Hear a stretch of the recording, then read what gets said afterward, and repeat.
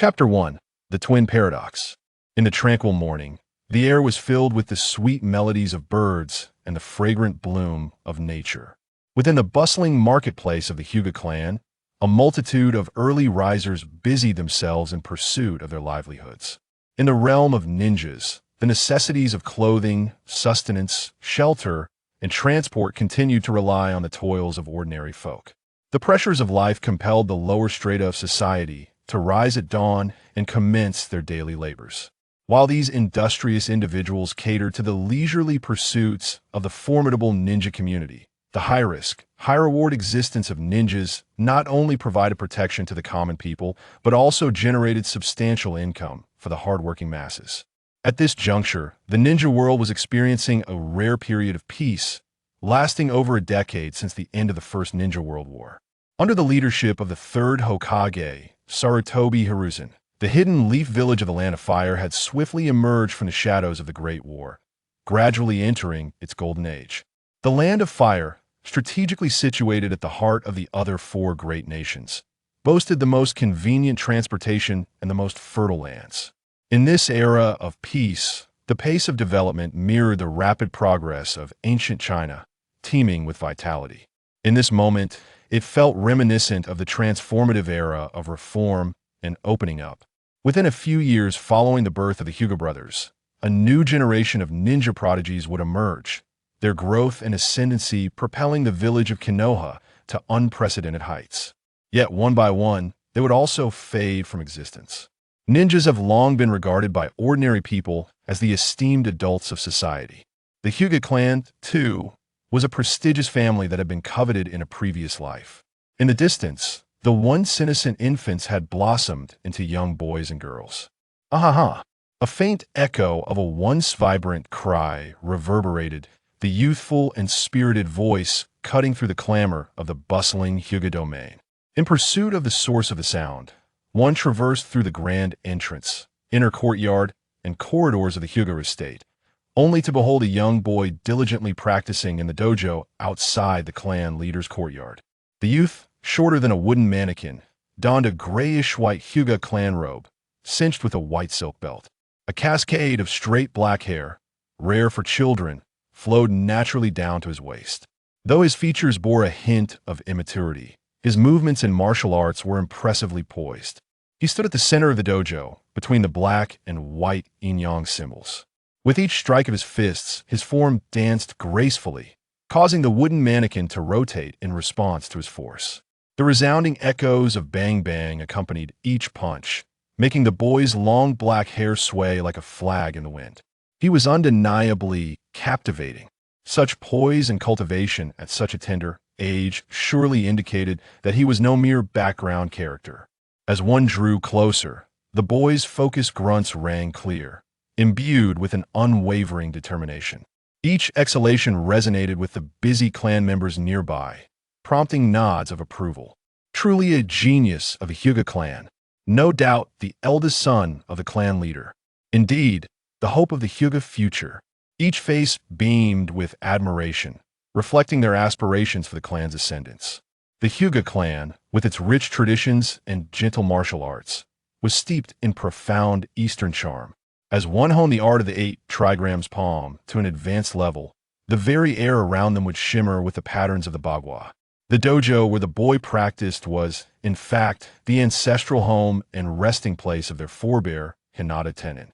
With each movement tracing the bagua patterns beneath his feet, the boy executed the 32 soft palm strikes of the Hyuga clan against the wooden post ahead. His steps were light, his form fluid, as the yang fish faced east and the yin fish turned inward. Bang!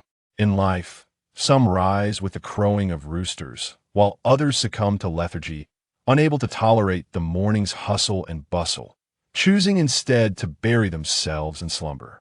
Isn't morning the perfect time to sleep in until one wakes naturally? Within the adjacent dwelling, a boy, identical in appearance to the one outside, found the noise unbearable, even with his head buried beneath the covers. His complaints erupted once more, and delicious sizzle, that damn Naruto, making a racket so early. Without opening his eyes, the boy lazily turned over, clutching his blanket tightly. He then pulled a pillow from a neighboring room, comfortably nestling it under his head, murmuring, so comfy, my treasure. He drifted back into sleep, as if reliving countless weekends after arduous weekdays, seizing the opportunity to catch up on the sleep he had missed in his previous life. In this new life, the comforting home and doting mother had caused the once shameless traveler to gradually lose himself in the longed-for existence of a pampered heir, selectively forgetting the narratives and endings he had once known. He languidly forgot that this was the ninja world. Inside, 2 tatami mats adorned the room, sharing the same style and patterns.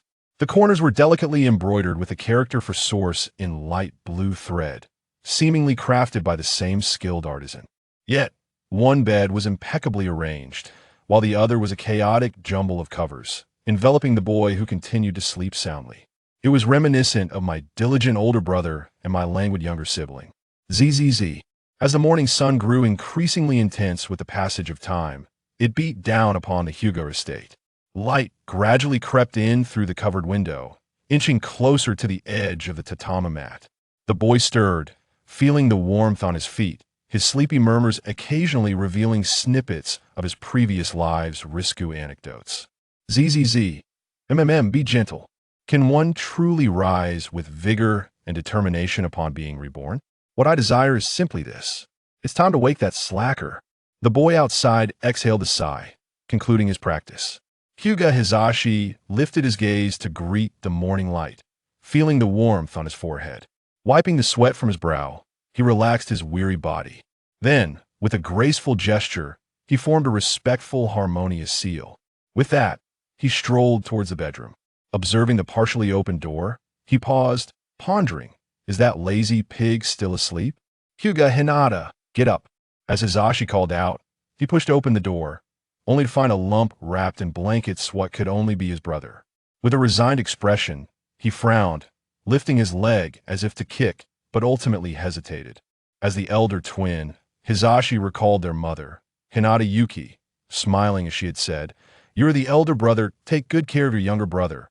Hinata, gazing at the familiar face hidden beneath the covers, he conceded that despite the momentary frustration, Hinata was indeed his real brother. With a sigh, he relinquished his plans for a violent awakening and turned back to his own tatami mat. Suddenly, he noticed his own bed, neatly arranged yet conspicuously missing a pillow, and recalled the earlier scene of his brother clutching it tightly. The boy's expression darkened slowly. In that instant, his Byakugan flared to life, reminiscent of the frustrating cover of this book. In the air, a low growl emanated from his stomach. Hinata, you dare use my pillow? Prepare to face my wrath." He roared, aiming a kick at the lump that was mostly covered, save for a pair of white, round feet poking out, and unleashed a powerful kick. Smack! The sharp sound of flesh meeting flesh echoed, accompanied by the muffled groan of his brother. Chapter 2. The Brotherly Battle. The boy who had just been kicked curled into a ball, clutching his behind. The crow, perched on the eaves, took flight. After delivering the kick, Hizashi listened to the prolonged wail of anguish, feeling a twinge of guilt. Having vented his frustration, he forcefully yanked back his flattened pillow, disdainfully brushing off the lingering scent. Turning back to witness his brother's pained expression, he realized he might have overstepped just a tad. "Get up, you punk. If you dare leave my pillow there again, I swear." Before he could finish, he was interrupted by a surge of indignation and anger. "Baka, you jerk!" Awoken from his dreams by the abrupt assault, Hinata sprang up, still in a daze but furious, spewing forth a string of Japanese curses he typically avoided, hurling grievances at his theoretically kin brother. As the sun rose, Rahia's trembling legs stood firmly, while his hands, resembling claws, kneaded the afflicted area back and forth. His pale eyes glared ferociously at the source of his torment.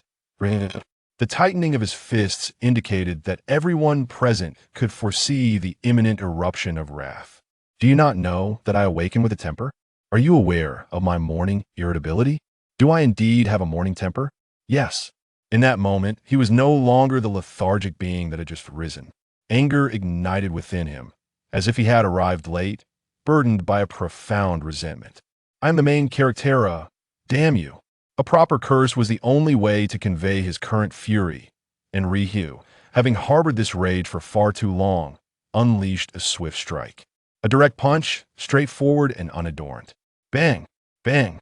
Accompanied by the sound of blows landing upon flesh.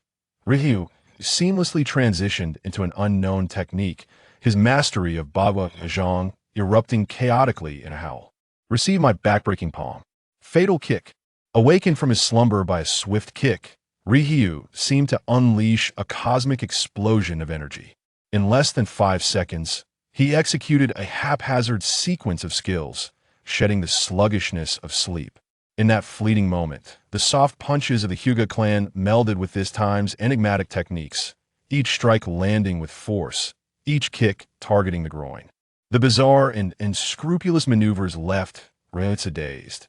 Even though he had just finished training and his body still radiated warmth, he was struck several times. The adage "a flurry of fists can fell a mighty lion" seemed to ring true in this instance. My grandfather is your grandfather. What do you think you're kicking, you scoundrel? Ryu's morning ire propelled a barrage of unorthodox attacks, leaving Ryu feeling quite uncomfortable. Within mere seconds, he had been struck in critical areas, prompting even the usually composed Ryuzutsu to curse in frustration. The typically taciturn and reserved Ryuzutsu, having regained his composure, began to respond defensively. Cease this at once. If you do not blame me for being uncivilized. Civilized? You've kicked my backside, I will not let this go. Now, clearly in control of the situation, Ryu showed no signs of reconciliation as his morning temper continued to wreak havoc. Infuriating, as Ryutsu defended against the relentless Ryu, his previously furious expression hardened into one of solemnity. His demeanor became serious, and he thought, then let it not be said that I neglected our brotherly bond. Close quarters. Seizing the moment, Ryu left himself open. He stepped forward and thrust into him. With a resounding thud, Ryuzutsu's shoulder slammed into his brother Ryu's chest and underarm. What followed was an immediate counterattack. Elbow strike. Street throw. Ugh. Ryu was met with a shoulder charge to the chest, followed by an elbow strike to the abdomen, producing a soundless groan. Ryuzutsu's preemptive skills disrupted Ryu's assault, swiftly transitioning into a follow-up technique. Against Ryu's persistent and underhanded tactics, distance was imperative. He seized Ryu's troublesome hand and, summoning all his strength, hurled him away. You bastard, do you think you can throw me with that deadly scissor kick? Having endured a barrage of techniques, Ryu was nearly sent flying by Ryuzutsu's legendary finishing move as he was flung out of the room. In midair, he seemed to recall countless instances of watching, learning, and contemplating the ultimate technique to counter a throw, the deadly scissor kick. His body twisted in flight, and he clamped his legs around Ryuzutsu's detestable head and face. Why does he resemble me so closely? Then, propelled by the inertia of their clash, they fell together, legs squeezing the head and arms locking around the waist, tumbling out of the room. In that legendary pose, only two could unlock. They rolled out of the bedroom with a series of thud, thud, thud. They tumbled down the stairs. Clang, clang. They rolled into the courtyard. They landed in the training ground. Amidst the scattered training equipment, sharp shurikens, heavy iron balls, and even bizarre tools like leather whips and iron chains, the two brothers, bruised and battered, rolled about, eliciting a wince from any observer. Ryuzutsu, release me. Ryu shouted, caught in a stalemate, knowing that he must project an aura of dominance. A quiet voice would signify defeat. Baka, I kindly roused you from your slumber, and you respond with sobs. Ugh, get your stinky foot away from me. Ryuzutsu, having been prodded by Ryu, stumbled over his words, unable to articulate his thoughts clearly. Be silent. You must be quiet. Prodding once more, the memory of being rudely awakened surged back, reigniting Ryu's morning ire, and he retaliated with a swift kick to Ryuzutsu's mouth. That truly was a foul foot, reeking beyond description, rendering him speechless. It hurts. Ryuzutsu, you foot fetishist, release me. In the presence of their parents, the usually composed and dignified Suinri had completely lost all sense of shame. Even if it meant succumbing to the foul odor of his brother's foot, he was determined to compel his opponent to concede. Thus, the two siblings remained locked in a stalemate, embodying the numbers 6 and 9, as though in this lifetime, neither could prevail over the other, nor could either persuade the other. Frequently gazing skyward, one would notice an unusual abundance of crows in the hidden village. Suinri glanced up in exasperation. Oh, what a sight! The crows flitted about, cawing incessantly. The two crows, having completed their antics, observed the entangled pair below, mimicking and learning from their antics. As the sun's rays cast their light upon the figure before him, Rija felt the pain of his foot being bitten by the sun's foot was now inconsequential. Hesitating, he grappled with whether to undertake certain actions that might be deemed cruel. The chaotic thoughts spiraled within him, a tempest of conflicting desires. The voice of the sun's foot echoed behind him, mingling with the saliva that clung to his numbed foot. With a resigned roll of his eyes, he turned his gaze towards the clear sky and the vast cosmos, a moment of resolve igniting within. In that instant, the pallor of his eyes appeared almost sacred and pure, as if reflecting the brilliance of the universe itself. The lush greenery of the Hidden Leaf Village and the serene harmony of the Hyuga clan transformed into a backdrop for the impending act. He formed a single-handed seal, executing the advanced tiger seal unnoticed by the sun's foot. Gathering energy, his ultimate technique was now prepared. With a flourish, his right index and middle fingers aligned, resembling the sharpness of a long-forgotten sword. The memories of a narrative long buried within him surged forth, finally escaping his lips, the secret technique of the hidden leaf. The ultimate thousand-year kill. The battle cry echoed, resounding with grandeur. A piercing sound followed, as if a void had been breached, sending a chilling breeze cascading through the air.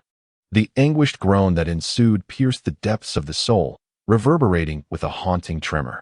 Gradually, the cries morphed from whimpers to gasps, from gasps to moans. A cyclical crescendo of sensations. The mouth that had fiercely clutched his foot finally released its grip, splattering with a salty essence. Two crows took to the skies, leaving behind a delicate trace of droppings upon the wooden figure in the courtyard. On a certain day in the 24th year of the Hidden Leaf, this legendary technique, proclaimed as the most formidable physical art in the annals of ninja history, manifested decades ahead of its time, coinciding with the blooming of daisies and marking a decisive moment in this battle. Years later, the desire for such a powerful strike lingered within him, an offering to the scattered brothers of his past, a tribute to the eternal memory of the thousand-year kill that echoed in his thoughts, reminding him of its painful legacy. Chapter 3. The clan home stepping out. Rija traversed the winding corridors of the Hyuga clan's compound.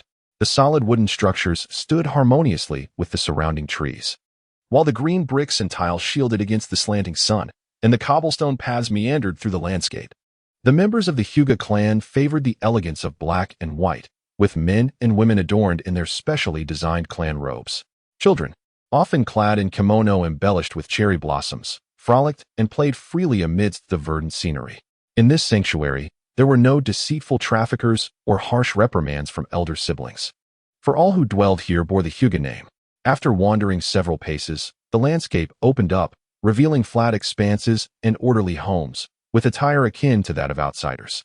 The young Rija suddenly recalled the verses of a poem he had memorized long ago, but the words danced elusively in his mind. It seemed that the Hyuga clan, in this unforgiving world of ninjas, painted a picture of harmony between humanity and nature.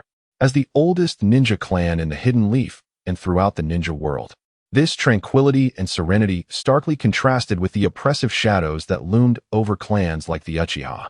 This difference ran deep, rooted in the very essence of their being. Each day, as Rija strolled through the marketplace, the vibrant cries of vendors filled the air. The lively banter of haggling among clan members resonated, transporting him into a reverie of nostalgia. Eggplant shurikens, grilled meat, and cucumbers. Excuse me, miss. This cucumber is too thick, overripe, and not fresh. The vendor was a gentle young lady beneath the street lamp, serene and endearing. Do you really need fresh produce? Isn't usability enough? Replied the seasoned aunt who sold the vegetables.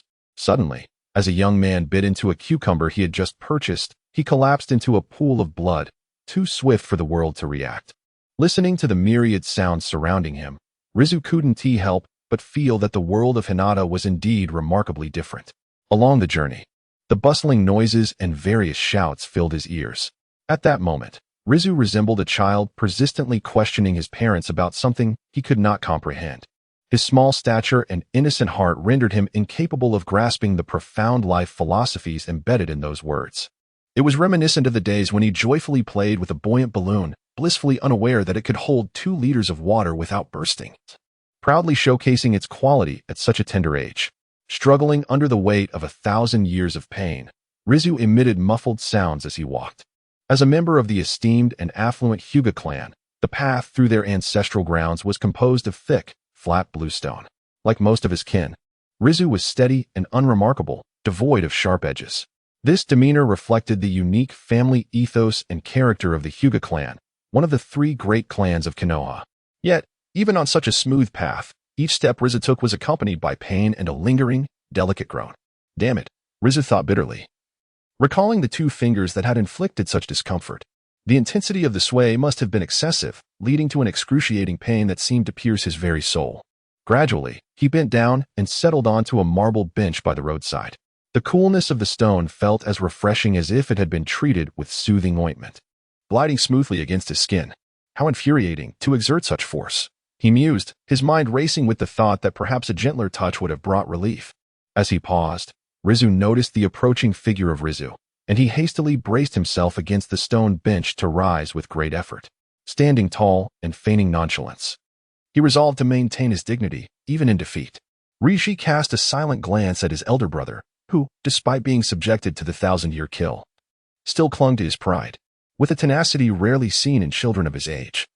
Rishi possessed an indomitable spirit that foretold a bright future for the 2nd generation of ninjas. This may very well be the reason why Hyuga Rishi could ensure the Hyuga clan's prosperity during his leadership. Each individual harbors their own strengths and weaknesses. Even the head of the clan, Hyuga Rishi, ultimately chose to sacrifice his own younger brother. He gritted his teeth and stood tall, shouting at Richa behind him. Hyuga Richa, just you wait. Suddenly amused, Richa playfully beckoned with his finger. If you can catch up to me now, I'll consider it your victory. The sun cast a piercing glare as it set in the sky, and with a heavy heart, Hinata walked home alone. Good morning, Lord Hinata. Finished your training already? You're as diligent as ever. On this bustling clan road, just like every day before, each passerby from the clan greeted Hinata with warm smiles. Hearing those familiar words, he instinctively tightened his grip, pondering whether to indulge in training, sitting, or eating. Perhaps it was best to refrain from excessive indulgence over the next few days to avoid unnecessary suffering. No, it's all right, he thought. Even if he forced a smile for the short journey, the boy remained resolute, his serious expression smoothing over the furrowed brow that had just marked his face. He exuded an air of calmness and gravity, akin to a born leader, except when in the company of that scoundrel. In this vibrant and lively Hyuga clan territory, established with great effort alongside the Senju and Uchiha clans to form Konoha, the land mapped out by the first Hokage spanned several hundred acres. Today, as Hinata traversed the center of this clan's residential area, it was astonishing to realize that the collective living space resembled a constellation of stars encircling a moon, covering dozens of acres. The clan's intricate layout included hundreds of rooms and shops, with the bustling core of trade he had just passed featuring multiple streets and corners. The path stretched endlessly, teeming with countless Hyuga clan members, and for the first time, Hinata, born into a prestigious family, felt the vastness of his lineage. Until this moment, each step he took was a stark reminder of his own insignificance against the backdrop of his family's grandeur. The young ones, nurtured under the clan's protection, would one day have to repay that debt. Little Hinata, overslept again, didn't you? I bet you skipped breakfast. The familiar voices echoed as he walked along the same streets and markets, recognizing the same faces. The experiences of the branch family, like Hinata, differed greatly from those of the main family. In 2 lifetimes, amidst the myriad of human experiences, as Hinata greeted the familiar faces of neighbors with a smile, he replied softly, yes, indeed. Thank you. Those daily encounters felt like echoes from memory, perhaps a silhouette, a birthmark, or a phrase. Yet, the fate of Hinata from the branch family had long been discerned by the ordinary folk who flourished in this market. 2 boys, identical in appearance, were destined for divergent paths. Eventually, as Hinata neared the end of the street, he was called out by a small girl, Hinata and I. Turning around, he asked, "What is it?" "I have to go home," she exclaimed. Without a hint of embarrassment, Hinata chuckled and affectionately ruffled the little girl's hair. saying earnestly, "You must grow up quickly." With a cheerful wave, he watched her rosy cheeks as she ran away, her tiny hands clutching the hem of her dress. The delicate floral kimono, pure white at its base, danced in the breeze, adorned with soft pink cherry blossoms that fluttered down like petals. As he departed, two pairs of curious white eyes observed him from behind. One face, slightly older, bore an expression of deep disdain, while the other, smaller, peeked out timidly from behind a woman. "Didn't I tell you not to associate with that little rascal? He will surely grow up to be a wicked man," the woman admonished, watching the boy who had inadvertently led her daughter astray. The little girl's response was a meek "MHM." As she tightened her grip on her dress, the woman turned away, pulling her daughter with her, no longer glancing at the distant figure. With a graceful motion, she brushed a few stray strands of hair from her forehead, attempting to tame her beautiful bangs, even as they fluttered free. At such a tender age, the girl's porcelain skin bore no blemishes, not even a pimple, for youth has its own price. Many from the Hyuga clan seemed to favor adorning their foreheads with various ornaments. What could possibly warrant such concealment? Even outside of missions, during evening strolls or market visits, the forehead appeared to hold significant importance. Was destiny already inscribed? Would my forehead also bear the mark of confinement like a cage bird? In my youth, I merely wished to bask in the tranquility and warmth of this clan, longing to cultivate the tender sentiments that a solitary heart harbored for so long. Yet, how distant was home from the clan? Chapter 4: Love? Chakra in the chaotic beginnings. The legacy of the ninja was singular amidst the desolate and tumultuous times, with the samurai reigning as the guardians of the realm. Until one fateful day, the emergence of chakra heralded the rise of the ninja. Upon entering the world of Hokage, my greatest curiosity was to uncover the true essence of chakra. How could it be perceived and cultivated? Reborn, young Hinata, once able to articulate his thoughts, first directed his inquiry to his mother. "Mother, what is chakra? Can it be eaten?" Nestled in her embrace, he tilted his head and playfully inquired, reminiscent of a child's innocence, seeking the secrets of martial arts. As a traveler between worlds, he yearned to leverage the wisdom of 2 lifetimes, eager to begin accumulating his chakra and embark on his training journey. His ultimate ambition was to master the infamous shadow clone technique, aspiring to become a figure of greatness in this new life. Hinata gazed at her son, captivated by his innocent curiosity. Rather than delving into the complexities of chakra theory, she raised her hand, inviting him to place his small hand in hers. "Give me your hand." What could mother be up to? The bewildered traveler hesitated, then gently placed his tiny hand into her palm. In that moment, a soothing warmth emanated from Hinata's hand, reminiscent of the comforting embrace of amniotic fluid that once enveloped him. It was warm, it was comforting. The essence of a mother's love. The child, with his innocent and adorably naive eyes, gazed in astonishment at the faint white aura that seemed to rise. Undoubtedly, the manifestation of chakra. With his youthful and endearing gaze, he turned to his mother and inquired, "Mom, is this chakra?" Hinata Jin promptly raised his hand, emanating a gentle aura of chakra, and tenderly caressed his son's forehead. "Indeed, this is chakra," he mused, while playfully ruffling the little one's button nose. "But how should one cultivate it?" The young boy gazed eagerly at his mother, driven by an insatiable curiosity to uncover the secrets of chakra. Despite his tender age, he shamelessly flaunted his adorable demeanor, reminiscent of a young detective. Enduring the gentle pinches from his mother, he skillfully extracted valuable insights into training, resembling an elite ninja in his quest for knowledge. With a soft tap on his little head, she remarked, "At such a tender age, you should be carefree and playing. It is only when you grow up that you will learn." Hyuga Niji gently pinched her son's cheek, emphasizing that education is of paramount importance to every family. Should education be akin to the Uchiha's method of hastening growth, or should it adopt a more selective approach, nurturing exceptional talents? Hinata Jin gazed at her son, who was feigning a sense of grievance in her arms. For reasons unknown, she could always perceive the worry concealed beneath those expressive eyes. Yet, at such a tender age, should he not be immersed in the innocent joys of play? Children ought to embody the essence of childhood, frolicking and reveling in merriment. How could it be permissible to instill training at such an early stage? After Hinata Jin concluded his demonstration, he chose not to instruct Hinata Hikari on the extraction of chakra, observing his son's feigned look of grievance. The helpless Hinata Jin ultimately decided to teach Hikari a few simple ninja hand signs, allowing his restless son to practice his hand speed. Perhaps it was this choice that led to the emergence of a remarkable individual in the future ninja world, capable of executing 100 strikes in a mere second, surpassing even the most exaggerated forms of ninjutsu with his unparalleled taijutsu. Eventually, after imparting the final hand seals, Hinata Jin took his son's small hand and, guiding the curious Hinata Hikari, they frolicked through the Hinata clan. This joyful excursion continued until the beleaguered Hikari found himself seated on a rocking horse, his heart tumultuous and teeming with tears. In the dim recesses of memory, Hayashi Hyuga recalls a past life where he wished to relish his own existence, only to find himself reluctantly confined to a classroom of learning. Now, as he yearns to acquire knowledge before embarking on the harsh path of a ninja, he is once again helplessly drawn back by his mother, indulging in the joys of childhood, such as the thrill of riding a rocking horse. Is it sheer pampering? Or is he merely fortunate to embrace this tender respite within a world that is meant to be brutal and merciless? With the realization that his attempts to charm his mother have faltered, Hayashi seeks other means to uncover the mysteries of chakra. He glances at his father, Hayashi Hizashi, whose stern demeanor suggests regret for having given rise to him. Consequently, he abandons his plans and begins to scour the ancestral texts of the Hyuga clan in search of answers. Chakra, as he recalls, is derived from the energy stored in every cell of the human body, combined with the spiritual energy accumulated through practice and experience. This potent mixture can only be unleashed through hand seals, a technical explanation he remembers from the original text, where Konohamaru elucidated the concept to Naruto with commendable expertise. As for the means of cultivation, having perused the original narrative, Hayashi is acutely aware that it involves climbing trees. Yet, after countless attempts that left him battered and bruised on the very first day of training, his compassionate mother, Hinata, intervenes.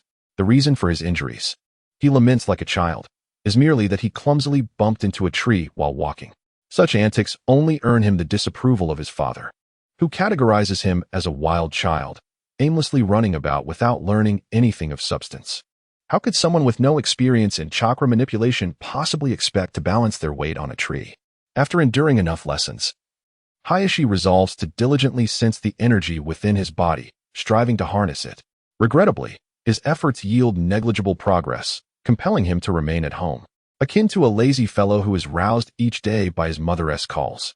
Eventually, on a fateful day, Hayashi gains a clearer understanding from the literature of the Hyuga clan. Chakra is the energy and potential found within the myriad cells of the human body. It does not necessarily benefit from early cultivation. Overextending one's growth potential in childhood can lead to dire consequences. In that moment, he recalls the ailing Itachi Uchiha and the notably low chakra levels of Kakashi Hitaki compared to Shikamaru Nara. He finds solace in the knowledge that he has been reborn in a peaceful era of the ninja world, grateful for a mother who loves and nurtures him, shielding him from the grim realities that could distort his perception of an increasingly savage world. At least he need not dread awakening to bloodshed at his bedside or the possibility of never opening his eyes again. As time passes, the memories of his past life become increasingly hazy, yet he still holds dear the words of his mother, study diligently, and you will become a person of talent. At such a tender age, he should be free to play without a care in the world. Who is right in this discourse between them, and who is wrong? In the future, as a father himself, Hayashi, observing little Niji nestled in his arms, inquisitively asking about chakra, feels an echo of his mother's hand guiding him to venture forth. Go play. Chapter 5. East of Konoha beneath the sun, young birds take flight, soaring freely over the Hyuga clan's domain. Where do they flit? Amidst the clear skies, above the clouds, through the forest, or beneath the eaves? Ultimately, where shall they land? Like caged birds, life and death hinge upon a fleeting thought. In this moment of youth, it seems he is yet to be marked by the confines of such a cage. Each morning, the sunlight of the Hyuga clan shines with unparalleled clarity in Konoha. Within the vast expanse of their ancestral land, various free-spirited birds take to the skies. Hayashi, spoiled by Hinata, stands before the open door, unadorned and carefree. Having been the target of playful antics these past few days, he forgets to close the door behind him, yet in the opulence of the Hyuga estate, there are no maids or outsiders to witness his negligence. Basking in the gentle rays of the morning sun, neither scorching nor frigid, he feels a refreshing breeze. As he attempts to unearth martial secrets from the pages of the Hyuga clan history, he flips through the book he left unfinished on his bedside. He reads under the sun, savoring a sense of leisure reminiscent of weekends in his past life. The ancient texts describe the history of the Hyuga clan, mirroring the reality that Hayashi observes. The Hyuga people have thrived in this land, once the earliest settlement of Konoha, living in harmony under the sun's embrace. East of Konoha was the chosen abode of their ancestor, Hayashi Tenrin, a place of development and growth that echoes the legacy of the clan. This illustrious family stands alongside the Senju clan to the south and the Uchiha clan to the west. To the north lies the open gateway to the heart of the ninja continent, a verdant pathway leading to other nations, adorned with dancing leaves. This perspective, post-rebirth, reveals the current residences of Konoha's three great clans, strategically selected by their founders for future prosperity. Each day, as the sun rises anew, it casts its light upon the Hyuga, then the Senju, and finally descends upon the Uchiha. This celestial cycle remains unchanged, timeless and eternal, from dawn to dusk. From the origins of existence. In the chaotic years of the ninja world, amidst formidable contemporaries within the alliance, even the revered Tenrin had to establish a doctrine of humility and restraint. The rising sun fails to rival the radiance of the Senju at midday, nor can it compare to the vibrant hues of the Uchiha at dusk. Yet, the Hyuga clan stands apart from the other two clans with a unique harmony. They dwell within their territory, embodying the gentle, languid, and serene qualities of the morning light. In a state of utter laziness, Hayashi revels in his idleness, sprawled out as he peruses the descriptions in the book, embodying the essence of a carefree second-generation ninja who merely exists without ambition. The text elucidates why the Hyuga clan could endure the vicissitudes of the ninja world and Konoha's fluctuations, even as the mightiest clans succumb to decline, yet remain steadfast as a prominent family. The tenets of humility and restraint, as exemplified by Tenrin, allowed the Hyuga to sidestep the ideological conflicts between the two dominant clans, avoiding direct confrontation with their talented peers. Thus, over the years, they preserved their limited elite strength, surviving beneath the powerful clans of Konoha while rising above numerous other ninja families, earning the title of a noble clan. They endured like Simei, watching the fall of all rivals, until the day arrived when they could proclaim themselves the strongest clan in Konoha, with no dissent. Is existence not the most potent testament to strength? To survive in this iron-blooded and merciless ninja world until the very end seems to be more challenging than anything else. One must never underestimate a family that has endured through the ages, nor should one overlook the wisdom of an elderly person who has lived long. He cast a glance at the young man sparring playfully with the old gentleman in the shade of the trees, silently mourning for him. Young man, shall we exchange a few moves? All right, old man, let's do it. Haha. With a thud, the old man, reminiscent of an ethereal Taoist, collapsed to the ground. His free right hand, like a hawk's claw, fiercely grasped the youth's arm and exclaimed, "Young lad, you cannot leave. It is you who has toppled me." This tale, it seems, remains relevant in the present ninja world. The realm of ninjas is never devoid of extraordinary talents who shine brightly. Nor does it lack legendary ninjas worthy of cinematic portrayal. What it truly lacks are the elders who can endure longer in this brutal and savage world. In the vast expanse of my memories, the entire history of ninjas is but a fleeting recollection. Perhaps only the ever-reliable Inoki, who perpetually bears the weight of age upon his back, along with a handful of ancient toads, can genuinely be deemed long-lived.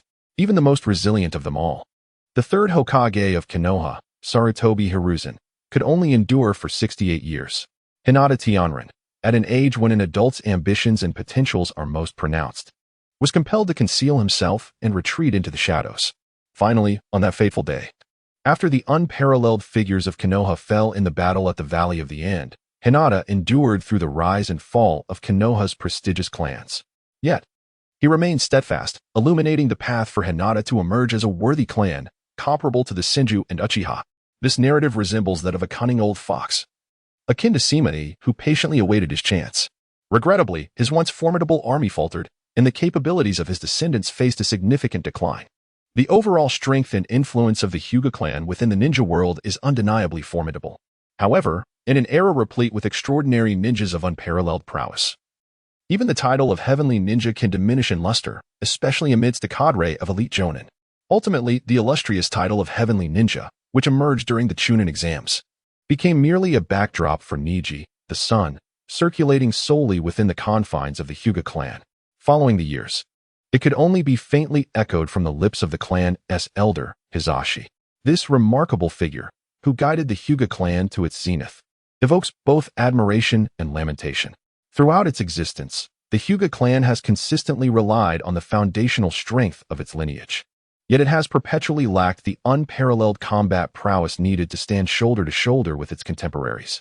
This awkward reality has persisted across generations, with the clan surviving on the residual strength of its predecessors, striving to maintain vitality and foster greater power to support its ever-expanding legacy. In the eyes of the reincarnated Hisashi, there exists an understanding that surpasses mere rivalry. It is a matter of endurance. Unable to contend with the elders, he finds solace in preying upon the younger generation. Upon being reborn as Hyuga Hisashi, he meticulously analyzes historical accounts and future narratives, fervently seeking legendary martial arts secrets within the clan's ancient texts. After sifting through all the archaic tomes, he arrives at the disheartening truth and a rather dismal conclusion. Longevity naturally begets an abundance of offspring. The robust descendants of the noble clan achieve feats that the combined forces of Konoha's other two clans cannot match due to sheer numbers. This indeed constitutes a viable strategy for enhancing the stature of a clan, a village, or even a nation. For in his past life, Hisashi had witnessed firsthand the advantages that a populous nation could yield. With a mere wave of the hand, the valiant among 1,300 million can conjure a storm. A simple keystroke can elevate one's voice to the forefront of popular discourse. Yet, longevity does not always bestow benevolence upon future generations. As one ages, the once vibrant and spirited thoughts often give way to a more conservative mindset, leading individuals to make decisions rooted in insecurity and self-preservation. Just like the current pinnacle of strength, the third Hokage, Sarutobi Hiruzen, lauded as the ninja hero, one cannot help but ponder whether an elderly sage, graying and weathered, can still think with clarity or craft narratives as masterful as the legendary four crossings of the Redwater or the strategic brilliance displayed in the three great battles. Much like the elder from Hisashi's former life, who once guided his village and nation to prosperity amidst chaos, only to later inflict wounds upon the land he cherished due to flawed judgments in his twilight years. As Risha gazed upon the present-day Konohagakure, so reminiscent of the prosperous village etched in his memories of the future, the dichotomy of right and wrong seemed unnecessary to articulate. The brilliance of the land of fire in the shinobi world attests to everything. The will of fire in the future shall forever belong to the new generation. At this juncture, the Hyuga clan, whose population trends towards aging, seeks to manage its burgeoning numbers, which have surpassed the combined total of several other clans. The seemingly docile and harmonious Hyuga clan, once a bastion of tranquility, has ultimately succumbed to the ravages of time. Consequently, it has evolved a phenomenon of enslavement within its main family, a stark contrast to the other clans of Konoha. In pursuit of their ostentatious interests, they have devised a curse more insidious than the sealing techniques employed by the roots of Konoha, ensnaring their kin like birds trapped in a cage, their lives hanging by a mere thought. As the sun cast its light upon the pages, Richa gazed at the intricate black bird patterns within the cage depicted in the book, pondering how to unravel the fate that awaited him. Chapter 6. The Spinning Pencil. After years of strife, the establishment of the five great nations in their respective ninja villages gradually led to a semblance of order and cohesion. The true transformation of the ninja heritage system emerged with the founding of ninja academies within these villages, facilitating a broader dissemination of ninja culture. Ultimately, ninja supplanted the once glorious samurai era, claiming their position as the predominant force in this world. When a family, through the efforts and fortuitous circumstances of its ancestors, rises to prominence, it amasses resources and fosters a lineage. As individuals of the same bloodline, bound by a shared surname, strive collectively, the concept of ninja clans is born. To sustain an ever-expanding community, education becomes paramount. In the spring of the 24th year of Konoha, during the season of blooming chrysanthemums, Richa lamented, "Alas, school beckons once more." Despite his journey through time, he could not escape this inevitable phase of life. Yet, what he yearned for were the arts of ninjutsu, not the mundane cultural studies he was destined to undertake. "In this life, I shall become an academic prodigy," he declared on the first day of class, having once lived as a mere underachiever. Thus, he found himself enrolled in the preschool class established by the Hyuga clan. The family's preschool education was indeed extensive. Given the vast population of the Hyuga clan, an entire class could be filled with just one generation. Such a scene starkly contrasted with the sparsely populated Senju and the perpetually discordant Uchiha families. Regrettably, other clans adhered to a grand family planning initiative, promoting selective breeding alongside a two-child policy, which effectively outperformed the Hyuga clan's sheer numbers. Each day, the clan school not only imparted language and literacy, but also enlisted seasoned elders to elucidate the history of the clan, Konoha, and the entire ninja world, a narrative slightly altered to instill a profound sense of familial pride in the younger generation. We, the Hyuga, are the most ancient clan in the ninja realm. The elder spoke passionately from the podium, radiating an aura of pride and satisfaction that illuminated the eager faces of the students below. Indeed, the sun shone brightly as he nodded with a certain gravity.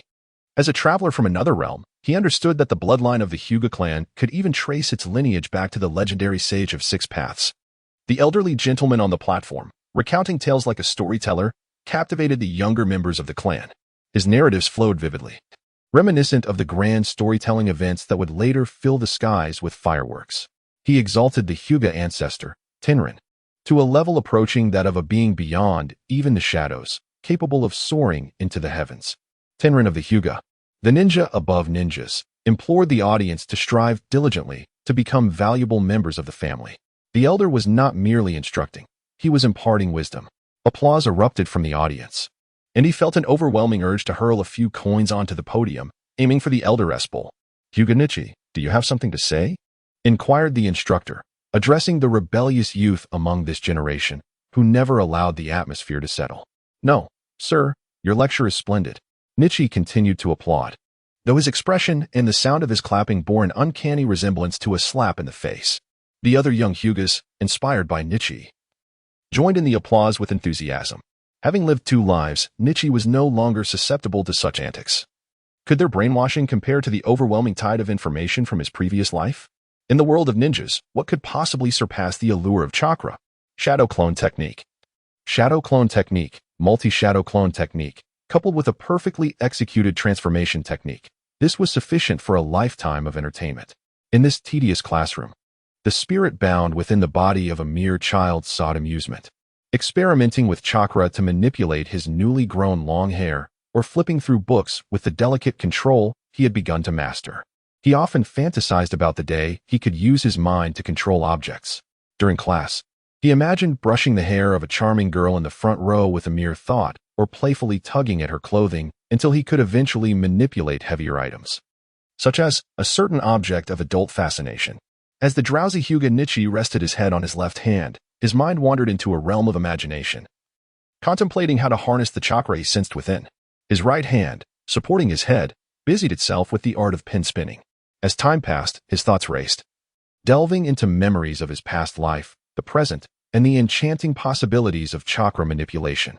Meanwhile, in the classroom, Nichi's right hand spun the pencil with increasing speed, his subconscious connecting with the chakra within him. This energy, effortlessly flowing forth, danced between his fingers. The pencil whirred and buzzed, reminiscent of a propeller soaring through the sky. It whirled around his fingers like a satellite, even causing the book he had carelessly opened to flutter together in a whirlwind. The rhythmic sound echoed, as if a carefree tune played in the background. Blow, blow, my pride and indulgence, blow, blow.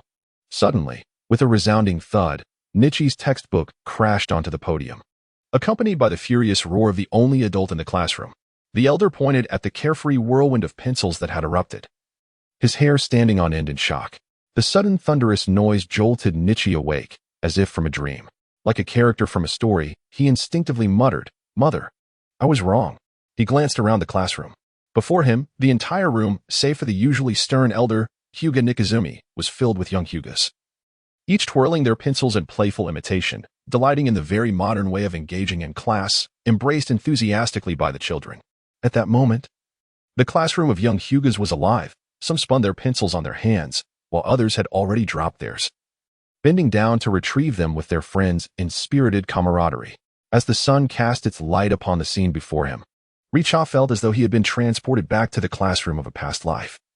Surrounded by classmates who absent-mindedly twirled their pens while resting their chins on their hands, he slowly lowered his proud head, glancing at his beloved right hand, which wielded a 2B pencil, audibly whirring like a propeller, now spinning at an alarming speed among his fingers. The sound was almost deafening. The spectacle astonished his companions, who seemed fearful of interrupting his motion, inadvertently sending the spinning pencil soaring away. With a swift motion, it flew, accompanied by the shattering sound of glass. The pencil, now experiencing its inaugural taste of speed and thrill, soared like a propeller from a recently downed Australian aircraft. It arced gracefully over the heads of his peers, shattering the classroom window, and sailed into the vast open sky above the playground. Free. A blend of pride and abandon enveloped him. As it traced an elegant arc, the Chinese team surged forward, leaving little time for their Korean counterparts. In that moment, the expressions of the little Hinata and the stern old patriarch of the clan mirrored that of someone witnessing a propeller break free from the wing of an aircraft and strike the tail. Above, words floated in bold black letters, "You almost hit me." Observing the object he had launched, Richa lowered his gaze to scrutinize the hand that had caused this chaos. His delicate, fair fingers were both slender and plump, and he instinctively clenched them, feeling their power. Such speed would surely bring comfort in the future. At that moment in the classroom, the elderly instructor was on the verge of apoplexy. Trembling, he finally managed to utter a few words. "Hinata Richa, you must leave." The old man, despite his age, nearly gasped for breath in his frustration. The wind swept through the corridor, and from the classroom behind him, the sounds of uproarious laughter echoed. Richa, feeling the familiar chill of the breeze, found himself once again expelled from the classroom. This experience, reminiscent of his past, lingered vividly in his memory. As he stepped out, he cast one last look at the glass, now resembling a pockmarked target. Then, amidst the laughter of his classmates and the unyielding gaze of the stern elder, he stumbled out in a daze. Throughout the entire event, Richa remained entranced by his own astonishment, neglecting to glance at the unfortunate old man. For he was not the kindly grandfather from the tales. In his mind, three thoughts occupied his focus: the pencil, the bullet hole, and his right hand. Everything felt like a surreal dream. Would he need to leap from a height like Charlotte in order to awaken? He gently placed his right hand upon his chest, seeking to confirm its existence. The once speeding hand pressed firmly against his heart, squeezing once, then again. Ah, was that discomfort? Jolted back to reality by the physical pain, Richa shivered, beads of sweat forming on his brow. He quickly withdrew his hand from his chest, the tender, youthful fingers smooth and plump.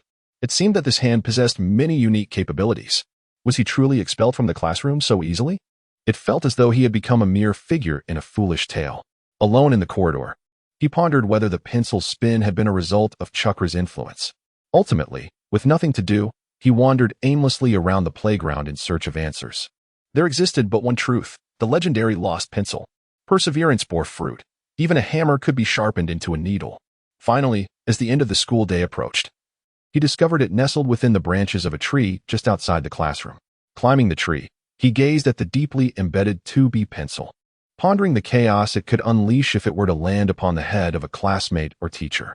The sun's rays pulled at the pencil, firmly embedded in the tree trunk like a nail, ultimately confirming that only by harnessing chakra could such formidable penetrating power be achieved.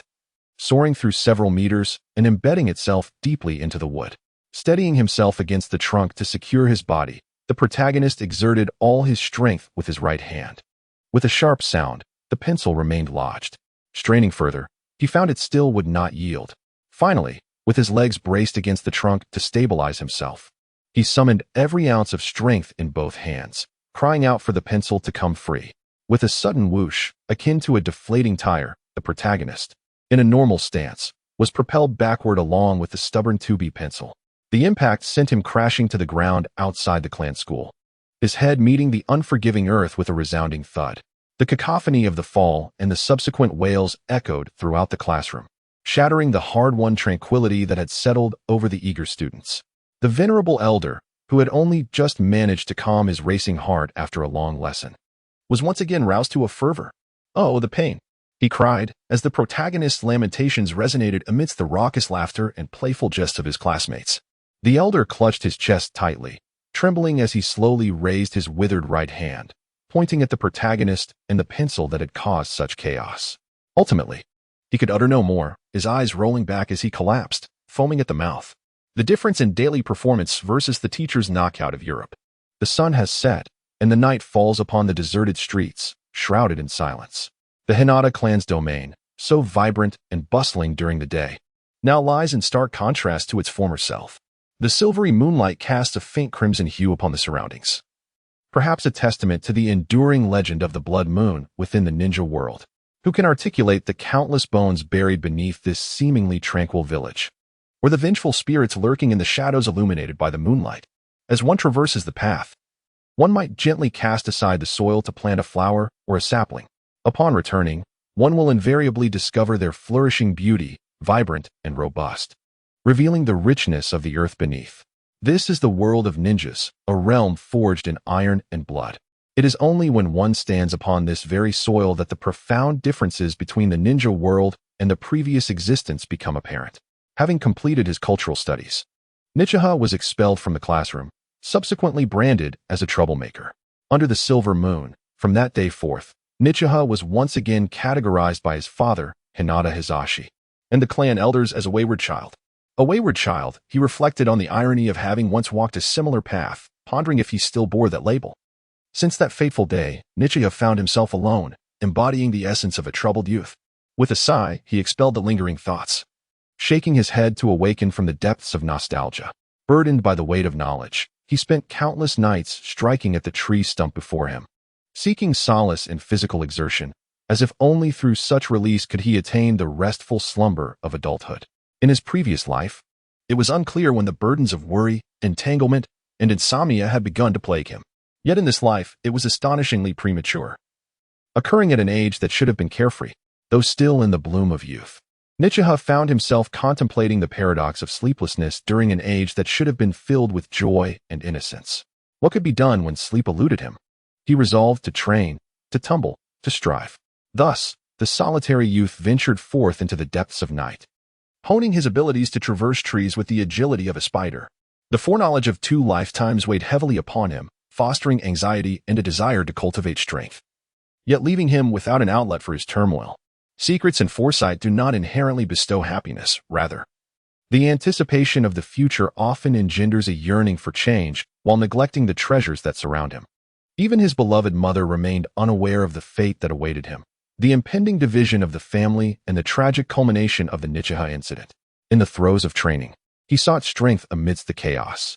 At times, he envied the attention-grabbing elder brother, Hinata Hizashi, pondering how different life might be had he been reborn in that guise. For traversers of realms, what solace does childhood bring? Only those endowed with identity, status, wealth, and power can truly engage, save, or alter the course of existence. As one accumulates experiences, thoughts multiply, and with them, the burden of pressure intensifies. A deep breath reveals a hint of sweetness and the briny taste of salt in the very air he inhales. Years have passed since the conclusion of the First Ninja World War. Perhaps due to the carnage and bloodshed once experienced, the moon casts a chilling pall over the night, providing far less comfort than the sun's warmth during the day. Thus, few dare to undertake work or venture forth under the cover of darkness. Even in the peaceful era portrayed years later in the original text, the night merely serves as a backdrop for the birth of intrigue. At this moment, shadows flit through the darkness, engaged in clandestine affairs. He tightened his garments against the chilling breeze. The sunlit path stretches quietly before me, leading toward my destination. Though devoid of illumination, every tree and bend along this route is etched in my mind. At the journey's end lies a formidable wall, once surmounted only with the aid of a ladder in my past life. Now, a mere leap suffices to soar over it. The blissful expression upon my face as I ascend attests to my enjoyment of this liberating moment, the very essence of flight. Having vaulted over the towering barrier into the territory of the Hyuga clan, I, in this life reborn within the realm of ninjas, no longer tremble with fear as I once did when sneaking out after curfew to tap away at my keyboard. No longer do I gaze longingly at a narrow ditch, hesitant to leap across, nor do I fret over the distance to the girls' dormitory, resorting to a telescope in vain. This world bestows upon its inhabitants the ability to leap against the wind, albeit not in the manner I might have preferred. Nevertheless, for me, who once struggled even with a favorable breeze in a technologically advanced world, this is a rare gift. Thus, from the very first step my mother guided me to take, I was poised to stride boldly forward. However, my initial step as an infant was rather audacious, resulting in a comical mishap that elicited laughter and affectionate reassurances from my mother, Hinata. In that moment, I resembled Naruto at a similar age, bounding through the wilderness with an agility that belies my years, making it exceedingly difficult for even a seasoned chunin to catch me. My youthful form, combined with the calm rationality of an adult, grants me an adeptness in evasion and concealment. You might wonder how a mere child could elude a chunin's grasp. Yet only those who have experienced the narrative can understand how the mischievous young Naruto frequently evaded the pursuit of duty-bound Chunins and Irika. It is a gift born of solitude, wandering alone through the night. Indeed, solitude can be quite burdensome. Climbing trees, an approach well known among fans of Naruto, serves as an excellent means to enhance chakra control. For me, this has long ceased to be a challenge. Previously immersed in memories, my body now instinctively navigates the trees, and I find myself at the outskirts of Konoha, near the ominously named Forest of Death.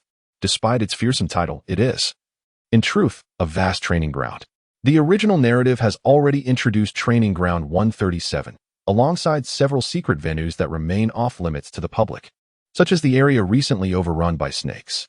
The current location of the sun is merely on the outskirts of Training Ground number 8, which lacks even a surrounding iron fence. In truth, Training Ground number 8 is nothing more than a forest adjacent to the village.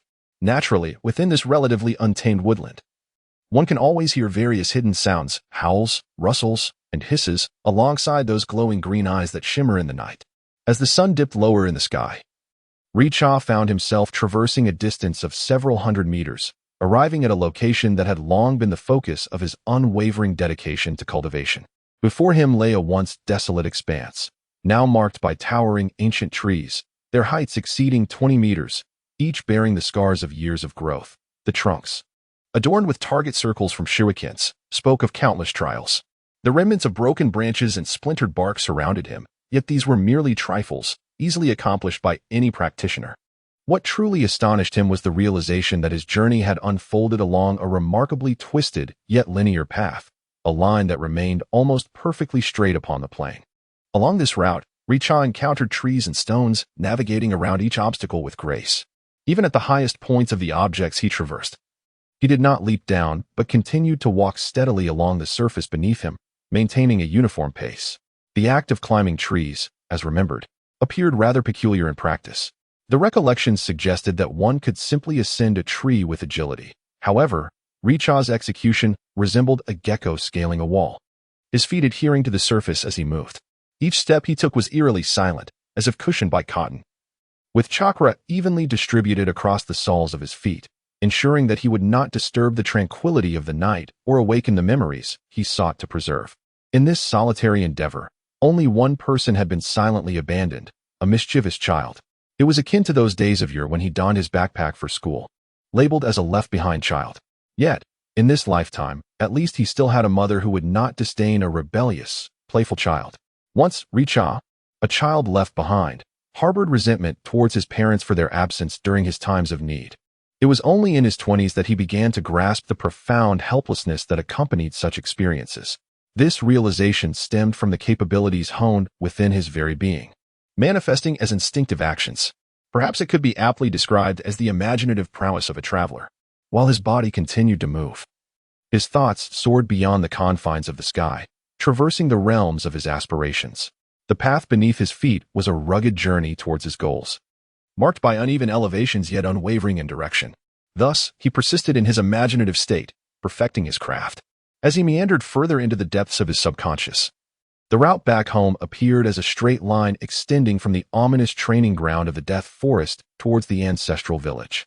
This peculiar practice of traversing trees gradually earned the proud title of Tree Treader LV2 Walker, an original yet whimsical name for his training.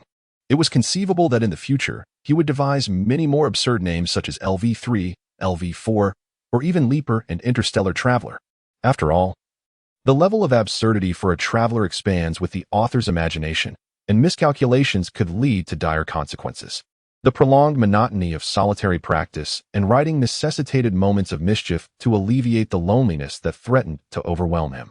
Tales of lost lace underwear caught in the wind, freshly laundered white briefs muddied, and roof tiles cracked revealing a glimpse of the spring sky were but trifles in his life. There were many more mischievous anecdotes he chose to withhold, as some secrets were meant to be cherished privately. Gradually, as he walked this lonely path, Richa adapted to his surroundings, increasing his pace. Step by step, he began to sprint, then leap, until he found himself tumbling, exclaiming in pain as he fell. In the stillness of the night, the forest reverberated with the sounds of unseen primitive creatures.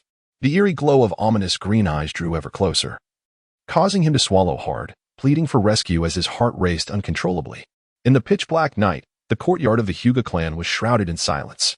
A black cat, with slitted pupils gleaming, darted past, drawn by an unusual scent. Inside the quiet abode, a commotion unfolded. A dead cat? I thought it was a tiger, Richa exclaimed, drenched in sweat, dragging his weary body back home in search of solace. Once home, donned in his pajamas, his mother gently tended to his wounds. It hurts, it hurts. Mother, could you be gentler? He cried, wincing at the sight of his mother, Hyuga Mugen, treating his injuries. At that moment, the warmth of her nurturing presence calmed his racing heart, even as he grumbled about the malevolent cat that had startled him. They say it is easier to ascend than to descend, and in this moment, he truly understood the wisdom of the ancients. After completing his training, as he bounded down the tree, he carelessly stepped on a piece of rotten wood, undoubtedly the work of the oily girl-less pests, retaliating for his earlier dismissive remarks. In that fleeting moment, Richa found himself amidst a swarm of insects, with shavings flying around him. With a mere 0.13 seconds to react, his young body was ill-prepared for the imminent fall. The outcome was inevitable. Dust billowed as he hit the ground, and though he should have landed face first, he desperately twisted his body to protect his youthful visage. Alas, his untrained core muscles failed him, and he tumbled forward, narrowly escaping a serious injury. In the darkness of night, the cozy room flickered with candlelight as Hyuga Mugen gently soothed her son's forehead with a freshly peeled boiled egg. The tenderness of a mother's love enveloped the scene, her soothing words a balm against the chaos. Richa, I've told you not to run around at night. You always come back covered in injuries, she expressed softly, her hand caressing the sore spots on his body. Yet, the pain remained. Unable to promise his mother he wouldn't venture out again, Richa could only muster tears, seeking sympathy in his mother's gaze. Despite his attempts at dramatics, his innocent expression only elicited concern from Hyuga Mugen. No one could comfort him quite like his mother, for a partner would surely deliver a reprimand for his reckless escapades. Thus, Richa cherished the bond with his mother above all else. At some point, his lips parted, whispering unspoken words. Hinata-jin gently blew warm air onto the small red horn that had just sprouted on Hinata's forehead, seemingly hoping to alleviate its pain. A gentle breeze caressed my forehead, gliding over my cheeks and heart. In that fleeting moment, I felt as though my heart had melted. Does it still hurt? Hinata-jin gazed tenderly at her son, her voice imbued with concern. Does it still hurt? No, it doesn't hurt anymore. I vaguely recalled that this method of easing suffering had been passed down through the ages. At this moment, Hinata, having lived 2 lives, had experienced far more than what this young body should have endured: mischief, rebellion, quarrels, pain, and regret. How could Hinata, who secretly practiced diligently every day, not be able to endure such minor wounds? All I sought was the affection that I had failed to cherish in my past life, that genuine maternal love that I could truly experience. Even though I had accumulated over 30 years of life experience across 2 lifetimes, I was willing to sell my youthful innocence a little longer, to savor the sensation, if only for a fleeting instant, of being cared for. In that moment, Hinata simply gazed at his mother, Hinata General, as he became lost in memories. He quietly observed her caring for him, diligently tending to his wounds. At that moment, his misty white eyes were finally filled with glistening tears. In that instant, the woman who cared for, nurtured, and loved him began to overlap with the image of the mother from his memories, appearing so vividly real. After a long while, Hinata, his face slightly flushed under his mother's gaze, gradually awakened from his daze and suddenly called out, "Mama. Mom." This hoarse, sobbing cry left the clan leader and his son, who had been lingering in the corner like a mere light bulb, utterly astonished. Hinata-jin did not respond to Hinata Daisha's inquiry about the peculiar title he had seemingly acquired. Instead, he silently gazed, a gentle smile gracing his lips. He continued to fondle the small horn on his forehead, resembling a boiled egg. For some inexplicable reason, he suddenly found the small horn adorning his son's forehead utterly endearing. He couldn't help but ponder how delightful it would be if a matching horn sprouted on the other side, forming a charming pair. Thus, the lovely Hinata Yoko unconsciously blew a warm breeze toward the smooth expanse of her son's forehead, as if a second horn might sprout there as well. Having played this little prank, Hinata-jin could no longer conceal the mischievous thought swirling within him, breaking into a playful laugh. Mother and son shared an unspoken bond. At that moment, Hinata Daisha felt an unsettling premonition, sensing it was undoubtedly a wicked plot directed at him. Suddenly jolted from his reverie, he looked at his mother. who rarely displayed such a mischievous smile, and exclaimed, "Mom, Mom, it seems you've rubbed the wrong spot," he, observing his mother, who took a moment to register his words before laughing in response. Daisha felt a strange unease creeping into his heart. After several calls, Hinata-jin finally emerged from his whimsical thoughts and, concealing his amusement, offered a broad smile as he changed the subject. "Oh, is that so? The medicine is applied well.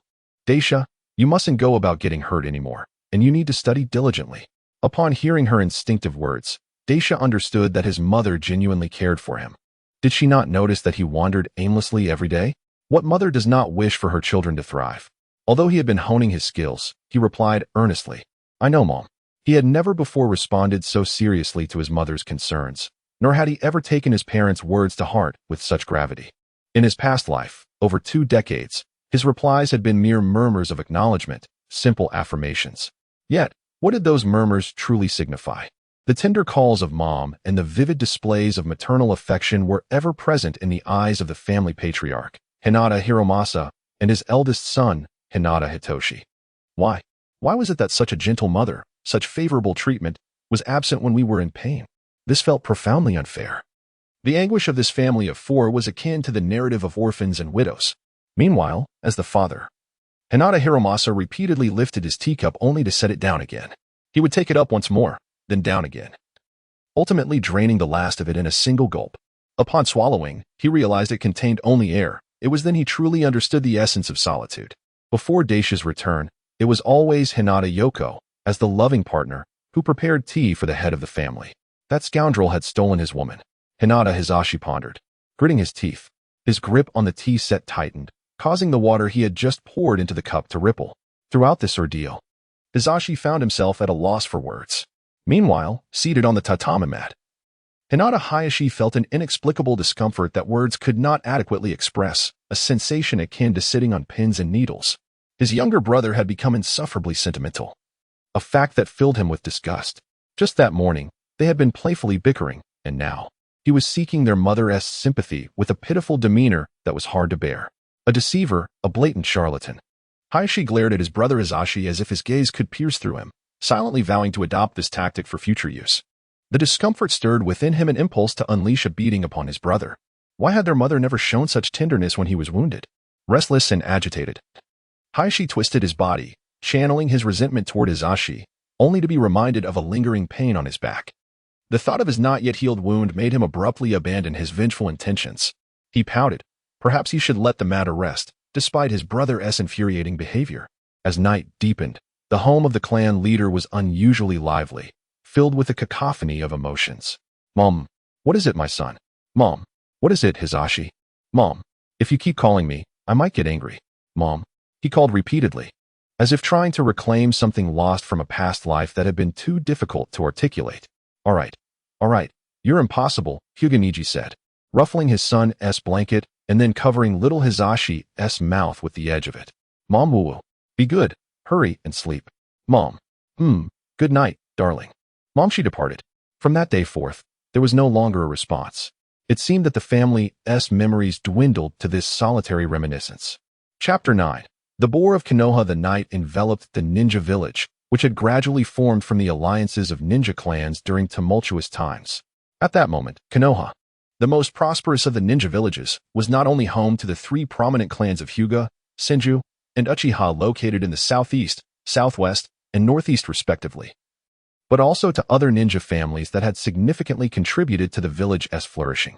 No, Hizashi is still too young. He must not run around recklessly. Hinata gently caressed the small child at his knee, curtailing his adventurous aspirations. "Mother, I am merely going out to play, not running away from home." Since he was already aware of the notion of fleeing, it was all the more imperative to keep him close. With a soft kiss, the son found himself enveloped in a warm embrace, with the firm insistence that he must stay. "I consider myself fortunate to have been born in the era of peace following the First World War." At this moment, the Hidden Leaf village was gradually approaching its most glorious dawn under the leadership of the 3rd Hokage, Hiruzen Sarutobi.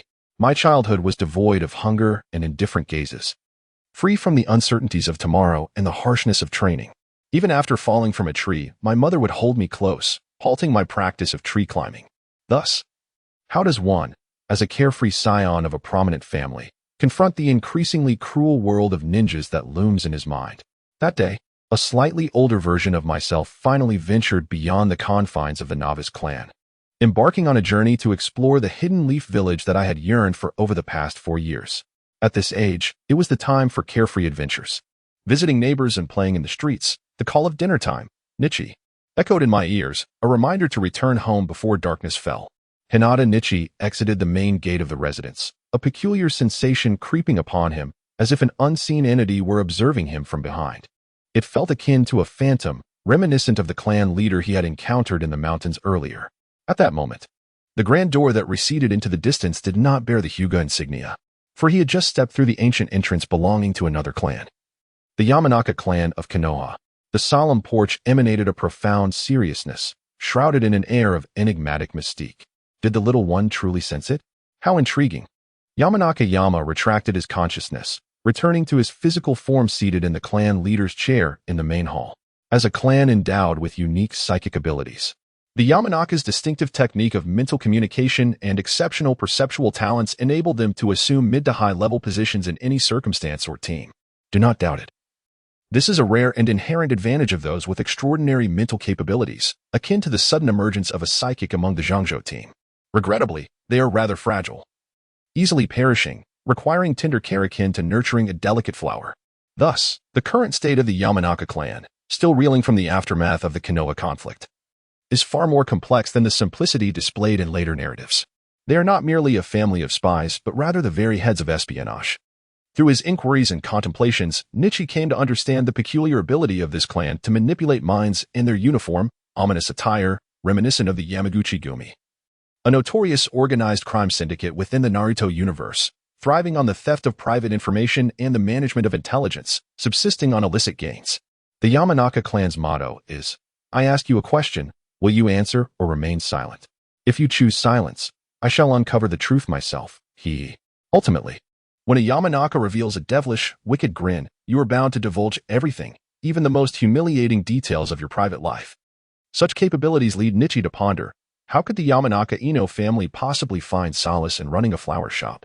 Turning back, Nichi gazed at the Yamanaka estate. Though not as expansive as the Hyuga grounds, it exuded an atmosphere of dignified grandeur.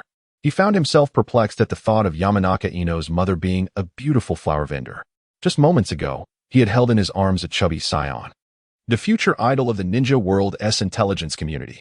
300 chapters later, the suave Yamanaka Sai, the chief intelligence officer of the United Ninja Army, would end up squabbling with his daughter over who gets to use the restroom, leading to a rather shameful incident of peeping at his daughter Ino. One can only imagine the cramped quarters they inhabited, smaller than even the home of the comedic actor Pan Changjiang. In the original narrative, even the Nara clan, who merely hinted at their existence, occupied vast lands, complete with gardens and luxurious villas that featured fish ponds. If one were to remove the space where Shikamaru often played chess with Asuma, one could easily set up a basketball court. Should the story continue along this trajectory, the future of Yamanaka Sai's family would undoubtedly follow a melodramatic path where the privileged heir, in pursuit of love and freedom, finds himself enamored with the sweet, innocent girl next door, ultimately breaking free from familial constraints and embarking on a romantic escapade. It is no wonder that the official Naruto narratives portray such tales of handsome, affluent young men, adored by the masses, eloping for love, truly reminiscent of a dramatic Korean soap opera. How could such potent and enigmatic psychic abilities be so straightforward? This suspicion would eventually be confirmed by Nichi. Bearing a weighty burden of sarcasm and negativity, the former Naruto enthusiast, now Hinata Nichi, wandered through the streets. Armed with the tragic knowledge of an early crossover and the cherubic visage of a young boy, he endeavored to uncover the secrets and gossip of the entire Naruto saga. There are indeed advantages to having arrived early. After all, one is not merely relegated to doing push-ups and running around the village. In the morning, Nichi once again beheld the hefty Akimichi Choji, whose girth had expanded since the last time they met. As one of the 12 young heroes of Konoha, he was indeed a figure whose weight could rival 11 others. It seemed he had grown larger still. With all his might, Nichi attempted to lift him, but to no avail. After several attempts, he conceded defeat. After all, the Akimichi clan's physique was not measured by age, and in a few months, Choji would undoubtedly surpass him in size. In the joyous laughter of the Akimichi family, Nichi finally surrendered to the weightlifting endeavor. The heft of Choji was simply too burdensome for the still small Nichi. Before him, the members of the Akimichi clan appeared as though they belonged to a bustling marketplace, their arms thicker than those of their fathers. However, the robust Akimichi clan was far from butchers. In truth, the Akimichi clan engaged in a high-end, custom bodyguard profession. Their wages calculated daily and inclusive of meals, lodging, and mounts. In the world of Naruto, one should never regard obesity as a source of shame. In Japan, where sumo wrestling is celebrated as a national treasure, fat is a symbol of strength and wealth. There is no need to view sumo wrestlers through the lens of ridicule, as professional sumo wrestlers enjoy social standings comparable to high-ranking officials and celebrities, residing in lavish mansions and marrying stunning actresses, creating a real-life version of Beauty and the Beast. Having uncovered the truth, Nichi felt a chill within, particularly as the Akimichi clan's formidable stature is not merely a matter of excess weight. The secrets behind their robust physiques are deeply rooted. The physical constitution of individuals determines the amount of chakra a ninja can store, with chakra naturally depleting through daily metabolism, only to be replenished through diet the following day. After countless attempts and failures, the ancestors of the Akimichi clan, through generations of contemplation, finally devised a method to increase both the chakra capacity and the body mass, thanks to the ingenuity of a gluttonous clan leader. After a moment of contemplation, Nichi understood the reasoning behind it, feeling an impulse akin to that of the Akimichi clan, who indulge heartily in feasts. Reassured that the Hyuga clan can certainly afford to sustain this second-generation member. In times of calamity, it is often the frail who succumb to hunger first, is it not? The resilient pig, known for its tenacity, served as a source of inspiration during the years Nichi traversed through. One wonders how that pig fares now. Has it passed away peacefully or been slaughtered for consumption? A sudden wave of nostalgia for his mother's braised pork washed over Nichi. The formidable strength of the Akimichi clan has undeniably established them as the quintessential bulwark. An inexplicable advertisement at their entrance aptly illustrates their popularity, akin to how affluent individuals in reality would hire a robust and imposing chauffeur. Gazing at the banner, Nichi swallowed hard, striving to banish the tantalizing thought of the Jello dessert from his mind. At that moment, the meat quivered and the earth trembled in unison. Chapter 10. The butterfly, deer, insect, and dog howl. It is the little rascal from the Hyuga household, returning to visit Akimichi Seichie. Ha ha ha. As these words echoed, the very embodiment of quivering meat and the ground's vibrations approached. Akimichi Seichizan, the father of the infant Akimichi Seichie. The distinctive features of the Akimichi clan, characterized by their round faces adorned with spiraling patterns of flesh, shook and swirled with each movement, reminiscent of the mosquito coils lit the previous evening. Of course, larger than Chza is Chzan.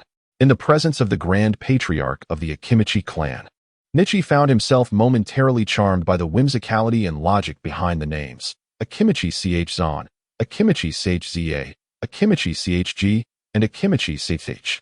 However, the future Akimichi Ch might be better suited to the name Akimichi Ch. For a girl, Akimichi Ding Ding sounds far more melodious. As Akimichi Chzan drew closer, Nichi felt as though two pillars had risen before him. Unable to see the man's face, he craned his neck upward. Again and again, until at last he could meet the giant nostrils with his gaze, large enough to hold a grape, which would surely be amusing to poke with a finger. The two dark nostrils rhythmically expanded and contracted with each breath, creating an unexpectedly comedic sight.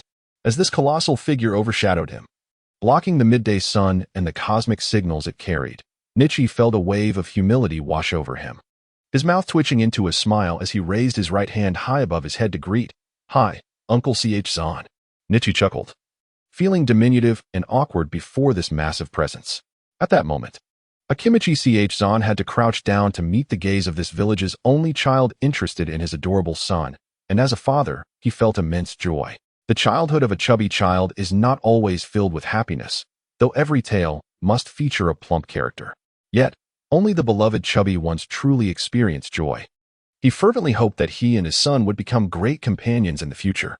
I must not allow my son to endure a solitary childhood. With this thought, Akimichi Chzan revealed his large, prominent tiger teeth, displaying a self-satisfied smile amidst the twinkling stars.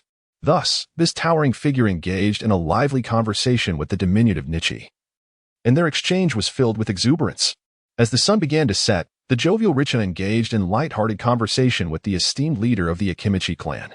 Though the imposing figure of the Akimichi might instill fear in many, every story's jovial giant is, in truth, a benevolent soul, always ready to share a tale and possessing a heart that sings with joy.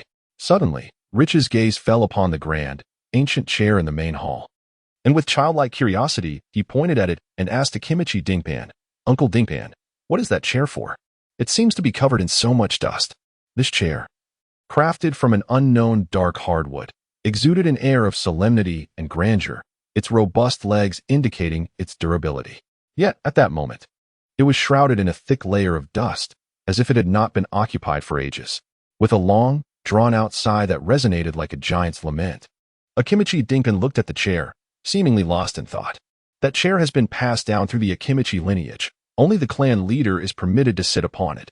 As he spoke, pride swelled within him, evident as he thumped his chest with his right hand.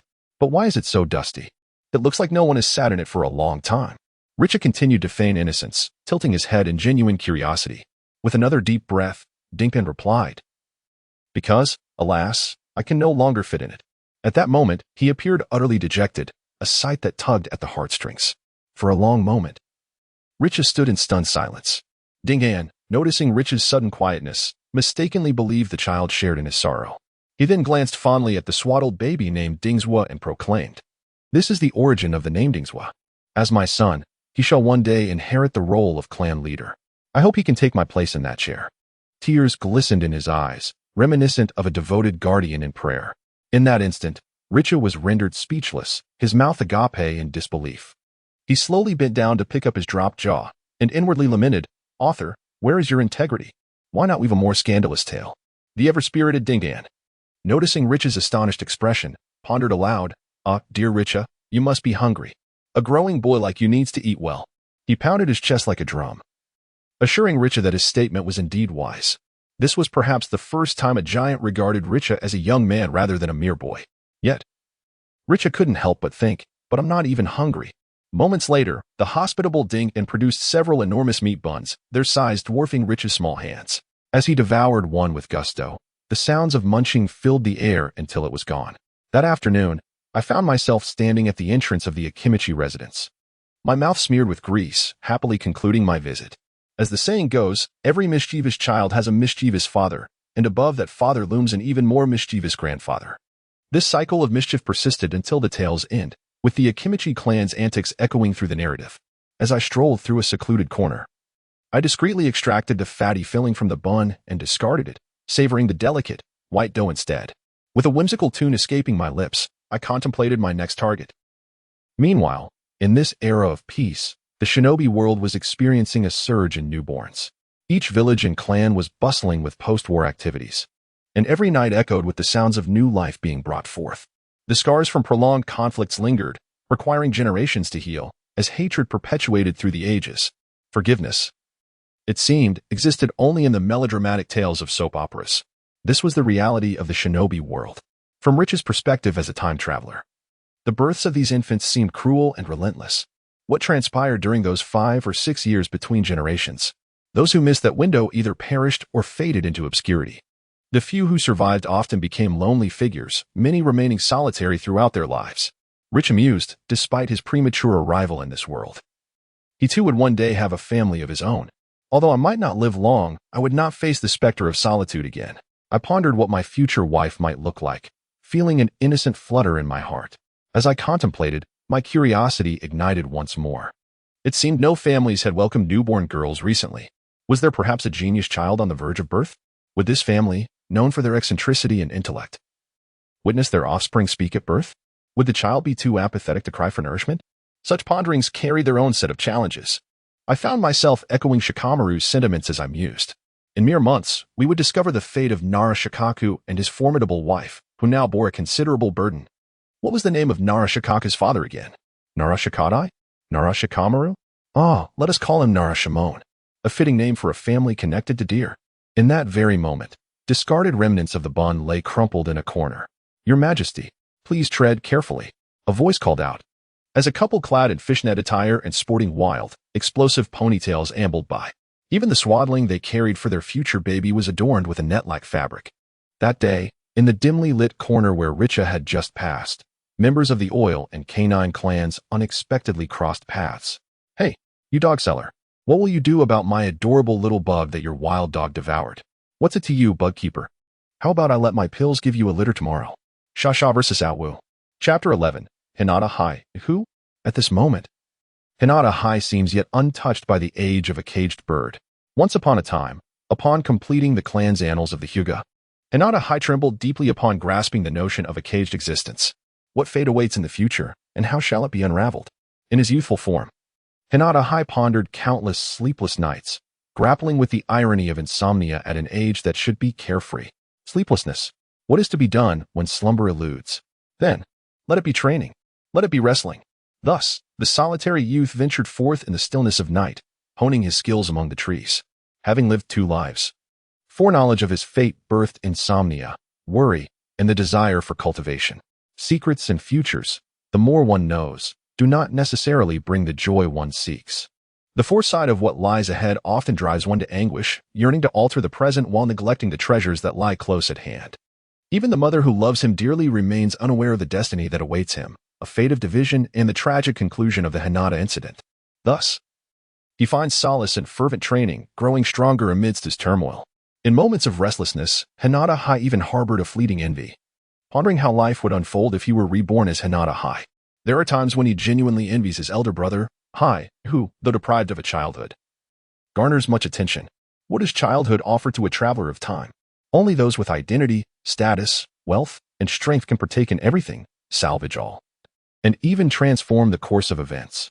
Haunted by the burdens of knowledge, Hinata High relentlessly struck the wooden stump night after night, believing that only through such release could his youthful body finally attain a restful slumber befitting an adult. In his previous life, he could not pinpoint when the days began to weigh heavily upon him, leading to entanglements and sleeplessness. Yet in this life, the burdens arrived far too early, at an age meant for innocence. As one experiences more, the thoughts multiply, and so does the pressure. Maturity sets in, accompanied by responsibilities, parents before him, a wife and children behind him, rendering joy increasingly elusive. Meanwhile, in the ninja realm, the Hyuga clan remains steeped in a rising legend. Just as every individual ought to harbor a dream, one must ponder, what if it comes to fruition? In his final moments, Hinata Tenrin bequeathed a prophecy concerning the ascendance of the Hinata clan. A crackling thunder echoed through the heavens that fateful day, on a night heavy with impending storms. The dark expanse of the Hinata territory was illuminated by the scattered white dots of the training grounds situated before the residence of the clan leader. There, a venerable yet unbowed figure sat serenely at the center of the octagonal formation etched into the marble training area, where the sun's rays had once danced. Clad in a hand-stitched, grayish-white ceremonial robe of the Hinata, his white beard and hair, along with the flowing white ribbons, swayed gracefully with the howling winds of the night. Exuding an indescribable aura of ethereal grace, he was none other than the legendary figure of the Hinata clan, Hinata Tenrin. As the sun wanes, the heart remains youthful. Thus, with the sensation of impending fate, Hyuga Tenjin addresses his surrounding descendants, imparting his final wishes. Ahem, a customary cough serves as his opening, followed by his ultimate prophecy. Children, the Hyuga will inevitably rise. The hope for the future lies within. The hope resides in Hyuga. Day by day, Hyuga. Suddenly, a deafening thunderclap rends the heavens, and his seemingly fateful words are engulfed by the sound of thunder. The bewildered crowd exclaims in horror, "What is Hyuga? Master? Father? What does it mean? Master? Father?" Alas, he has departed. Hinata Tennin, who lived to the age of 73, 141-5926, departed amidst the rumbling thunder and the ensuing torrential downpour. This ancestral figure, revered as the most formidable among the Hinata clan, left the world in such a dramatic fashion. Even in the years to come within the shinobi realm, his age would stand unparalleled, second only to the future third Tsuchikage, Inoki, both in skill and longevity. Yet, in the brutal and merciless world of ninjas, such matters hold little significance to anyone. Who is Hinata? As Richai perused the genealogy, reminiscent of a scene from an enchanting fantasy novel, complete with thunderous roars and torrential downpours, he initially believed that Y was on the verge of transcending to immortality. Yet, to his astonishment, the outcome was quite the opposite. Was it truly so? Before him, the urn within the shrine solemnly declared, "Indeed, I speak no falsehood." Whether Y had perished or not was no longer of concern to Reed Chai. Rather, the pressing issue was, why not finish speaking before departing this world? After all, this entity possessed the prowess of a formidable boss. How could one depart with unfinished business? I truly wish that my illustrious ancestor, who holds such a formidable title, could emulate his contemporary rival, Uchiha Madara, who, despite facing death repeatedly, managed to resurrect himself. Alas, this has left future generations with a tale akin to 100,000 cold jokes about Hyuga Hinata. Hinata. Even the usually unflappable Richa, who has grown accustomed to the cold humor of UC, cannot help but exclaim, "My dear grandfather with the white beard." It would not be too late for you to clarify before taking your leave. Years later, one can still discern the pained expressions of those present from the family genealogy. In the realm of Hinata, one cannot help but feel the profound sorrow of an entire clan upon repeating the name Hinata thrice. From that moment forth, reminiscent of the tumultuous year of 2012, the Hinata clan, seemingly prescient of some foreboding prophecy, began to name their most cherished offspring with the prefix Hinata. It is not merely Hinata followed by a name, but rather Hinata with a specific character, signifying possession or relation to the Hinata lineage. With the demise of the venerable elder, the clan members, now unshackled from ancestral constraints, erupted in fervor. The aspirations of their affluent lineage led them to concoct eccentric names such as Hinata-I, Hinata-He, and even Hinata-Sky.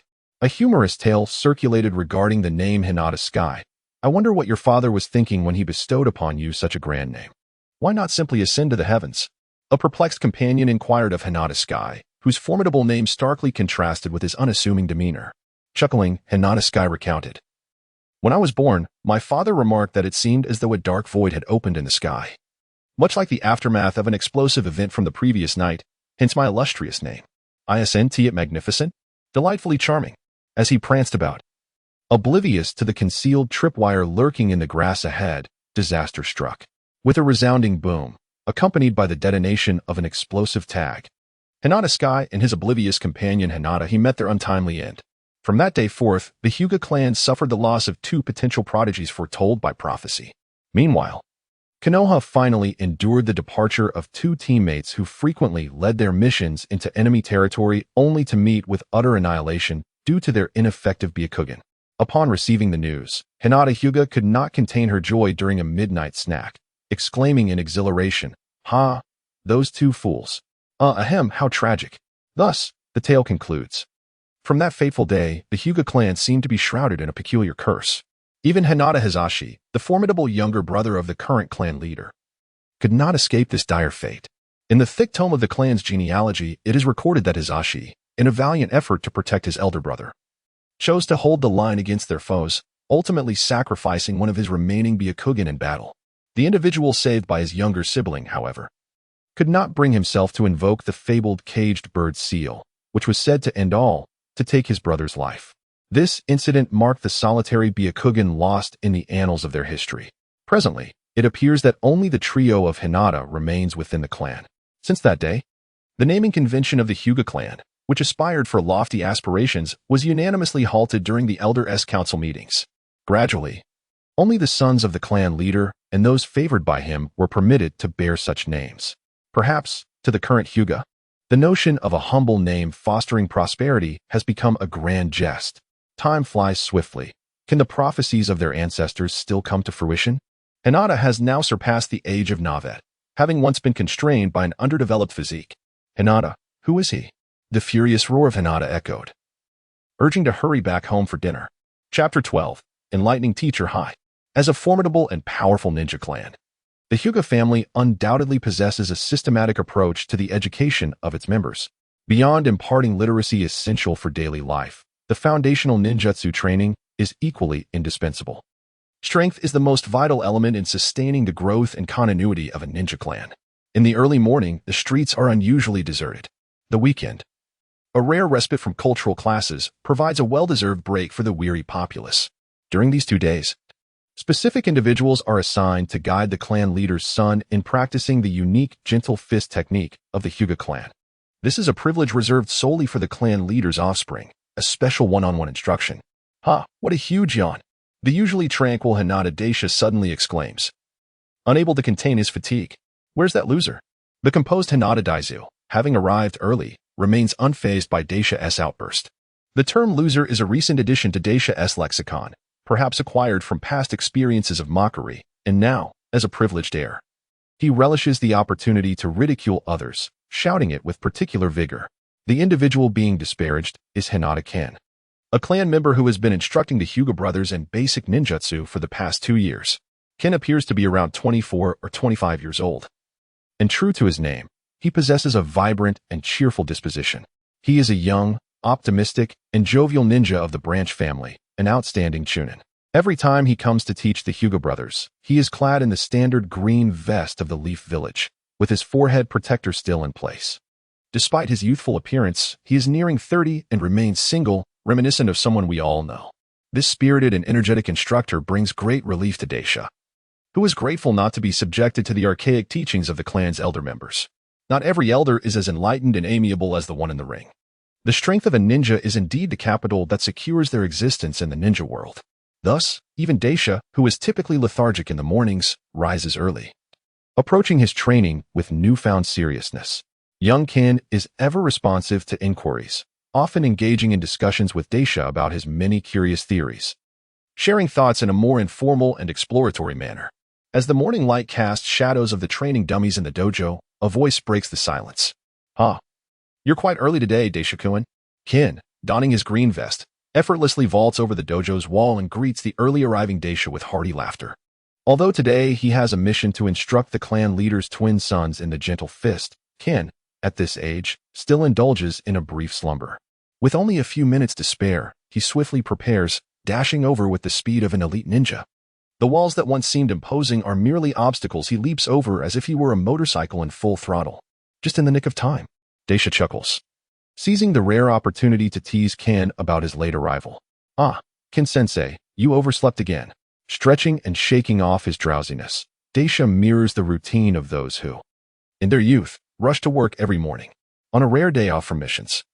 Being called upon by the clan as top authority to teach the little ones can be seen as a fortunate recognition of his value, or perhaps a burdensome task. Not at all. I was simply helping an elderly lady cross the street. Ken laughs heartily, playfully rubbing the back of his head in mock defense. Turning to the quietly waiting Daizu, he adds, and Daizu-kun, you're up so early every day. Truly diligent. Good morning, Ken-sensei. The responses from the sun-footed clan are consistently simple and orderly. Indeed, the future clan leader is extraordinary. Hinata Ken secretly admires this in his heart and prepares to commence today's tasks. Thus, let us embark on our daily training. The youthful Hinata Ken always exudes vitality when he becomes serious, for it is no small feat to have been chosen as the mentor to the clan leader's son. This role is not merely a responsibility. It stands as a recognition of both ability and character. Hello. The Hinata brothers respond in unison, fists clasped, signaling the beginning of today's rigorous practice. In the morning light, Hinata Ken dances gracefully, showcasing the clan's signature gentle fist technique, producing a resonant sound as he moves. Flanking him on either side, the Hinata brothers mimic his movements with impressive accuracy. After years of one-on-one instruction and private training, the brothers' prowess has become quite formidable, far surpassing the other young Hinatas who are merely dabbling in the art. 8 trigrams, 32 palms. The air buzzes with energy. Unlike the rigid techniques that incapacitate an opponent in one strike, the gentle fist technique flows seamlessly, providing both offense and defense with its continuous palm strikes. Under such a barrage, not even a mosquito could find its way through. Meanwhile, the Hinata brothers are practicing earnestly, while Hinata's movements are composed and dignified. Hinata Gyro has inexplicably gone off course, flailing about wildly. Gyro, what on earth are you doing? How can you be so off target while practicing? Hinata Ken gazed in exasperation at Nichi, who was demonstrating a punch powerful enough to send objects flying over 10 meters. Just now, a bug flew by, and I thought I would test whether my soft punches could compel it to dance within the currents of my strikes without escaping, Nichi explained with a hearty laugh. You NPCs, of course, are unaware that the legendary technique of the little dragon girl, the heavenly net, is precisely practiced in this manner. I must find an opportunity to spar with Yunishimi. What nonsense. Do you truly believe that the force of a punch can ensnare a fluttering insect? Hinata Ken often found Nichi's whimsical notions utterly unbelievable. Isn't martial arts fundamentally about offense? What purpose does trapping a bug serve? How can one know it is impossible without attempting it? In a self-assured defense, one might argue that they had already confined the range of the fluttering insects. Admittedly, there was a slight deviation during the initial attempt, which allowed some of the escaping insects to stray. However, with further practice, success is undoubtedly within reach. The daily fluctuations have instilled a sense of optimism regarding my experiment, particularly since it is a martial arts theory thoroughly validated within the grand realm of martial heroes. Can the illustrious Hyuga family truly be outmatched by mere second-rate oil maidens when faced with a handful of insignificant insects? Very well. I hope you can successfully corral the mosquitoes in your home, allowing you to forego the need for a mosquito net at night. Hinata-ken, exasperated by the foolish antics of Nichi, remarked that this wealthy heir was not his own son, so why bother? Deep down, he believed that rather than relying on brute force to tackle minor nuisances, it would be far more beneficial to seek a worthy opponent for a direct confrontation. After all, what purpose does squashing bugs serve? I was bitten by mosquitoes while writing this, hence the jab at them.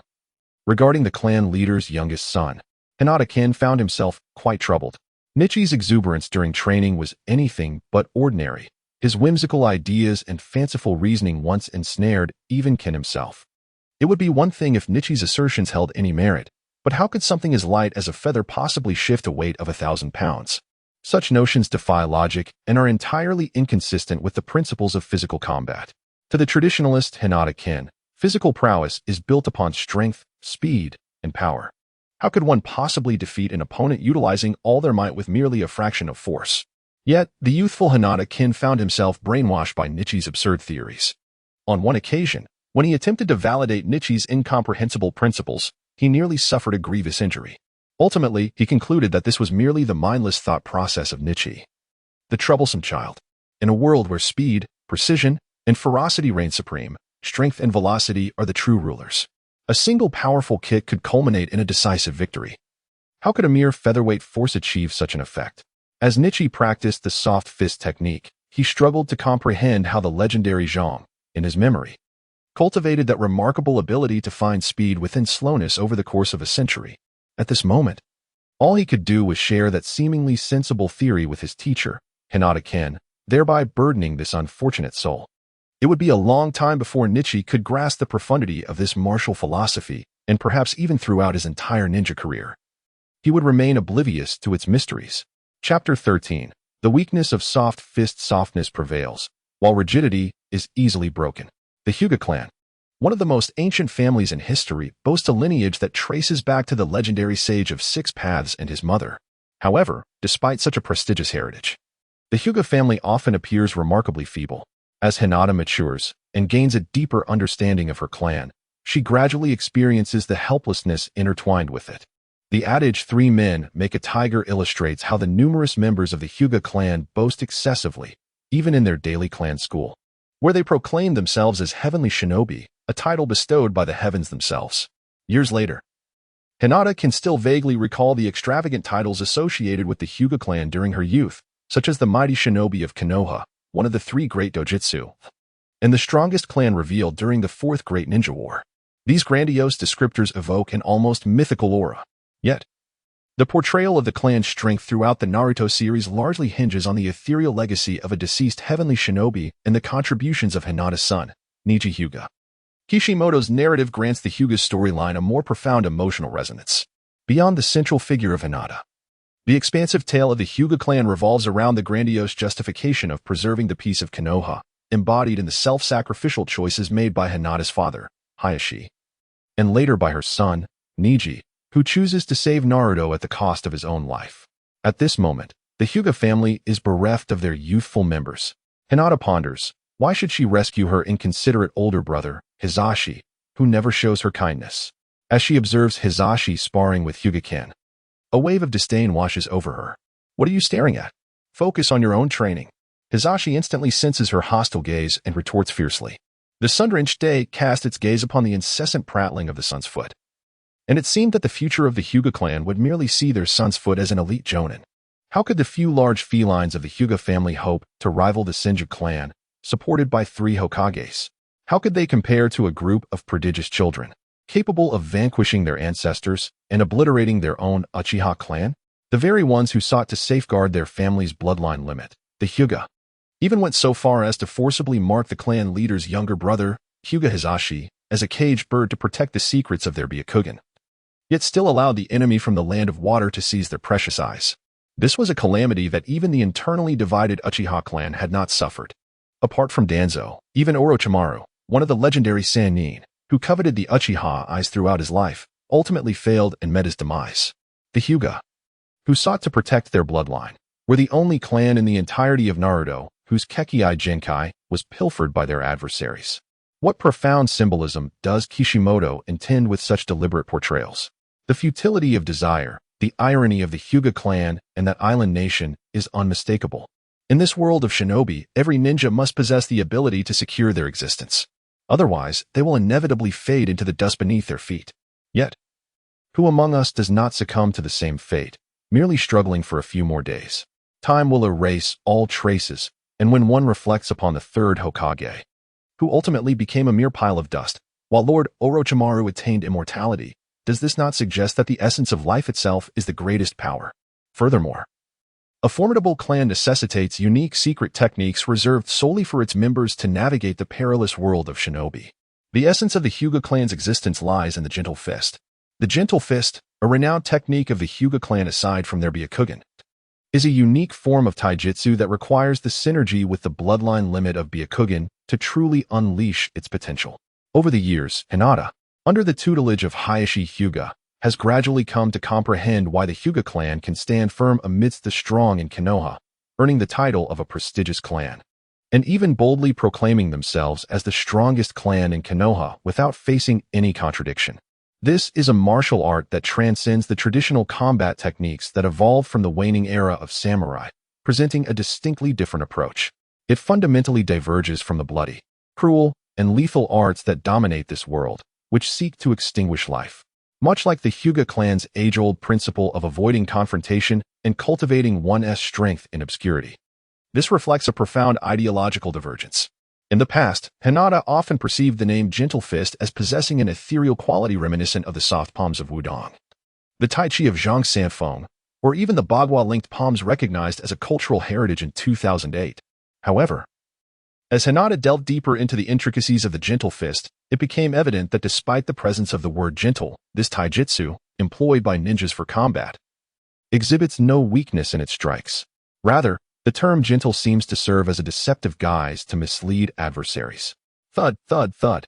Hinata again unleashed the Gentle Fist, resonating with a palpable force. He began to channel the chakra within his body to execute the true essence of the Gentle Fist against the wooden dummy. At this moment, the Hyuga brothers did not employ the Byakugan nor the chakra-infused Gentle Fist. Their actions were merely superficial. Yet, when combined with the Byakugan, the gentle techniques manifested in various forms, striking, piercing, slicing, or thrusting, gathering like a tempest from all directions, penetrating the seams of garments like a biting cold wind. With each relentless assault, the strikes accurately targeted the intricate meridians and acupuncture points etched upon the quaking wooden figure. At this juncture, Hinata-kin's Gentle Fist transcended mere mobility. It did not necessitate the wielder's immense strength. The emphasis lay in the martial art's technical precision and adept application, where each strike was accompanied by a subtle rigidity, following the adversary's recoil from the impact. Another blow would swiftly target a different vital point before they could regain their composure.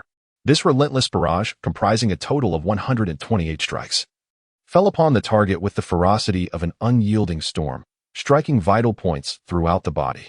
As a crucial aspect of martial arts intended to inflict damage, the chakra within was unleashed in a moment of violent output, causing internal devastation. Externally, the injuries appeared remarkably gentle. This starkly contrasted with the philosophies of other combat styles within the ninja realm that emphasized sheer power and speed. Whether it was Guy's beastly 8 gates technique, the 4th Hokage's flying thunder god jutsu with zero delay teleportation, or the Raikage's explosive lightning techniques, all sought to attain unparalleled speed or ferocious strength for maximum lethality. However, throughout the narrative of Naruto, the practitioners of the Gentle Fist were not known for their swiftness. Instead, they often adopted a flamboyant, masterful stance, left hand behind the back. In a horse stance, right hand raised with fingers beckoning, defending against the tempestuous assaults of their foes, and in the intervals of defense, executing precise minute strikes to infuse chakra into their opponents, inflicting lethal damage akin to a hidden force. In the Chunin exams, the strongest of Konoha, Neji, resorted to defensive counterattacks against Naruto, whose speed parameter was a mere 4. Yet, despite its seemingly gentle nature, even the slightest touch, or the aid of a mere thread, allowed the penetrating chakra to swiftly incapacitate a fully healthy Gauntmaru. In that hushed demise lay the essence of the gentle fist's name. Chapter 14. The Hyuga of Two. The 8 trigrams 128 palms had been executed in a matter of seconds under the observant gaze of Hinata. The rapid succession of strikes gave the impression that it could be performed even faster. As Hinata-kin retracted his attacking stance, the sturdy, dark wooden dummy emitted a series of cracking sounds. Yet, to the naked eye, no visible damage was discernible. Moments later, it seemed to succumb to the tumultuous clash of chakra within. With a resounding bang, accompanied by splintered wood erupting like a blooming firework before the three. A cloud of coarse, yellow-black powder burst forth. Rija meticulously analyzed the sound of the wood that gradually splintered over several seconds, along with the explosive noise that erupted after a long build-up. After contemplation, he raised his head and, with an unusually serious expression, addressed Hinata-kin. Teacher Kin, it seems that your 8 trigrams 128 palms is not yet perfected. Otherwise, it would not accompany the gradual cracking of the wood, culminating in an explosion after a few seconds. Upon hearing Rijao's remark, Hinata-kin emitted a sound akin to blood spattering. Meanwhile, Rizu, who was attentively observing and learning, began to ponder Rijao's words. Indeed, there appeared to be a semblance of truth in them. Just moments ago, after delivering 128 consecutive strikes, Hinata-kin had yet to recover from his strenuous state when he was taken aback by Rijao's comment. Here I am, generously imparting my unparalleled martial arts to you. And you respond by belittling me? As Kin prepared to retort in exasperation, he suddenly realized that Rijao's observations were, in fact, accurate. Just moments prior, during his execution of the 8 trigrams 128 palms, he had felt the inconsistency in the chakra unleashed due to his incomplete training, resulting in uneven force. This led to a lack of continuity in the power of his strikes, rendering them disjointed. Were he to face an adversary, even a single misstep in his continuous assault could grant the enemy an opportunity to exploit a gap, potentially leading to dire consequences. This inconsistency also explained the gradual cracking sound of the wooden dummy, preventing it from disintegrating into powder in an instant. A truly perfected 8 trigrams 128 palms would seal the enemy's meridians and acupoints the moment the technique concluded. Then, when the practitioner sought to unleash it, or when the enemy attempted to act rashly, the latent chakra within the adversary would erupt with force. This would not be akin to the delay experienced earlier, for those fleeting seconds could very well provide a desperate enemy with the chance to counterattack. Hinata-kin suddenly gazed intently at the whimsical and erratic rich air, Hinata Hige, who had surprisingly spoken the truth. Was it genuine understanding or mere illusion? Observing Hinata-kin's bewildered expression, Hige realized that his analysis was indeed correct. Having perused a myriad of adult literature in his past life, Hige found himself equipped with a wealth of theoretical knowledge, seemingly capable of grasping concepts that required intricate dissection and profound comprehension to truly appreciate. The flowing gentle fist technique, during its execution, diminishes the traditional martial arts emphasis on sheer destructive force, instead pursuing an extreme form of precision and relentless assault. Thus, with each swift yet diminutive strike, it is imperative to retain sufficient residual power for fluidity and adaptability, enabling one to modify their attack trajectory in response to the opponent's movements, ensuring that each strike finds its mark. Furthermore, this leads to a series of incessant blows akin to a torrential downpour, a unique phenomenon throughout the entirety of the Naruto series, where one can witness a martial art capable of delivering 36, 64, or even 128 consecutive strikes without pause. Traditional rigid martial arts, exemplified by figures like Guy and the Third Raikage, often resort to a singular, powerful kick, followed by a moment of respite before launching another. This intermittent accumulation of force prioritizes speed and power while neglecting the precision and technique that the gentle fist exemplifies, which ventures into an entirely different extreme. In this ninja world, perhaps there exists the earthly land of fire's terrestrial fist, reminiscent of the thousand-handed god fist, capable of launching adversaries skyward without letting them touch the ground, akin to the gentle fist's philosophy. The rhythm of striking 1,000 times in an instant, elevating the foe to the heavens, suggests that ancient monks and Taoists were not engaged in noble pursuits. Their speed and endurance were remarkably persistent. The gentle fist, which retains some power during its assaults, inevitably conjures thoughts of an unparalleled palm technique from Hige's previous life, a strike executed with surplus, 3 parts delivered while 7 parts are withheld, resulting in a ceaseless and unyielding force. Although the destructive capability of the gentle fist in the original narrative often invites critique, it undeniably falls short compared to the piercing power of rigid martial arts. Nevertheless, within the context of battles among Chunin and Jonin in the ninja world, the ninjas of the Hyuga clan in Konoha generally exhibit a level of prowess that surpasses their contemporaries. If your ninja squad includes a member from the Hyuga family with the Byakugan, your mission experience is bound to be gratifying. On the battlefield, a Hyuga ally activating the Byakugan not only excels in close combat but also possesses an expansive field of vision akin to a daytime specter, augmented by enhanced aerial awareness, akin to carrying gemstones and scanning devices. This relentless offensive characteristic renders the gentle fist particularly remarkable in defense. In a realm where martial prowess is paramount, yet defense and endurance are often overlooked, it stands apart. The original narrative even alludes to the nickname turtle shell for Hyuga. When the tide turns against you, when defense falters, or when a fatal breach occurs, as long as one possesses enough chakra, one remains untouched. Moreover, over a decade later, when the resplendent and formidable Tsunade established a medical ninjutsu system, the Hyuga clan astonishingly found themselves capable of healing as well. As for the adequacy of the healing abilities of the Hyuga medical ninjas, the fleeting memories of the episode in which the five beauties of Konoha indulge in a hot spring linger on, particularly the moment when Hinata's niece exhibits an ethereal buoyancy. A testament to ample evidence. A member of the illustrious Hyuga clan, capable of both offense and defense, endowed with the ability to withstand assaults, wielding a penetrating vision, and possessing healing prowess, requires no allocation of resources designated for ninjas in the village. Moreover, the supporting characters from the Hyuga team do not overshadow your individual brilliance. The prolonged control skill, the 8 trigrams palms, extends for more than 10 seconds, allowing Hinata to manipulate speed for sustained combat. Various seals, silences, and pressure point strikes ensure that even minimal damage cannot usurp the glory that rightfully belongs to you. Truly, this embodies the ultimate companion in Dota or LOL. Adept for home and travel, capturing foes, evading, tanking, controlling crowds, and providing healing sustenance. Alas, what if one were to be a member of this clan? While it is possible, it is equally impossible. Paradoxically, this multifaceted ability renders Hinata a mere proclaimer of the Hyuga clan as the most formidable lineage in the realm of wood. Rigia gazed helplessly at his brother Rizu, who was tirelessly practicing beside him, suddenly feeling a pang of sympathy. He contemplated, brother Rizu, maintaining the Hyuga clan's legacy seems to be quite a challenge. In this lifetime, he gradually began to comprehend why his family in the original narrative appeared so inept, yet they boldly proclaimed themselves as the mightiest clan in Konoha. Rigia could not help but lament. The absence of shadow-level warriors and DPS output within the Hyuga clan relegated them to a role of mediocrity among teammates. Yet, the sole glimmer of hope, without the aid of drugs, without relying on children, and devoid of any displays of intellect, faced the daunting task of directly confronting the plot where the Konoha Jounin, Kido Maru, was vanquished in mere episodes.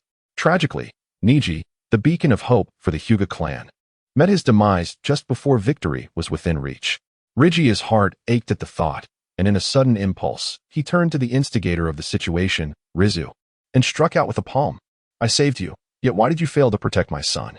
With a resounding thud, Rigia's frustration manifested in a forceful blow against Rizu. What are you doing? Have you lost your mind? Rizu exclaimed in anger, confronting his foolish brother. It's nothing. I merely wish to vent my frustration, Rigia retorted defensively. You scoundrel. If you're going to hit, then hit. Who's afraid? With that, Rizu unleashed his Bagua 36 palms in response. As Rigia witnessed the swift approach of his brother's attack, he executed a bizarre combination of Bagua techniques, three-legged stances, and a mere finger poke, eschewing conventional methods, once again bewildering the steadfast Rizu. At last, the 14th chapter of Bagua came to a close. In that moment, the soft fist techniques he had recently reinforced found their purpose. Much to the silent dismay of their mentor, Hyuga Ken, it was truly perplexing to fathom the dynamic between these two brothers, who seemed intent on striking themselves in the face, despite their bond. Hinata Ki was feeling dejected, struggling to comprehend the ruthless existence of wealthy siblings, a life utterly foreign to him as a lesser scion. Beneath the setting sun, he returned home, weary yet fortified in his gentle martial arts, seeking solace alongside his brother. As they were tended to by their mother, Hinata Minami, who applied medicine, their father, Hinata Nichiju, praised the progress of Hinata Jutsu. oblivious to the fact that it was the second son, Hinata Jisha, who had imparted such training. Truly, Sensei Ken was an exceptional teacher. Chapter 15. A father's instruction to his sons regardless of past lives or the present. One cannot overlook the palpable essence of Chinese culture that permeates the Hinata clan throughout the entirety of Naruto. Even the family values seem to resonate with this sentiment. The growth and education of children remain paramount concerns for any family, as the aspirations for sons to become dragons and daughters to become phoenixes persist, even across different realities, burdening children with their parents' expectations. As the Hinata brothers matured, their weekly sessions with Hinata Ken for fundamental physical training continued. Naturally, their father, Hinata Nichijou, bore the responsibility of fulfilling his paternal duties, educating both Hinata Jutsu and the mischievous Hinata Jisha. After managing the affairs of the entire Hinata family each day, Nichijou would also dedicate his leisure time to guiding his twin sons. After all, they were his own flesh and blood. And even their neighbors shared the Hinata surname. The author does not bear the Wong surname. To become the head of such a prestigious clan in Konoha and maintain that position for so long requires not only a fortunate birth but also political acumen and formidable ninja prowess. A father teaching his sons, indeed. Before them, the Hinata father and sons took their positions, forming an equilateral triangle in their stance. At that moment, Jisha gazed intently at his father, much like we once watched our own fathers wielding a grand sword. In the training ground, at the center of a marble-cut bagua diagram, stood Nichijou, resolute and immovable, akin to a mountain. After what felt like an eternity of contemplation, he finally uttered, "Watch closely." Then, with a half step forward in a bow stance, his left leg bent and right hand raised, he gradually advanced, striking a flamboyant pose befitting a master. Clad in his customary gray-white ceremonial robe. Indeed, he exuded an air of flamboyance. Before his own sons, every father yearns to project an image of gallant strength. Even the usually stern clan leader wished to showcase his past prowess to his beloved offspring. Observing Nichijou's grand display, Jisha was left speechless.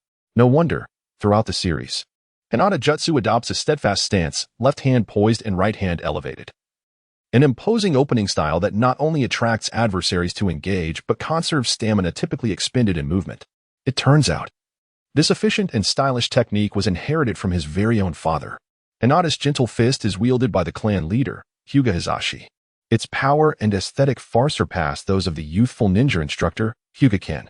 Unlike the vigor and frivolity of the younger generation, the gentle fist demonstrated by the seasoned Hizashi is marked by composure and grandeur, devoid of any haste or floss. This mirrors the character of this grumpy old man, who wears a perpetually stern expression.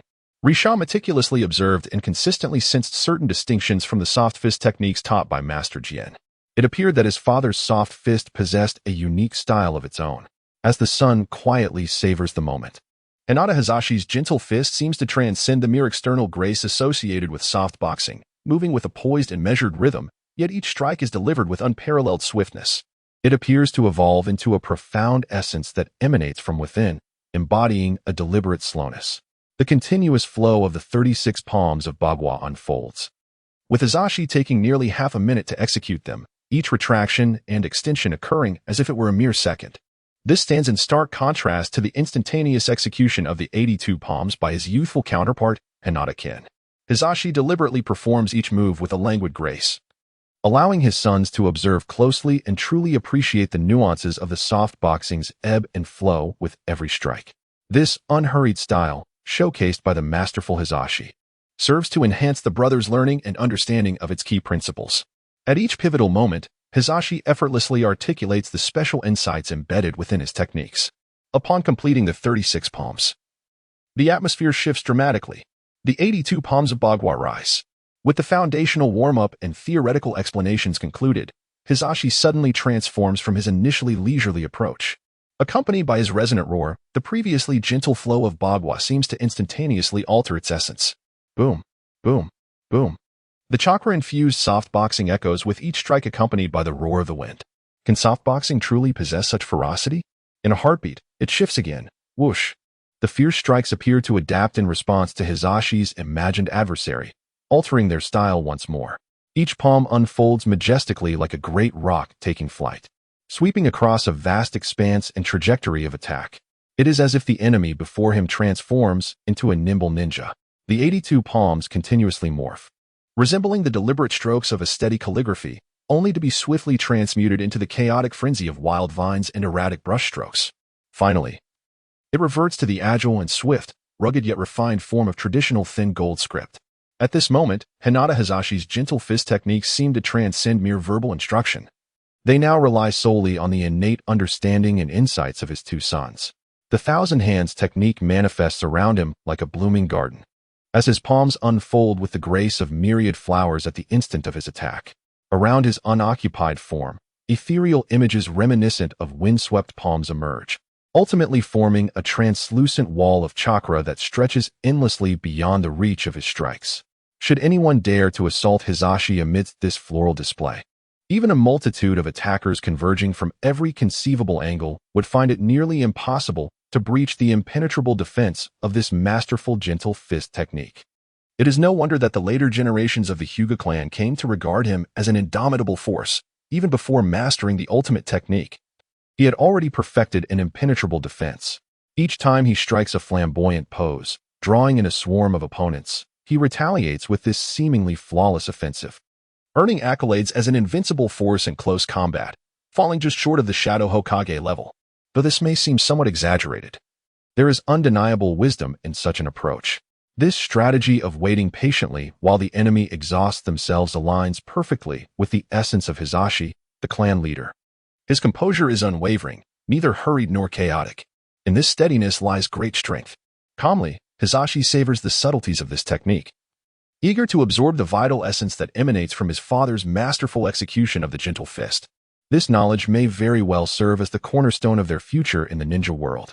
The gentle fist displayed by Hizashi at this moment might represent the pinnacle of physical prowess attainable by the current Hyuga clan. Prior to this, it appeared that only those like Hinata-kin had merely scratched the surface of this art. How many individuals have spent their lives stagnating at this initial stage, unable to progress further? Every family harbors certain hidden secrets, and how many undisclosed truths lie concealed among the elder council of the main branch, striving to uphold their authority and legitimacy. For those in the branch families, small households, commoners, or rogue ninjas, their destinies have been predetermined. Their starting point is significantly lower than that of their more privileged counterparts, whether in martial arts, academics, commerce, or military and political endeavors. What they lack is not merely diligence and effort, but also the crucial elements of esteemed mentors, natural talents, and invaluable martial arts manuscripts. Hinata Hizashi, in that fleeting moment of continuous execution, unveiled all his profound insights into the gentle fist technique accumulated over the past decade. After all, a son is a son. There is no need to conceal anything when it comes to one's own flesh and blood, unlike the Uchiha next door. The son's rays tightly embraced the memories of all that had just been witnessed, deeply engraving them within the mind. A father, after all, is indeed commendable. The truths that require personal insight can only be grasped intuitively and cannot be articulated. As for how much I can absorb in the future, that shall depend on my own enlightenment and aptitude. The gentle fist, at first, resembles the rapid and unrelenting attacks of Hinata-kin, and then mirrors the steadiness of my father, Hinata Hizashi. What lies beyond stability? Chapter 16. Is it chai or cha? The enhancement of a ninja's abilities is invariably accompanied by pain and perspiration. On this rare and leisurely afternoon, Hinata Hizashi repeatedly demonstrated his gentle fist, as if to share his lifetime of experience, hoping his two children would absorb it fully. In observing those twin boys, so strikingly alike, memories of my own youthful days flooded back. During their shared moments of adolescence, the brothers maintained a harmonious relationship. Hizashi and his younger brother, Hizashi, dreamt of leading the Hinata clan to greatness. However, in the end, only one could survive the choices imposed upon them in their youth. In his reminiscences, Hizashi's fist technique accelerated to a pace that far surpassed that of the hapless Hinata-kin, unleashing over 10 strikes in the blink of an eye. Truly, my father's hand speed is extraordinary. Watching his father practice, Hinata Natsu suddenly let slip a teasing remark, prompting Hinata Jutsu, who was diligently studying, to stifle a laugh. It seemed that Jutsu, too, acknowledged the increasing speed of their father's continuous strikes with a nod of approval. The youthful and Navii boy could hardly comprehend the seasoned wisdom of Natsu. After all, speed is not merely speed. One must remember, the Byakugan offers a panoramic vision of 360 degrees. Natsu, repeat what I just taught you 100 times, despite being lost in thought. Hisashi instantly sensed the unusual behavior of his two children. Having already observed and heard everything, he turned sharply to reprimand the instigator of the distraction, Natsu. You dare to feign ignorance while I am imparting knowledge? Do you think I am Hinata-kin? Gazing at his mischievous son, Hisashi exhaled deeply, pondering.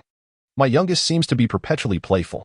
He then turned to the still serious Jutsu, nodding in affirmation. Your composed demeanor reflects my own virtues.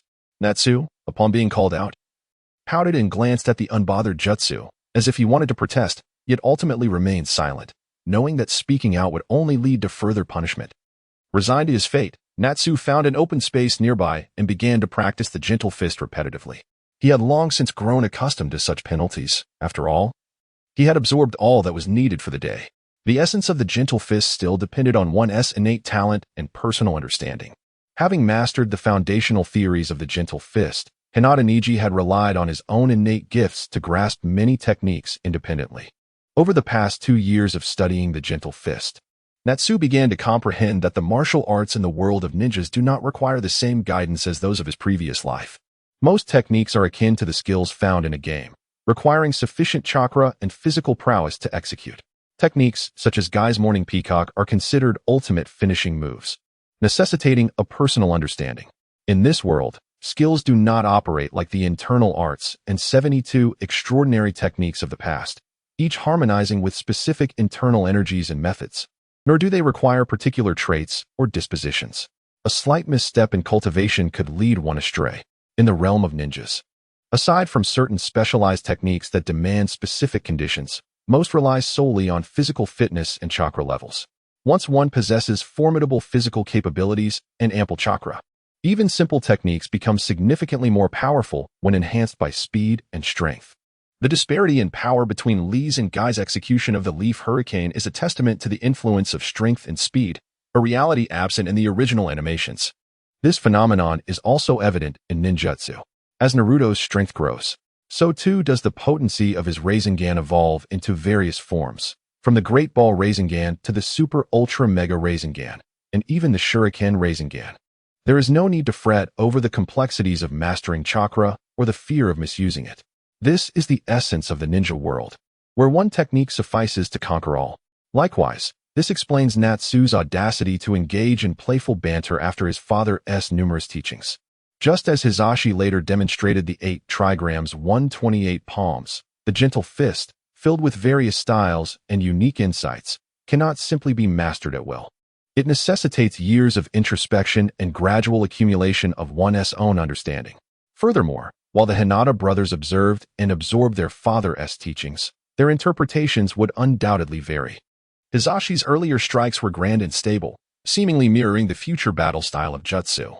As for Natsu, his restless character makes it uncertain what he might glean from such teachings. He finds himself overwhelmed with theories yet unable to manifest any in practice. At this moment, Natsu, engaged in solitary training, no longer limited himself to the myriad methods of the gentle fist swirling in his mind. Accompanied by the sound of wind, he unleashed a flurry of strikes, improvising as inspiration struck. This, perhaps, is the pinnacle of martial arts and creativity. With each attack, he sought to evenly distribute the chakra within his body. Otherwise, with his current physical condition, a powerful strike would deplete his chakra reserves, leaving him unable to follow up with another strike, thus resulting in a halt. For reasons unknown, perhaps due to his origins from the East, Natsu, as a traveler from another world, consistently attempted to manipulate chakra with the same fluidity as internal energy.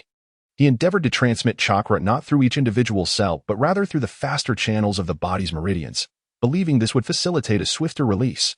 The gentle fist, due to its profound demands on chakra control, epitomizes an extreme manifestation of martial arts. It can be said that it requires the highest precision in controlling chakra among all known techniques in the ninja world. Hence, only with the passage of time and increasing mastery of chakra can the practitioner truly harness the power of the gentle fist, solidifying its reputation as a formidable technique even among elite ninjas. At this juncture, the young Hinata brothers limited their chakra quantity and control, rendering their gentle fist strikes akin to the feeble efforts of Tai Chi practitioners, just slightly quicker and marginally more forceful. Smack, smack, smack. Over 30 repetitions later, the beleaguered Natsu had long since lost focus. Completing 100 repetitions today seemed utterly implausible. with clenched fists.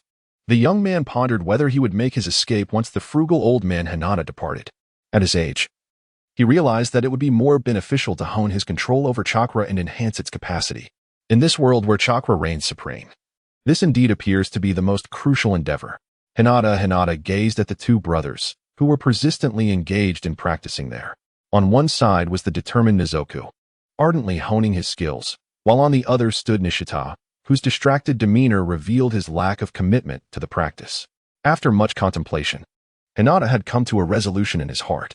The character of Rizu is more composed and mature, making him better suited for learning and practicing the gentle art of Juku, thereby promoting it alongside Hinata. Under the setting sun, Rizu reflects on the scene of his father, Hinata Rijin, diligently instructing his elder brother, Rizu, and muses, "Brother, should I feel envious of your special attention and training, or should I lament the lost childhood you endured?"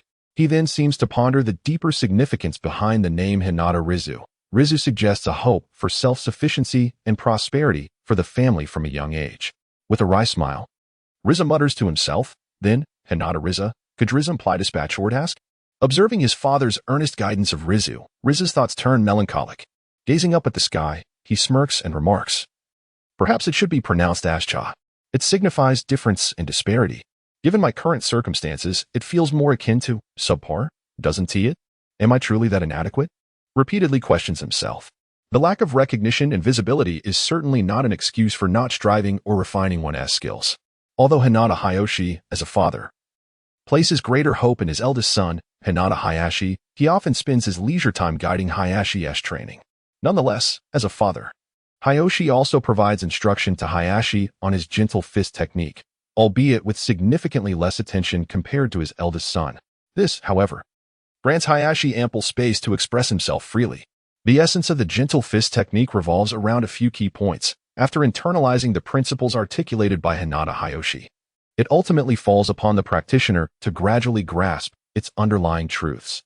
Unlike other martial arts that demand extensive time dedicated to enhancing physical prowess to execute more destructive techniques, the gentle fist necessitates considerable time to open up the body's acupoints and meridians, facilitating the flow and output of chakra to effectively employ the technique. Thus, even a child who lacks physical strength and cannot throw a shuriken far can, with precise chakra control, strike it into an opponent's body, potentially severing the life force of a formidable adversary in an instant. So let the training commence. Under the twilight, the three of them parted ways. Hayashi, having secretly sat alone on the eaves, gazed quietly at the bustling activities in the clan's territory, smiling faintly yet bitterly. As the last rays of dusk illuminated Hayashi, his shadow elongated dramatically. The indistinct figure stretched, blending into the land as night descended. Observing the last clan member vanish from the street, Hayashi felt a stirring within. By day, the sunlit Hinata seemed eternally belonging to Hayashi. But whom does the night belong to? Chai or Cha? Chapter 17, 2 Birthdays in a damp chamber. Shadows flitted about.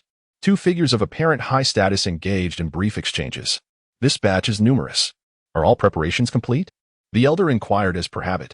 Yes. Nothing has been disclosed, the elder replied in kind. The flickering candlelight danced in the stillness, as several frail, stooped elders busily moved about under its glow, their elongated shadow shifting. Clad in grayish-white robes, their wooden clogs echoed ceaselessly in the quiet room with a rhythmic clatter. The familiar insignia adorned the backs of their garments, Hinata. They toiled relentlessly until dawn broke. In the early morning, Hinata Jin, having risen early, tore away the previous day's calendar page, revealing the new one inscribed with the large characters for 6 years. The font, which Hayashi referred to as simplified Chinese characters, was instantly recognizable to Hinata Jin as the playful handiwork of his mischievous son. Gazing at the neatly pinned characters, Hinata Jin was tempted to inquire, why write 6 years instead of 6 years old? His son, having swiftly grasped kanji during his early literacy lessons, persistently mispronounced them, stubbornly insisting that his pronunciations were the most accurate. Chuckling at the thought of his son's adorableness, Hinata Jin couldn't help but smile warmly. As the page with the number 7 fluttered down, the gentle morning sunlight streamed through the old kitchen window, casting a soft glow. In the 24th year of Konoha, on the 8th day of the Tiger month, a new year officially commenced. Today marks the birthdays of 2 little treasures, who seem to have grown another year under his care. When will the fruits of this nurturing be reaped? Reflecting on the myriad moments of the past few years, Hinata-jin, now a competent mother, cheerfully turned to the kitchen to prepare a sumptuous breakfast. For some reason, today felt particularly joyous, for her precious son had grown up. Hayashi and the others would soon be 6 years old. They could finally venture off to school. To celebrate this momentous occasion of domestic liberation, she must showcase her culinary prowess. The clattering of pots and dishes resonated like a melodic rhythm. It seemed that the chef was in exceptionally high spirits. With wisps of smoke rising, the gentle breeze of Konoha intertwined with the kitchen's musical ambience, echoing Hinata-jin's heartbeat. She deftly flicked the handle, sending the dishes into a graceful 360-degree flip. In that instant, knives and forks danced upon the cutting board, and sushi took on the shape of hearts. Colored pastries swirled into delightful rings, while pairs of chopsticks awaited. For sets, 8 in total. Various exquisite creations gradually came to fruition under the meticulous hands of Hinata-jin. The kitchen, forever a battleground for women. After taking a deep breath, Hinata-yugen exclaimed, I've finished ahead of schedule. It seems the little lazy ones have yet to rise. With a sense of self-satisfaction, she gazed at the delightful array of food prepared before her and remarked, a score of 99. Then she mused, what a pity I cannot bake a cake.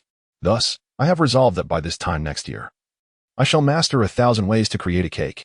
Bathed in the golden morning light and standing before 12 delectable dishes, Hinata-yugen placed her left hand on her hip and raised her right fork high, making a solemn vow. On that gleaming silver fork rested a plump shrimp, which quietly flicked its tail, producing a soft sound. The minute hand on the clock turned another 45 degrees. Today, the rarely early Hinata had arrived at the main hall before the sun, quietly observing the calendar on the pillar marked with the word 6 years. It was a height only reachable by standing on a chair. Perhaps a reminder of the time she had spent in this world and the destiny that was gradually unfolding for her body, having lived 2 lives. Hinata felt her heart was no longer that of an innocent child. Her leisurely drives and moments of idleness were mere means to grant herself more independence. Occasionally, she would playfully display her endearing side in front of her mother, simply to savor the feelings she had once taken for granted in her previous life. 6 years. Today, as she reflected on her 6th birthday in this life, she mused about how swiftly time had passed in the world of ninjas, feeling little different from her childhood and her past life. The sole distinction was that this Hinata, having lived twice, cherished the familial bonds more deeply. Each time she gazed at her mother, she would look intently and greet her with greater enthusiasm. Ohio, mama, as Hinata-yugen emerged from the kitchen bearing breakfast. Hinata called out, Ohio, my son, happy birthday. Hinata-yugen pretended to be startled. Thank you, mama, for your hard work. As I caught a whiff of the meticulously prepared breakfast crafted by my mother, I was taken aback to find it shaped like a heart. Why did I suddenly express this sentiment?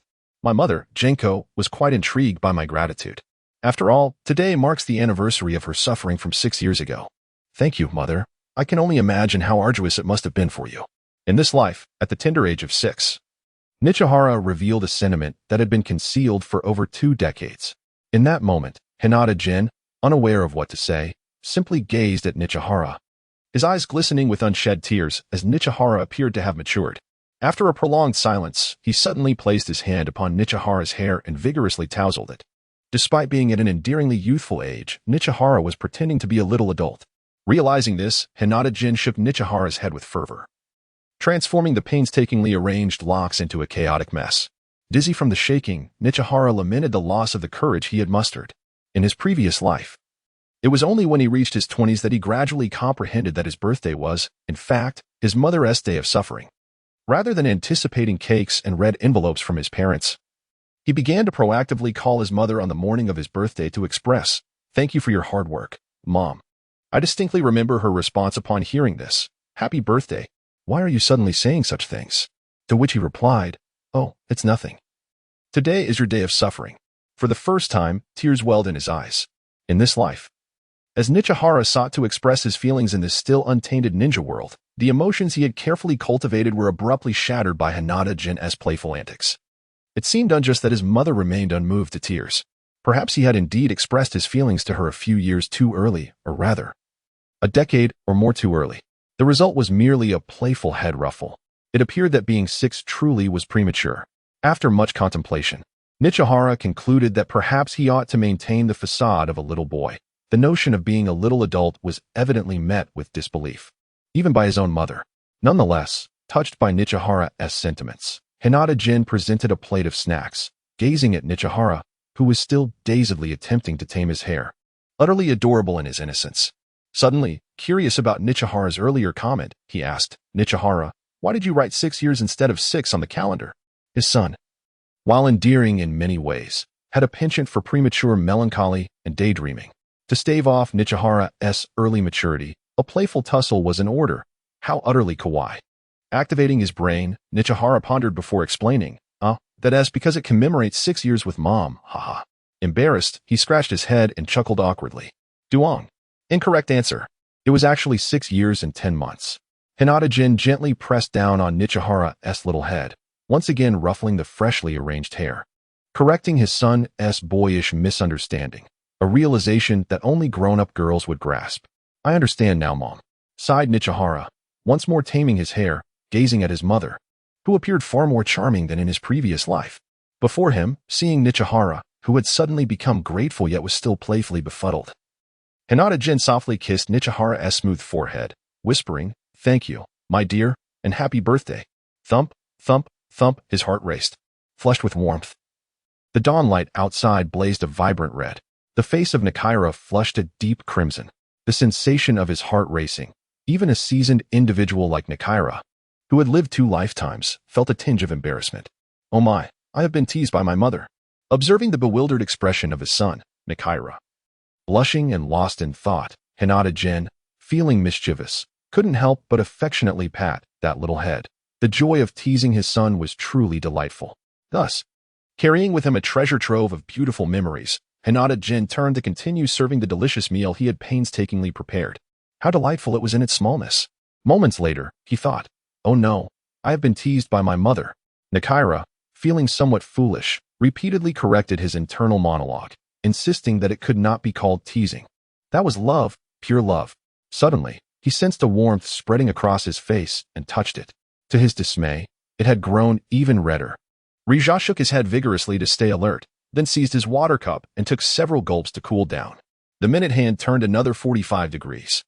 Finally, the rarely late Riju had arrived in the kitchen. "Riju-chan, come here."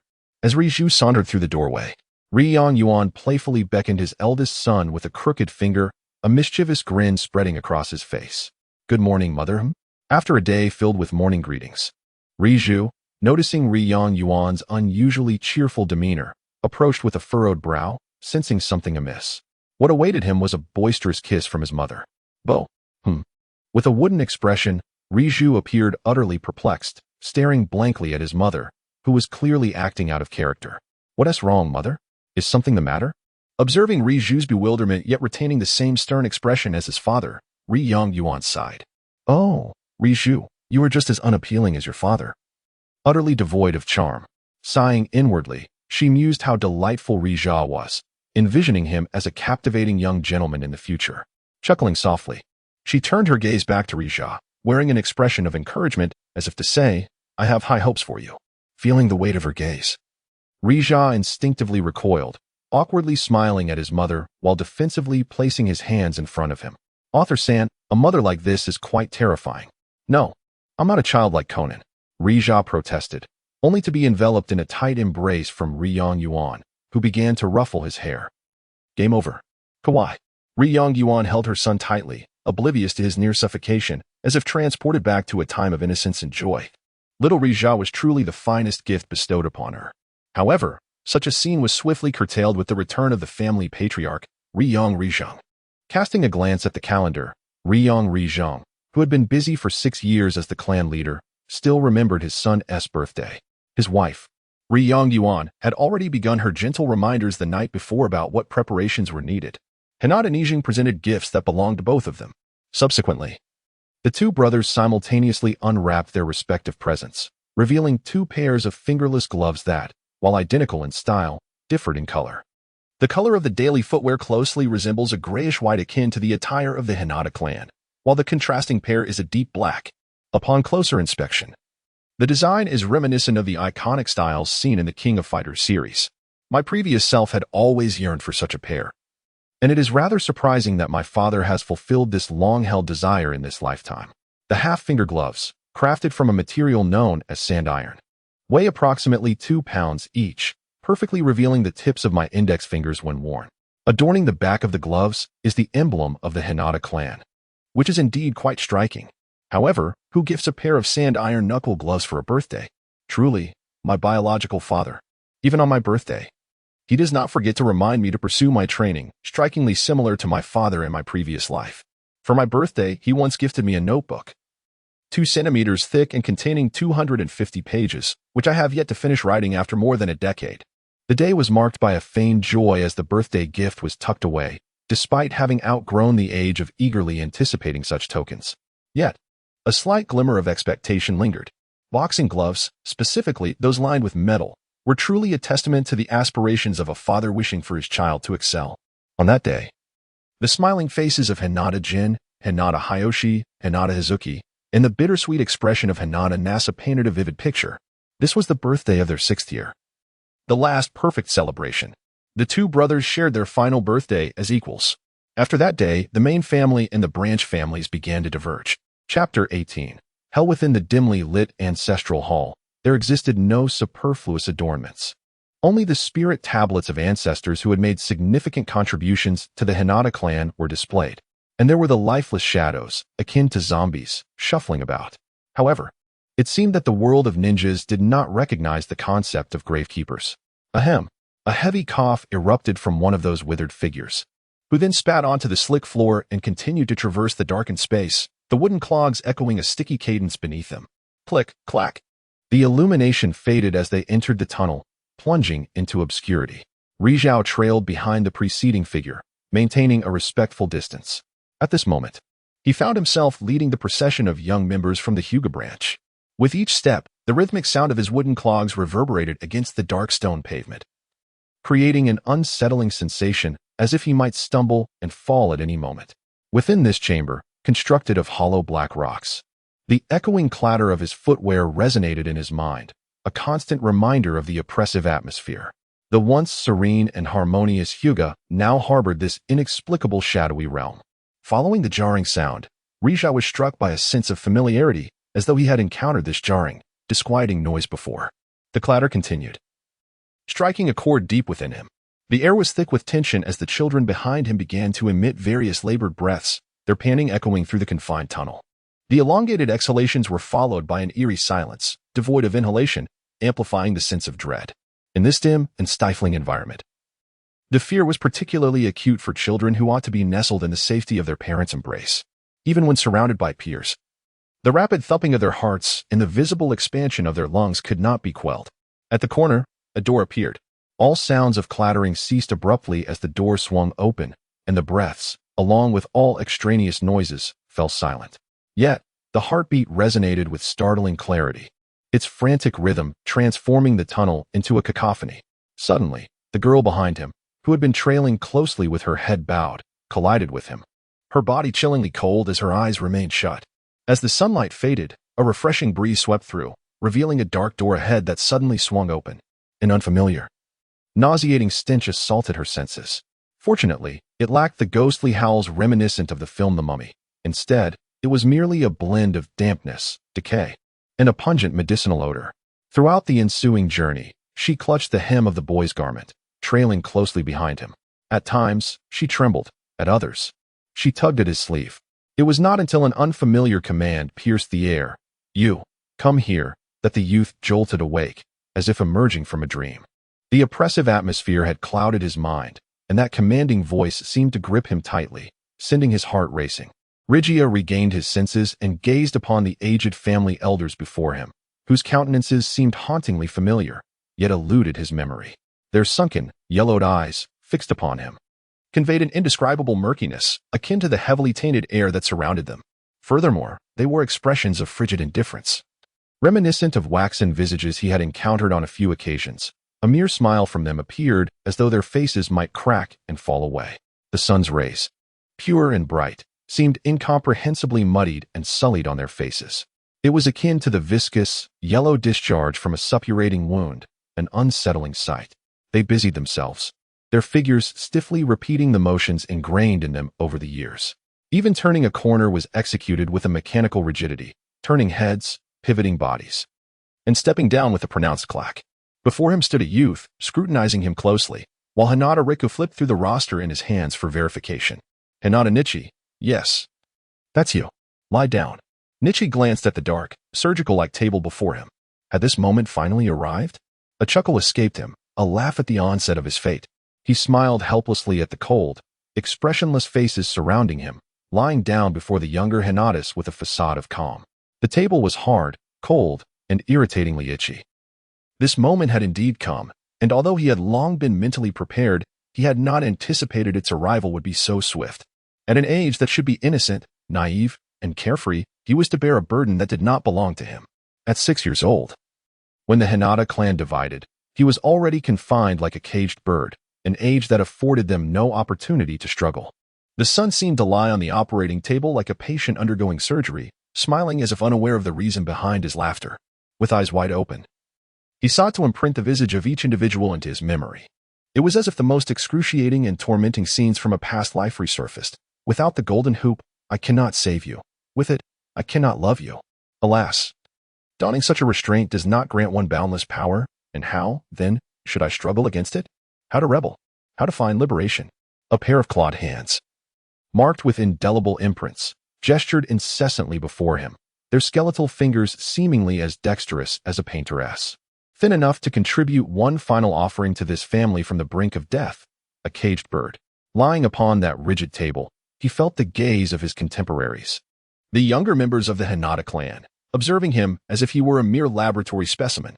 As the second son of the current clan leader, Sunlight was afforded the rare and humble honor of being the first to experience the sensation of being trapped within a cursed prison. He felt like a caged bird, teetering on the precipice of life and death, ready to grasp that experience. To resist, but with what means? To flee. Can one truly escape? Fate tread upon a predetermined path. While he had scarcely celebrated his 6th birthday, vague memories of that night lingered, echoing with his mother's weeping and his father's heated arguments. Soon after, the two brothers had retreated to their separate bedrooms. He could still faintly recall the raucous laughter shared with his brother, the sounds of whimpers and murmurs intertwining. Yet, gradually, those memories faded, slipping from his grasp. As the ritual progressed, Sunlight felt his consciousness becoming increasingly disoriented, drifting in a haze akin to a dreamlike state. The once clattering sounds of clicking and the incantations of the curse began to fade away, as if he had lost his hearing. Am I deaf? Not quite yet. His vision blurred, shifting from dimness to obscurity and then to pallor. Suddenly, a grayish world unfolded before him. Spectral skeletons performed intricate hand signs, as if weaving an interminable jutsu. Yet, amid this chaos, a singular sensation overwhelmed him, an urge to succumb to slumber while clinging to the thread of awareness. Pain? Yes, pain. He could not discern whether it was a seething agony or a more severe torment. Gritting his teeth, Sunlight neither struggled nor cried out. Only resentment lingered within him. He yearned to etch their faces into his memory, yet a black cloth, shrouding his visage at an unknown moment, obscured his view. That cloth had once wiped his hands. Filthy and repugnant, reeking of potent medicinal vapors. The dark liquid must have splattered during the marking of the curse, a dizzying scent that made him want to cough. Yet no sound escaped. 1 second, 2 seconds, 3 seconds. His hands clutched the edge of the table tightly, the pain in his fingertips overshadowed by the corrosive sensation upon his brow.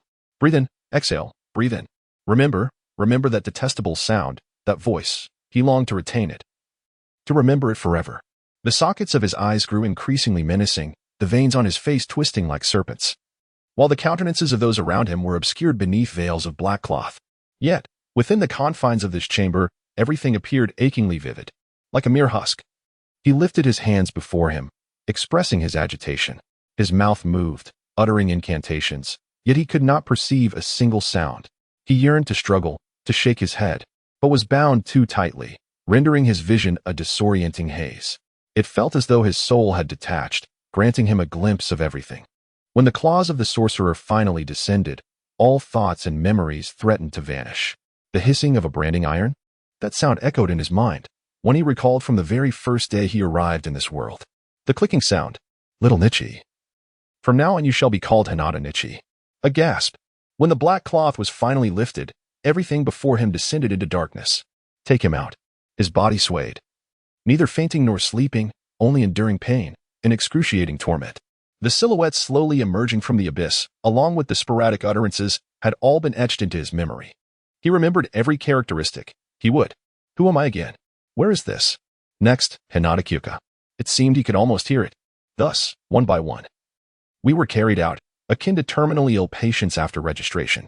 Yet those elderly figures clad in grayish-white coats, resembling professors, were not doctors. They're repetitive. Mechanical motions year after year were not aimed at healing, but rather to seal away healthy souls. The youths behind, advancing in fear, ultimately lay upon the dissecting table, their souls carved and slaughtered. They entered standing, yet were taken out as mere husks. At least they were lifted upon exiting. The treatment appeared considerably improved. Where, then? Would they be placed? At home? On the ground? Outside? Awaiting them was a fate entirely different. This day marked a definitive separation between the main family and the branch families. This day, the once youthful spirit no longer existed. It was at this moment that the true nature of this shinobi world was understood. On the 21st day of the 6th month in the 24th year of Konoha, my heart felt as though it had plummeted from childhood into the abyss. I shall forever remember this day, remember each of you, one by one.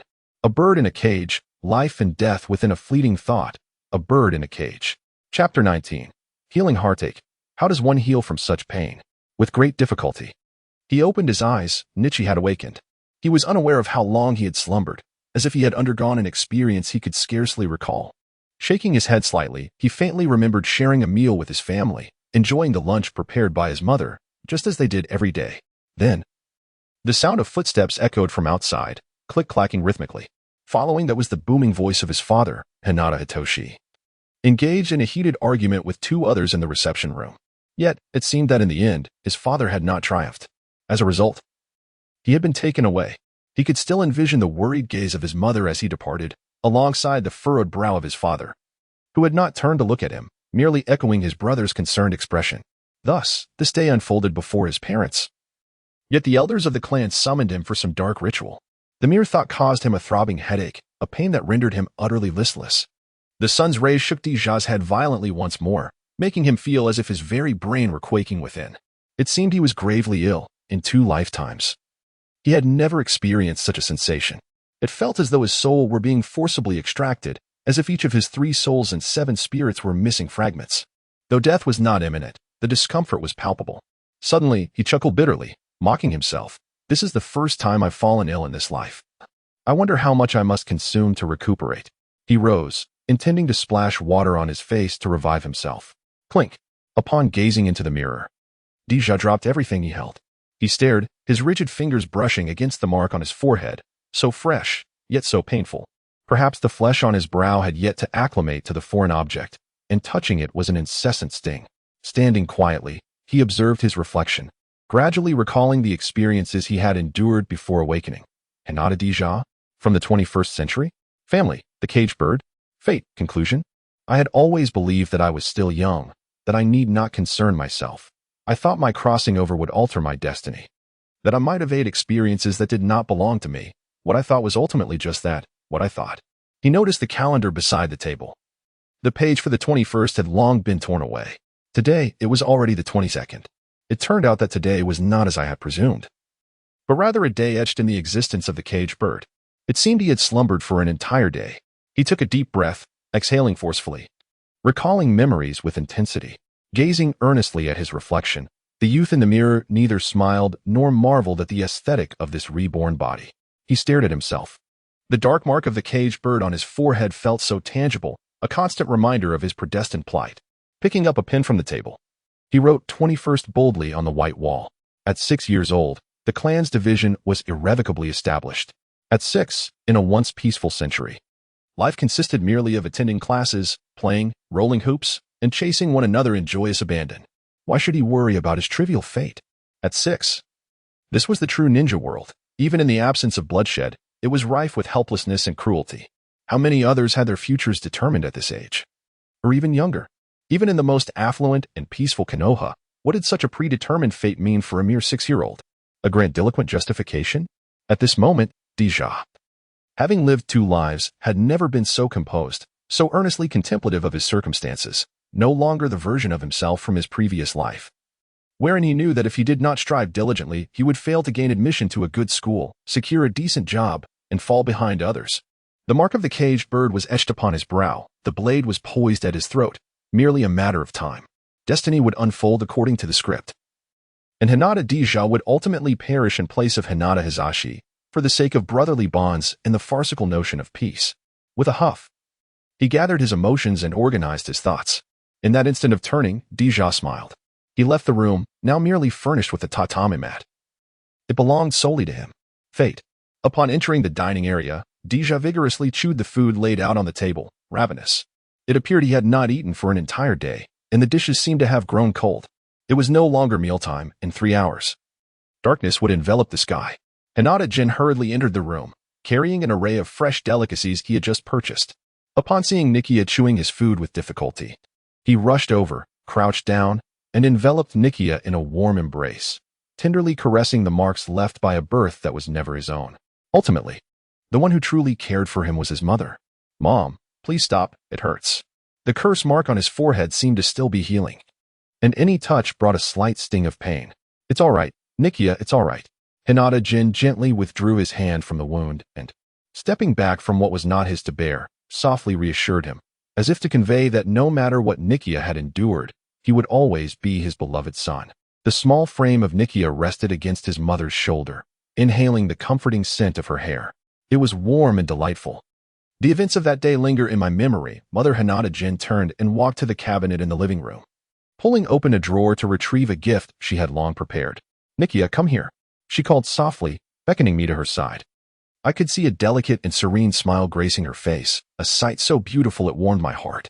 As I approached, I noticed my lovely mother holding a pristine white silk ribbon, embellished with delicate white stitches forming the Hinata crest. It was a color I adored, pure white, unblemished and ethereal, reminiscent of a dreamlike white skirt dancing in the air, so clean and immaculate. This ribbon appeared to be a meticulously crafted headband, a token of her affection for me. With a gentle touch, Hinata Jin lovingly tied the headband around Nikia's forehead, forming a delicate bow that perfectly concealed the dark marks. Rihua gazed at her mother, Hinata, who wore a gentle smile while holding a mirror that faced her, seemingly satisfied with her gift. The pristine white headband adorning her forehead was truly beautiful, evoking a sense reminiscent of the fervent spirit found in anime, where such adornments were worn only during moments of struggle. With a mere gentle sway of her body, the pendant danced gracefully, flowing alongside her dark hair, exuding an ethereal beauty reminiscent of the East, as if she were a celestial being. Her mother's headband seemed to possess the power to conceal the dark curse mark upon her forehead. As I gazed into the mirror, I found myself shaking my head repeatedly. In an instant, my flowing black hair intertwined with the fluttering ribbons, the contrast of black and white accentuated by my somewhat pallid complexion today, truly bestowed upon me an aura of otherworldly elegance. Sitting before my mother felt akin to a young acolyte seeking enlightenment in the presence of the Bodhisattva. The little acolyte in the mirror, adorned with dangling white ribbons, smiled. Looking at my reflection, I felt a profound joy that in this lifetime, having my mother's love was all that truly mattered. After a long silence and prolonged contemplation, I finally resolved to make a decision. With a gentle smile, Richa faced the mirror held up by her mother, Hinata Jin, delicately adjusting the headband that gradually revealed the dark, caged bird mark on her forehead. Ultimately, she pulled the pristine white ribbon completely to the top of her head, her hands grasping the two fluttering ends. With a firm tug, she tightened it. Her naturally cascading black hair, at that moment, appeared as if it had been abruptly severed, trapped within the white ribbon, as if a knot had rendered it motionless. "Then, I shall tie it into a ponytail," Richa reasoned to herself in the mirror, although her peripheral vision caught sight of the dark strands. Her mother, Hinata Jin, felt a pang of sorrow, as if tears for her beloved canon sister were on the verge of falling. Observing her mother's sudden expression of sadness and shock, Richa felt an unexpected urge to defend herself. "Thank you, Mom, but I simply dislike having my forehead obscured. Isn't this way more attractive?" Riji tilted his head, forcing a smile reminiscent of his former innocence as his ponytail swayed before his mother. The white ribbon danced in the air, yet his once flowing black hair had stilled. He playfully shook his little head, the ponytail merely swaying gently, appearing both sturdy and supple. However, the dark curse mark on his youthful, cherubic face rendered him strikingly cruel. On this day, the boy he once was had vanished, and in this moment, he truly comprehended the nature of this ninja world. From that day forth, although he still enjoyed the small pancakes I made for breakfast, engaged in light-hearted banter with me to elicit laughter, and requested my assistance in applying medicine when injured. I understood that the carefree Rigi of the mornings had ceased to exist. He no longer indulged in sleeping in, arrived late, or played around with family. He no longer shouted at himself in pain. How I longed for the return of that innocent little Rigi. The source of the pancakes bore his name, bestowed on his birthday. It seemed as though he recalled every detail of that day. The diary entry from the second day of the second month. The 24th year of Konoha, marked by overcast skies. Since that day, my younger brother appeared to have ceased his playful antics with him. That mischievous son, from that point onward, looked at him with unfamiliar yet icy eyes. Diary, what a splendid vessel for reminiscing. Chapter 20, The Awakening of the White Eyes. Ahem. Ahem. The dimly lit shrine reverberated with the sound of clattering. The decaying wooden door creaked open as if it were a portal to the underworld. Bang. On the darkened flesh altar, something was being slaughtered, incessantly. What dripped down was not crimson blood, but a viscous, inky substance. It resembled the acrid scent lingering upon that tattered cloth. Stepping inside, the door swung open from within. Gazing over, on the flesh altar, the tattered cloth was lifted, revealing those ghastly, pallid eyes. The daylight abruptly pierced through the eyelids, revealing a pallid sky, a world drained of color.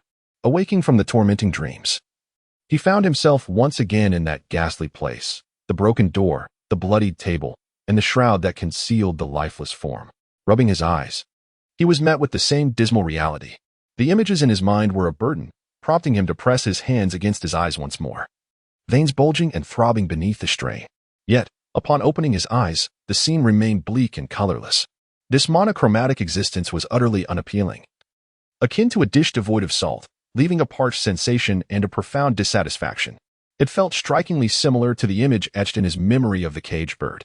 Despite lying upon the bloodied table, he could see through it all, glimpsing the stark white sky and an overwhelming expanse of whiteness. As if he were merely resting in his bed, the sun's rays pondered how to reclaim their vision from the sky, yet in an instant, everything unfolded before them. Within the dwelling, everything remained a void, a canvas of three shades, gray, white, and perhaps a hint of black. Lowering his gaze, he fixated on his outstretched right hand. The alabaster skin of the sun's rays had become translucent, revealing not only a misty layer of flesh and blood akin to the haze of air, but also the intricate network of veins and acupoints on his arm. This mirrored the teachings of Master Jin, who elucidated the art of gentle punches. The sun's chakra coursed through the meridians, intertwining at the acupoints. Raising his eyes, he concentrated. And astonishingly, he could perceive the map of his own body as meridians. From the crown of his head, the Baihui point. It pierced through to the soles of his feet, reaching the Yongquan acupoint. Each meridian interconnected, forming a vast network within the human form. Countless nodes traversed this intricate web, countless to enumerate. Ultimately, they converged and erupted from the core of the body, the heart. The diminutive heart pulsed rhythmically, expelling a grayish-white chakra that flowed to the limbs. In the realm of the wide-eyed vision, everything appeared in shades of gray and white. Attempting to gaze into the distance, he saw an expanse of monochrome. The world visible through his white eyes resembled an X-ray film taken in a hospital, where all objects seemed hollow, bereft of corporeal essence, devoid of any color beyond the stark gray. In his line of sight, various shaped meridians oscillated across the desolate earth, crawling. The acupoints and flowing meridians formed pale, ghostly silhouettes, reminiscent of phantoms. The shapes of trees appeared as colossal cauliflowers sprawling across the ground, like gushing springs surging from an unfathomable, dark subterranean root system. Animals resembled specimens long preserved in a museum, their outlines vaguely defined, lacking any hue of life, swaying endlessly before him. Amidst this, the heart, gathering at the center, pulsed like a flickering flame of the soul, igniting proof that they still existed, living in the realm of the afterlife. With a deep breath, the sun's rays exhaled forcefully. Thankfully, in a previous life, he had encountered the wide-eyed vision. Otherwise, this scene, akin to the wandering souls of the underworld, would undoubtedly terrify a child. The sudden acquisition of unknown powers does not always evoke elation. Instead, it can instill a profound fear, making one feel like a monster, and that fear intensifies. Adjusting to the daylight, the protagonist strives to acclimate to the stillness of a body that remains unmoving, despite the sensation of perceiving objects hundreds of meters away. This moment, akin to wearing VR goggles, evokes a reflexive instinct to evade an impending collision. Fortunately, remaining still ensures safety. Otherwise, a thorough study would be in order. The Byakugan, an ocular technique of the Hyuga clan, allows the user to perceive the entirety of the Hyuga territory and a significant portion of Konoha without stepping outside. Regrettably, the vision is not a panoramic view, but a circular range akin to that seen through a telescope, permitting sight only where concentration is directed. As one of the three great ocular techniques, the Byakugan not only grants the ability to see through objects, but also boasts an expansive field of vision. Upon awakening this power, the protagonist discovers that by focusing intently on a desired location, chakra naturally converges within the Byakugan, amplifying the visual range. Although greater distances require more chakra expenditure. After repeated attempts to extend his sight, he finds that his Byakugan can reach the edge of the Death Forest, approximately 800 or 900 steps away. Beyond this distance, the clarity diminishes, resembling the ordinary act of gazing into the horizon.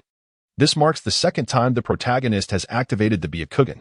As time passes, a profound ache envelopes his eyes, a consequence of the relentless flow of blood and chakra, placing immense pressure on the ocular vessels. It seems that upon awakening, the Byakugan had already been activated, while not as demanding as the Sharingan. The early awakening of the Byakugan at such a tender age is a rarity in the Hyuga clan's history, though still uninitiated in the academy. An early manifestation of such ocular prowess signifies exceptional talent. However, the Byakugan, often perceived as the weakest of the three great ocular techniques, primarily serves to aid the user rather than demonstrate overwhelming power. Redirecting his gaze inward, he observes the flowing chakra within him, clearly perceiving his meridians and the movement of chakra. The intricately connected pathways within his body correspond to the acupoints learned through the gentle fist technique. Is this the experience of inner sight? It resembles the introspection depicted in various martial arts novels from a past life. Suddenly inspired, he attempts a more meticulous examination of his body, contemplating whether he could manipulate chakra as he feels the pressure and distortion in his crystalline lenses. As the imagery begins to blur, darkness envelopes him, and after a brief bout of dizziness, the Byakugan automatically deactivates. The scene transitions from pale to indistinct. Ultimately resuming its vibrant hues, the world continues to turn. Rubbing his eyes, he rises to face the dressing mirror. The handwritten 21 on the wall is starkly contrasted by the calendar indicating the day is already the 23rd, revealing that another day has slipped by in a daze. For reasons unknown, these past 2 days have been particularly conducive to sleep. The still youthful boy gazes into the mirror, clad in the grayish-white ceremonial robe meticulously crafted by his mother. The pallor of his face, a result of excessive chakra consumption, belies an unusual resolve for one so young. No longer is he the carefree jokester of his past lives. With the activation of the Byakugan, he ponders the efforts required for mastery. Is the 6-year-old's awakening a sign of genius or a tragic burden? Rising to prepare, he notes the alarm clock has yet to ring. It is now 6:45 a.m. At this tender age, he finds himself plagued by sleepless nights, awakening at dawn. With a resigned shrug, he resolves that if sleep eludes him, he shall devote this time to training. For the Byakugan has awakened. Before the mirror, he scrutinizes his weary eyes, tracing the dark markings above his white irises. Each touch of his fingertip upon that ebony mark evokes the sensation of a fracture, a remnant of something not belonging to him. Once, he yearned for a leisurely existence alongside his mother in this life, wishing only for the well-being of those around him, for playful skirmishes with his brother, and for the elderly to live healthily. Now, all seems so elusive. Reflecting upon the myriad experiences and imprints of the past, he recognizes their beauty. As his eyes reopen, the white pupils shimmer with a glimmer of hope. Thus, he resolves to train fervently. Chapter 21 My Huangpu. From that day onward, the protagonist abstains from laziness. On a day in the 25th year of Konoha, the Hyuga brothers, having celebrated their 6th birthday, arrive at the age for enrollment in the Ninja Academy. This day marks the registration for the only ninja school in the Land of Fire. The children, blissfully unaware, have no alternatives. Accompanied by their father, Hyuga Hayashi, the brothers make their way to the school. Unlike others, as children of a prominent clan, they have already been initiated into the fundamental jutsu and clan secrets, thus receiving a preemptive education. This positions them as exemplary students upon enrollment, likely to be recognized as prodigies. At this moment, the protagonist's foundational skills far exceed those of Naruto, who is destined to lag behind. This disparity signifies a fortunate contrast to a childhood marred by parental absence, one that, despite solitude, radiates hope and garners universal acknowledgement. Is this fortune or tragedy? Perhaps it is merely fate's favor. Trailing behind Hyuga Hayashi, the young boy gazes upon the Ninja Academy, which at this time lacks the sophistication depicted in the original narrative. With only a few solitary classrooms and a relatively expansive training ground, the entrance that will one day bear the ninja insignia has yet to be erected. The training ground buzzes with students of all grades, engaged in playful antics. In the ninja realm, there are no holidays. One must perpetually toil for survival. Here lies the final bastion of tranquility before embarking on the path of a ninja. Although the young boys have yet to earn their titles, they display considerable potential. Wooden training dummies have been reduced to uneven caricatures, a testament to their playful ferocity. Various wooden weapons are hurled and dodged, and the students of the academy appear wilder than those in a future era of peace. Though over a decade has passed since the first Ninja War, the enmity born from that conflict continues to fuel minor skirmishes between nations. The world remains far from the genuine peace that will eventually be achieved. A peace forged through the sacrifices and efforts of countless individuals. The Hinata brothers followed closely behind their father, Hinata Hisashi, whose grand ceremonial robes swayed majestically as he strode forward, unmistakably exuding an air of distinction and heritage. As the clan leader of the esteemed Hyuga clan, the flamboyant Hisashi donned his timeless gray and white ceremonial robe, a signature style that never wavered. Trailing behind him, the elder brother, Hinata Hayashi, shared this penchant for robes. The youngest, Hinata Natsu, observed the flowing sashes with a smirk. Indeed, that robe was quite impressive. Thus, he too wore a similar garment. It seemed that the future generations of the Hinata family were all rather ostentatious. At last, they arrived at the front of the educational building, the revered academy of the ninja world, reminiscent of Huangpu Military Academy. Natsu's thoughts wandered as he finally contemplated enrollment. Father, look, they all resemble each other. Even their expressions are identical. The future younger sister inquired curiously. Aren't they adorable? She exclaimed, attempting to rush forward for a hug. Wow, they can already use the shadow clone technique at such a young age. The future younger brother remarked enviously. Son, that is not the shadow clone technique. Rather, they're twins. The future father-in-law clarified. Twins are quite the rarity. Can they eat? The future younger sister licked her lips in anticipation. The Hinata family traversed through a cacophony of discussions, garnering an astonishing return rate of 113. 4. Twins invariably capture attention wherever they go, and these siblings, adorned in matching white robes with cascading black hair flowing down to their waists, were no exception. Fortunately, the sole distinction lay in the fact that Hinata's hair flowed freely, while Hina's was elegantly tied back into a ponytail, a cherished gift from their mother. Identical attire, identical expressions. How curious it was. In days gone by, Hina would have eagerly gazed about, absorbing the novelties of this ninja world. Yet, at some point, Hina had adopted a demeanor of stoic indifference, pondering the significance of any new sights. Are twins truly the same? Perhaps it was merely an oversight. The youth lagging behind bore a furrowed brow, unshielded by any pretense. Even the singular strand of fringe that hung down was secured by their mother-s hairband, while the dark tattoo of a caged bird stood in stark contrast against the boy's fair complexion.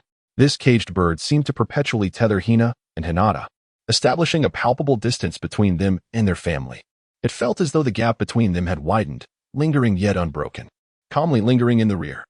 Hina chose not to wear the meticulously crafted headband that their mother had prepared, instead opting for a ponytail, reminiscent of a rite of passage into adulthood.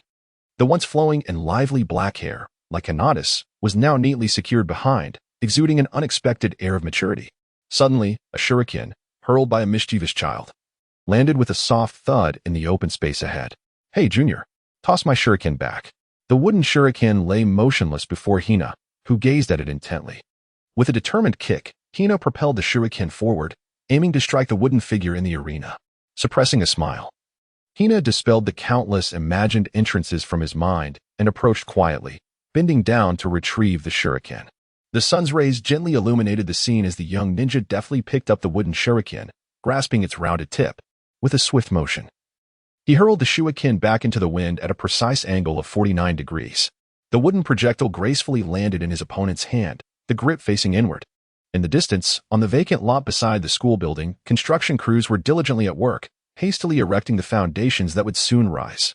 This area was destined to become a paragon of education in the ninja world, akin to the illustrious Whampoa Military Academy of ancient China, which had nurtured countless legendary ninjas whose tales reverberated throughout the realm. Education, after all, should never be compromised. Even extraterrestrial beings, like those in the film E. T, would surely pause to gaze upon the written word with profound appreciation. As the sun set, a deep reverence was felt for the formidable predecessors of Konoha, alongside a poignant regret for past academic pursuits. It was time to embark on serious studies at last. Thus, the commencement of the new school year was set for next Monday. Parents were urged to ensure their children reported to the classroom punctually, without delay. The chunin at the registration desk recognized the esteemed clan leader of the Hyuga family, displaying utmost respect in their demeanor. In any realm or time, one's strength and lineage undeniably influenced the perceptions of others. This was the privilege bestowed by belonging to a powerful and influential family, albeit accompanied by its own constraints.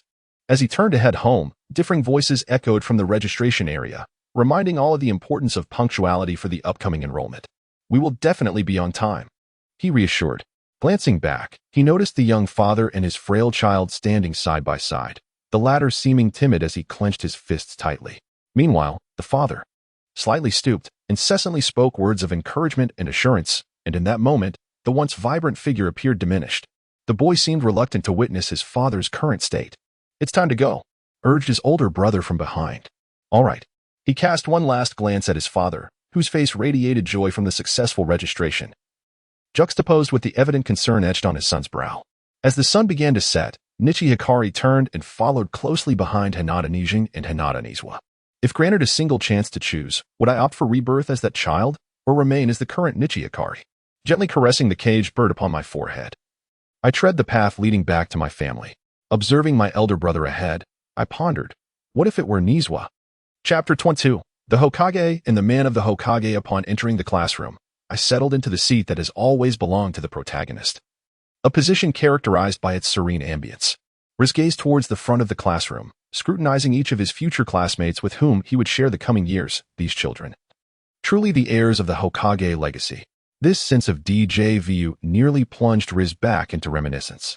Since the moment he was marked as a caged bird, the overlap of memories from his past life and his current experiences had become increasingly vivid, bringing forth images that flickered in his mind.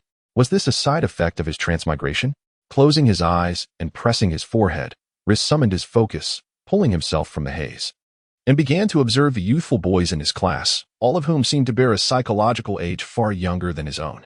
In this life, given that both Riz and his older brother, Hisashi, were among the eldest in the lineage of the Hyuga clan, second only to Uchiha Fugaku, Riz had long believed that no notable characters from the plot would appear in his generation. Even if there were, children of this age would hardly reveal their future selves. After all, not everyone is born with strikingly golden or tomato red hair. Moreover, the age cohort of Minato and his wife was younger than the trio of Inoshikacho that Riz had previously associated with. They were likely still nestled in their mother's arms, nursing. Thus, he hoped that his classmates would not merely be a collection of obscure background characters, for that would render this era in the ninja world rather dull.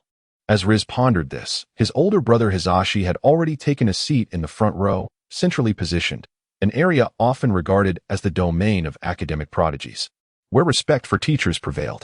As the eldest son of the Hyuga clan, Hisashi's choice of seating radiated an aura of confidence.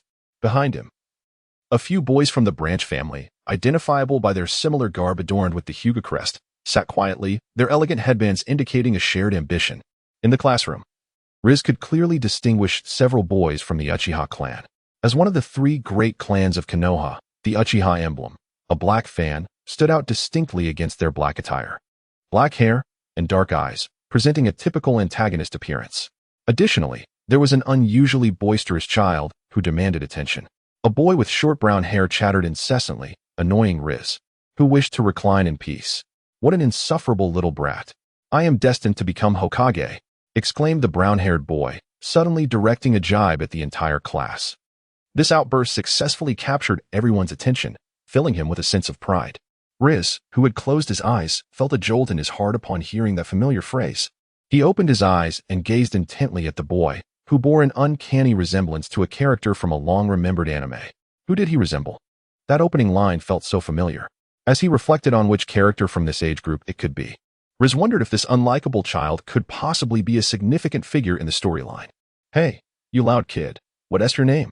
he called out, embracing his curiosity and adopting a tone of authority reminiscent of an adult. The tone he used instantly provoked the brown-haired boy, who turned to glare at him. his moment of attention stolen by this intruder. "Humph. I am Senju Rope Tree, and I will become the Hokage," he declared, his fists clenched and voice booming with determination. It seemed yet another declaration of the ninja way. How amusing. The sun suddenly smiled, silently yet profoundly. A smile filled with helplessness and sentiment. There it was, gazing upon the tree resembling Naruto, known as the Senju Ju. Little did I expect this to be the younger brother of Tsunade, one of the legendary three ninjas. It seems my journey in the Ninja Academy shall not be a solitary one. So, let us see if I truly possess the merit to be likened to Naruto. Ju, you say? Are you certain you aspire to become the man who will be Hokage? The questioning son purposely paused, considering the fervent declaration of the boy before him.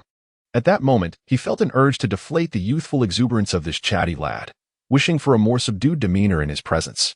I certainly do not wish for a scenario akin to Naruto kissing Sasuke. Of course, I will absolutely become the man Hokage. I will undoubtedly become the Hokage's man. The oblivious Senju Ju found himself ensnared by the intellect of the son, yet again a victim of his own lack of wit. Is that so? It appears our future Hokage will surely be a beauty, with her future man right here in class. What a boisterous fellow indeed. With that, the son lay his head down on the desk, patiently awaiting the unfolding of the remaining storyline. 10 seconds. Such a fertile mind requires a moment to ferment. In an instant, the classroom erupted into a cacophony of laughter from the boys, accompanied by the muffled giggles of the blushing girls. At this age, the stubborn boys did not consider being someone's man as a cause for celebration. Impulsive youth, filled with vigor. At this moment, Senju Ju stood there, blushing like a ripe tomato, bearing the brunt of the son's relentless teasing. A mere prick could unleash a torrent of embarrassment. Young man, becoming Hokage is no easy feat. Lower your head and remain still. Succumb to the weight of your own aspirations. Perhaps the blow dealt to this spirited youth will change his mindset and, consequently, his fate. Meanwhile, the instigator, Hige Nichi, pondered amidst the roaring laughter, contemplating the imaginings within his heart. What does it matter? If he cannot withstand such pressure, then he need not utter such oaths, nor be compared to Naruto by Tsunade. The son was eager to witness how this prematurely fated youth, who could be compared to Naruto, would react to the blow he had dealt. The laughter gradually faded after a few minutes. At this age, joy comes easily. But so does disappointment. In the center of the classroom, Hisashi maintained a perpetually stern expression, silently turning to observe the son, who lay quietly like a defeated pup. Have you been awakened? Such is his style of retaliation. Poor Hisashi mistakenly believed that his slumbering younger brother had provoked his infamous morning temper.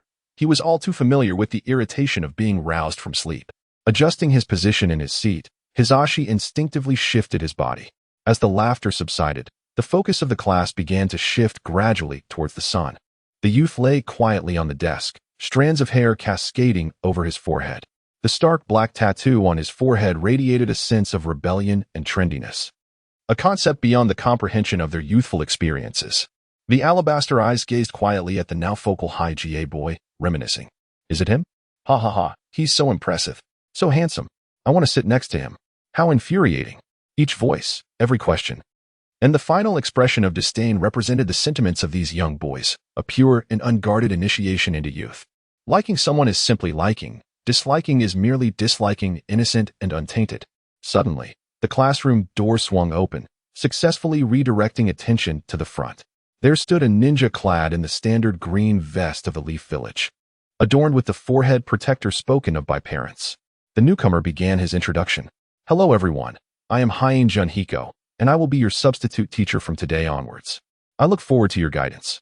The young and handsome Hien Junhiko flawlessly recited his long-rehearsed lines, only to be met with scattered applause and dubious glances. Inwardly, he thought, what an unlovable bunch of children. A handsome fellow. This is our future teacher? So young, clearly unreliable. Among this chorus of ungrateful children, none were more vocal than the one at the back. At that moment, the son glared with wide eyes, scrutinizing the newcomer. Hien Junhiko? Could he possibly be Irika's father? That shouldn't be. Such a handsome father. Truly remarkable. Hinata Nakasha cast a skeptical gaze, filled with doubt, upon Amiya Toshihiko, who had already been recognized as the teacher. The look in his eyes, akin to that of someone observing a monkey, was promptly noticed by Toshihiko. This must be the class troublemaker. How many decent students could possibly occupy that seat?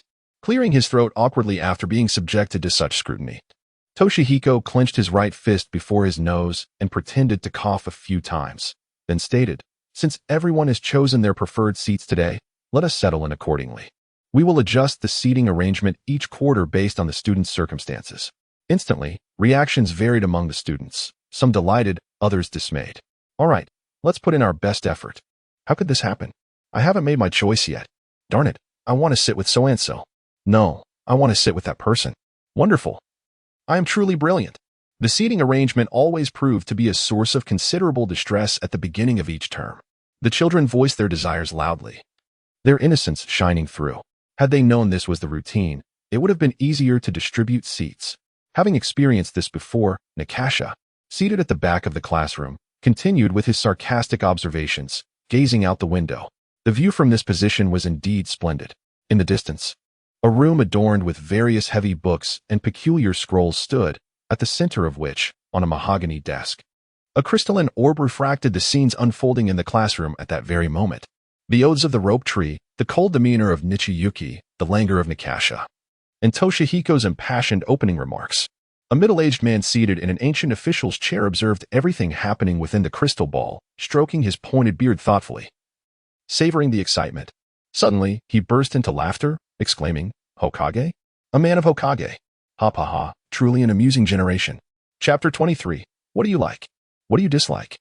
The bittersweet sentiments and fervor of the children arrived swiftly and departed just as quickly, as the students' seating arrangements were finalized.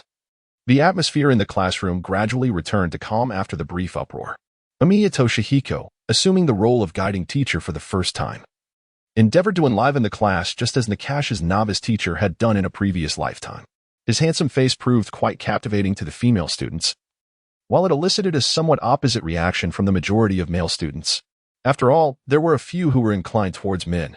Regaining his composure, Toshihiko suggested, "Since we are now classmates, shall we begin with some self-introductions?" With a hint of nervousness, he glanced at the steps written in his notebook, proceeding with the next item on his agenda. For a teacher anxious about his first class, a poor memory is better than a half-hearted attempt. He then volunteered, "I will go first and share what I like, what I dislike, and my aspirations."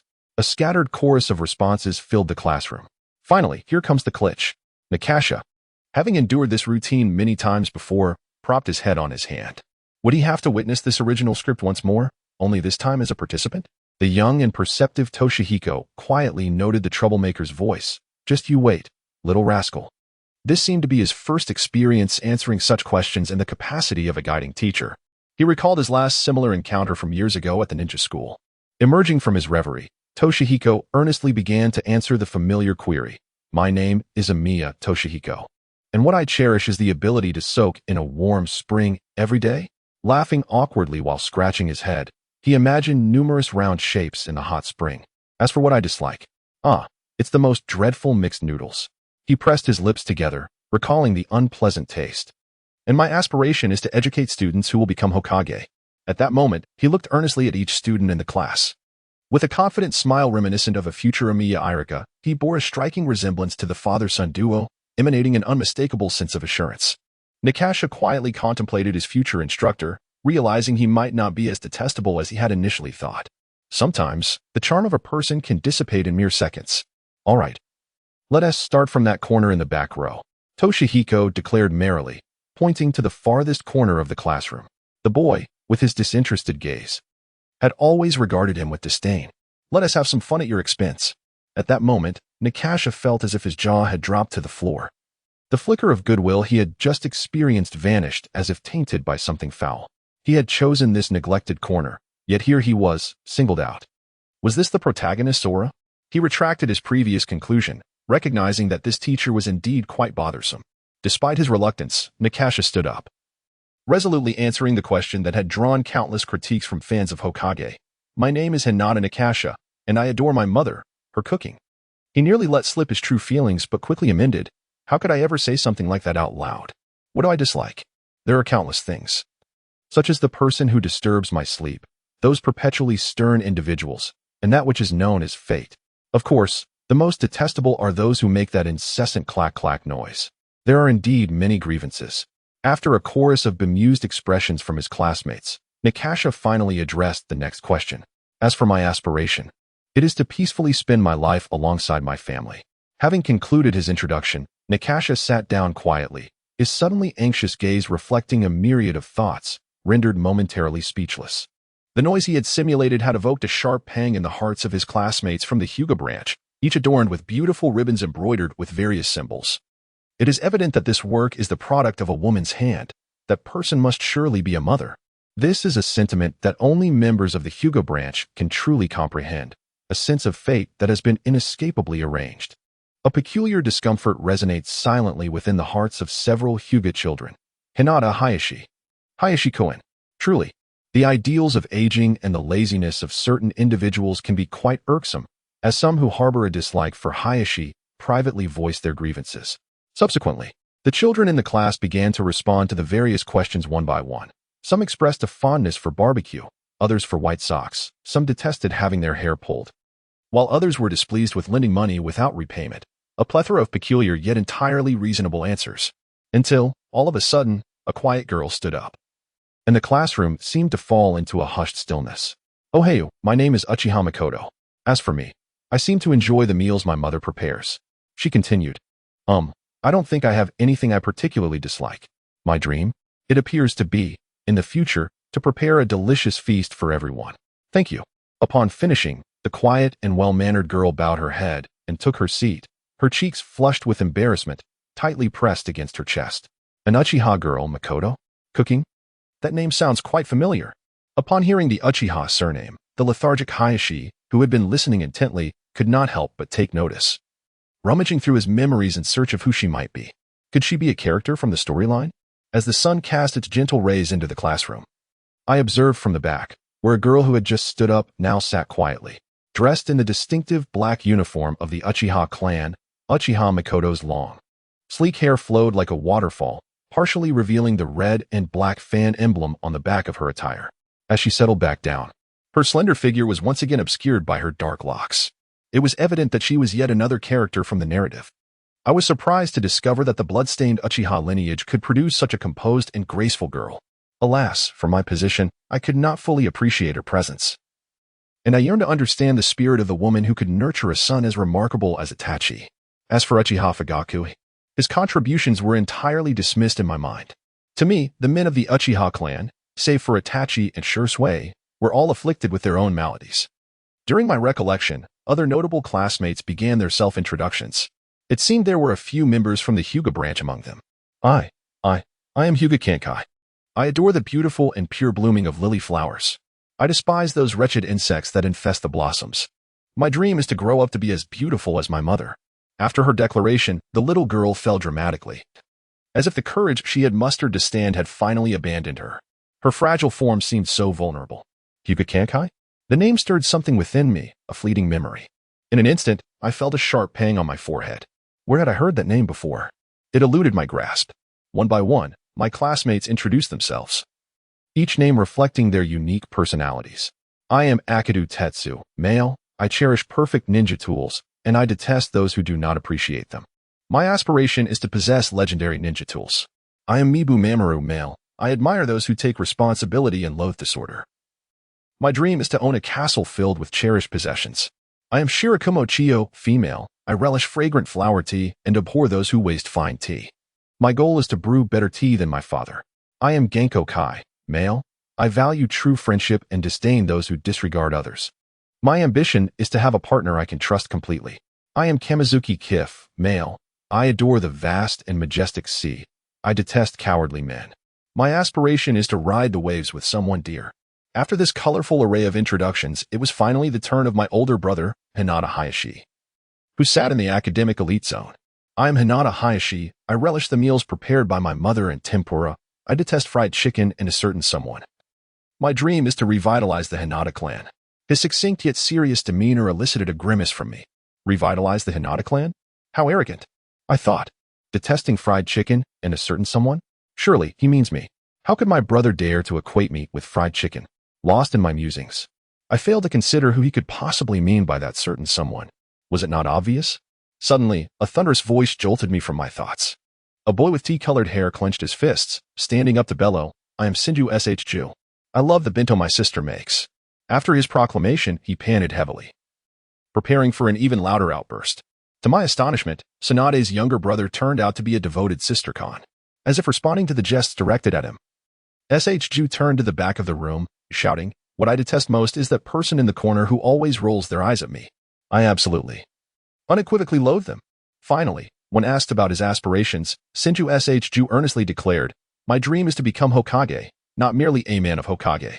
Laughter erupted among the mischievous children, transforming the first class of this life into a chaotic spectacle, irretrievable in its tumult. The classroom discipline had far exceeded the capabilities of the newly appointed substitute teacher, Hayano Toshihiko. The atmosphere brimmed with playful banter and ridicule. On the first day of class, I found myself once again the target of disdain. The first day, and I was already marked by the teachers for my notorious reputation. The joys of youth. As dusk fell, the excited children were finally free to return home. The first day of class had been a resounding success, a liberating experience compared to the strict confines of parental supervision. It was delightful to conclude the day with laughter, joy, and the teacher's exasperation. A word of praise, a nod of acknowledgement, even a candy or a toy could forge instant friendships among the children. They would greet each other enthusiastically on their way home, promising to meet again tomorrow for school. Those who did not get along would likely retreat to a secluded corner for a brawl, whether a one-on-one or with a few allies. Who could say? This was a time of exuberance, filled with clear grievances. As the lesson came to a close, Hayano Toshihiko had yet to finish his sentence, mouth agape.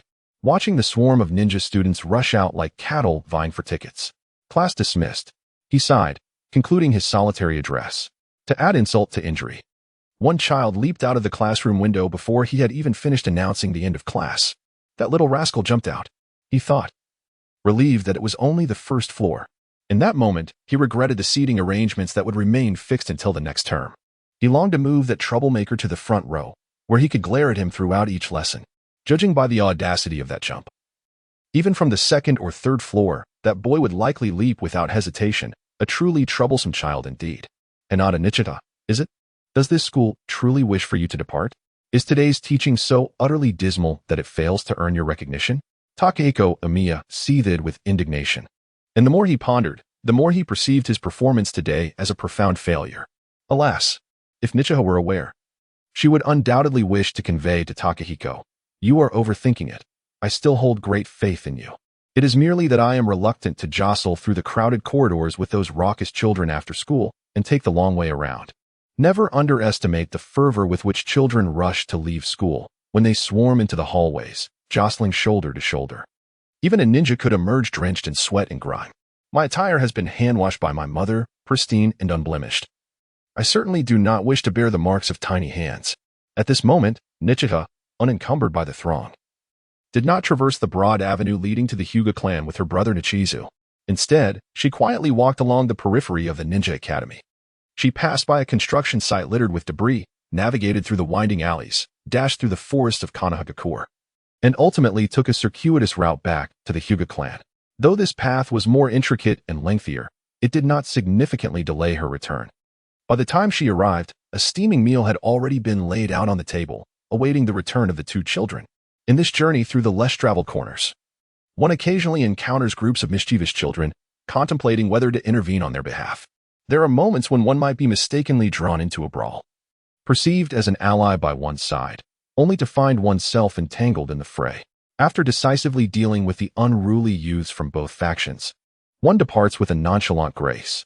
Along this rugged path, one sometimes suffers scrapes and bruises, returning home a bit dirtier, as if having just emerged from a scuffle. Eventually, amidst the murmurs of complaint and concern, one enjoys a humble dinner at the day's end, awaiting the arrival of night once more. Taking a deep draw from a time-worn pipe, the enjoyment is palpable. Junyan, have you truly resolved to relinquish your role as a substitute teacher? The speaker, not particularly tall and perhaps shorter than Hein Junyan, possesses a robust and upright demeanor, emanating a deep voice that commands respect. He continues to smoke his unchanging pipe within the grandeur of the building, the swirling smoke enveloping the expansive office, where no one dares to chastise him. Indeed, Lord Third Hokage, I feel utterly incapable of managing those children. Instead, I seem to exacerbate their mischief, Junyan reports, his face reflecting visible dismay. He bows his head, addressing his superior in the Leaf Village, seemingly having only recently accepted the honorable charge.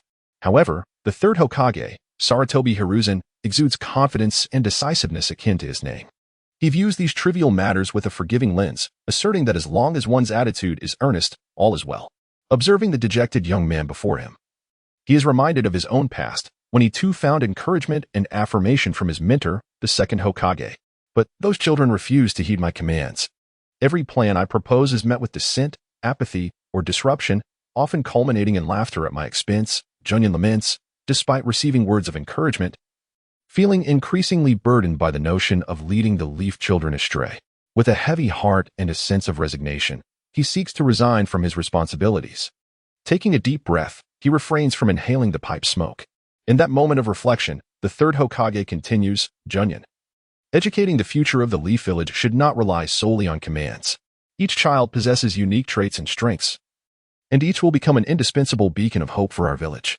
Hiruzen takes another thoughtful puff, recalling his three distinct disciples, Jiraiya, with his fiery and resilient spirit, Tsunade, spirited and optimistic, reminiscent of the first Hokage, and Orochimaru, whose innate kindness and melancholy have increasingly veered into darkness due to past traumas.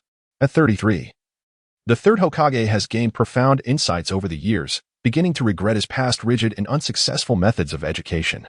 He reflects sorrowfully, Orochimaru, what shall I do about you? This sentiment is akin to a parent's frustration with a wayward child, as he grapples with the self-blame for his disciples' misguided path. Once more, he inhales deeply from his pipe, reigniting the embers that had nearly extinguished. The ashes escape his lungs without causing any discomfort. Junyan, as an educator, your role is to provide guidance and direction to these hopefuls of the Leaf, leading them toward the right path. You must believe in them, in their future, and in their aspirations. They will surely realize their dreams. Saratobi articulates the sentiments he had longed to express but had found difficult to voice.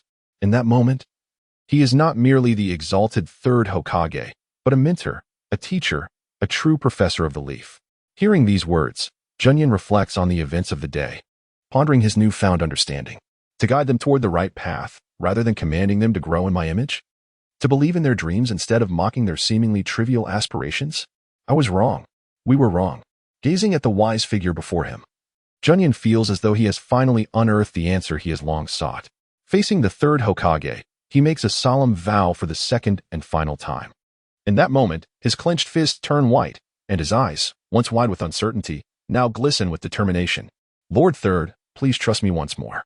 I will nurture my students well, believe in them, and their grand ideals. I shall guide them toward the right path until they become the hopes of the Leaf. Just like Iruka believed in Naruto, this is the final declaration from Teacher Junyan, gazing upon the majestic edifice that houses the highest command of the Leaf Village. The emblem of the Fire Nation blazes like a fierce flame. Behind this fiery emblem stand the statues of the first, second, and now third Hokages, a testament to their enduring legacy.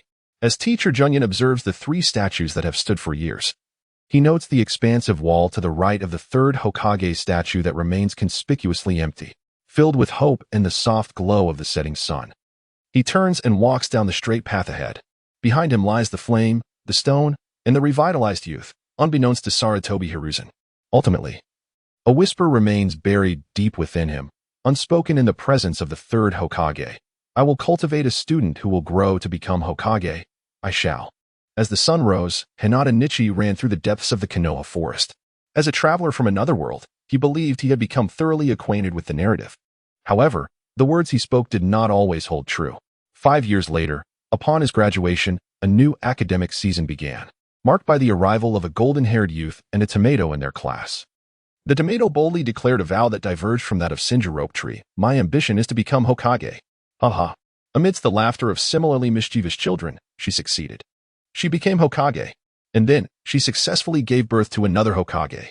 Years later, as her students transformed into formidable warriors and fulfilled the dream of becoming Hokage. Watching the multitude of ninjas flinch before the formidable and terrifying Ninetales, Konoha's Chunin teacher, Hein Toshihiko, charged forward in front of his son, who bore a scar from the Ninetales rampage. He imparted to them the final lesson. Thus concluded the tale of Hein Toshihiko, teacher's arc, a thorough emotional build-up. Chapter 25, The Hasty Years in a Time of Peace. Life at the Konoha Ninja Academy was quite serene. The ninja school resembled Nichi's elementary school in his previous life, where, apart from imparting Konoha's historical and cultural knowledge to indoctrinate the students, Most of the curriculum revolved around fundamental ninjutsu, ninja tools, and physical training. The remaining time was dedicated to practical exercises and free activities, fostering an open-ended approach to education concerning the village's future. As a teacher, Heian Toshihiko merely needed to assign daily tasks, such as throwing shurikens 100 times, executing Konoha's basic physical techniques 50 times, and successfully performing the body replacement technique 20 times each as homework. As for the mischievous children, whether they completed their tasks or not, one might wonder if the original Naruto ever managed to complete his shadow clone jutsu like a loyal dog. In stark contrast to the prosperous and powerful Konoha, the ninjas emerging from the other four great nations, shaped by the harsh terrains of blood mist, stone, lightning, and sand, exhibited a plethora of differences. They lacked the fierce, extreme personalities forged in adversity, yet gained admirable qualities brought forth by a life of prosperity and ease. In this ninja world, they were exceedingly happy, perhaps too much so. Meanwhile, pairs of crimson, fierce eyes watched over this flourishing land. Outside the death forest of Konoha, the tranquil surface of an emerald lake was disrupted as a plump crucian carp leaped forth, tracing a graceful arc with its silvery line. Splash! With a resounding thud, it fell into the bucket. Perhaps dazed, it took several moments to shake its tail, open its mouth, and commence swimming and tumbling, prompting the boys who had initially thought it dead to rush over, yet they could not hold it down. The crucian carp, which had been swimming freely at the lake's bottom, was forcibly yanked from the water by Nichi, who had not even allowed it a single taste of bait. Ah, what a large fish. Nichi is amazing.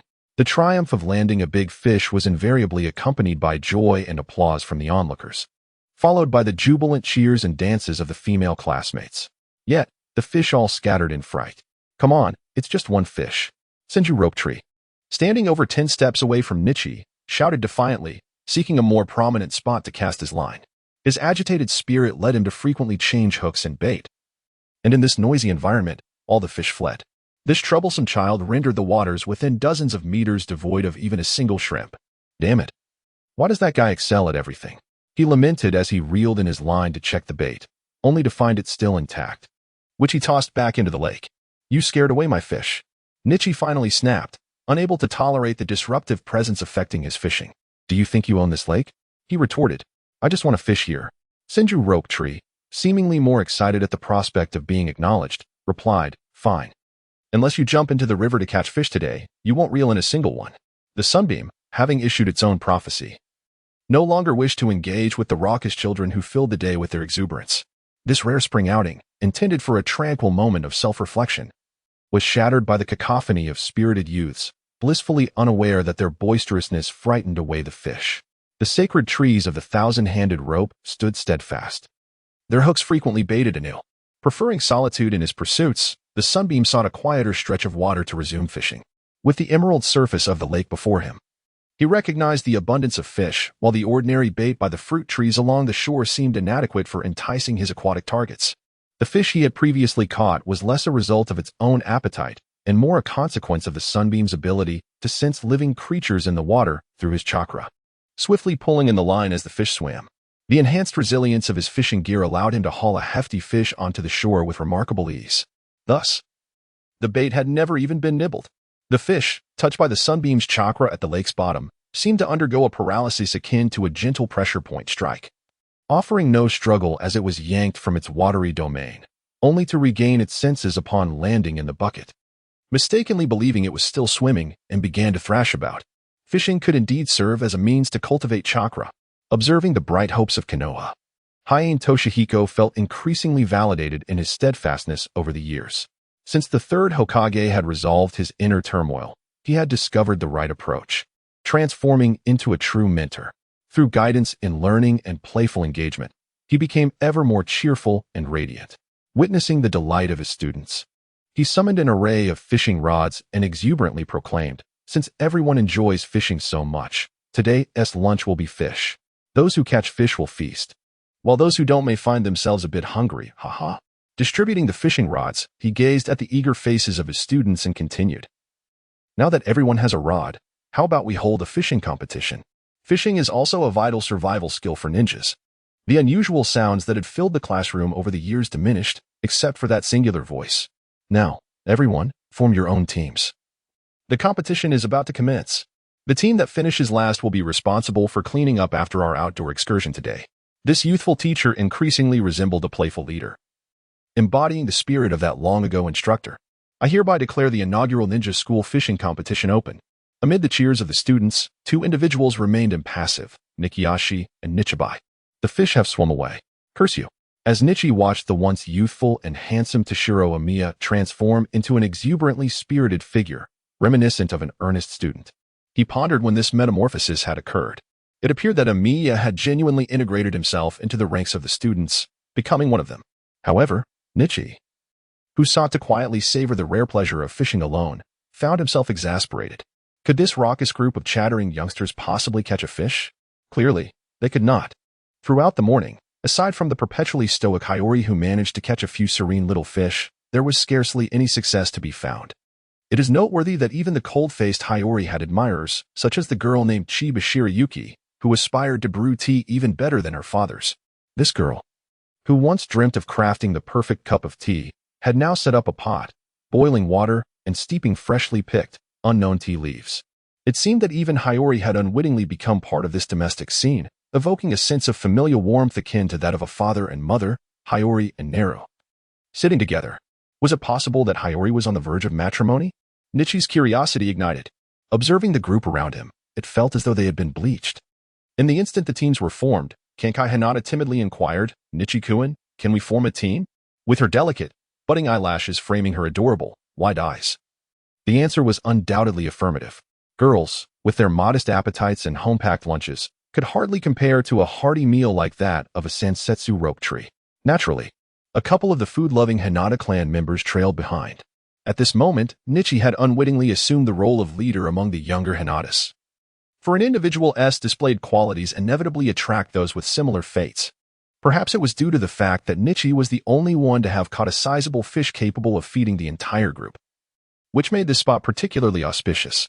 In an instant, after the teams were assigned, Nichi found himself encircled by a swarm of fishing rods. Faced with this dense thicket of poles and lines, the air was charged with excitement as they readied their bait, cast their lines, and tied their knots. In that moment, the tranquil lake seemed to boil over, never to return to calm. Chapter 26. The last summer clear waters yield no fish, and likewise, an abundance of people yields none. The little crayfish appeared to have fled in fright. As Richao gazed upon the lake's surface, he lamented the absence of fish. Not even a single turtle could be found. At that moment, he felt an irresistible urge to cast his line.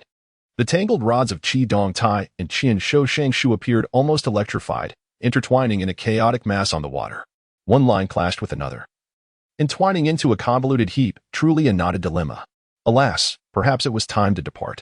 Resolute, Richao gently extracted his fishing rod from the very heart of the tangle, accompanied by his loyal team of white-clad Hinata, and lifted the wooden bucket that contained a solitary large fish, preparing to relocate. During this brief disturbance, it was rather ironic that the usually reclusive Riju remained undisturbed, managing to catch a few small fish suitable for soup.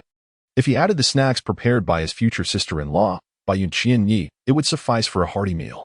Mischievous children had scared away all the frogs within a considerable radius, leaving nothing but disappointment in their wake.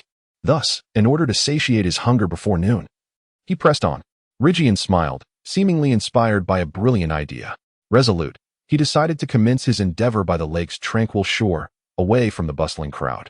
With a flicker of determination, he activated his Byakugan. In that moment, the expanse of the lake lay before him, its depths akin to jade, revealing themselves to his keen gaze. How remarkable! Hinata Rigian had awakened his Byakugan. The beauty of Rigian's pristine white eyes was truly captivating. Hinata Kankai silently admired those pure white orbs, fantasizing about possessing a pair of her own. At that moment, Rigian remained indifferent to the astonished stares surrounding him. The Byakugan had manifested shortly after Hinata his awakening, a decision made to qualify him for training and guidance alongside the esteemed Hyuga clan's Hizu. The wisdom of collaboration far surpasses solitary endeavors. This was the culmination of Rigian's years of rigorous training with the Byakugan. As he surveyed his surroundings, his vision, enhanced by the manipulation of chakra, extended further and became increasingly distinct. Beneath the emerald waters, at a depth of 3,141,5926 meters in the 12 o'clock position, he detected the presence of adversaries. Enemy 1, estimated weight 2, 5 pounds, species, bighead fish, Gender, male, alertness, 10, currently seeking a mate. Enemy 2, estimated weight 0. 5 pounds. Species, Squirtle. Gender, female, alertness, -10, in a state of enchantment. Which creature to pursue for this interspecies friendship? The decision was made. It would be you. Arise. Big head, Bulbasaur. With a swift motion, the fishing hook soared into the water. As the ripples expanded upon its entry, the fish scattered in panic. Rygian, guiding the fishing line, targeted the fish swimming above his hook. With a sudden jerk of the rod, he infused chakra, imbued with the principles of gentle fist, through the line and into the hook, striking the fish with formidable force. The powerful pull swiftly lifted the hook in the direction Rygian anticipated, ensnaring the fish's paralyzed body. The fishing gear, reinforced by chakra to enhance its resilience and durability, resisted breaking under the sudden strain. Likewise, the fish, rendered immobile as if struck by a gentle fist pressure point, could do little to resist. Thus, it was drawn directly from the depths, emerging from the verdant waters to land upon the shore. For the first time, Rygian's Byakugan vision and the precise control of chakra, akin to gentle fist techniques, were employed in the art of fishing. With the first catch secured, surely there would be a second and a third. At that moment, Rygian needed only to remain patient, waiting for the precise moment to strike when the prey entered his range. Fishing, it seemed, was a pursuit as simple as this for a ninja. As the sun dipped low, Rycha cast a glance at the treasures amassed within his fish bucket. His insatiable appetite for the peculiar had resulted in an eclectic collection. There lay a ferocious Magikarp, a steadfast Blastoise, a mysterious seahorse, and a large clam. But what was this? Amongst the bounty, a sizable toad caught his attention, its left eye marred by a deep scar, and a piece of straw resembling a cigarette clutched between its lips, audibly munching on the small fish and shrimp that resided in the bucket. Was this the infamous toad boss, Wentai? Rycha silently lamented, realizing that this creature seemed far from maturity and lacked the ability for coherent speech. Toad boss. Ribbit, ribbit, ribbit. Bayu. With a grimace, Nichiha cast the three-legged frog into the lake, his mind reluctantly pondering the wisdom of avoiding trouble with the frogs of the ninja world, whose lineage could be traced back to the Sage of Six Paths, an entity not to be trifled with. As fish were inexplicably pulled from the water, their return to life after being subdued stirred the faces of the hapless onlookers, a silent slap of reality. As dusk approached, the spring outing crew began to prepare their meals. Nichiha-kun, may I trade some fish for a bento? The Uchiha team as Mikoto, playing the role of a benevolent envoy, sought to exchange provisions with them. Naturally, Nichiha had no objections to the beautiful and serene Uchiha girl. Help yourself, he replied, though he would have dismissed any other Uchiha's offer. Soon, various lovely envoys from different groups arrived, bringing an array of delectable offerings: dango, sushi, rice balls, and tempura. Nichiha, who could only fish, had successfully enhanced his team's rations. According to the rules, those without fish would go without dinner. Hiding beneath a large tree, in the cool shade reflecting the colors of the sunset, they feasted on delicious grilled fish alongside the most scrumptious dishes prepared by their classmates' mothers. On this day, Nichiha savored the love-filled bentos from several classmates' mothers, the flavors evoking cherished memories. Could a mother's culinary skills ever falter? Certainly not. As the fragrant aroma of grilled fish wafted through the air, the sounds of hungry bellies echoed, a chorus from a group of impoverished souls. You lot, come eat with us. Hien Toshihiko offered his spot, calling over the most mischievous ones in the class, the likes of Senju Rope Tree and Akado Iron, who had not even glimpsed a fish, seemed to spring to life at the prospect of a hearty meal, their spirits lifted like rain after a long drought. Hurry! The previously dejected groups quickly perked up, as if fearing they would miss out on the food. Don't celebrate too soon. After you finish eating, you must clean up all the rubbish here. Understood? Hien-sensei, having offered a sweet treat, doused their enthusiasm with a splash of cold water. In the world of ninjas, one cannot simply enjoy free meals. Everyone must contribute their worth to the team. Even if one is merely a support staff or a medical ninja, their contributions are essential. Otherwise, they risk being scorned and ultimately forsaken by the group. This was the distinguishing feature of Konoha's ninjas, setting them apart from those raised amidst the blood mist of other villages like Kirigakure, Awagakure, Kumogakure, and Sunagakure. At this moment, Hien Toshihiko was seamlessly imparting life lessons to his students, demonstrating that not only the children were maturing over the years, teachers were growing too. If the previous cheer was a triumphant boast, this response echoed the lethargy of one who had taken a laxative. The joy of a free meal quickly transformed into the weariness of labor required to earn one's sustenance. Nichika felt quite satisfied with Hien-sensei's approach, for it was his hard-earned fish that was now being consumed by these careless classmates. He harbored some grievances, yet he found himself increasingly impressed with this teacher, truly. Hien Irika's father had displayed remarkable growth. Parental guidance plays a crucial role in one's life. Otherwise, how could Irika-sensei see past everyone's disdain for Naruto, recognizing and guiding him instead? Without Hien Irika, Naruto might have ultimately descended into the wild beast that was the Nine Tails. As the sun began to set, they needed to hurry home before darkness fell. CC, goodbye. CC, see you later. Watching his students wave farewell, Hien-sensei smiled and waved back. A moment reminiscent of years gone by, though back then, it was he who had been the one to bid farewell. Reflecting on this, Hien Toshihiko let out a deep sigh. This would be the last spring outing for this batch of students. Summer was upon them. As he watched the final child depart, he quietly mused how swiftly time passed, an emotion tinged with reluctance. What am I thinking? They're all graduating. He chuckled to himself, extending his arms in a self-deprecating manner. Finally, he gazed at Hokage Rock from a distance, pondering, my first batch of students, I shall silently watch over you until you each grow into the hope of Konoha. Chapter 27. The last secret time had flown by, and as one glances back, the realization of impending graduation dawns. The light now bathed Nichika's forehead, where the dark curse mark of the caged bird had begun to meld with his skin, gradually fading with age and growth. Thus, the morning sun of the Ninja Academy continued to shine first upon Nichika, slowly moving inch by inch into the depths of the classroom, a familiar spot that, though distant, remained favorable. After all, the Hyuga clan's keen eyesight allowed Nichika to see clearly even from the last row without activating his Byakugan.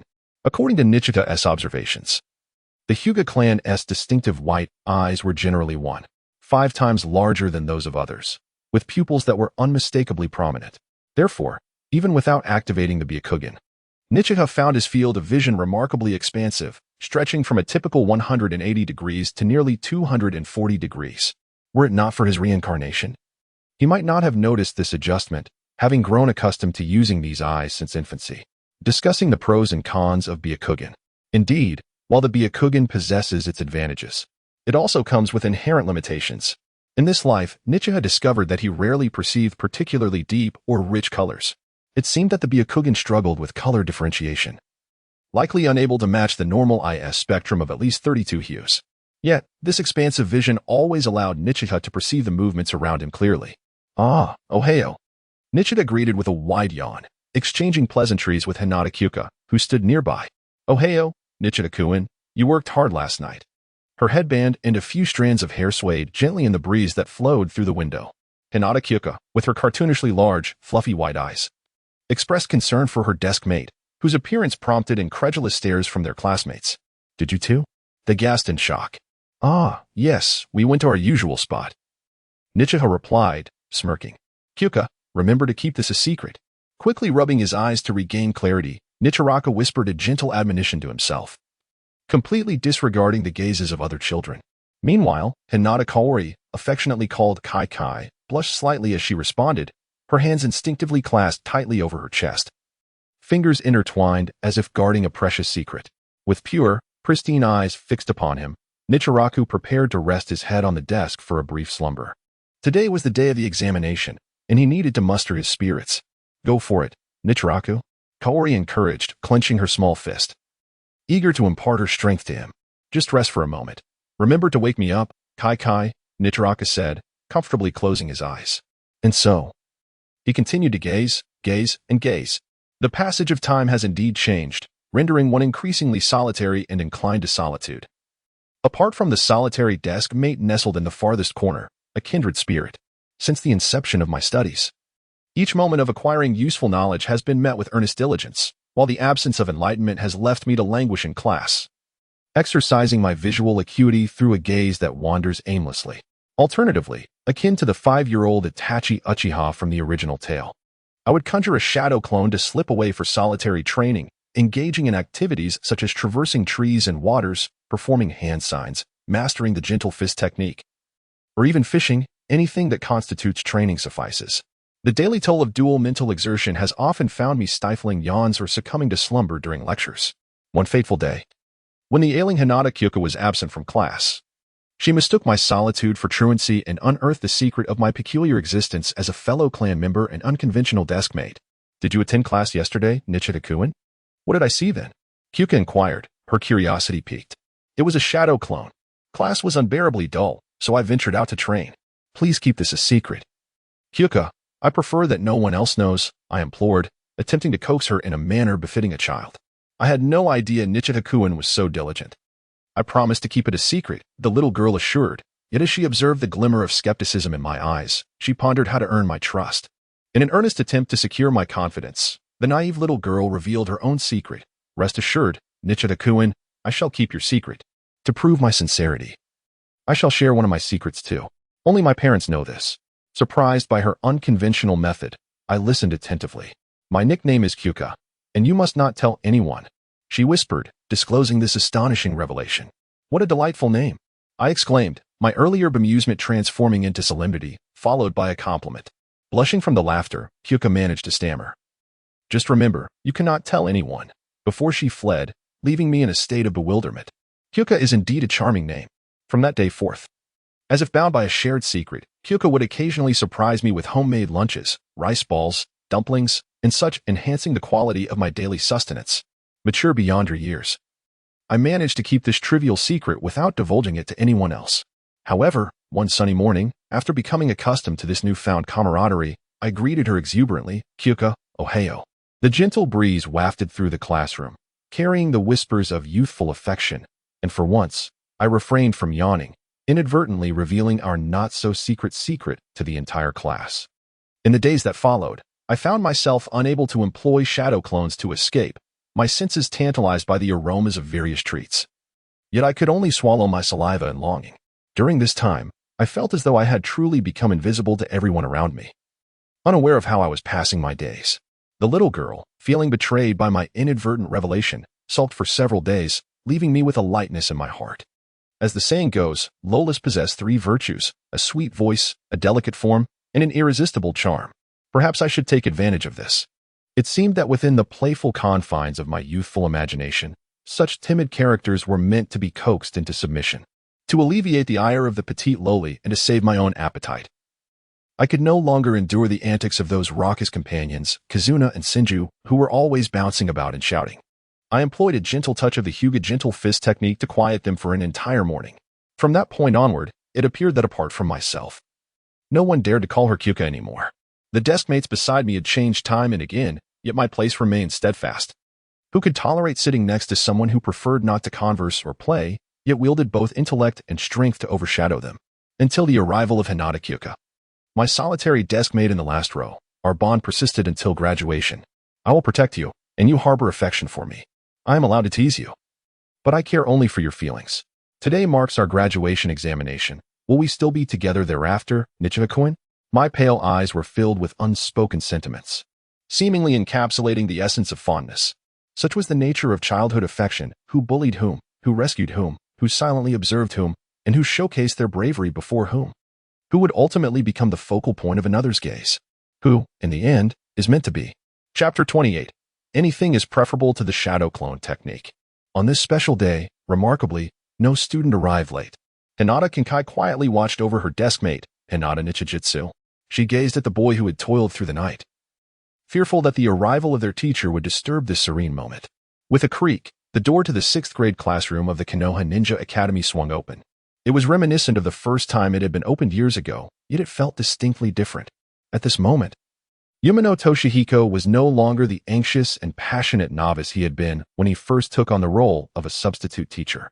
With the growth of this cohort of students, he had transformed into a well-respected and seasoned educator. His emotions now diverged from the nervous excitement he had felt years prior. After years of honing his skills and learning, he now felt a profound affirmation and anticipation for the future achievements of his students. It was a sentiment that could only be fully appreciated through witnessing their growth and progressing alongside them. Nichijitsu-kun, wake up, wake up. Kankai gently prodded Nichijitsu's arm, which was buried beneath his head, but he remained unresponsive. She then tugged at his clothing, pulling it insistently once more. Richiya pressed his lips together and continued his slumber, as sweet and rich as that of an infant. No one shall disturb me, he thought. Why is he still not awake? Richiya-kun, truly. Observing the vigilant gaze of teacher Hina, who was already surveying the entire room, Hinata Kaikai mustered her courage once more, tugging and poking at him with renewed vigor. Little Rigia's soft, plump form seemed quite amusing. Meanwhile, in the depths of his dream, Rigia sensed a persistent tugging and poking at him, prompting a constant struggle and writhing in his sleep. With his eyes barely open, he saw a vision of her from the past. No, no, don't pull. Don't pull, my darling. Ah, Kaikai. It seemed he had drifted into another dream. Hinata Kaori glared sulkily at the already awakened Hinata Nichi, turning her flushed face away, no longer wishing to engage with him. What had he just called her? Treasure. Belle? Humph. What a rascal. Observing her students, some still half asleep, Takahiko Amiya felt they seemed oblivious to the gravity of the situation. After a prolonged silence, he pondered for a moment, then adopted a stern expression, uncharacteristically elevating his voice. We shall now commence the graduation examination. All students, proceed to the training ground. The suddenly aloof Amiya, clutching the exam roster, strode toward the ninja school's training area, leaving behind a group of students, now filled with trepidation, engaged in frantic discussions. Amiya had never been this serious before. To the training ground? Could it be a practical exam? How could this be? A practical exam? But we are still students. Oh no, I feel utterly outmatched. Indeed. How could we possibly contend with those troublemakers? Are we to engage in combat? But we are girls. Ah, ha ha ha. I will leave you all in ruins. Bang, bang, bang, bang, bang. Victory is assured. Humph, just wait until the exam. You will regret it. Ugh, I didn't even sleep well. Wait for me, Kaori. Nichi, still groggy, chased after the inexplicably angry Kaori, who was leisurely walking behind him. The moment Nichi stepped out of the classroom, the space that had housed them for 6 years fell into an eerie silence. In this classroom filled with memories, it was now empty and desolate. At the dry training ground of the ninja school, each student stood in their designated positions, an unusual hush enveloping them before the decisive moment of the examination. Silence. Tension. Observing the students, who appeared as if facing a formidable foe. Takahiko Amiya finally broke the oppressive atmosphere. Ha ha ha. No need to be so tense. It's merely a test of the body replacement technique. Look at how frightened you all are. Now that I've revealed the exam content, I trust you are feeling less anxious. Watching the sudden shift from silence to a cacophony of chatter, Amiya punctuated the moment with laughter, hands on his hips. This transformation seemed to release the pent-up anxiety of the students. Amiya-sensei, you really scared us. But the body replacement technique is quite challenging. The straightforward and boisterous Chiba Shirakumo chimed in first. Phew. With a sigh of relief, Hinata Kaori gently patted her chest, calming her racing heart. Beside her, Uchiha Makoto also relaxed her tightly clasped hands, her lively spirit finally settling. What a letdown. I thought we would finally get to engage in real combat, boasted the arrogant Akato Tetsuya, who was accustomed to bullying others. Combat? Who was afraid of that? But how infuriating. It's just the body replacement technique. The most discordant voice came from the previously exuberant Senju Nobiru, who, while always advocating for justice, found the prospect of combat trivial. Technical skills, however, warranted a chuckle. What were we just tested on? The still drowsy Nichi was completely oblivious to the antics unfolding around him. After all, in Chapter 7, he had resolutely vowed to become a top student in this life. However, it seemed that Nichi had far surpassed his own expectations. Having secretly practiced until falling asleep in class, he could no longer be described merely as a diligent student. Over the years, his tendency to daydream during lessons yet pass every examination had earned him the status of a genius in the eyes of his classmates. The title of top student belonged to Hinata Hayashi.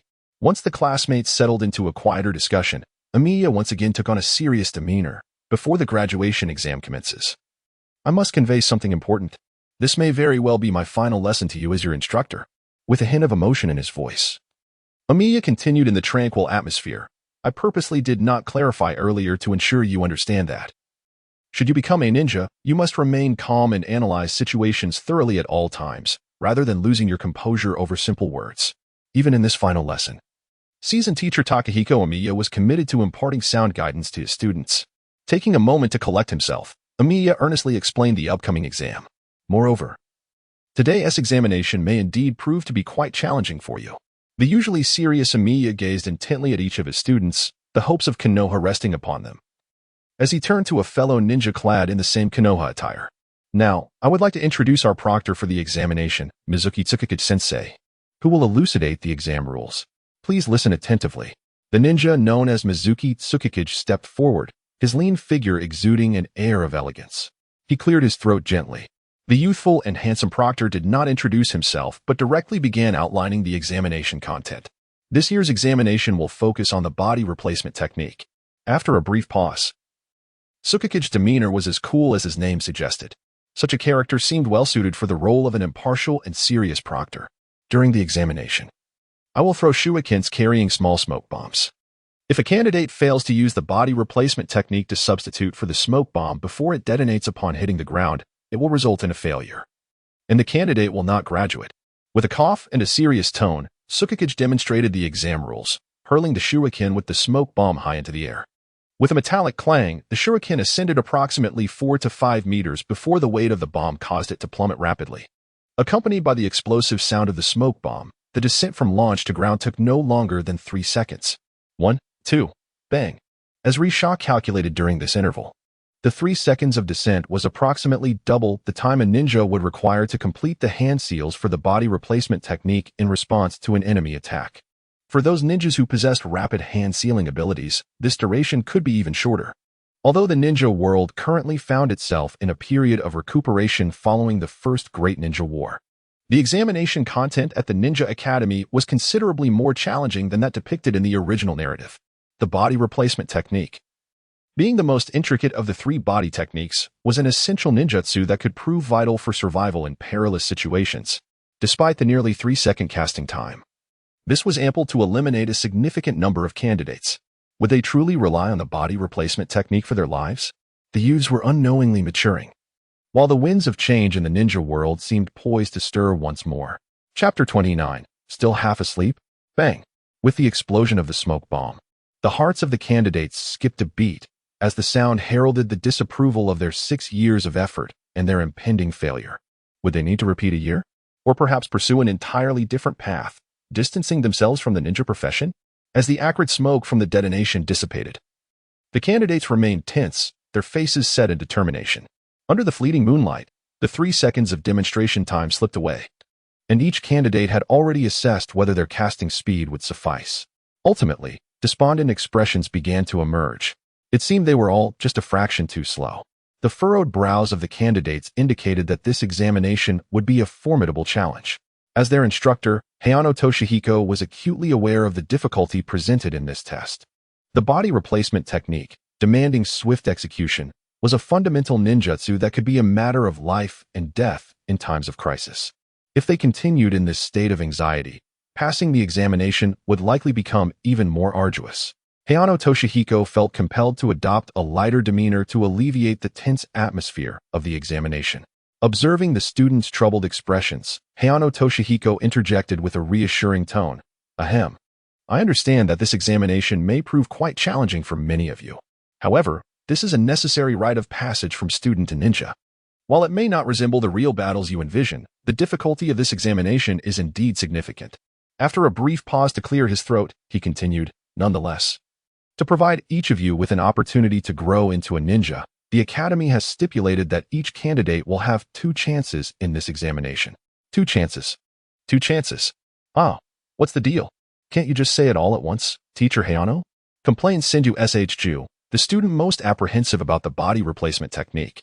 The heartbeats of the candidates had already settled, having been stirred by Hayano Toshihiko's words, and they were aware that any further surprises could arise. Why can't you just finish in one breath? Muttered Bayun Qianya, echoing the sentiment. Indeed, there was more to come. Today, Hayano Toshihiko seemed to have transformed into a pedantic scholar, stroking the non-existent beard on his chin, and spoke in a tone reminiscent of an experienced mentor. While you have 2 opportunities, I strongly advise you to succeed on your first attempt. Should you fail the first time, the pressure of the second attempt, with no retreat, will be far greater. He suddenly adopted a stern expression and added, moreover, in the future battles among ninjas, your adversaries will not grant you a second chance to execute the body replacement technique. With that, the teacher, who seemed to have aged in an instant, mimicked the signature gesture of the 3rd Hokage, stroking his chin. The students, feeling the psychological tug-of-war orchestrated by their 2 instructors, began to realize the gravity of the situation. Otherwise, the usually succinct Hayano wouldn't have elaborated so much today. Consequently, The aspiring young ninjas began to recalibrate their mindsets, striving to attain their optimal states. In the far corner of the line, Hayashi Hyuga silently observed his former teachers over the years. Throughout this time, he had witnessed their gradual evolution from novices to seasoned educators, just as he had once admired Irika, the epitome of a perfect instructor and the esteemed father of Hade Irika. He could not help but acknowledge the profound impact they had in nurturing future Hokages. Beneath the radiant sun of the morning, Hate Junhiko was finally about to witness his students depart one by one. The youthful voice exuberantly announced the conclusion of their final lesson. The exam begins. Bang, bang, bang, bang. At that moment, the training grounds were alive with the flutter of birds, resonating with the explosive sounds akin to grenades being tossed as smoke billowed around. With another detonation of a smoke bomb, signaling the end of the candidate's two chances, Hate Junhiko reluctantly uttered words he despised. So, you have failed. This marked the third consecutive failure since the beginning, and although he had prepared for the possibility of candidates being eliminated, the atmosphere grew heavy with despair as the remaining students were enveloped in a cloud of gloom. Misfortune had begun. Who would be next? Observing the worried faces before him, Hate Junhiko felt a pang of concern. The difficulty of this graduation exam and the streak of failures appeared to be taking a toll on the candidates' morale. Many who should have succeeded might falter under the pressure of anxiety. Glancing at the roster of candidates in his hands, he pondered the need to rearrange the order of the examinations. Who should be next? Lifting his gaze, he began to scrutinize the familiar faces, seemingly in search of someone reliable amidst the crowd. At the very least, he needed a candidate with the fortitude to withstand the weight of consecutive failures. Ah, there. How could you still be asleep? After surveying the group, Hate Junhiko's eyes landed on a certain individual, markedly distinct in demeanor. If not for his position in the last row, he would have stood out immediately. His calmness was extraordinary, even bordering on slumber. Next, Hinata Hayashi. The still drowsy Hayashi, caught off guard by the sudden call of his name, wore a confused expression. What is happening? Is it almost over? Usually, I'm among the last to be called. Why so soon this time? Still bewildered, Hayashi glanced at Hate Junhiko, who was grinning with an air of self-satisfaction. Yes, you. Hinata Hayashi. Why are you staring blankly? Observing his dazed demeanor, Hate Junhiko understood that this student had shown little concern for passing the exam. He had been dozing off the entire time. It was infuriating for a teacher to expend so much effort only to have it fall on deaf ears. What are you still doing there? Hurry up and come take your exam. Are you planning to sleep another year with me? Watching Hayashi's languid figure, Hate Junhiko, having taught him for many years, decided to employ a tailored approach to rouse the laziest of his students. The glare he cast seemed to convey a myriad of sentiments. Just wait until next year. I'll make sure you wake up every day. The student Hinata Nichi, although often perceived as a languid and unreliable individual in daily classes and training, is juxtaposed against the diligent and meticulous Toshiaki Emiya, who, after reviewing the student's term performance, discovers that Nichi is, in fact, an extraordinary player who consistently maintains an average grade without ever failing a subject. What does it mean to be a perennial average student who never fails? It is noteworthy that even the academically exceptional Hinata Nichi occasionally struggles with ninjutsu and genjutsu due to the unique physique of the Hinata clan. Facing the occasional failure in one or two subjects, this carefree individual, who spends his days napping and nonchalantly bantering during class discussions, has somehow managed to achieve passing grades across the board, never having failed a single subject. Are you testing my intellect? It took me an entire year to realize this during the year-end review. Hinata Nichi has even been caught several times resorting to the advanced technique of shadow clone just to evade classes. Are you mocking me, Nichi? Ah, the irony. After 6 years of camaraderie, Nichi finds himself pondering the underlying strategy behind Amiya's arrangement, yet he is unexpectedly inspired by a surge of courage. Come on, Nichi. The first voice to break the silence belongs to Hinata Kyuka, who just moments ago was sulking but has now mustered the courage to cheer him on. Marking her loudest utterance in their 6-year friendship. Nichi, you must pass. Don't let me down, exclaimed a fervent and spirited SH-Ju, who launched into a playful taunt. Best of luck, Nichi, quietly offered Uchiha Makoto, her radiant smile illuminating the atmosphere. You fool, hurry up. The elder brother Nichi, finally comprehending his younger sibling's predicament, shot a fierce glare at him. Nichi then chose to dash past his brother, causing a ruckus in the process. Mind your own business. At this moment, the proctor, Tsukikage Miki, seemed to grasp the thoughtful intentions of the esteemed Emiya, refraining from hastening the proceedings. Observing the temporary substitute student adorned in a grayish-white ceremonial robe embroidered with the Hinata clan's insignia and a mysterious mark upon his forehead. She noted the rare ponytail of long black hair cascading down his back, giving him an air of both rebelliousness and maturity uncommon for his age. Yet, there was a distinct lethargy about him that raised concerns about his vitality. Nonetheless, since he was personally selected by the instructor Amiya, the kind-hearted Tsukikage inquired once more about the drowsy lad. Hinata Nichi, is it? Shall we commence? Yes, any time. Nichi lazily stretched before the audience gathered to witness the spectacle, twisting his hips as he began his warm-up exercises. Unbelievable. Is this fellow truly reliable? Let us begin. As the signal was given, shurikens accompanied by black smoke bombs soared towards the heavens at a 69-degree angle. Whoosh, 1 second, 2 seconds. Bang. At that moment, in the examination hall, all eyes were fixated on Nichi, leaving his peers utterly astonished. The smoke curled around them, enveloping the arena in silence. Their jaws seemed to drop collectively in disbelief. Wow. Wow, wow, echoed the astonished murmurs as the onlookers, like crows, took flight, leaving behind a trail of bewilderment. Ah, what a spectacle! Nisha stifled a tremendous yawn. One so vast it seemed capable of inhaling the very smoke that hung in the air.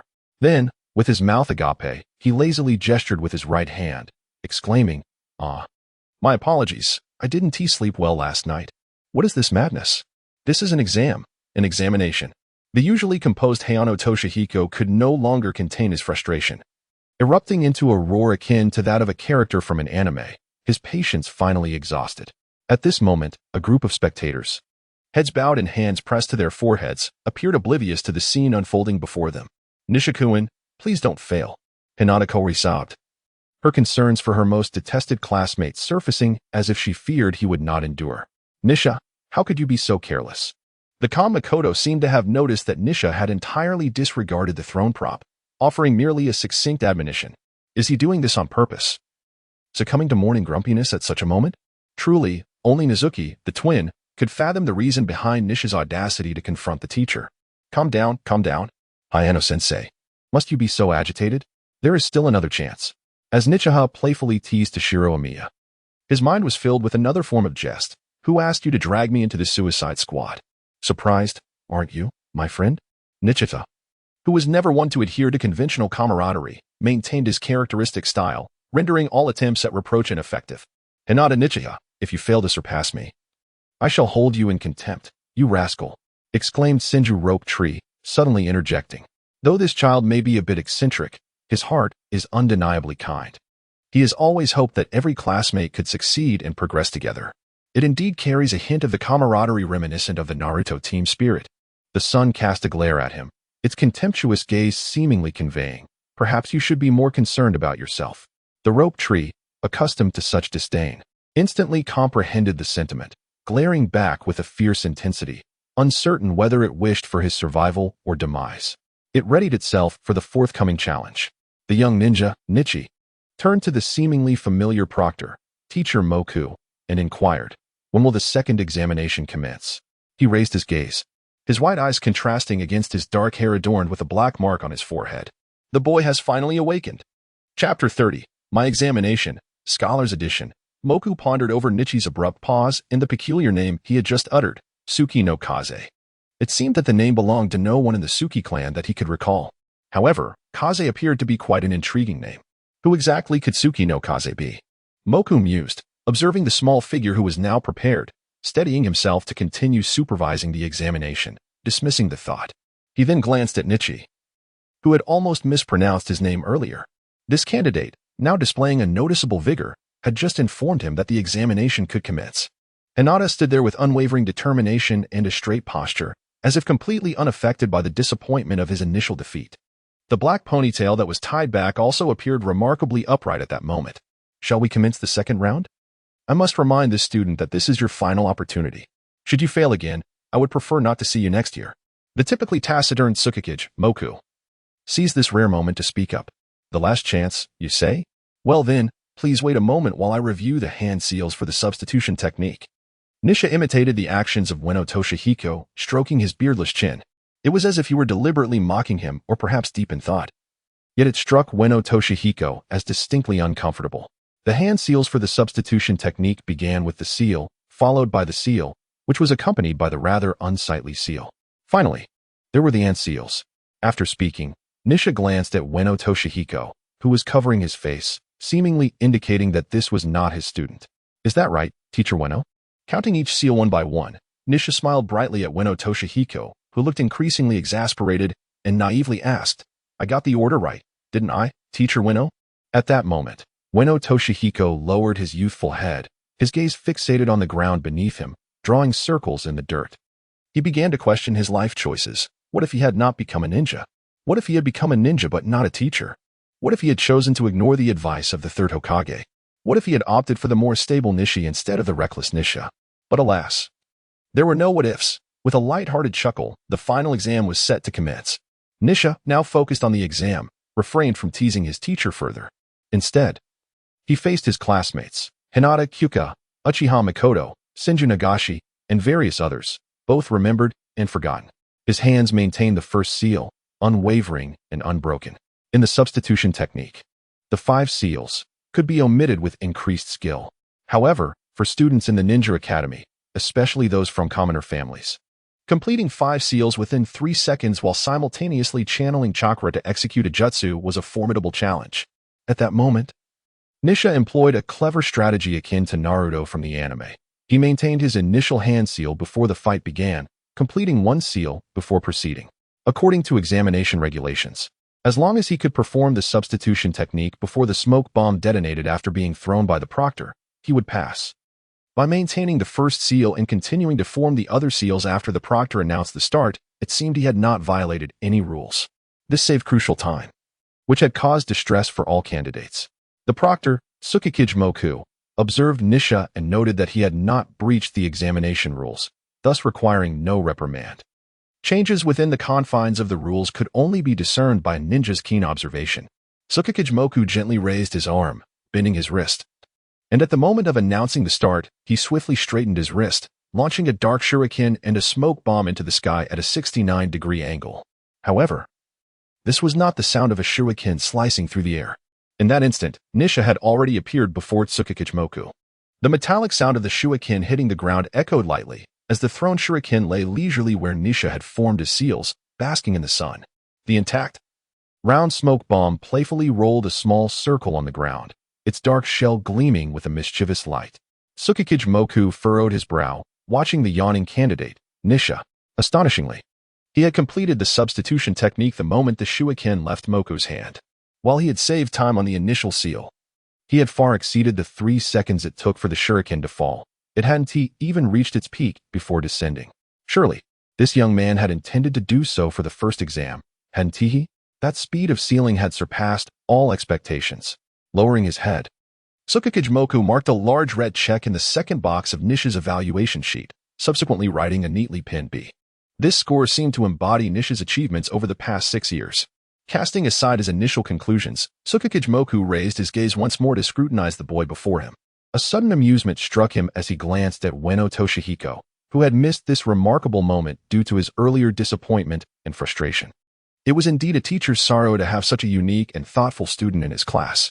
Ueno Toshihiko stared at Nisha, who had been deemed to have passed by Tsukikijimoku, and found himself bewildered by the student's playful gaze directed at him.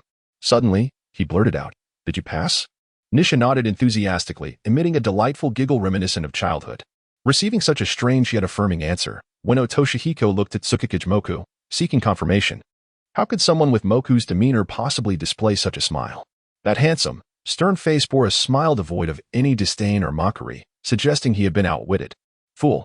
Ueno Toshihiko, unable to contain his frustration, dashed toward Nisha, shouting in a fit of rage. It seemed that a mischievous child needed a good scolding to relieve his anger. Yet, Nisha, ever prepared, swiftly slipped back to his place among the candidates, watching with amusement as his classmates laughed heartily at Ueno Toshihiko's flustered state. Ha ha, Teacher Ueno. Nisha has passed. They chimed in, urging him to let it go. Can you believe it? He actually passed. The faces of the students revealed none of the earlier despair from their previous failures. Instead, they radiated an air of ease and laughter. If one could succeed, why couldn't they?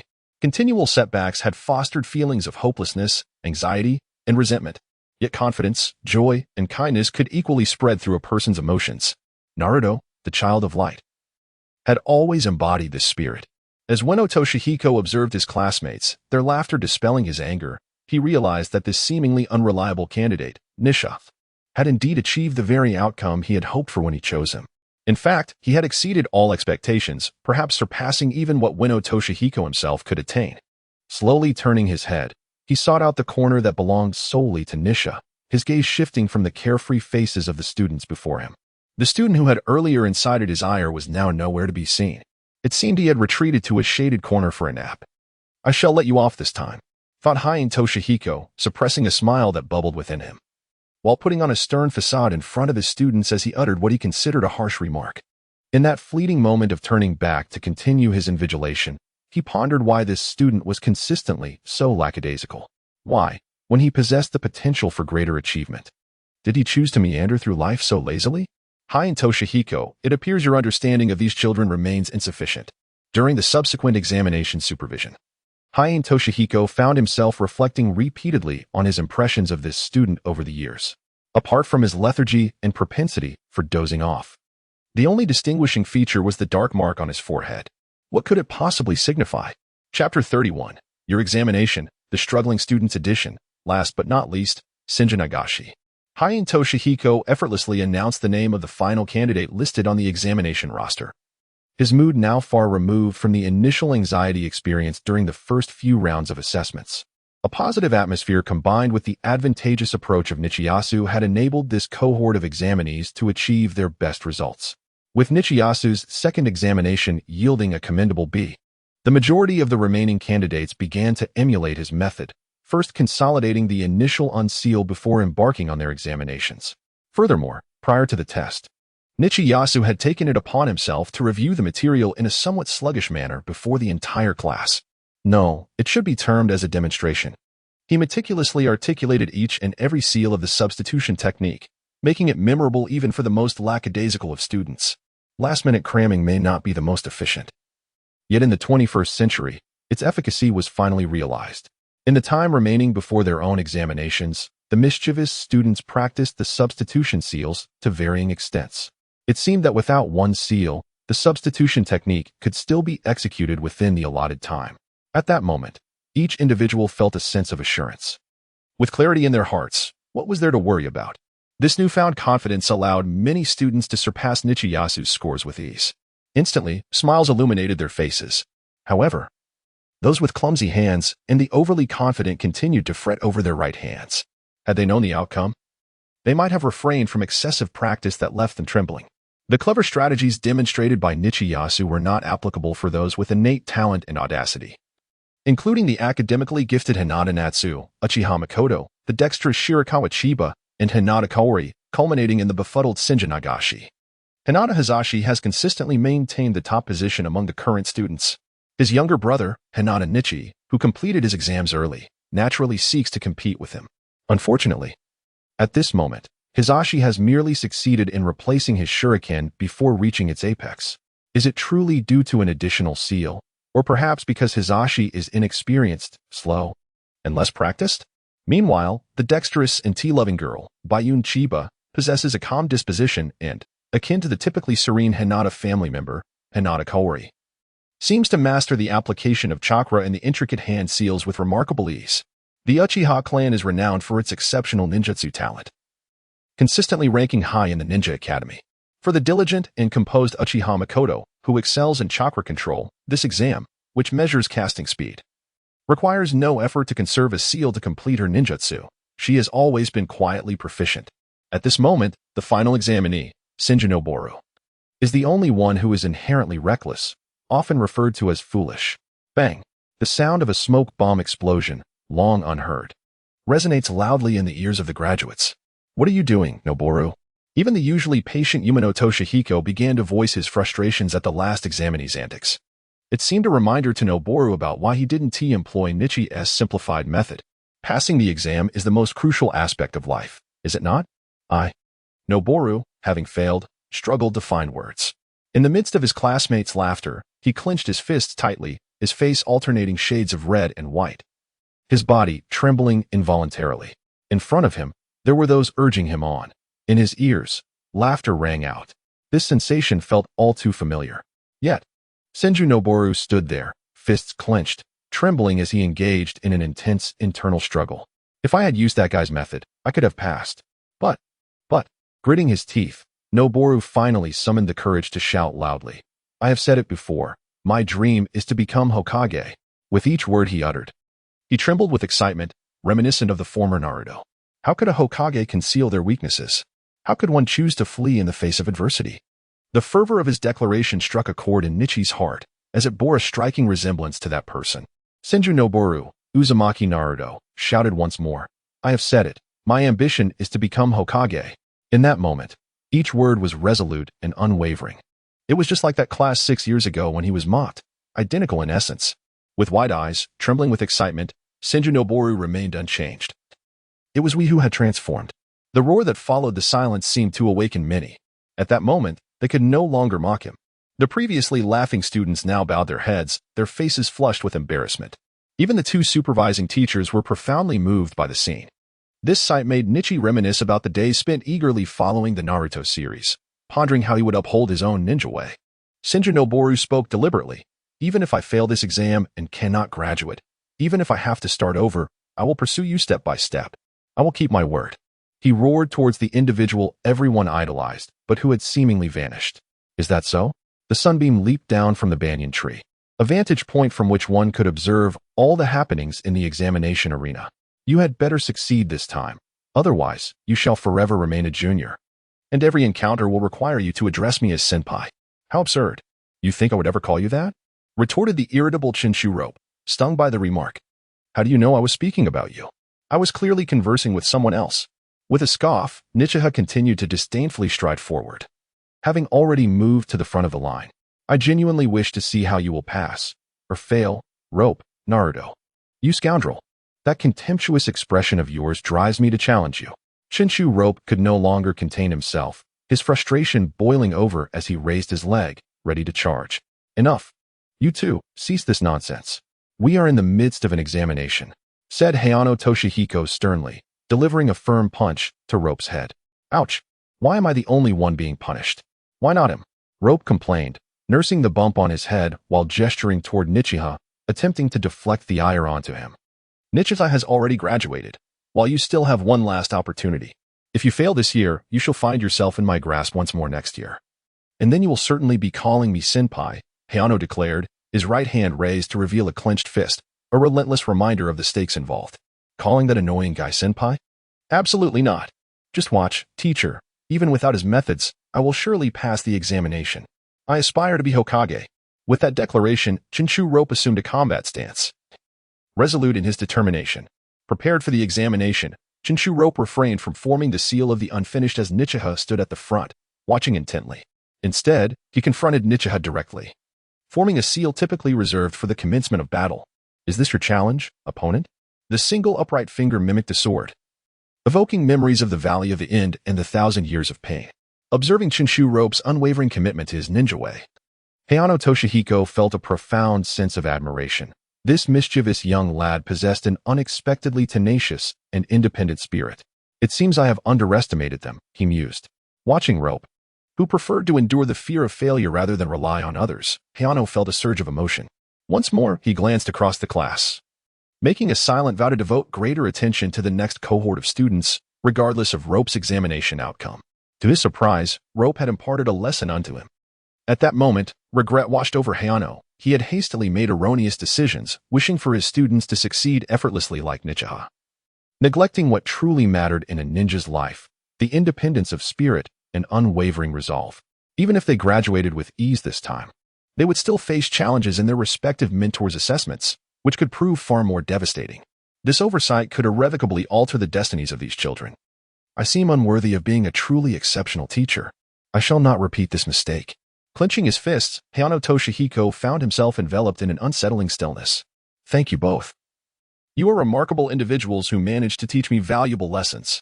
At that moment, a quiet smile graced his face, reminiscent of the joy he felt when the third Hokage had guided him.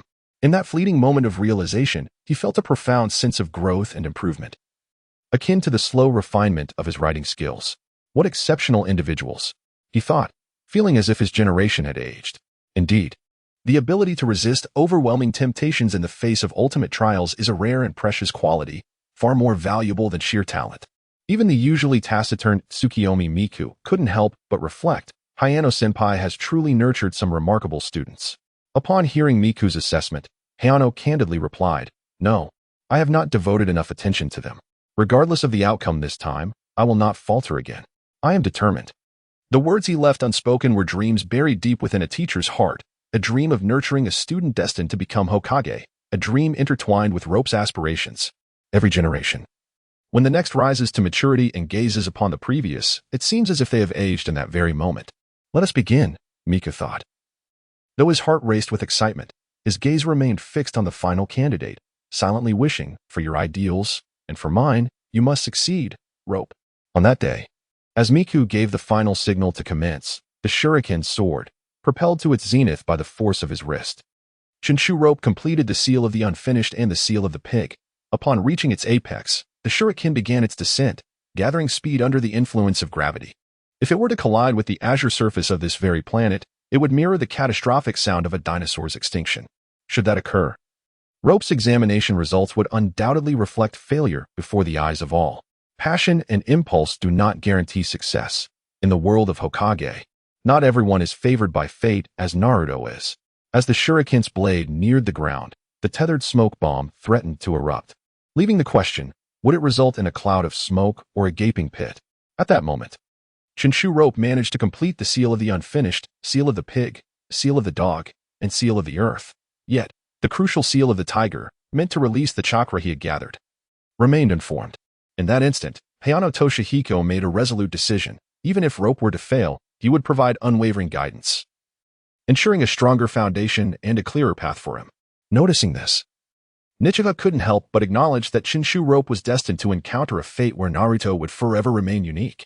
At that moment, the graduates, who had just moments ago felt the sting of embarrassment, were prepared with fresh jibes, ready to unleash their ridicule at any moment.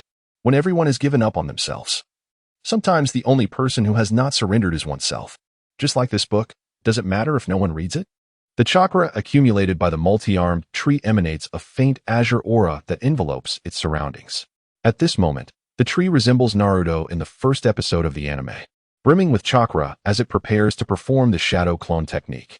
However, despite the immense chakra gathered, it remains incapable of transforming into the technique. Oh. With a cry reminiscent of a child's voice, the moment the shuriken strikes the ground, bang! The metallic clash of the shuriken against the earth resonates loudly. Boom! A thick cloud of smoke envelopes this final examination. The Byakugan observes everything within the haze. Is this truly the end? So be it. Chapter 32. The Headband at the Waist. The celebratory fireworks were brought by the graduates themselves. During the exam, the almost disastrous smoke bombs were procured from a ninja tool shop by the red-clad Iron, who had a rare bond with another underachiever by the time of graduation. As they prepared to leave the ninja school, they blossomed together like clouds of white cotton in the sky. The resounding explosions in the billowing white clouds above the classroom were reminiscent of a Super Mario victory animation, heralding the graduation of this cohort of students with a resounding score of 23 for 197. So, before departing, one must surely do something, right? The sun cast a glance at me, then fixated on those two mischievous children, as if witnessing a reflection of my own wild self from years past. It was a day worth reminiscing, a graduation day. Amidst the chaos of torn pages raining down from the pinnacle of the teaching building, I let go of the emotions that had weighed heavily on my heart like snow in June. Was the student registry meant to preserve memories or simply to retain her final contact details?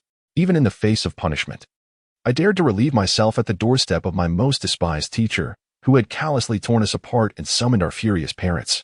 I yearned to confess my affections for every you and she that I admired, yet I could never find the courage to speak. Was it simply that I had too many crushes? In this strange world of ninjas, would we ever meet again after parting ways? Watching them revel in their joy, I was struck by a flood of memories. Some matters are best left unexamined. Why bother with trivialities? Nonetheless, I felt compelled to ignite my own fireworks on graduation day. In a playful fantasy, I became the target of a surprise attack. With a swift kick, I struck the unsuspecting child, who was lost in thought. As I unleashed a smoke bomb with precision, sending it hurtling towards the waist of the unsuspecting victim. Oh, the double bang of a cannon. Good fortune comes in pairs. Accompanied by the sharp sound of discomfort and the final explosion of the smoke bomb, the daily antics of these children came to an abrupt end. Duong! Duong! Hayano Toshihiko delivered a thump to each of the heads of Shinjiro Tree and Akad Tetsu. If you too wish to obtain a ninja headband, stand obediently in the corner, or else be prepared for swift punishment. Without the cover of smoke. The few exposed individuals found themselves laid bare under Hayano Toshihiko's unrelenting gaze. With a mere word from the teacher who wielded absolute authority, they were promptly summoned. At least until they received their headbands, these mischievous children were still under my supervision. As for what happens after graduation? Let them wreak havoc in the ninja world. Never believe that these rascals will mature into adorable pandas. No, they will only become more unruly, grizzly bears, black bears, or even ferocious creatures. The two students, relegated to the corner for punishment, could only watch enviously as their classmates received their headbands. They hurriedly donned their own, flaunting them to their peers who hadn't yet received theirs, asking with a touch of arrogance, "Aren't we handsome?" I couldn't help but think. Having once stood in their shoes, what nonsense. Get lost. The two miscreants frequently cast pleading glances at Hayano Toshihiko, throwing flirtatious looks his way as they watched others claim their well-deserved accolades, their expressions tinged with envy. At last, only these two headbands remained, and their eyes sparkled with greed. Hayano Toshihiko, still seething with frustration, glared at these troublemakers who had caused him no end of trouble over the years, his destructive potential rivaling that of the other rascals. Hey, here I come. Afraid of missing out, Akad Tetsu, with several dark and empty boxes strapped to his waist, bounced towards the front of the classroom like a cannonball. Excited, he snatched his ninja headband from Hayano Toshihiko's hands and fastened it around his waist. This was no delicate waist like that of Yamanaka Ino, but rather a robust figure reminiscent of a Kimichi CHGS. He actually managed to tie the limited-length headband around his ever-expanding waist. At that moment, the curved headband clung tightly to his belly, propped up by his flesh, while several dark boxes for smoke bombs hung precariously from it. Looking at the headband now repurposed to hold smoke bombs, Hayano Toshihiko nearly slapped himself in disbelief. I should never have trusted them to use the headbands correctly. I shouldn't have even issued it to him. Thus, I resolved to properly educate the next generation of students, instilling in them a sense of honor regarding their ninja headbands. With firm determination, Hayano Toshihiko gazed into the classroom, where jubilant students who had completed their exams were celebrating with their newly acquired headbands. Some admired their headbands in hand, while others had already fastened them in various places on their bodies. Among them, the more sensible ones like Uchiha Makoto, Mibu Mamoru, and Gonzo Kairi had adorned their foreheads. Though each wore it with a slight tilt, at least they hadn't resorted to the eccentric style of Kakashi, who had obscured one eye completely. The petite and charming Shirakumo Chiyo had tied hers around her slender waist. The tie wrapped around her waist appeared to have an extra length, and she fashioned a beautiful blue bow at her lower back. Seeing this, I couldn't help but chuckle and comment on how my brother, Nikaritsu, had such exquisite taste. As for the others, the spectacle left Hayano Toshihiko utterly bewildered and teary-eyed. After all, these were headbands, meant for the forehead. Riji cast his gaze towards the heart of the classroom, where Hinata Hizashi sat. At that moment, the usually unassuming Hizashi exhibited an unexpected peculiarity. The ninja headband, typically worn across the forehead, was instead tied around his right arm. This unconventional placement led Riji to momentarily mistake him for the president of the student council, adorned with an air of authority that seemed to demand respect. Of course, this was entirely influenced by the peculiarities of the time traveler. His fine black hair had grown increasingly dark with age, now surpassing even the inky hue of the caged bird seal. The once flowing cascade of hair, now reaching his waist, had become increasingly challenging to bind with his mother's delicate hair tie. Thus, the presence of a ready-made headband was a serendipitous boon. Initially, Riji had decided to secure the ninja headband at the nape of his ponytail, only to be reprimanded sharply by Omiya Toshihiko, who chided him for positioning the headband in such a manner. Are you preparing for a sneak attack from behind? If you want it, take it off promptly. Ultimately, Riji was compelled to remove the headband from his hair, but instead of placing it upon his forehead like the other members of the Hyuga clan, he opted to tie it around his left arm. Upon adjusting the placement, he noticed the foolish Hizashi had already followed suit, securing his headband around his right arm as well. Could you not have fastened it to your right thigh instead? Must you insist on matching outfits with me? Twins can be rather bothersome. The distinction between 6 and 9 is hardly significant. Resigned, Riji glanced around at those nearby. Typically quiet and fond of obscuring her forehead with her hair, Saikai had chosen to wear her headband around her neck. A quick survey revealed that she had already been gazing at him with an endearing expression. In that fleeting moment, Riji's heart raced as he pondered the significance of that gentle gaze, just 30 centimeters away, and he found himself yearning to say to the charming Saikai, "This spot feels so familiar. Could it be that you are Hinata's mother?" Hinata Kaori sweetly blinked her eyes, admiring the appearance of Nichikuin with his ninja headband. Indeed, this adorable sight caused even the heart of the reincarnated Nichi to race wildly with mischievous thoughts. As he glanced around at the crooked headbands, Hayano Toshihiko felt a pang of discomfort, shaking his own headband as he instinctively checked its alignment.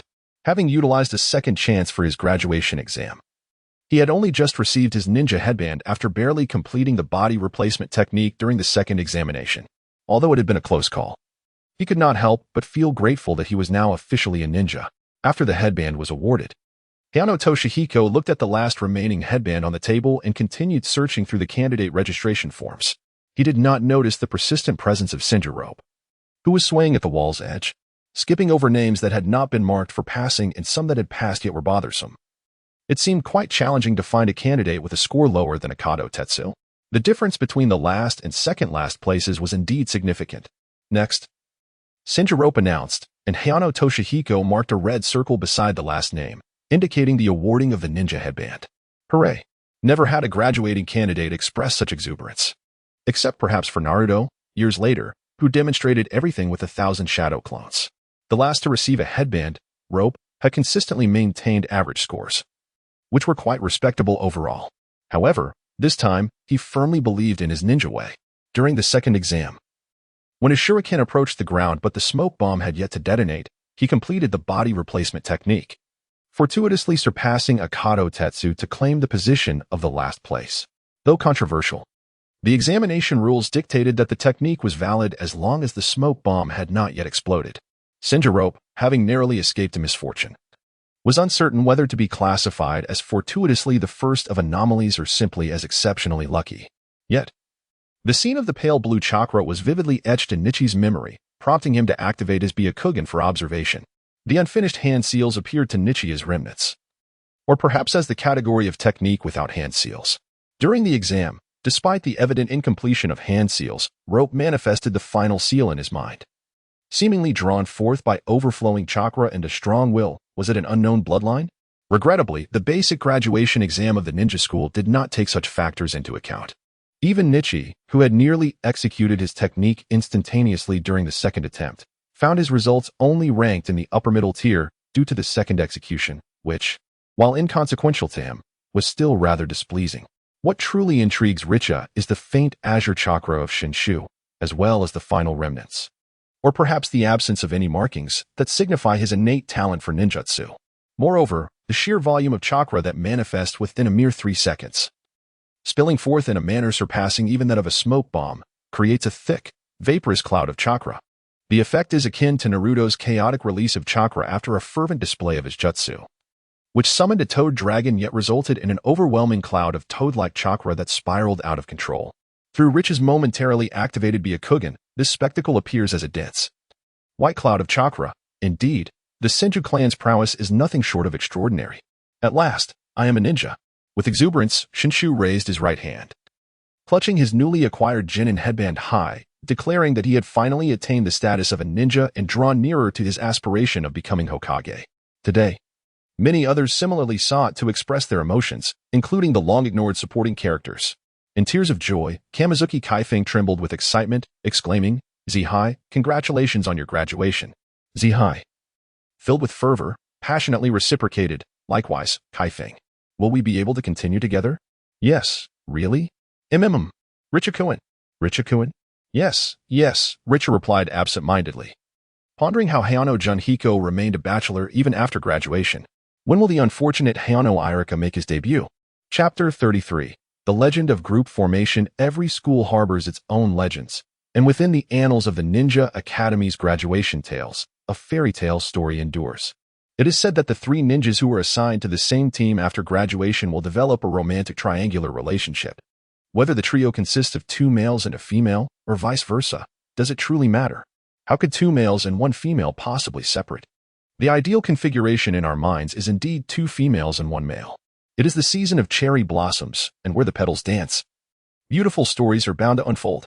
As Nichihara ambled down the aisle leading to his seat in the classroom, he couldn't help but lament how swiftly his school days had been encapsulated in merely 5 or 6 chapters.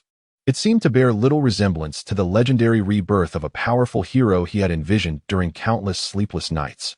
Gone were the extraordinary talents he had once fantasized about. Absent was the arduous struggle of relentless training interspersed with meals and rest. And there was no immediate awakening to a world rife with bloody conflict and the trials of the ninja realm. Instead, life appeared to mirror that of his previous existence. Each day, his mother, Hinata, lovingly prepared breakfast and clothes, showering him with warmth and care. His industrious father occasionally offered guidance and lessons dedicated to the family. And he found himself yearning for a sister or a younger sibling instead of the bothersome brother, Hizashi. Moreover, he still bore the remnants of his past life's lethargy, drowsiness, and fleeting bursts of ambition and effort. And there was that caged bird perched within his mind, rubbing his suddenly throbbing forehead. He noticed that whenever he daydreamed of a blissful life, it would prick at him, drawing him back from the realms of fantasy into the harshness of reality. Yet, stealing a brief moment of respite each day seemed to pose no significant issue. Regardless of the circumstances, he remained himself. Even if reborn into a fantastical world of magic and martial arts, the essence of his former self would still be vulnerable to swift demise. Even the caged bird on his forehead, which constantly reminded him of his identity, could not strip him of his humanity, preventing him from morphing into a mere automaton of destruction. Oheu, Nichihara. Whenever he found himself ensnared in the whirlpool of his consciousness, something beautiful would invariably rouse him. Every day, the ever-early Makoto would greet him as he dazedly passed by her side. Although there were no classes to attend today, Makoto remained steadfast in her early arrival. Her verdant voice resonated sweetly, instantly pulling Nichihara back from his contemplative reverie. As the sun cast its rays, the girl who had just called out to him gazed at him with eyes as tranquil as the night sky.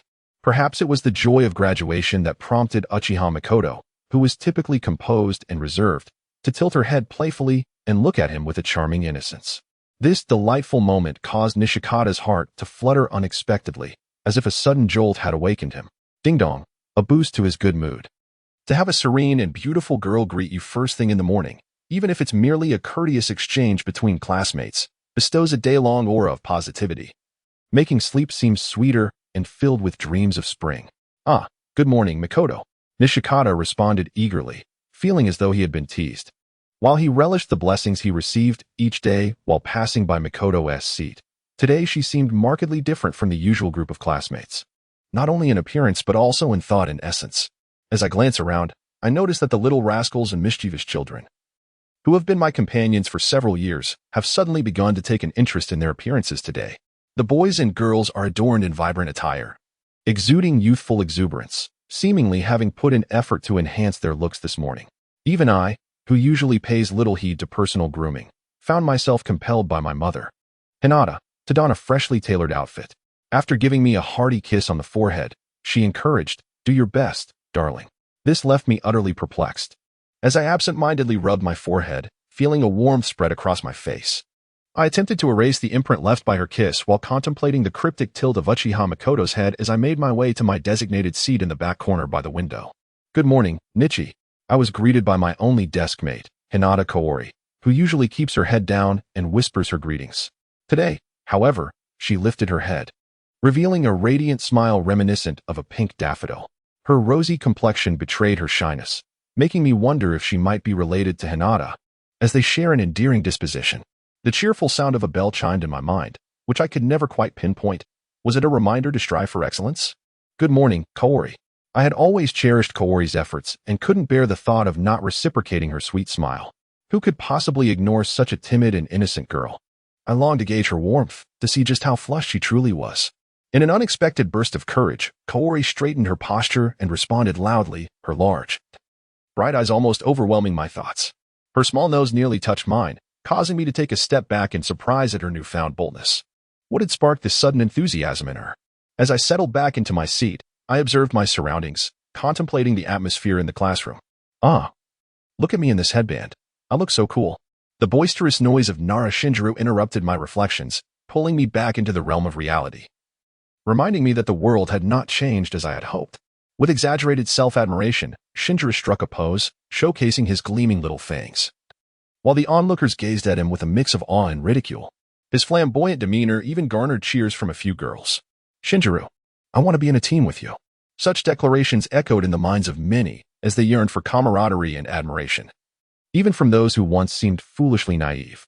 As the door creaked open, I recalled the fervent exhilaration I felt the first time I pushed it open with youthful zeal. Yet this time, it was not the same fervor. It was imbued with a sense of fulfillment and responsibility. The students had matured, adorned with their ninja headbands, while our teacher, Hayama Toshihiko, had also evolved alongside us, becoming a commendable mentor. From this day forth, you shall stand as independent ninjas, he proclaimed with fervent enthusiasm. However, you are but novice genin. The true challenges lie ahead. As the new ninjas buzzed with anticipation, Hayama continued, you will form teams of 3. Under the guidance of a Nin sensei. The names I call will be the allies you are destined to protect with your lives. At that moment, the classroom fell into a hushed silence, but the hearts of the ninjas were aflame with excitement. I want to be with Nichi. I want to team up with Shinjiro. I wish to partner with Makoto, they declared, their thoughts racing as they envisioned their future together. As each name was called, the young ninjas responded in their own unique ways, finally realizing who their future companions would be. Joy mingled with anxiety as they awaited the final grouping. 5th group, Hinata Nichi. As Nichi gazed quietly at Toshiaki Yomi's open mouth, it seemed as though he yearned to decipher the words that were about to escape his lips. The name he would utter, even a fleeting second's anticipation, stirred his thoughts. Who would he be with? As long as it wasn't that fool, everything would be acceptable. A faint whimper emanated from beside him, breaking the silence. With a reassuring smile, the girl named Nikon Haru exudes an endearing charm that captivates the heart. The feeling of being cherished by someone is truly delightful. Yet, prior to this day, the legend of graduation had always lingered. However, the beautiful Princess Tsunade had been successfully turned down by Kato from the neighboring class just yesterday. From that moment forth, Orochimaru embarked on a path of malevolence and transformation, while the underachiever Jiraiya ventured further into the realms of sinister pursuits involving both humans and toads. Release her. Chapter 34. Hyuga, Senju, Uchiha in Class 5. Hayama Toshihiko seemed to intentionally pause his tone before lowering his gaze to confirm the grouping list. He appeared somewhat perplexed by the higher-ups' arrangement, pondering whether the two would truly refrain from clashing. Furrowing his brow, Teacher Hayano called out, Hyuga Nikon, Uchiha Makoto. At the moment Hayano Toshihiko's lips parted, Nikon had already discerned her future teammates through the shape of his mouth, Uchiha Makoto. The sole girl in the Uchiha clan embodying kindness, purity, gentleness, and beauty. The events unfolding in the Uchiha clan over the next decade would revolve around her, yet paradoxically remain unrelated to her. To think she would be in the same class as Itachi and Sasuke's mother. Nikon couldn't help but smirk at the irony. It was rather tragic, as she could only watch the enchanting Makoto mature slowly, eventually finding solace in the embrace of that old man, Uchiha Fugaku. At that moment, Nikon truly felt the weight of what the neighboring elder Hyuga should be doing. Ultimately, giving up her foolish thoughts, Nikon could only smile wryly. Suddenly, she heard another name that filled her with dread, Senju Rope. Startled, she stood up abruptly. Her agitation was not merely due to being paired with the insufferable Rope, but rather an inexplicable fear that washed over her. What on earth was happening? How could the progeny of the Hyuga, Senju, and Uchiha clans be grouped together in the same team? This plot was bound to unravel. As the names of her group echoed in her mind, Nikon fixated on Hayano Toshihiko, who had also paused momentarily while reading the names, hoping to glean some special meaning from his expression, which failed to conceal any secrets. Regrettably, Hayano's furrowed brow merely indicated a simple concern about whether the two troublesome children would engage in a brawl. He seemed oblivious to the deeper implications of their lineage. Perhaps the long-standing feud between the Uchiha and Senju clans had been so well concealed, akin to Naruto's identity as the Ninetales? Why had the Konoha higher-ups chosen to group together these 3 esteemed families? In that moment, Nikon felt as if she were ensnared in a colossal vortex, overwhelmed by the discomforting sensation of her fate being manipulated once more. It was akin to the sharp pain of a caged bird upon her forehead, awakening her thoughts yet again, leaving her shrouded in a fog where clarity eluded her, rendering even her newly awakened Byakugan useless. Knowing one's future is not always a blessing. Since her birth, Nikon had been aware of her predetermined fate, and each time she encountered an unreasonable circumstance, she yearned to comprehend and fight for change. Yet, She continuously found herself powerless, as if a dark cloud perpetually loomed overhead. This time, even the one reliable narrative began to take on a sinister aura. At a loss for answers, Nikon turned her gaze toward her two bright and innocent companions. At this moment, at least one of them appeared to be genuinely at ease, as Makoto's morning greeting seemed to come to fruition.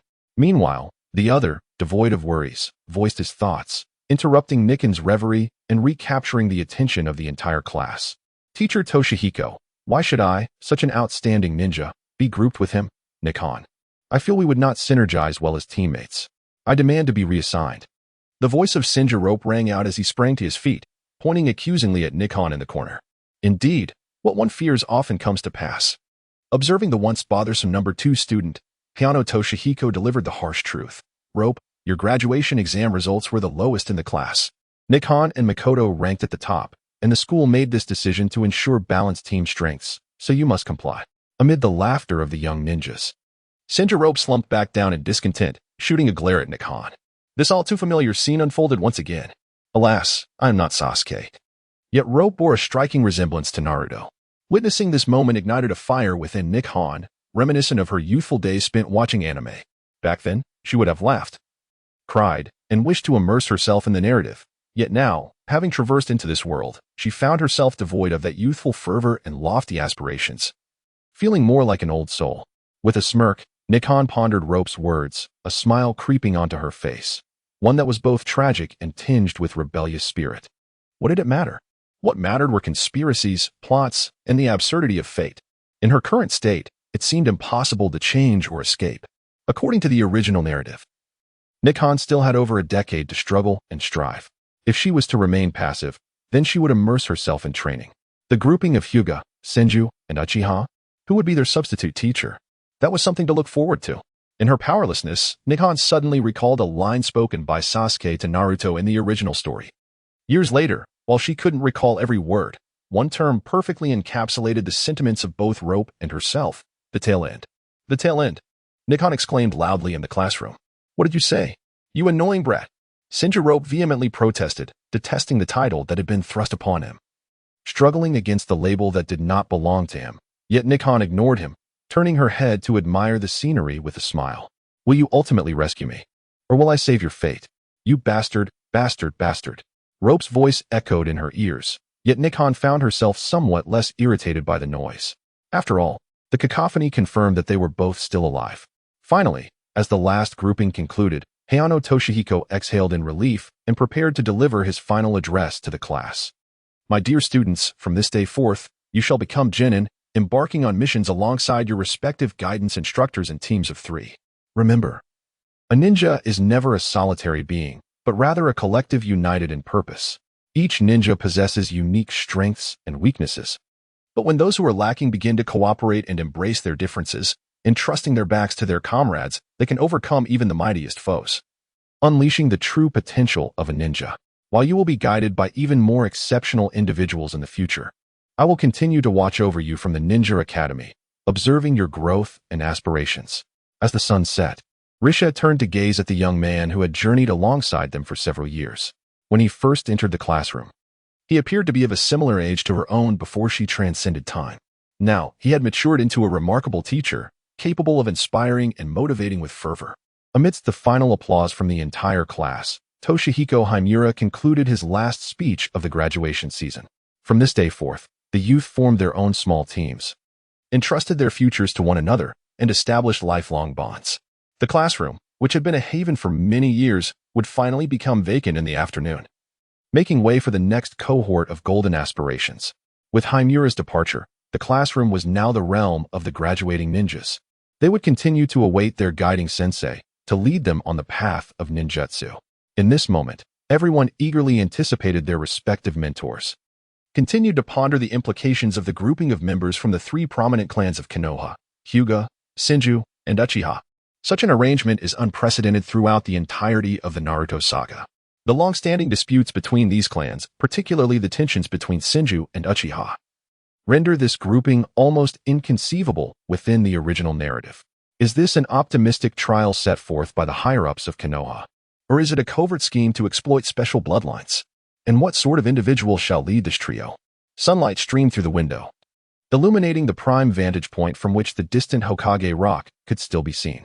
Gazing upon the third statue carved into the rock, its resolute visage appeared both steadfast and solemn. The stone, weathered by the elements over the years, certainly bears stories worth anticipating. Below Hokage rock lies the Hokage's office, where the crystal ball on the desk reflected the final moments of the current students.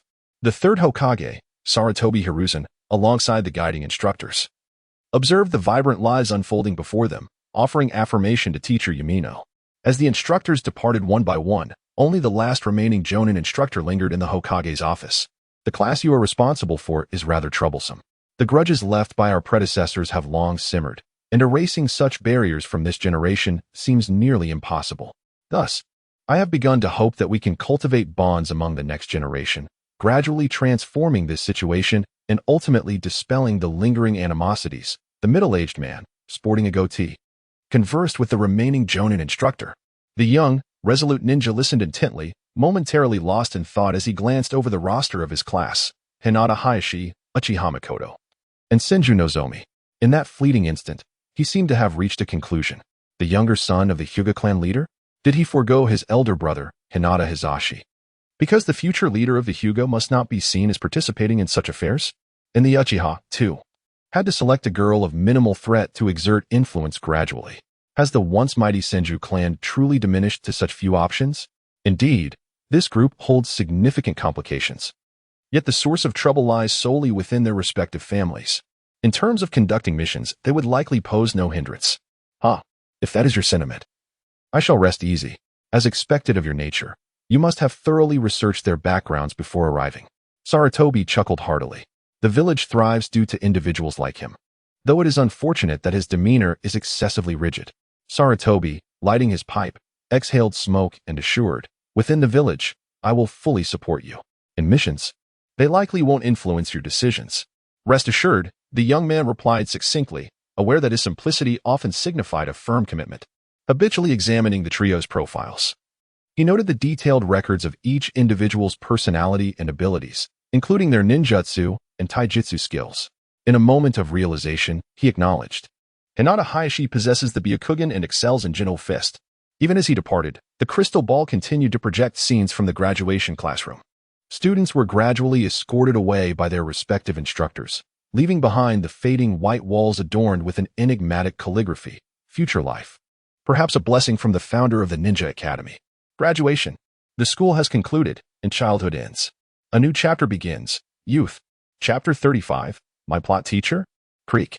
The classroom door swung open once more as teams of genin were led away by their instructors, leaving the once crowded room increasingly sparse. The remaining students silently speculated about the identities of their respective team leaders. Boys often wished for a powerful instructor to impart ninjutsu, allowing them to experience the thrill of dominance. Conversely, the Navii girls hoped for a warm and nurturing teacher, envisioning a beautiful ninja journey. Makoto, what do you think our team leader will be like? I aspire to become Hokage, so our instructor must be formidable. Senju Nozomi, unable to contain his impatience, boldly declared to his ideal teammate, Uchiha Makoto, as they sat at a 3-person table. Well, I would be content as long as they can earnestly guide us in ninjutsu. By the way, Hayashi-kun, what sort of team leader do you wish for? Makoto's gentle voice was soothing to Nozomi, yet her sudden question directed at the usually taciturn Hayashi made him furrow his brow. Although they were now teammates and would likely need to collaborate frequently, Nozomi harbored a deep-seated aversion to this arrogant individual, who seemed to regard him as a mere child. I certainly hope for a capable and responsible teacher. However, given the current circumstances, it seems we are already predetermined, and we can only await the outcome, Hayashi replied dismissively, taken aback by Makoto's unexpected inquiry. Gazing out the window, Hayashi was genuinely concerned about the identity of his future team leader, as it would directly influence his development as a ninja. A strong and responsible instructor would undoubtedly facilitate significant growth during the formative stages of his career. Yet, such predetermined matters were beyond his control. All he could do was wait in silence for the inevitable outcome, hoping for a result that would not disappoint him. However, as Hayashi had previously considered, his age as the third among Konoha's 12 young powers meant that viable candidates from the original plot to serve as his team leader were virtually non-existent. At this juncture, The future legendary Sannin had only recently emerged as Jonin, lacking experience in leading missions or the battlefield acumen to earn their titles. Moreover, the Sannin were only 9 years his senior, insufficiently experienced to lead a team independently. So, who among the characters above the Sannin's age could serve as an instructor? Upon reflection, Hayashi realized that only a handful of Sarutobi's contemporaries, such as Mito Menyen, Tkk Rin, and Shimura Danzo, qualified as plot figures. The rest had perished. The most ideal candidate would undoubtedly be Uchiha Kagami, the elder renowned for his Shunshin technique. Alas, only a few future advisors and strategists of Konoha survived the ninja wars. And individuals akin to the Hyuga Elder Council were best avoided, especially Shimura Danzo, whose mere thought sent shivers down Hayashi's spine at the notion of him extracting his eyes for his own use. Although the formidable strength of Danzo from the future of Konoha's shadows may lead him to underestimate the abilities of the Byakugan, it is still prudent to limit contact. Moreover, I have already acquired the cursed seal of the caged bird on my forehead. Thus, it would be unwise to inscribe any chaotic tongue marks upon my tongue, for they are far from benevolent. Contemplating these matters, Hisashi can only hope that his background teacher, an unmentioned yet powerful ninja, will emerge from the shadows. However, how could any mighty shinobi remain absent from the original narrative? Even an ancestor of the Hyuga clan, such as Hyuga Tenjin, would possess a codename. Gold inevitably shines. In a world where strength prevails, any elite jonin capable of facing 10 foes alone would not remain nameless in the original tale. Even in death, such figures would likely be resurrected through impure reincarnation, only to serve as pawns in the schemes of conspirators and villains. Speaking of which, if I, reborn as Hyuga Hisashi, were to perish and then be brought back through impure reincarnation, what fate would await me? The sound of footsteps, rhythmic and approaching, though not particularly loud, still reverberated in Hisashi's keen ears as they echoed through the corridor. Rizhao turned his head, listening to the increasingly distinct sound of footsteps, which indicated that yet another teacher was approaching. Which class's instructor could it possibly be? Creak, accompanied by the sound of the old classroom door being pushed open once more. It seemed as if the door might fall apart after a few more openings. As Nichi glanced toward the newcomer, he discovered that the ninja who had just entered was also scrutinizing him and his companions. Those piercing eyes seemed to sweep over every distinctive feature of his being, and Nichi felt as if they lingered momentarily on his throat, heart, and brow. It was an unsettling sensation, reminiscent of being preyed upon by a habitual killer. The gaze then shifted to the two individuals beside him before sweeping across the remaining trio in the classroom, seemingly in search of a target.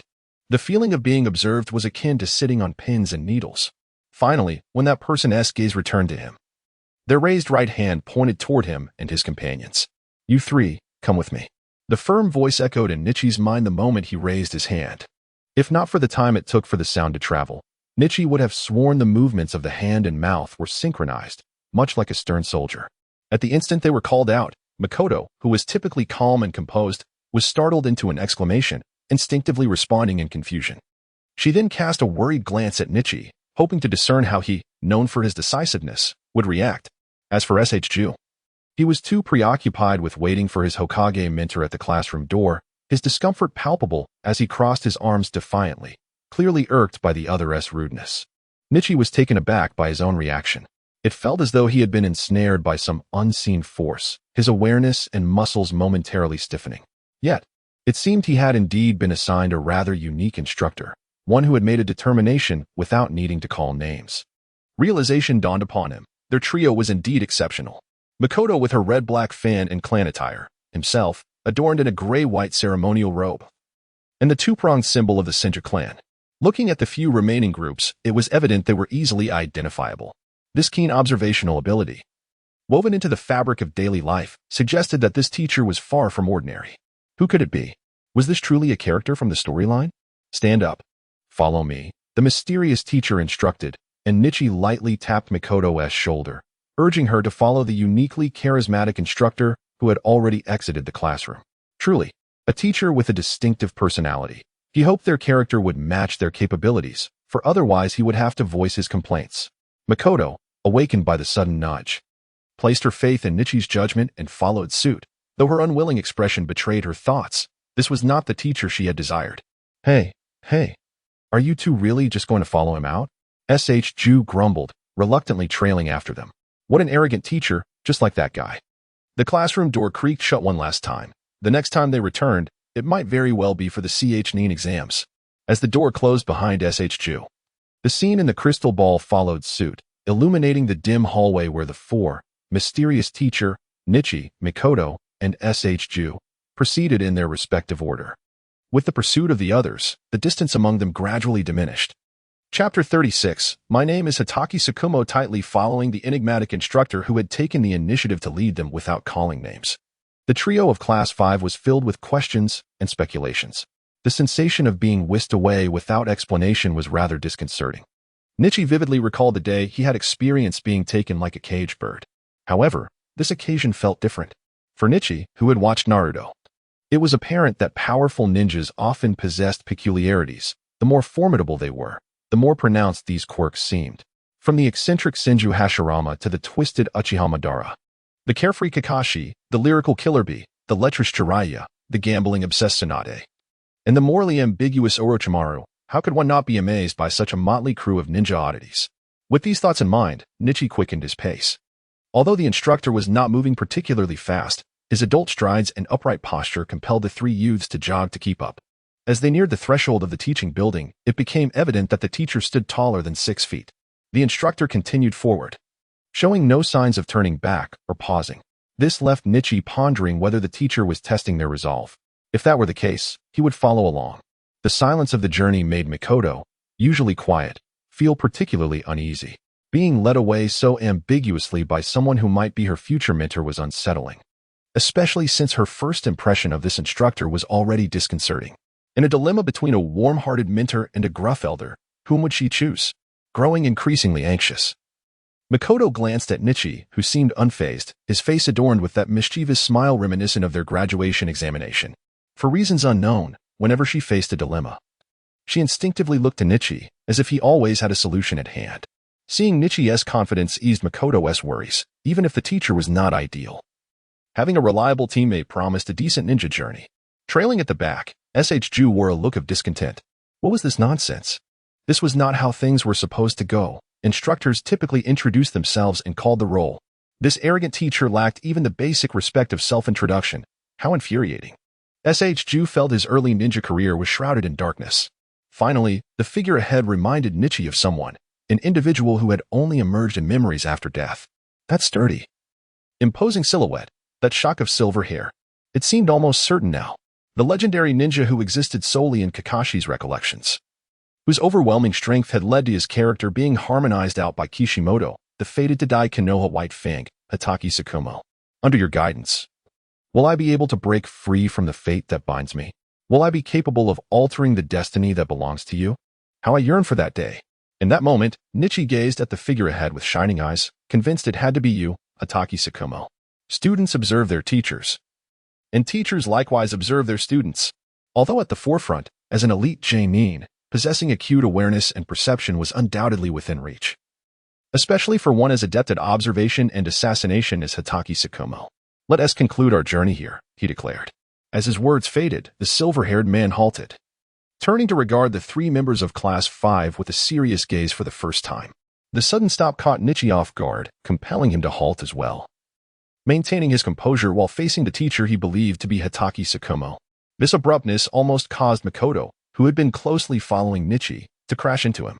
Fortunately, the composed and elegant Mikoto is not a female driver, as she skillfully steadied herself just half an arm's length away.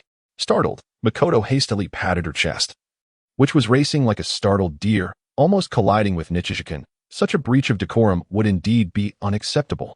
Yet, she ended up crashing into him. Just as Uchiha Mikoto, relieved that she had not harmed Nichiju, managed to halt her vehicle, she was unexpectedly shoved forward by Shinji, who had been grumbling with his head down, oblivious to the road ahead.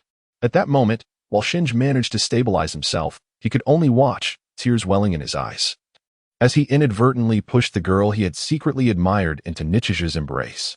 Nichiju, who had been locked in a gaze with Hitaki Tsukumo, felt he was nearing his limit. Despite his experiences in 2 lifetimes, he found himself wanting to avert his gaze. The sensation of making direct eye contact with someone who had endured so much was disconcerting. The piercing eyes before him resembled those of a hawk or a wolf. The feeling of being scrutinized by him was unpleasant. Just as Nichijou was about to succumb to the pressure of the stair, he was successfully ambushed from behind by a teammate. Suddenly, he found himself enveloped by the slender and fragile form of Mikoto. Turning back, he realized that Mikoto's eyes were merely 5 centimeters from his own. Although he had admired those eyes from afar countless times, he had never been this close before. In the snow-white depths of her serene, night sky-like pupils, twinkled the faint glimmers of stars, dispelling the coldness he had just shared with Hatake Tsukumo. Truly, she was breathtaking. Ah, Nichijou-kun, I apologize for my earlier rudeness. Stabilizing her stance, Mikoto quickly straightened up and offered a polite bow of apology to Nichijou. It's all right, Nichijou replied. Still lost in the memory of the moment he had glimpsed her eyes. Regrettably, Mikoto's bow had already obscured his view. In truth, Nichijou longed to suggest that she could repeat that moment, though it seemed Mikoto still had some growing to do. Witnessing the alluring scene between the charming young man and the beautiful maiden, Shinji felt a chill in his heart. Why did you suddenly stop? I nearly collided with Mikoto. Shinji's complaints fell on deaf ears, only provoking Mikoto's furious glare and a soft huff. In that instant, the trio's disarray caught the attention of the observing ninja ahead. This silent journey had allowed them to scrutinize each individual's character. Sometimes, a quiet and stifling atmosphere reveals one's true inner self.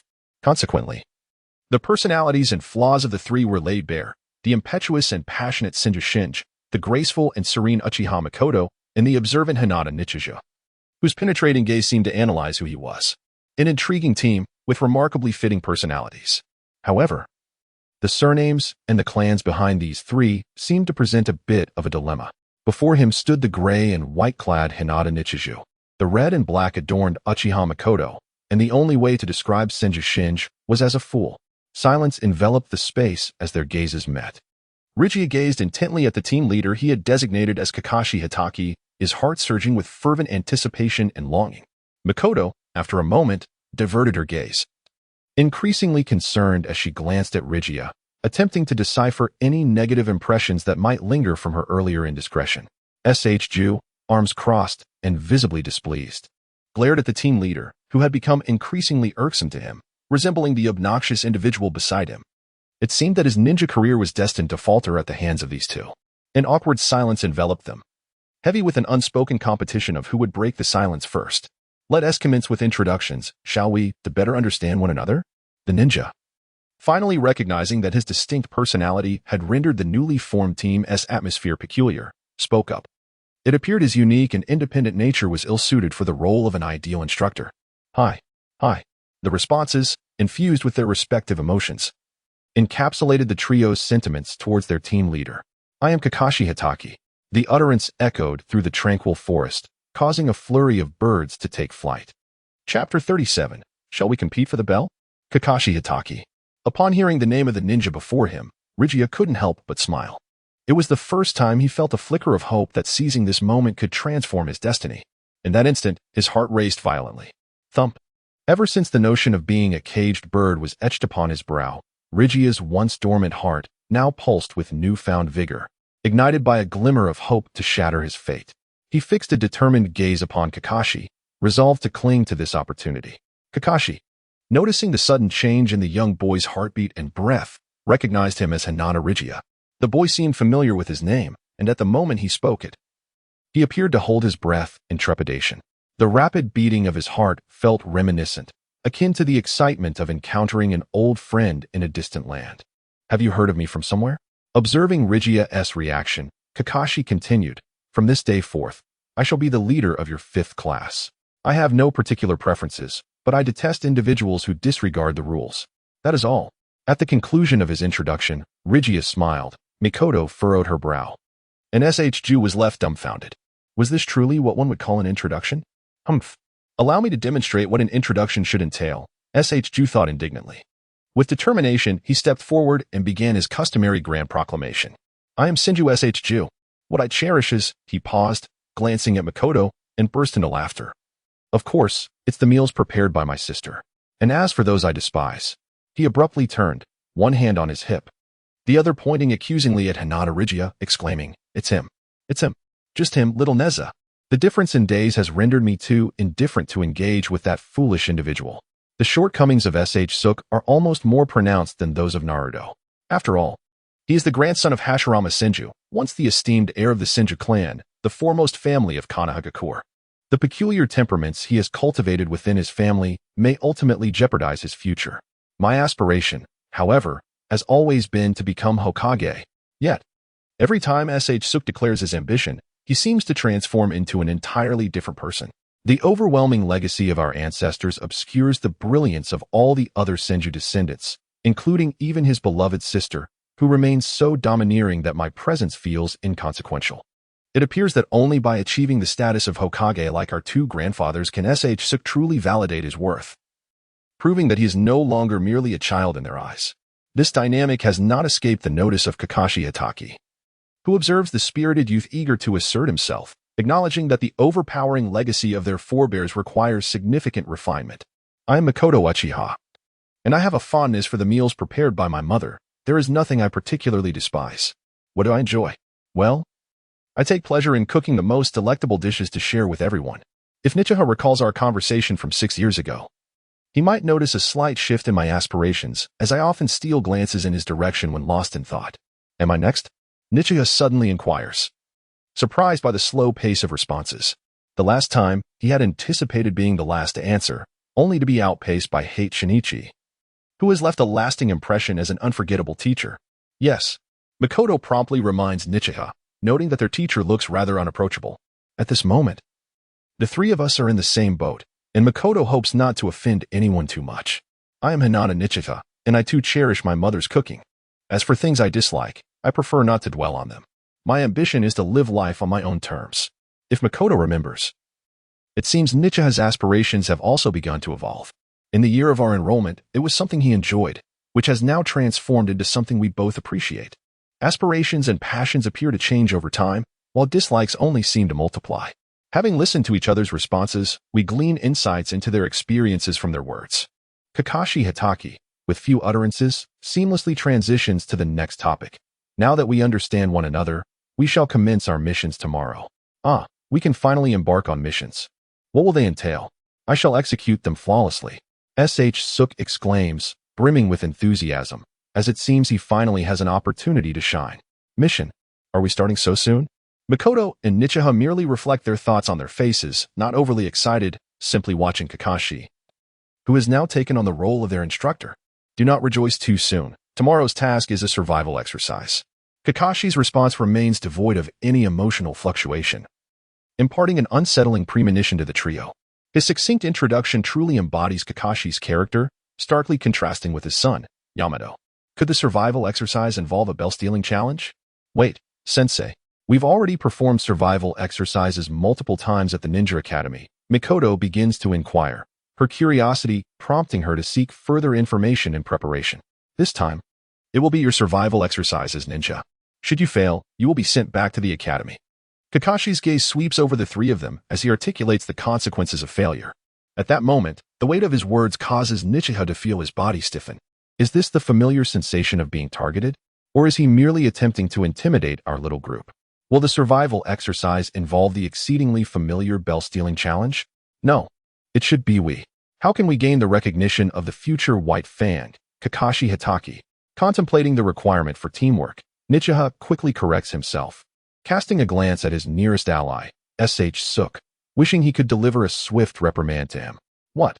Upon hearing about the task's outcome, S.H. Suk's anxiety manifests as concern. Indeed, this teacher is not to be trifled with. This is a crucial examination, and the prospect of being sent back after all our hard work is daunting. At this moment, both children, their hearts racing, turn their attention to Nichiha, who, in such matters, provides a sense of reassurance.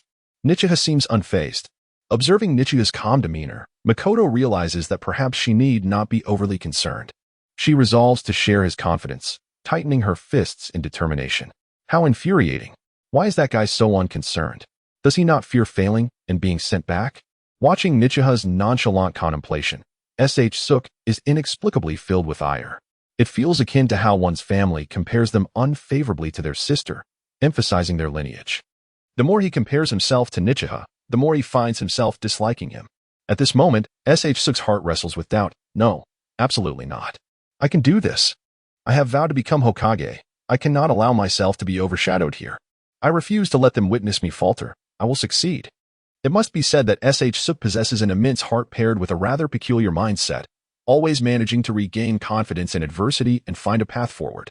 Nichita, too, is not without concern. After all, this is the future White Fang, Kakashi Hitaki, the strongest ninja of the era following Sarutobi Hiruzen. His prowess is recognized to surpass that of the legendary Sannin, instilling fear across the shinobi world. Now, as Nichita contemplates, he sets aside all worries and begins to strategize on how to earn Kakashi's acknowledgement. Individual strength, teamwork, valuing comrades. After much deliberation, Nichita concludes that he should utilize all three. Glancing at his teammates, Makoto appears to be a reliable ally. As for Suk, he might need to endure a little chastisement to bring him back to earth, just like Naruto. Tomorrow at 7 a.m., we gather here. No tardiness allowed. Kakashi states before taking his leave, his demeanor as serious as that of a soldier. As he departs, it dawns on Nichita that they have already arrived at the entrance of the Death Forest, site number 37.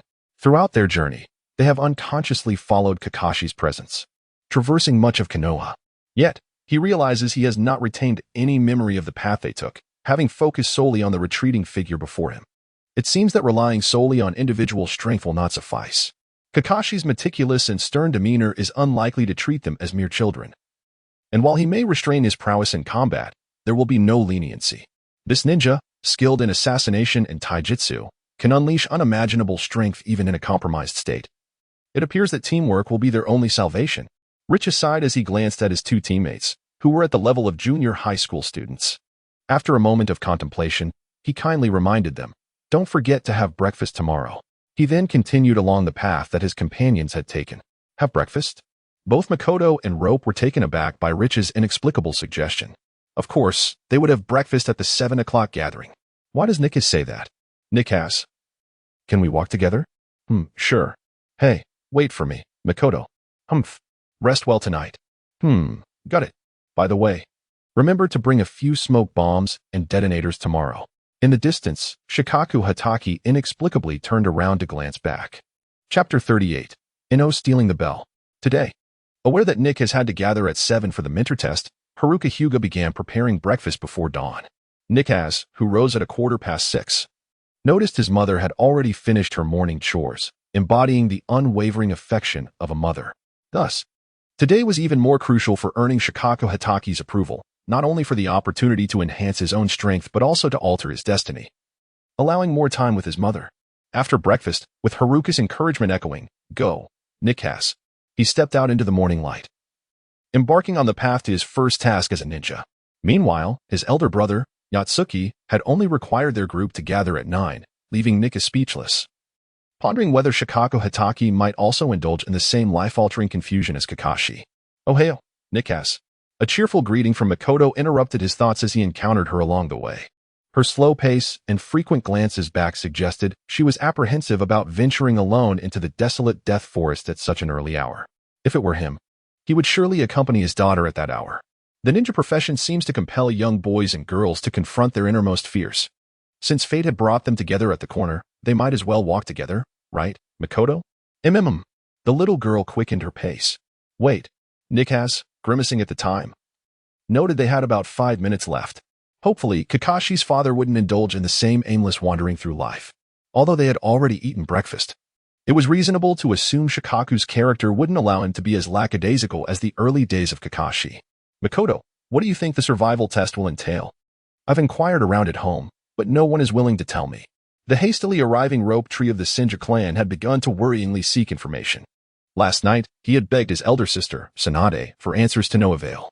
He had even received a stern warning from her. If he failed, he should brace himself for a beating. The mere thought of Tsunade's fist sent a chill down rope tree's spine, solidifying his resolve to succeed today. Otherwise, he would end up bettered for days, much like that lecherous man who clung to his sister. "I'm not sure, but it should be a practical exercise," Makoto replied, instinctively pouting. After all, as a girl, her combat skills would naturally differ from those of boys. Their little Makoto was certainly not a tomboy like Kushina, right? Hearing their discussion, Nick has began to feel troubled, wondering if it would be the legendary bell-stealing test. If that were the case, there was a risk of being subjected to the infamous 1,000 years of pain. Had he known, he would have opted for a pair of iron shorts. Despite their contrasting personalities, Who knew if the father-son duo shared a peculiar interest? Desiring to play, Nick has glanced at his watch. Only 1 minute remained. When he looked up again, he spotted Shikako Hitaki in the distance, advancing at his deliberate pace. By the time Shikako finally stood before Nick, the clock struck 7.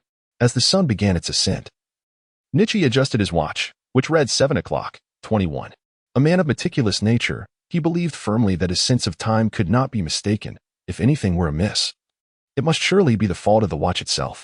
Before the trio stood Kakashi Hitaki, clad in the standard green vest of the Hidden Leaf Village, his silver hair exuding an aura of nobility that could not overshadow the vibrant green of his attire. Nichi gazed at the uniform, silently vowing to never don such a garish shell again. "Excellent, you are not late," Kakashi declared, his serious demeanor suggesting that anyone arriving later would be prepared for immediate elimination. His punctuality was indeed commendable. The future White Fang of Konoha displayed a stark contrast to the laid-back disposition of his son. While both were formidable ninja, their temperaments differed greatly, like a tiger giving birth to a lethargic kitten. "Let us commence." With that, Kakashi began forming hand seals. A swift strike of his palm against the ground unleashed the earth-style technique, causing the earth beneath him to rise abruptly by approximately 10 centimeters, revealing a distinct layer of soil. The elevated ground formed a perfect circle with a diameter of 5 meters.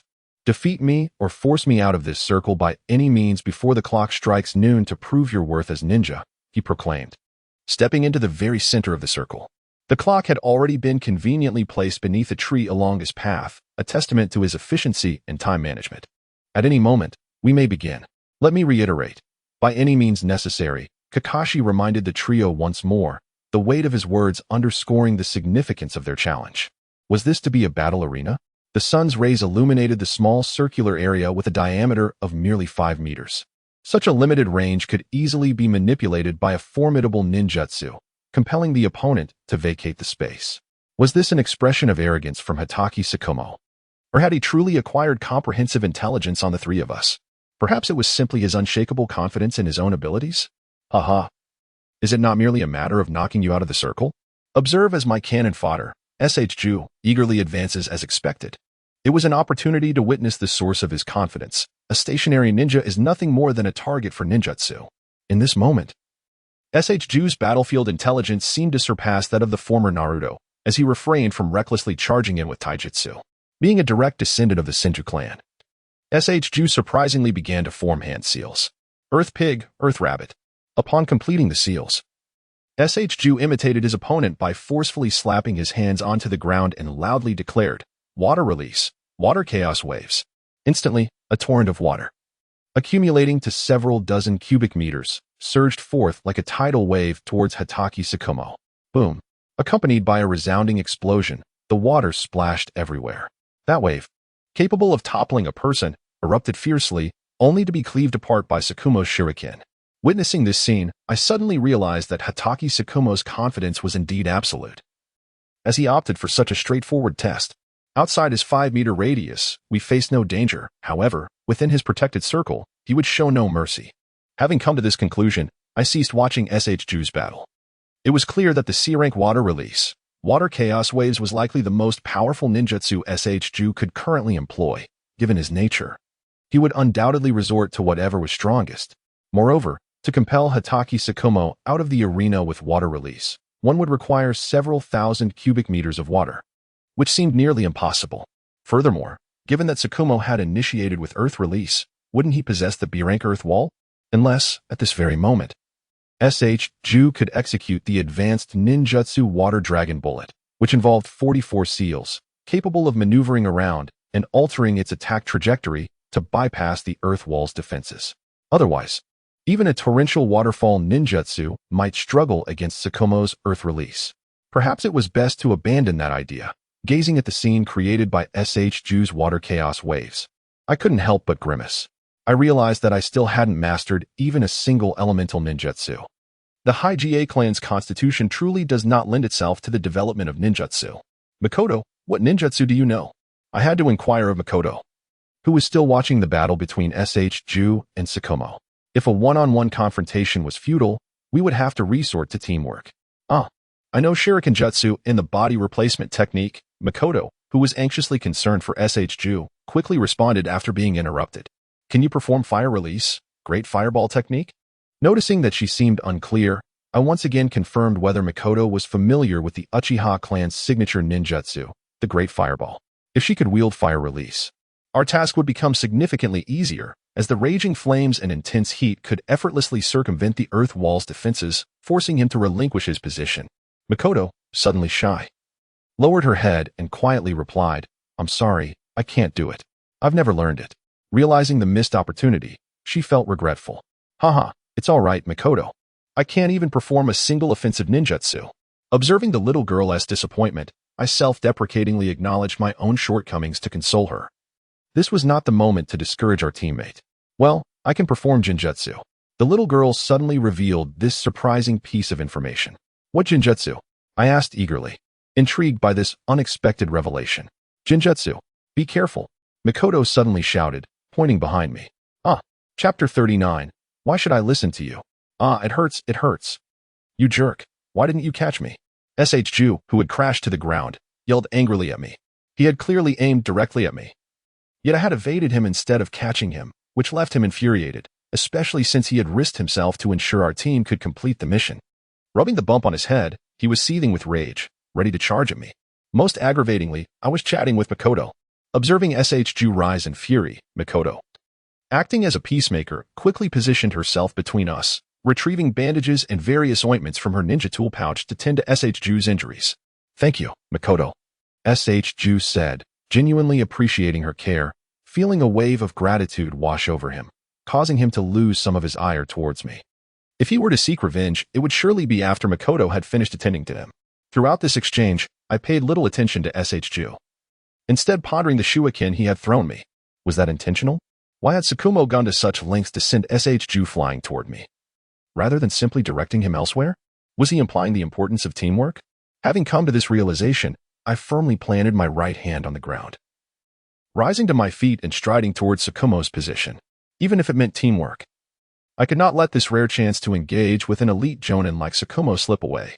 This was perhaps the only opportunity in over a decade to interact with such high-level combat prowess in the ninja world. Even if he would undoubtedly hold back, it would still be superior to training under Hinata-kin, who merely toyed with the clan's young master. While teamwork was indeed critical for completing missions, I had resolved to charge forward, my speed increasing.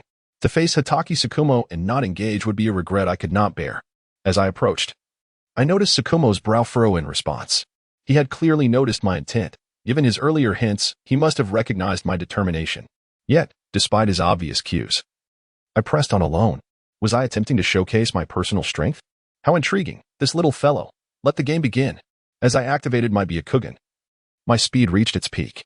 This was a rare moment to spar with a skilled opponent without risk. With Tsukumo already recognized as a future mentor, there was no need for me to conceal anything. The instant I stepped into Tsukumo's territory, I initiated my attack. 8 trigrams palm. 1. I shouted my technique's name. However, was there even a technique in the 8 trigrams that started with a single palm? Could it be the recently learned 8 trigrams, 128 palms? Hearing the name I shouted, Tsukumo instinctively understood that my next move would be the unique gentle fist technique of the High-Ga clan. With that in mind, he readied himself, eager to experience firsthand the renowned gentle fist technique of the High-Ga clan. Upon witnessing the opponent's movements, Nakaira finally smiled and declared the technique he was about to unleash. The 8 trigrams palm, a cloud of dust, surged forth as the yellow earth was flung up from the ground. This was the very soil Nakaira had seized in a swift motion while rising from the ground. Having evaded the oncoming strike from the rope tree, the effect of this moment was remarkable. Rope tree gazed in astonishment at the adjacent pit, utterly taken aback. Makoto also cast her eyes upon the gaping hole, equally astonished. Such a vast crater, she had presumed it was created by Nakaira. Meanwhile, Kitamura Tsukumo, eager to experience the gentle fist, heard the peculiar name of the technique, and, contrary to Nakaira's expectations, did not appear alarmed. Faced with the repulsive yellow earth, he merely closed his eyes, attuning himself to the direction of the impending attack. With a rustling sound, he unleashed a palm strike in response. The 8 trigrams, for palms. 8 palms, 16 palms, 32 palms. The flurry of strikes echoed with the sounds of impact, booming and resonating. In that fleeting moment, Nakaira had fully unleashed the essence of the soft fist he had honed over the years. The continuous shadow of his palms, after a series of strikes, left him increasingly astonished by his own prowess. Before him, Kiki Tsukumo appeared to effortlessly evade every attack, relying solely on the subtle movement of his ears to discern sounds and positions, rendering Nakaira unable to land a single blow on his opponent's body. As he gazed at the dissipating dust, Nakaira pondered that when his adversary opened his eyes, he would likely bang. To his surprise, just as the thought crossed his mind, Nakaira was forcefully propelled away by Kiki Tsukumo's unexpectedly powerful palm strike. The strength of an adult and the length of his arm sent Nakaira tumbling outside the ring. To be precise, he had been pushed out rather than struck, for at that moment, the impact on his chest was not excessively forceful, merely causing a slight discomfort. Is this the essence of the soft fist? Kiki Tsukumo mused as he looked down at his arms, which had become incapable of channeling chakra. And even the intent to exert force felt challenging. He was astonished as he inquired of Nakaira, just moments ago. I intended to teach this audacious Hyuga a lesson for his underhanded tactics. Yet, as he attempted to summon strength, he realized his forearms struggled to comply, compelling him to rely on the power of his waist and upper arms to send his opponent flying. Yes, sensei, for a time, your ninjutsu will remain inaccessible, Nakaira replied, studying Kiki Tsukumo's unchanging expression with a serious demeanor, secretly questioning whether he might be expressionless. However, the efficacy of the soft fist would diminish over time, and those of greater strength would recover more swiftly. Rigia casually glanced at Makoto and Senju rope tree behind him, contemplating the necessity of teamwork. The previous wave of attacks, despite catching the opponent off guard and sealing the meridians and degrees on their arm, inflicted no substantial damage. The bizarre individual, with eyes closed, had not even retreated a single step. Quite impressive. Thus, it was time for me to take this seriously. The words of Hataki Tsukumo seemed to stretch out, although his gaze and expression remained unchanged. Yet, those who truly understood his character knew that the more he spoke, the quicker his demise would come. Such boastful words nearly caused Rigia to spit out a mouthful of blood, for they echoed the sentiments of a certain bald hero known for his single punch. Nevertheless, it was true. Aside from temporarily sealing the opponent's ninjutsu abilities and a fraction of their power, Rigia had not truly breached their defenses. Given this, with the advantage of the gentle fist technique, it was prudent for us to capitalize on the duration of the pressure point attack. Rigia then sought out Makoto and Rope Tree, who had already bandaged their wounds, hoping that the latter would comply. Rigia-kun is so impressive. Makoto's praise after their prolonged clash filled Rigia with pride, yet the foremost task was collaboration. Gaining Hataki Tsukumo's approval through the mission was paramount. Observing Rigia, who appeared victorious, Rope Tree felt increasingly defiant. The opponent's previous display had indeed overshadowed him. Now fully bandaged and on his feet, Senju Rope Tree turned away, heading towards Hataki Tsukumo, preparing to engage once more.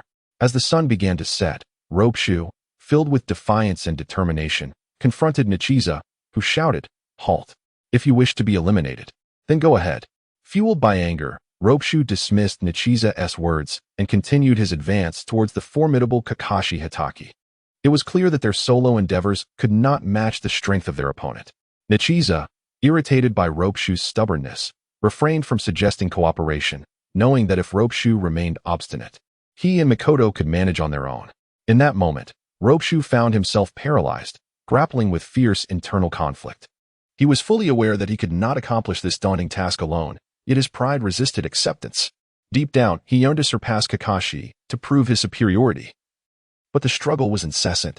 At that moment, Nichiza, Makoto, and the distant Kakashi observed Roshu, isolated in his determination. If he clung to his competitive spirit and refused to seek collaboration, his aspirations would reach a dead end. To shun teamwork, especially in times of vulnerability, would only lead to stagnation on his arduous journey to becoming Hokage, let alone uniting the entire village. After a prolonged silence, Roshu finally spoke. "I acknowledge that my current abilities do not match yours, and I find your arrogance quite irksome. However, I refuse to be sent back to the Ninja Academy, for I have endured countless trials to earn my ninja headband. This time, to succeed in our mission, I will heed your advice. But mark my words, I will surpass you and ascend to the position of Hokage." His voice, though low as he clenched his fists tightly, resonated with unwavering resolve. He kept his gaze lowered, concealing the sweat that betrayed his anxiety.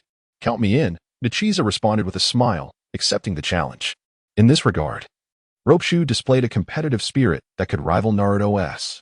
Furthermore, having grown up in the privileged environment of the Senju clan, Ropeshu's ability to recognize and admit his shortcomings surpassed even Naruto, who had clawed his way up from suffering and darkness. With Kakashi bearing witness, the trio finally united as one team. "Go for it, Ropeshu." "Thank you. I will," he replied. This was the most encouraging affirmation Ropeshu had ever received in his life. Chapter 40. 3 against 1. The Konoha typhoon with a resounding thud, Nichiza lay on the ground, rendered speechless by the splattering waves of water. As Kakashi had once again effortlessly dismantled Ropeshu's water release technique. It was remarkable, considering that his forearm had been incapacitated by the gentle fist technique, rendering him unable to channel chakra, and the ceiling of his chakra pathway had diminished his strength. Yet, he had managed to disperse Ropeshu's turbulent waters using only the strength of his waist, abdomen, and legs. "Must I resort to poking you with gentle fist again?" Nichiza sighed, observing the cascading waves that flooded the area.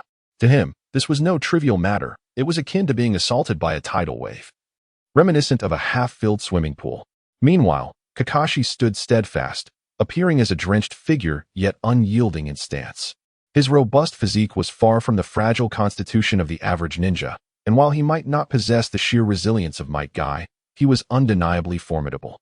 The estimation of the day's difference reveals that if one were to face Shinshu's water release alone, without having yet mastered the technique of reversal, one would undoubtedly be swept away by the waves, carried over 10 meters by the current. It appears that after passing the exam, I must seek out my frugal father to acquire the advanced techniques of the Hyuga Gentle Fist. If I were capable of reversal now, standing within that mere 5-meter circle and unleashing my ultimate technique, I would likely succeed. In this assault, the trio's initial collaboration, Shinshu's water release ninjutsu combined with Uchiha Mikoto's cunning shuriken techniques, alongside the primary offensive of Nichi's gentle fist, has been thoroughly tested. Even with their chakra sealed, the combined output of the three was insufficient to contend with Hatake Kakashi, who relied solely on taijutsu. Indeed, it is evident that such a method was devised to challenge the trio. Hatake Kakashi, apart from his unwavering confidence in his own abilities, must have had prior knowledge of the various techniques the team possessed. More precisely, he had already gathered comprehensive intelligence on the three of us, rendering any threat we posed negligible. Even the effects of the gentle fist sealing technique were likely anticipated. The meticulous collection of such detailed information on 3 mere genin, especially considering we had only recently graduated, speaks volumes of Kakashi's formidable and fastidious nature, a trait that instills fear in his adversaries. With a sigh of resignation, Nichi exhaled heavily, contemplating how advantageous it would be if Mikoto could wield fire release. The destructive power and broad coverage of fire release, particularly the Uchiha clan's infamous fireball technique, would be ideal. At the very least, the fireball, which had previously yielded no results in the original narrative, would undoubtedly hit within this 5-meter radius. The crux of the matter is that Kakashi is currently sealed and unable to unleash any ninjutsu to defend against the fire that his body cannot withstand. Reflecting on this, Nichi felt a pang of regret. The trio's first collaboration had been an utter failure. Kakashi, too, was analyzing their performance from the onset, when the two primary members of the team were embroiled in arguments and infighting, to now, where they seemed to have found a common purpose in battle. The results were less than satisfactory, proving that their synergy was still lacking. The two boys' interactions merely consisted of the occasional interference from Uchiha Mikoto's shuriken, while Shinshu and Nichi continued to act independently, taking turns to attack. Such a team is simply inadequate. As Richa cast a glance at the distant figure of Hatake Tsukumo, who was similarly scrutinizing him, he spoke to his two teammates, expressing the necessity of not allowing Tsukumo any opportunity to defend against their water techniques. They must launch a simultaneous assault to prevent him from countering their ninjutsu. Receiving affirmations from SH, Ju, and Mikoto, the trio began strategizing their next coordinated effort. In that moment, Richa truly grasped why Hatake Tsukumo bore the esteemed title of Konoha's White Fang. Even when confronted by mere freshly graduated genin like himself, Tsukumo exhibited no carelessness, meticulously gathering intelligence on each adversary before devising his optimal plan. Merely understanding the concept of collaboration would not suffice to meet the expectations of leading under Tsukumo's guidance. The path to victory lay solely within that vexing circle. His aloof confidence demanded that they find a way to draw him out of that confined space. Resolute after their deliberation, Richa glanced at the time, steeling himself for one final attempt. With Mikoto prepared for battle, Richa looked at her and, in the presence of Hatake Tsukumo, pointedly indicated the dwindling time left. It seemed to convey an unspoken message. Time was of the essence, and they needed to act swiftly. As the two subtly rotated the wristwatch, it now displayed 11:36, leaving a mere 41 minutes until the potential failure of their mission. This was their last chance to strike. When Richa rose once more, he wore a smile imbued with unwavering determination. Was it a taunt directed at Tsukumo, or a declaration of their relentless spirit? At that moment, Makoto also broke into a knowing smile, while SHU, completely oblivious to the gravity of the situation, joined in with a foolish grin. Together, SHU, you attack from behind.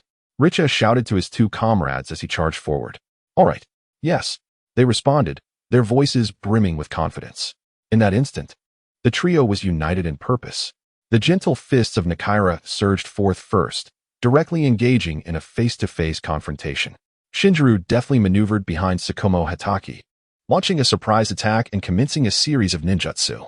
Meanwhile, Makoto wielded her shuriken. The water release, water chaos wave trembled with excitement as a colossal wave surged from behind Tsukumo, unseen to him. In this rare moment, Shinjiro heard Nakaira's call, and in a fit of exhilaration, the water chaos wave transformed into a gigantic torrent, rushing fiercely towards Tsukumo, who was entangled in combat with Nakaira. The 8 trigram 64 palms gazed upon the overwhelming wave that threatened to engulf them both. At this juncture, Nakaira was beyond concern for himself. Unleashing the most potent gentle fist technique he could muster, continuing to grapple with Tsukumo before him. Even if they were both swept away by Shinjiro's water chaos wave, he was determined to break through. At that moment, Makoto, the only one not advancing, ceased her shuriken distractions and, amidst the turmoil, formed the hand seals to execute the only jutsu she knew in their final collaboration. In that fleeting instant, Tsukumo's sealed arms clashed against Nakaira's gentle fists. Remarkably, he managed to block all of Nakaira's strikes with his restrained limbs. Having already sealed his arms, he felt liberated to act without concern in the limited time that remained. Feeling the impending wave approaching from behind, during the critical moment of their first combined assault, Tsukumo unexpectedly began to speak again. The gentle fists of the Hyuga clan are formidable, but before he could finish, action took precedence. Oh no. Realizing that Tsukumo still had the leisure to speak, Nakaira sensed impending doom. Boom, boom, boom. In that instant of transition, so much transpired. The speed was such that Nakaira found himself bewildered. And when he opened his eyes again, he was propelled over 10 meters away, landing in the arms of Makoto, who had also been caught in the chaos, a rather enjoyable predicament. In that explosive moment, Tsukumo chose to endure Nakaira's gentle fist with his body, marking the only time today that Nakaira successfully struck Tsukumo directly. The force of that palm felt as though it collided with an unyielding wall, causing a sharp pain in Nakaira's wrist. After absorbing Nakaira's gentle fist, Tsukumo closed in, using his leg to unceremoniously destabilize Nakaira's footing. Then, with a resounding kick, he sent Nakaira sprawling. Using the momentum from his kick, Tsukumo vaulted into the air, executing a backflip. This agile maneuver allowed him to evade the massive wave he had anticipated would surely hit him. As he descended, he even managed to kick Shinjiro, who had been stunned by the display, sending him flying as well. As for the final boom, at that moment, Nakaira truly grasped what it felt like to be struck by a deluge of water equivalent to 100 cubic meters. This final ninjutsu crashed down upon him, propelling him and Makoto, who had attempted to catch him, a considerable distance away. At this point, Nakaira could only hope that his teammates would not employ fire release. Otherwise, these unfortunate souls would likely be scorched. Tsukumo, having effortlessly executed a flawless series of gymnastic movements, glanced back at the sun-drenched clock. The time read 11:54:39. Chapter 41. Whose mission has failed? It seemed an eternity since he had engaged in such a battle, even if it was with his 3 students. In that fleeting moment when Tsukumo had finally engaged with earnestness, he perceived how swiftly time passed when one fought with conviction. Feeling invigorated after the skirmish, he found himself speaking more freely, kindly reminding the trio, "It appears your time is running short." Upon hearing Tsukumo's reminder, Nakaira glanced at Makoto beside him. Dripping wet from the water chaos wave, Makoto tousled her disheveled hair, resembling a delicate maiden emerging from a bath. With a charming wink, Nakaira exchanged glances with Makoto, who affirmatively nodded and blinked, uttering a soft cough, cough, cough. I won't fight anymore. Nakaira attempted to speak but choked on the water in his lungs.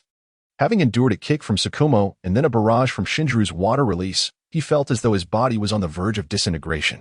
It must be said, he was grateful that Shinjiro did not resort to fire release. Other elemental techniques should ideally be avoided in chaotic skirmishes. No mage should carelessly unleash skills without regard for their range. Lazily contemplating his recent defeat, Nakaira reflected on how swiftly he had fallen. The instability of the Hyuga clan's lower stance was the first realization that came to him as he lay there, shifting his legs slightly. Next came the acknowledgement that the damage output of his gentle fist was insufficient. If the opponent were to withstand a strike in exchange for damage, it would be detrimental. Although his mind was clouded, filled with confusion, Nakaira was surprised to find that a single battle had exposed numerous flaws in his gentle fist technique. It was high time he sought advanced gentle fist skills from his father. Observing the exhausted duo and the seemingly feeble Uchiha Mikoto, it became evident that their recent battle had been their most seamless collaboration yet. Yet, despite this, they had failed to repel their adversary and had inadvertently harmed their own ally. It seemed that the blow to their confidence was more significant than anticipated. Eager to see what tricks they might still possess, Tsukumo delivered a rare taunt. It appears you are on the verge of defeat. The time is now 11:57. In 3 minutes, you will fail your mission and be sent back to the Ninja Academy. No, we absolutely cannot fail. This unrefined tactic of provocation seemed inadequate to ignite the already weary Nakaira, yet it did ignite Shinjiro, who finally rose with fervor, activating his indomitable spirit. I have declared that I shall become Hokage. I barely passed the graduation exam, even if it was in last place. Thus, I cannot allow myself to be here. Shinjiro struggled to stand, the azure chakra within him swirling anew. Then, with a battle cry of determination, he charged forward. Boom. He was mercilessly sent flying from the circle. The water release. Water chaos wave summoned forth a wave even mightier than before. Boom. Yet the outcome remained unchanged. Cough. Cough, cough. Is it truly impossible? Are we genuinely destined to return to the Ninja Academy? To once again face the ridicule of our peers? Would Shinjiro truly succumb to this fate? It appeared that surrender was indeed on the horizon. Exhausted, he pondered whether to give up. Tsukumo continued to strike relentlessly at the fervent youth. Riza gazed quietly at the unfolding scene, suddenly lying on the ground and looking up at the sky with a mournful smile. Indeed, surrendering meant he could always return next year. As he listened to those languid words, Shinshu felt an increasing discomfort, looking at Riza and exclaiming, "How can you give up? You are clearly stronger than I am. Why not rise and continue the battle?" Why? Having experienced countless such situations in 2 lifetimes, Riza, now irritated by the noise, released a lifetime's worth of grievances toward Shinshu. That is not a fate that can be altered merely through effort. Wake up, child. The 3 of us have already exhausted our utmost cooperation. We are no match for him. Blame only our own inadequacies. What is there to regret? The Hokage is the strongest in the village, and you can't even defeat me. What right do you have to aspire to be Hokage? Shinshu stammered. Why you? Mikoto interjected. Riza-kun. Riza, successfully diverting Shinshu's focus, continued. What do you mean you? If you wish to become Hokage so much, then take matters into your own hands and defeat him, Tsukumo. I've already taken a hit from your water technique and have no strength left. At this moment, Riza was in a truly dire state, having taken a direct blow from his teammate, drenched and on the verge of collapse. Indeed, when it came to mages, poor technique often led to the accidental defeat of allies. Fortunately, this fellow wasn't using fire techniques. I'll remember this. Even if I return to the Ninja Academy, I will defeat you first, you scoundrel, Shinshu declared, charging forward once more. Mikoto cried, Shinshu-kun, in the cacophony of sounds. The last 3 minutes belonged solely to Shinshu. Everyone has their own path in life. From beginning to end, Riza merely wished for a peaceful existence with his family. Tsukumo Hatake mercilessly kicked Shinshu away, each deliberate kick landing near the other 2. You truly possess a resilient spirit, Shinshu, grandson of the first Hokage. Hinata Riza of the branch family. Was he prepared to give up? What kind of environment has shaped your current personality? Tsukumo observed the mysterious mark on Riza's head, as if it concealed some unknown secret. Ugh, you bastard.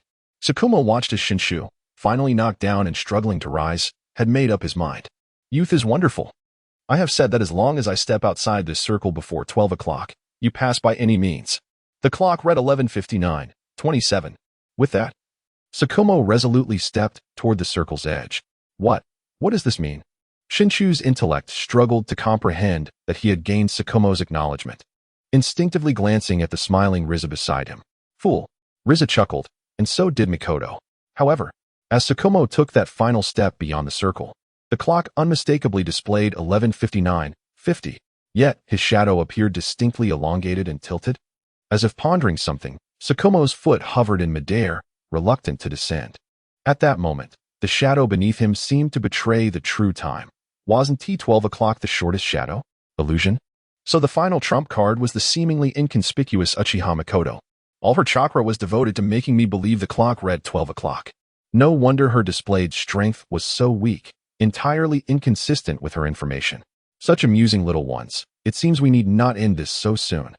Just as Sakumo prepared to retract his leg, hesitating whether to let it fall, and then contemplating pulling it back, Riza, exasperated, addressed Shinshu. Do you wish to win? Can we still win? Shinshu replied, listlessly, as if ready to accept the failure and return to the academy. Then, it's up to you, young man. Exhausted. Hinata Hayashi had taken a long respite to gather all his strength, using the thousand-hand rope tree as a makeshift projectile, akin to a throwing star or a hammer, and hurled it towards the ever-wandering Sakumo Hatake at the edge of the circle. Ah, Hinata Hayashi, you rascal. Did you not claim to be out of energy? Unprepared, the rope tree flew through the air, cursing as it was cast towards Sakumo Hatake. In that fleeting moment, what Hayashi truly wished to exclaim was 1,000 years of pain. The thousand-hand rope tree grimaced, its eyes wide open as it hurtled towards the back. No, the rear of Sakumo Hatake. Ding ding ding. In that instance, the bell signaling the end of class finally rang in the minds of Sakumo Hatake and the thousand-hand rope tree. Was it over? Woo-woo. Chapter 42. The silent 15 minutes. Gazing at the concealed weapon swinging from behind, the right foot, suspended in midair, hovered, should it descend or remain aloft? It seemed there was no need for further contemplation. Sakumo Hatake gently stepped forward, executing a grand pivot to evade the impending strike. Ah! The thousand-hand rope tree, having failed to hit its mark, soared through the air only to crash headfirst into the ground. Ouch, ouch, ouch, ouch, ouch. Why didn't the teacher catch me? Just like that fellow, they two stepped aside. How infuriating, Hinata Hayashi, you scoundrel. Richa, feeling utterly exhausted, slowly rose to his feet and casually brushed off the dirt that clung to his body. All done. Yet, the effort exerted moments ago left him feeling somewhat drained.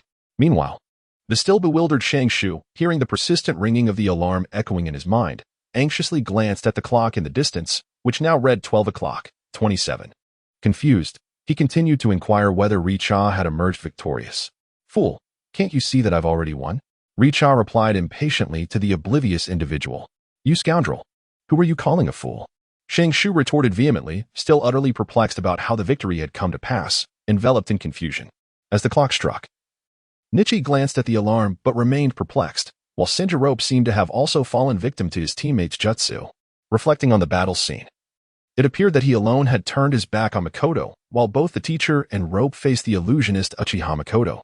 Nichi chuckled in silence, realizing that what goes around comes around. The three Jinin, in their inaugural team outing, had all inadvertently ensnared themselves in their teammates' techniques. Indeed, reckless spell-casting wizards are often the bane of their comrades. It seems that teaming up with taijutsu ninjas is considerably safer. Nichi was grateful that he was almost a pure taijutsu practitioner now. Otherwise, his prior habit of carelessly unleashing skills while in team mode could have resulted in obliterating his allies. Moreover, illusions are truly insidious, subtly altering one's perceptions and experiences. Especially the Jinjutsu from the Uchiha clan, which he must find a way to counter in the future. As Nichi pondered how to address his weaknesses in illusion techniques, Rope, who had been utterly baffled, finally inquired about the outcome from Mikoto. What? I fell victim to your heart's desire jutsu? Rope exclaimed in astonishment. But what I wanted most was to pass the exam. It seemed that, subconsciously, Rope was least inclined to see the alarm go off. Blushing, Mikoto shyly explained that it was her technique affecting her teammate, and her kind nature led her to overlook the fact that Rope had been swept away by his own water jutsu. Then why didn't you two give me a heads up? Rope feigned indignation, attempting to elicit sympathy from Mikoto and recover from the blow he received from Nichi. No, it's not my fault. Mikoto blushed, explaining bashfully, and unexpectedly pointed a finger at Nichi. Who told you not to act, and can you guarantee you wouldn't expose yourself if I informed you? Observing Mikoto's flustered demeanor, Nichi revealed the reason for not sharing the plan with the little troublemaker. How can I lack acting skills? Didn't you see how well I performed earlier? Rope continued to argue, recalling his past stage performances. Was that acting? That was merely your cluelessness. Nichi ruthlessly struck at Rope's pride, causing the latter's heart to ache. You jerk, how dare you say that? Who told you not to inform me of the plan? Because you simply lack acting talent. Amidst the lively bickering, Makoto couldn't help but smile at her noisy teammates. With such companions, her ninja journey seemed destined for perfection. Hearing Makoto's laughter, Rope, realizing he was no match for Nichi's verbal sparring, shifted his focus to seek comfort from Makoto. Makoto, tell me how I lack acting skills. You knew the plan and didn't inform me. Nichi-kun, I can't say. Makoto redirected the blame back to Nichi, flustered and unsure of how to defend herself. You jerk, it's all your fault. Makoto seems to trust you so much. Rope, annoyed at seeing Makoto's faith in Nichi, grew irritated. Who made you act recklessly as the tail end? I never said I gave up. Nichi retorted, confident after their victory. However, without Rope's impulsiveness, it was uncertain if they could have succeeded, or rather, if they could have gained recognition. Who are you calling the tail end? I have never given up. Rope passionately countered. Whoever answers is guilty.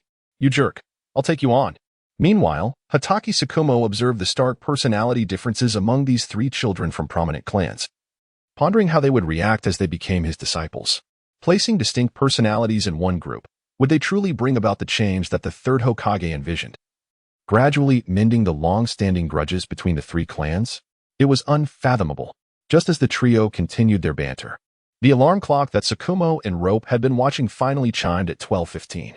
In that moment, the illusion that had clouded their minds could no longer deceive them. As reality returned to 12 o'clock, Tsukumo quietly observed their commotion for 15 minutes before the task concluded. Congratulations, you have all perfectly passed the test, although they have lost. Tsukumo, unusually relaxed, smiled as he delivered the final verdict. Team 5 is established.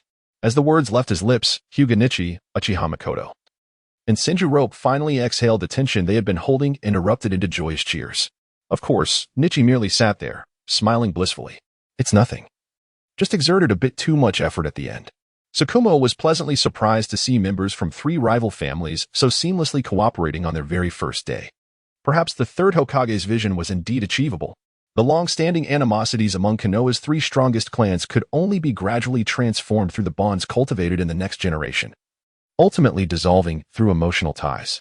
In that fleeting moment, as Tsukumo raised his leg to step out, he noticed the shadow cast by the sunlight, indicating the time should have been earlier. However, he hesitated, wanting to witness the expressions of his students upon realizing their plan had failed, and thus kept his leg poised in the air.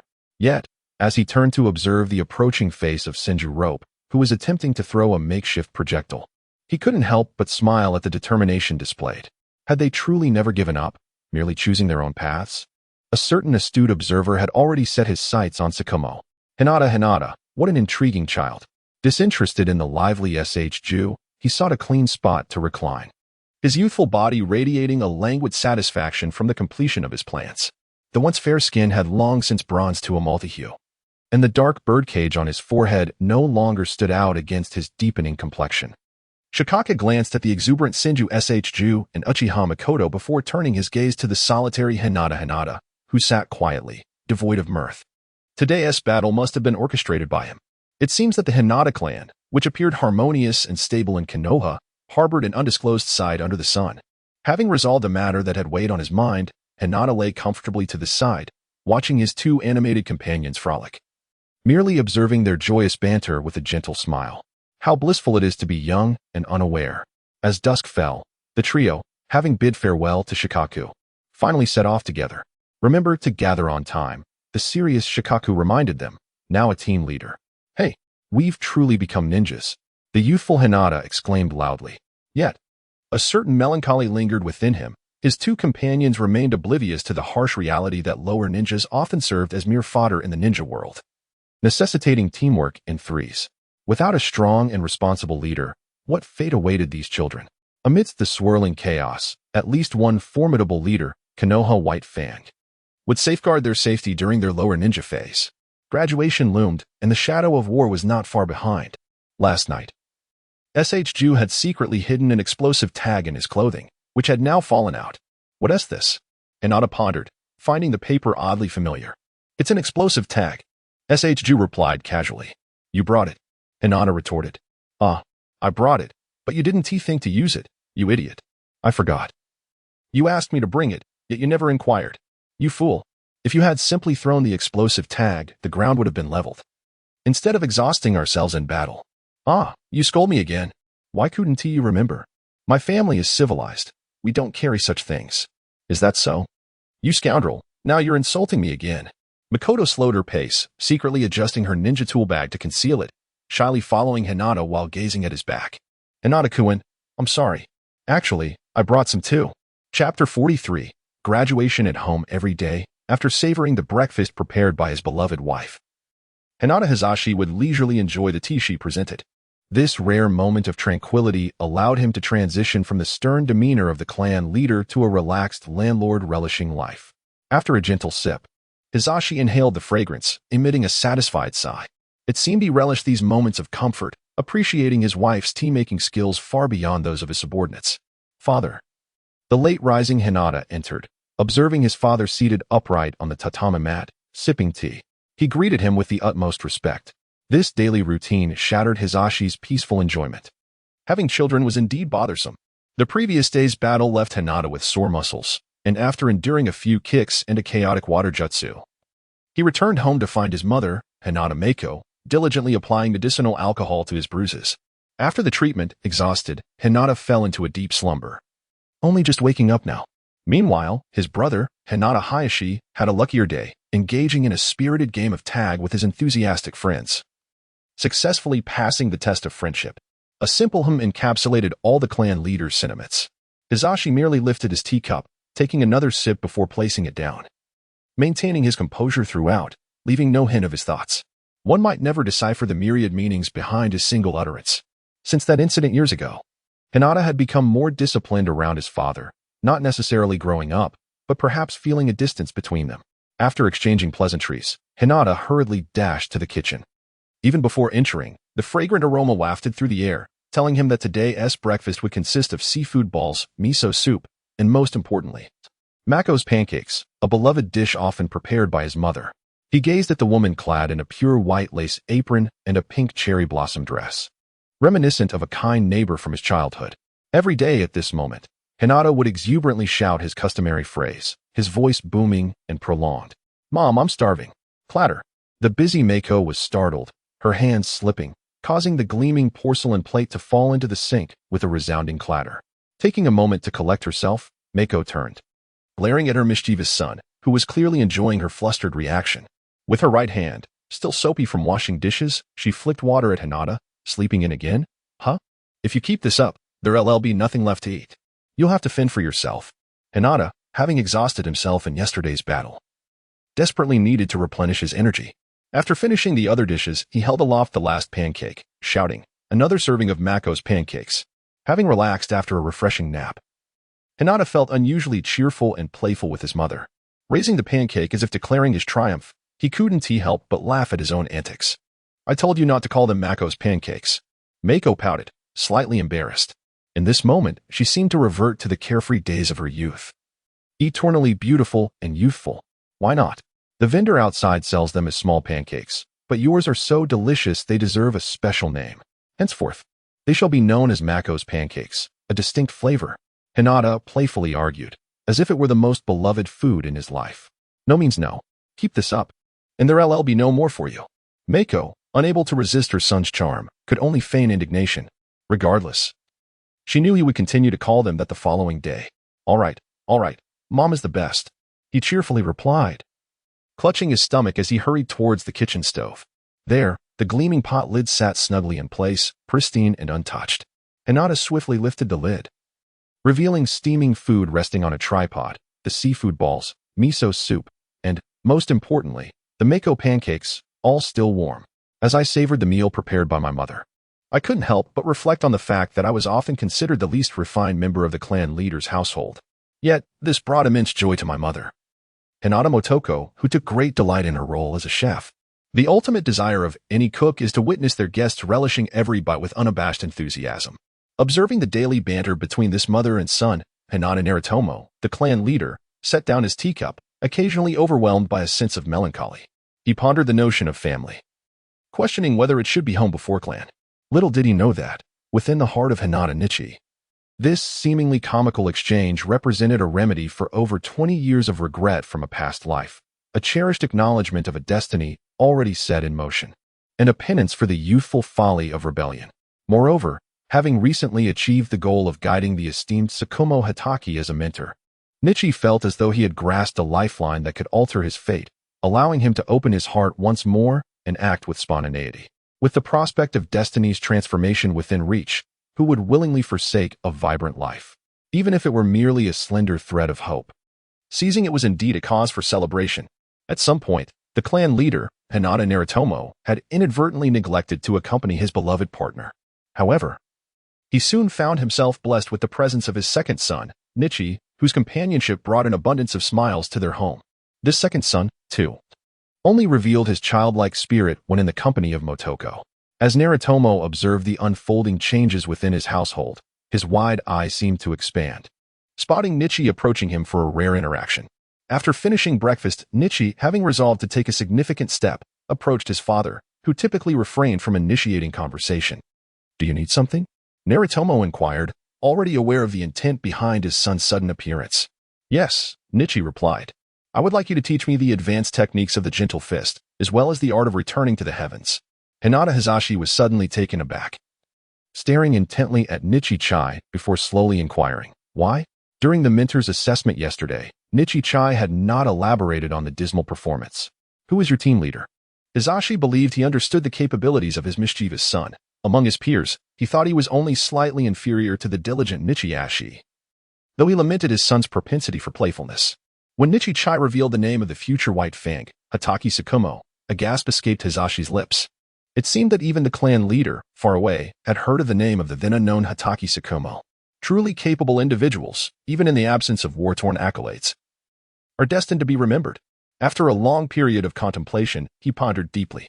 Hinata Hizashi, having finally made up his mind, declared, "I initially intended to teach you later, but since you inquired earlier, let us proceed today." After speaking, he stood and gestured for Hinata Hayashi to accompany him to the training ground. There, the eldest son, Hinata Hayashi, had already commenced his training. In the courtyard, observing the arrival of Hinata Hayashi, the diligent Hinata Hayashi struck the wooden dummy with a punch that resonated with increased force. Chapter 44. Kaiten and legs. After delivering his final punch, Hinata Hayashi, drenched in sweat, withdrew his fists and offered a respectful bow. He then addressed his father, the clan leader, Hinata Hizashi, with utmost reverence. Excellent," Hinata Hizashi affirmed, nodding in approval. This response was notable, comprising 2 words rather than the usual singular acknowledgement, as he added an appreciative excellent to his customary hymn. He glanced at his eldest son, who had been diligently practicing for some time, and remarked, "Take a break. Today I shall teach you the advanced techniques of the Hinata clan." At such a young age, Hinata Hayashi displayed a succinct demeanor akin to his father, Hinata Hizashi, when addressing his younger brother, Hinata Hayashi. Even after the break, Hinata Hayashi showed no sign of joy at the prospect of learning advanced techniques. His countenance remained as stoic as ever, a face that Hinata Hayashi referred to as a dead fish. For the heir of the clan, mastering the advanced techniques of the Hinata was merely a matter of time. Today's lesson was simply an advancement of that inevitability. In the eyes of Hinata Hizashi, this development paled in comparison to the recent maturity displayed by his younger son, which had begun to capture his occasional attention. Conversely, he felt assured by the steady nature of his eldest son, who mirrored the character he himself possessed in his youth, embodying the qualities befitting a future clan leader. After a brief observation, Hinata Hizashi began to impart the advanced technique of the Hinata brothers' gentle fist known as Kaiten. "Now that you two have become capable ninjas, it is time for you to strive for the enhancement of the Hinata clan. Especially as my sons, you must uphold the dignity of the Hinata clan leader's family. Thus, I shall teach you today the advanced secret technique of the gentle fist, Kaiten, which is not to be shared with those beneath our clan." Perhaps accustomed to the routine, Hinata Hizashi delivered his customary passionate address even in front of his own sons. After his invigorating speech, he proceeded to elucidate this powerful and unique secret technique in the annals of martial arts history. Kaiten, regarded as a high-level secret technique of the Hinata clan not to be disseminated among lower ranks, possesses a reputation for its unparalleled defensive capabilities within the ninja realm. Moreover, Kaiten serves both offensive and defensive purposes. After a brief pause to observe the two brothers, Hinata Hizashi continued his explanation. However, even the mightiest secret techniques of the gentle fist necessitate exceptional physical attributes and mastery of intricate skills. This is a feat that no other martial arts can achieve in terms of absolute defense. Noticing the puzzled expressions on their faces, Hinata Hizashi coughed lightly, as if to remind his younger son, who appeared somewhat skeptical, to pay close attention. While Hinata Hayashi may lack certain talents, he seemed overly fond of playful antics. In light of Hinata Hayashi's bewildered expression, it was evident that although Hinata Hizashi's description of Kaiten's attributes might be somewhat exaggerated, the undeniable fact remained that it was recognized as a formidable martial art within the ninja world. Against opponents below the level of a shadow, Kaiten indeed provides a level of comprehensive, multidimensional defense that traditional martial arts cannot achieve. Furthermore, it possesses the ability to deliver powerful counterattacks during defense, which explains Hinata Hayashi's eagerness to learn this secret technique of the Hinata clan. Kaiten, beyond being a formidable skill, also encompasses unique chakra release techniques and methods of manipulation. Mastery of one technique opens the door to countless others. The chakra of Kaiten is activated from the body's chakra points and can be controlled externally, a distinctive capability within the entire system of martial arts in the Naruto universe that seems to hold vast potential. Having concluded his grandiloquent exposition, Hinata Hizashi finally began to demonstrate the technique that Hinata Hayashi had yearned for in countless dreams. Over the years, you both have trained in the gentle fist, and your internal pathways have gradually opened. Now, as we begin the practice of Kaiten, which requires the complete opening of your body's pathways and chakra points, you are perfectly suited for this endeavor. Of course, to truly harness the power of Kaiten, diligent practice to fully open your pathways and points is essential. Now, observe closely, and attempt to project chakra outward through the chakra points that have already been opened in your bodies, just as I do. Swoosh, swoosh, swoosh. As Hinata Hizashi's voice resonated, it resembled the deflation of a balloon, or more precisely, the swift rush of chakra slicing through the air. A faint azure stream of chakra began to manifest around his father's form, causing his loosely flowing ceremonial robe to billow outward, inflated by the chakra erupting from his body. This phenomenon perhaps elucidates why the Hyuga clan favors wearing such loose garments. The breathable cotton robes facilitate the outward release of chakra from various acupoints, unhindered by the restrictive attire of Konoha's ninja, such as the green vests. When have you ever seen the future clan leader, Lord Hizashi, donning a vest? In that moment, a realization dawned upon Hinata Hizashi regarding the purpose of his father's attire, leading him to ponder why he was training bare-chested like in the practice of the Uniheart Sutra. Wouldn't that allow for greater airflow, a cooler experience, and a more astonishing effect on adversaries during battle? Then, as the chakra surged more densely, Hizashi transformed into a colossal, chakra-formed silhouette, spinning with vigor. Reversal, he bellowed, as the chakra enveloping him began to rotate in synchrony with his movements. The surrounding air was set into motion, resembling a small tempest. This swirling vortex, apart from its tranquil core, stirred the grass beneath into a frenzy of particles. It is no wonder that such a display can be hailed as an absolute defensive force, akin to a tempest passage. Before Nizashi's eyes unfolded a magnificent azure sphere of chakra, rotating clockwise from east to west. It was truly captivating. In that fleeting moment, Nizashi gazed at the azure sphere and the terrestrial features and vegetation it bore, feeling a surge of excitement. He was finally about to learn the reversal technique, which he had envied throughout his life. How splendid! Suddenly, it was not Hizashi who activated his Byakugan, but Nizashi, eager for a closer and more detailed observation of the chakra's flow. Soon after, the typically stern-faced Hinata Jisoo also activated his Byakugan, and the two sets of large, wide eyes scrutinized the phenomenon with great attention. In Nizashi's Byakugan vision, the swirling reversal had transformed into an atmospheric shell formed by rapidly flowing chakra. The fragile human form at the center was cocooned within this impenetrable layer, evoking a sense of security akin to that of Earth's atmosphere, shielding against the terrifying abilities from beyond. However, within Nizashi's Byakugan, it was evident that this chakra shell still bore vulnerabilities. It appeared that certain meridians and acupoints of Hizashi's body remained unactivated. For instance, the area beneath the navel, the weakest point of the shell, and its corresponding region at the back, seemed particularly susceptible. The more Nizashi observed, the more astonished he became. It seemed that the area directly beneath his feet was entirely uncovered. Yet, for a ninja who frequently traverses water and scales rocky cliffs, how could the acupoints on the soles of his feet remain unactivated? This suggested that the reversal technique, at this moment, was designed solely to defend against attacks from above, possibly minimizing chakra coverage beneath to conserve energy. As a high-level taijutsu, the reversal technique demanded a significant chakra expenditure when enveloping the entire body. At last, once Hisashi completed his rotation and demonstrated the reversal, he began to address the myriad questions posed by his two sons. Regrettably, the usually serious Jisoo struggled to articulate even a single question, while the impatient Nazashi was brimming with inquiries. Father, if I have only activated the meridians and acupoints in my arms and major body parts, can I still execute reversal? Yes, but there will be critical vulnerabilities in your lower body, Hisashi patiently responded, seemingly preoccupied with his own thoughts. Father, is it possible to release reversal without spinning? I get motion sickness and fear becoming dizzy. Hinata Hige finally comprehended the anguish once endured by Hinata-kin. Thus, he no longer bothered to engage with the incessant barrage of questions posed by his inquisitive brother, Hige. After addressing several pertinent inquiries and ultimately grasping the principles of the reversal technique, the two brothers commenced demonstrating their respective interpretations of this profound art before Hinata Hige. Reversal technique?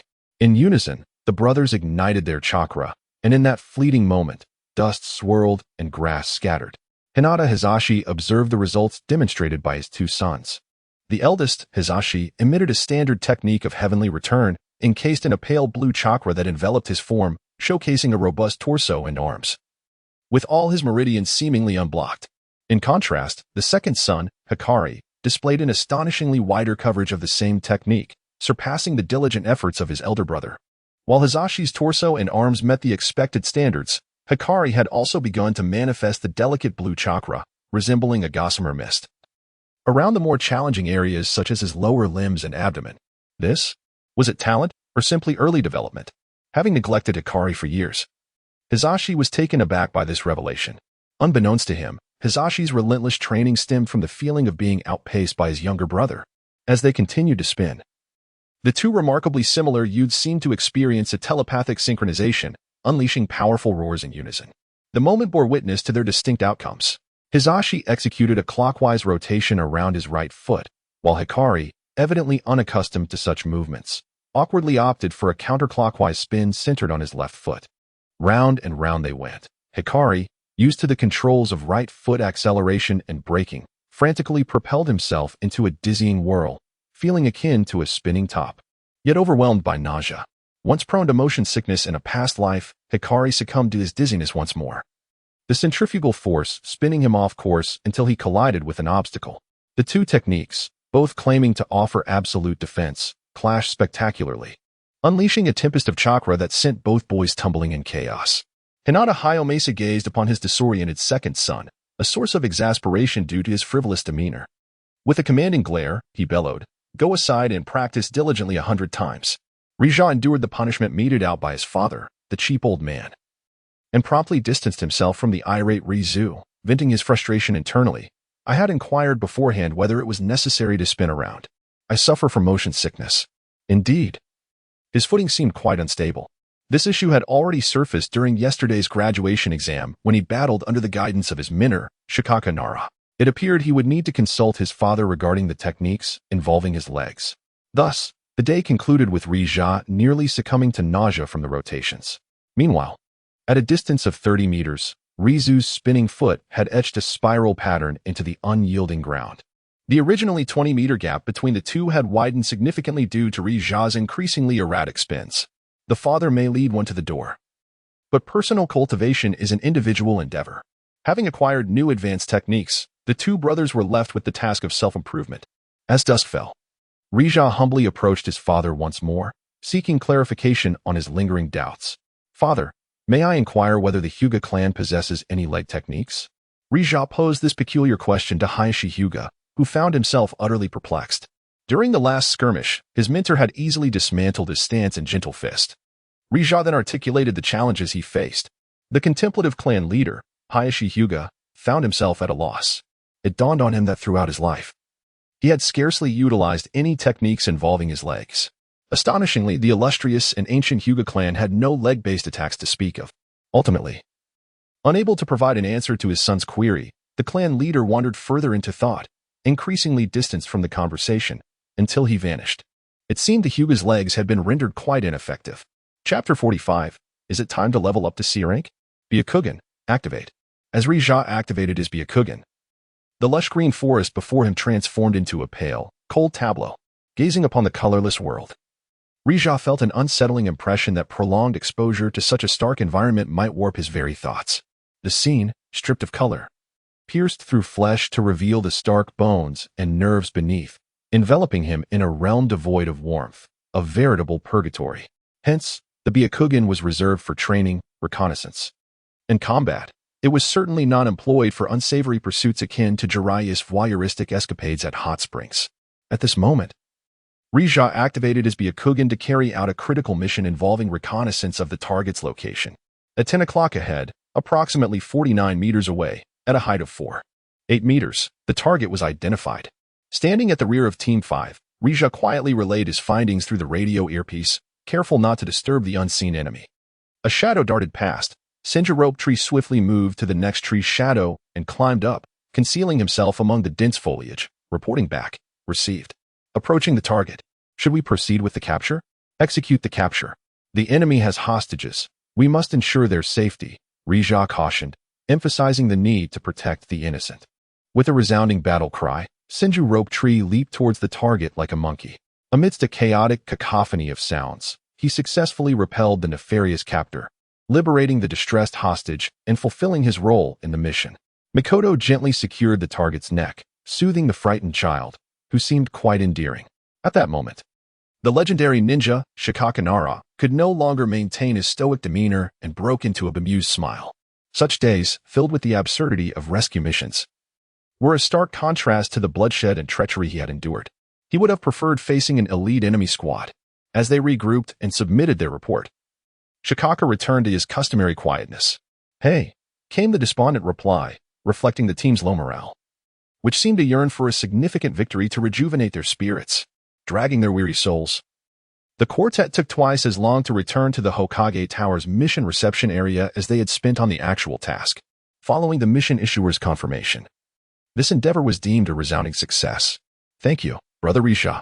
You have become a ninja," exclaimed the little girl, her height allowing her to easily touch the ninja headband on Rija's arm. The issuer of the task was none other than the little girl who had often been led astray by Rija in the past. "Tao Tao, your Coco has brought back a kitten for you," Rija explained, attempting to clarify the buy-one-get-one free nature of the mission to his former little acolyte. "Really? That's wonderful. So cute." The girl seemed unbothered by the addition of a second child, her excitement palpable. "I shall name the second one Tian Tian." Rija mused, realizing how fitting the name was, though it also brought forth a tinge of sorrow as he contemplated her parents' plight. "Little Rija has become a ninja. Thank you for helping me find my daughter's treasure today. Do visit my ninja tool shop regularly. I'll be sure to give you a discount," spoke a uniquely charming woman clad in a pink chi-pao, her height and appearance suggesting foreign heritage. "Absolutely, haha." Rija chuckled awkwardly, feeling as if he were being appraised for a potential match. Discounts and promotions were enticing, and he would surely return. "Goodbye, Brother Rija. When Coco grows up, I'll ask you to help me find a little one." Tao Tao waved goodbye, her floral kimono fluttering as she departed, waving back at the adorable girl. Rija couldn't shake the notion that with a little effort, a romantic comedy akin to a melodramatic K-drama could unfold. Of course, he felt somewhat embarrassed to disclose that the kitten was, in fact, male. Finally witnessing the employer's delighted departure, Shikaka successfully submitted the mission report at the reception. The task of rescuing a kitten lost during its mating season had been completed, with an additional reward of a small cat. Consequently, the records of Team 5's ninjas now boasted a perfect D rating. As he counted, Rija realized that accumulating a few more points might allow him to summon a cup of milk tea. "Shiba, Shikaka-sensei, I refuse to undertake such mundane tasks ever again." With a thud, the indolent rope tree plopped down onto the ground, expressing his reluctance to work, exuding an air of determination that he wouldn't budge without a change of tasks. This scenario finally eased the mind of Nichi, who had been waiting for over half a month. Observing the rope tree, reminiscent of Naruto, sulking at the task reception and throwing in the towel, Nichi exhaled a sigh of relief. After having manipulated this individual for so many days, the delusional youth finally began to demand an upgrade and embark on quests akin to those of Naruto. The best role of an impetuous teammate lies precisely in this capacity of being cannon fodder. Today's outcome was precisely what Nichi had longed to witness. If possible, he fervently wished for a mission abroad akin to that of the Land of Waves. Having resided in the Naruto world for over a decade, Nichi realized he had yet to step beyond the novice village, let alone venture overseas. Of course, it would be splendid to witness the combat prowess of the future White Fang, with the presence of Tsukumo Hatake, a legendary figure of his time. The feeling of reassurance was far greater than that of his son, Kakashi, who had once been ensnared by the water prison technique. Today was also a rare occasion where not a single member of their four-person team opposed the words of the rope tree. Discovering that he suddenly possessed the authority to speak and sway public opinion, Senju Rope Tree continued his banter, drawing the attention of all. We are ninjas, soon to become the elite of Konoha. Is there truly no more formidable and exhilarating mission for us? His words resonated profoundly, and in that moment, the entire task reception fell silent. The rope tree reveled in the unexpected impact he had made, feeling a sense of triumph as he realized that without the interference and criticism of the individual behind him, he could dominate the scene. Haha. Daylight opened his wide eyes, enjoying the scene behind him. According to the narrative, it seemed the next to speak should be Yumino Irika. Bam! Yumino Toshihiko slapped his hands down heavily on the task reception desk. He shouted at this recently graduated student, Baka. You are mere novices who have just graduated. Every ninja begins their journey by accumulating experience through the simplest tasks. However, the young student exclaimed, but I've already been stuck doing this boring task for a month. As outstanding ninjas like us, we have long surpassed the requirements to elevate our task level. Seeing the furious Toshihiko, the overly dramatic SHU suddenly unleashed an unknown technique. Yumino Toshihiko gazed in bewilderment at the once impulsive and passionate Senju SHU, wondering how he had transformed into such a flamboyant character in just a few months away from school. The scene left the single-minded Toshihiko speechless as he looked at Kakashi, who had been managing this troublesome child for months. What on earth had transpired in these months? At this moment, the equally flustered Kakashi cast a glance at the already turned back Daylight. Who else could it be but him? Feeling foolish, Daylight had already turned away, covering his face as Senju SHU began to shamelessly act cute towards Yumino Toshihiko.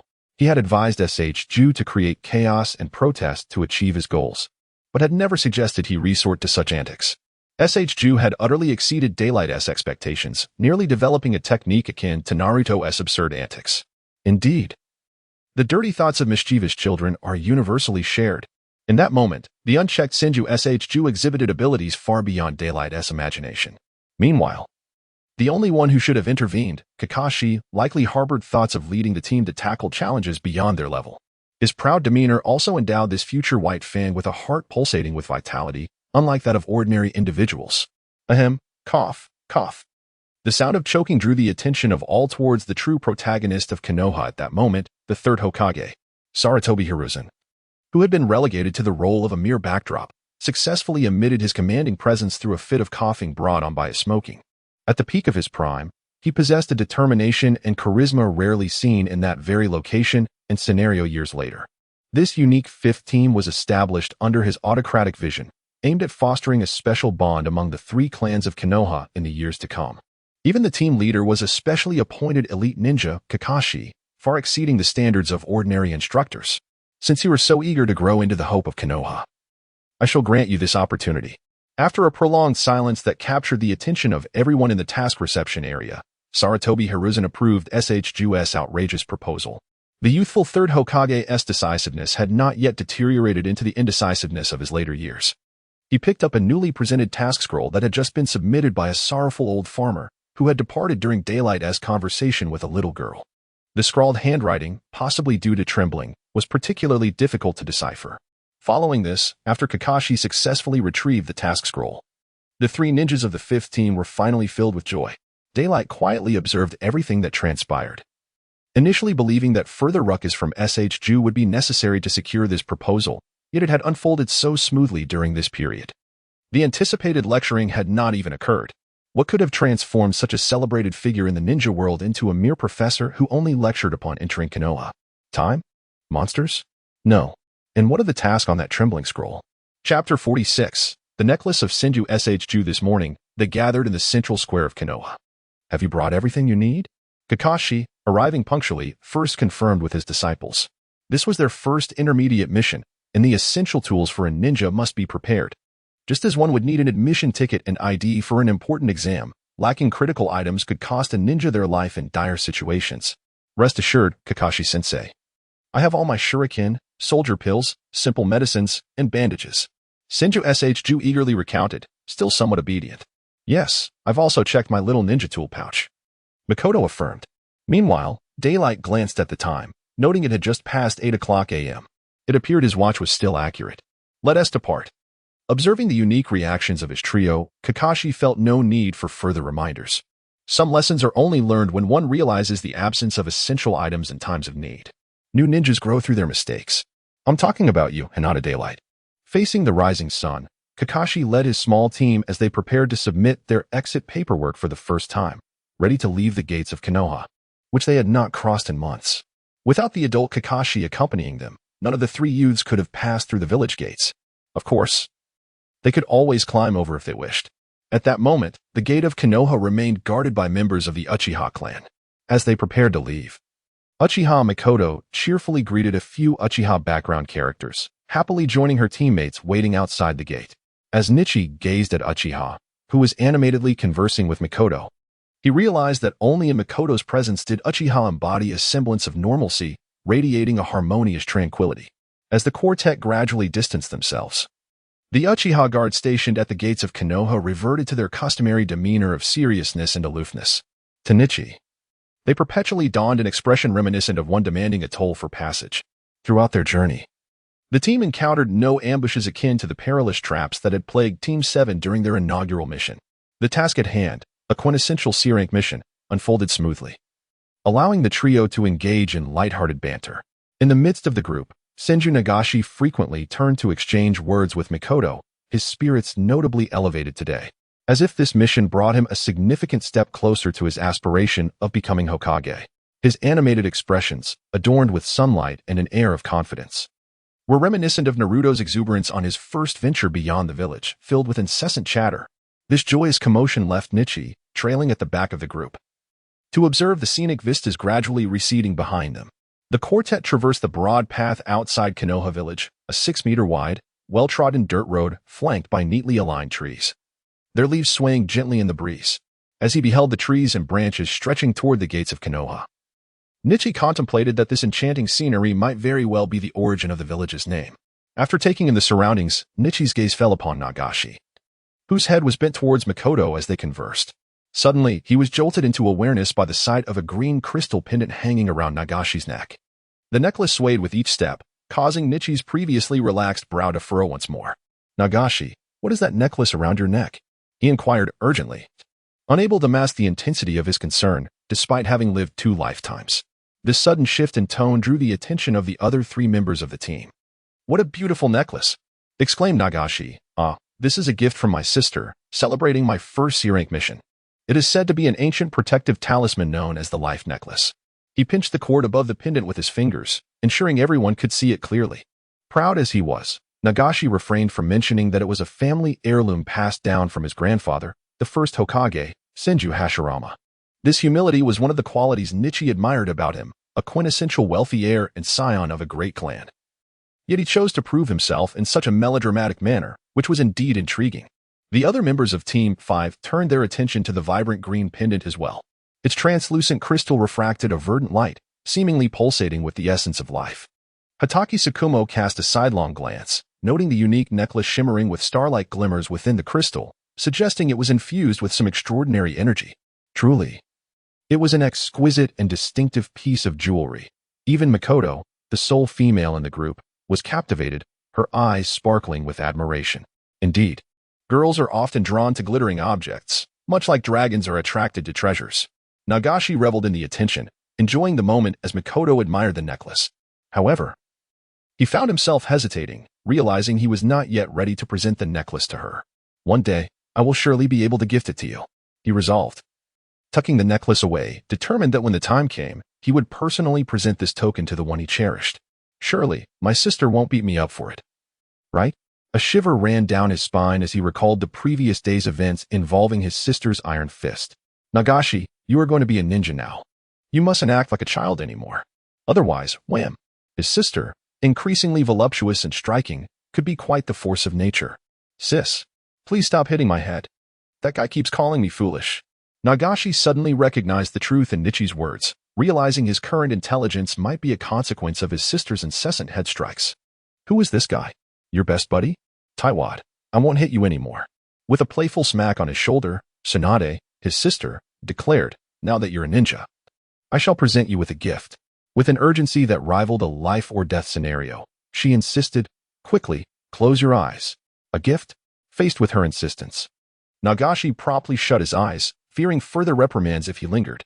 He couldn't help but wonder what had transformed his once gentle sister into someone so fierce over the past couple of years.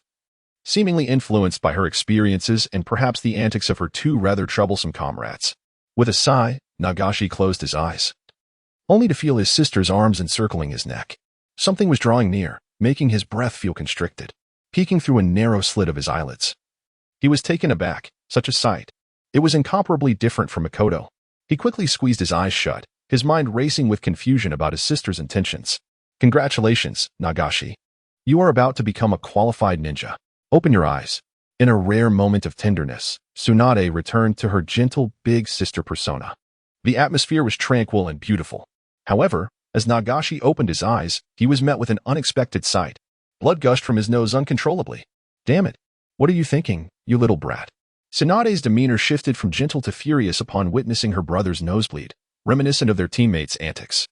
It seemed that the once sweet and innocent Tsunade had transformed into a formidable woman, and Jiraiya had a part in this.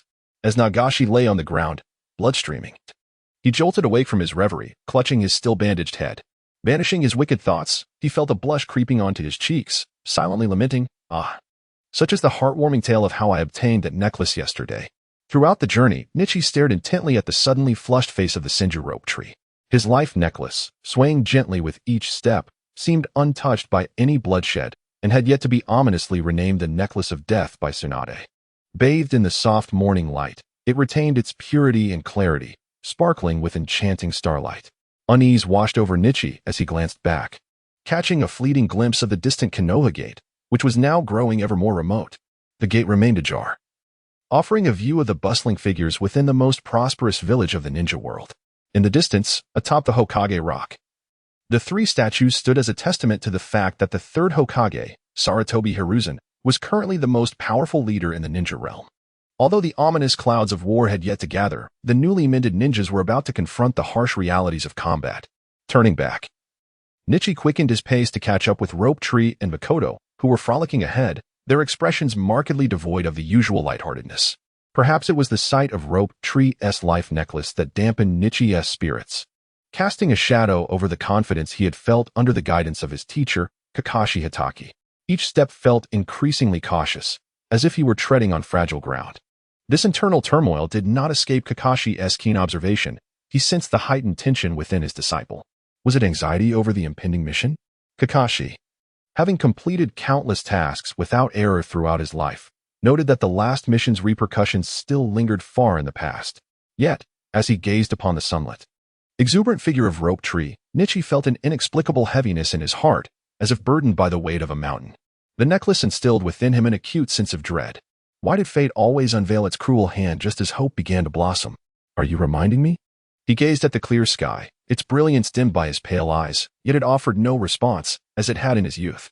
Rope Tree, may this mission not grip you too tightly. Clenching his fists, Nichi's heart raced with anxiety, scrutinizing the path ahead, determined not to overlook even the faintest trace. For he recalled the fateful trap that had claimed the life of a young boy in his previous life. Now, the sunlit, confident youth before him was his comrade. Though occasionally exasperating, they were bound for the distant destination of Cheong Village on a C-rank mission to eradicate the banditry that had flourished amidst the chaos of war. Chapter 47. The Village of Poverty. Upon arriving at the village, the three young members of Team 5 beheld the dilapidated settlement. A far cry from the idyllic Cheong Village they had envisioned upon hearing its name. The scene before them resembled a place ravaged by calamity and despair. The houses bore the scars of destruction and fire, and through the cracks, they glimpsed women and children cloaked in mourning garb, peering out with fearful, evasive eyes. Some turned their backs entirely, unable to confront the intruders. This sight instantly silenced the previously jovial banter between Rope Tree and Mikoto. The children of Konoha's two most prominent clans had never witnessed such human suffering.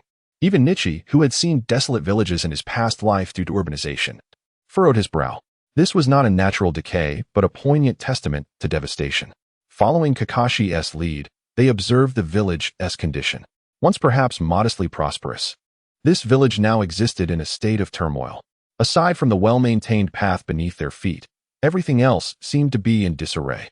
After a brief exchange with the village elder regarding their mission, the four-member team acquired a guide. A gaunt figure whose adult weight seemed less than that of the currently slender rope tree. Rumor had it that he was the last surviving member of his family. His sunken eyes rarely met theirs, and any remnants of hatred had dissipated, leaving only a hollow will to survive.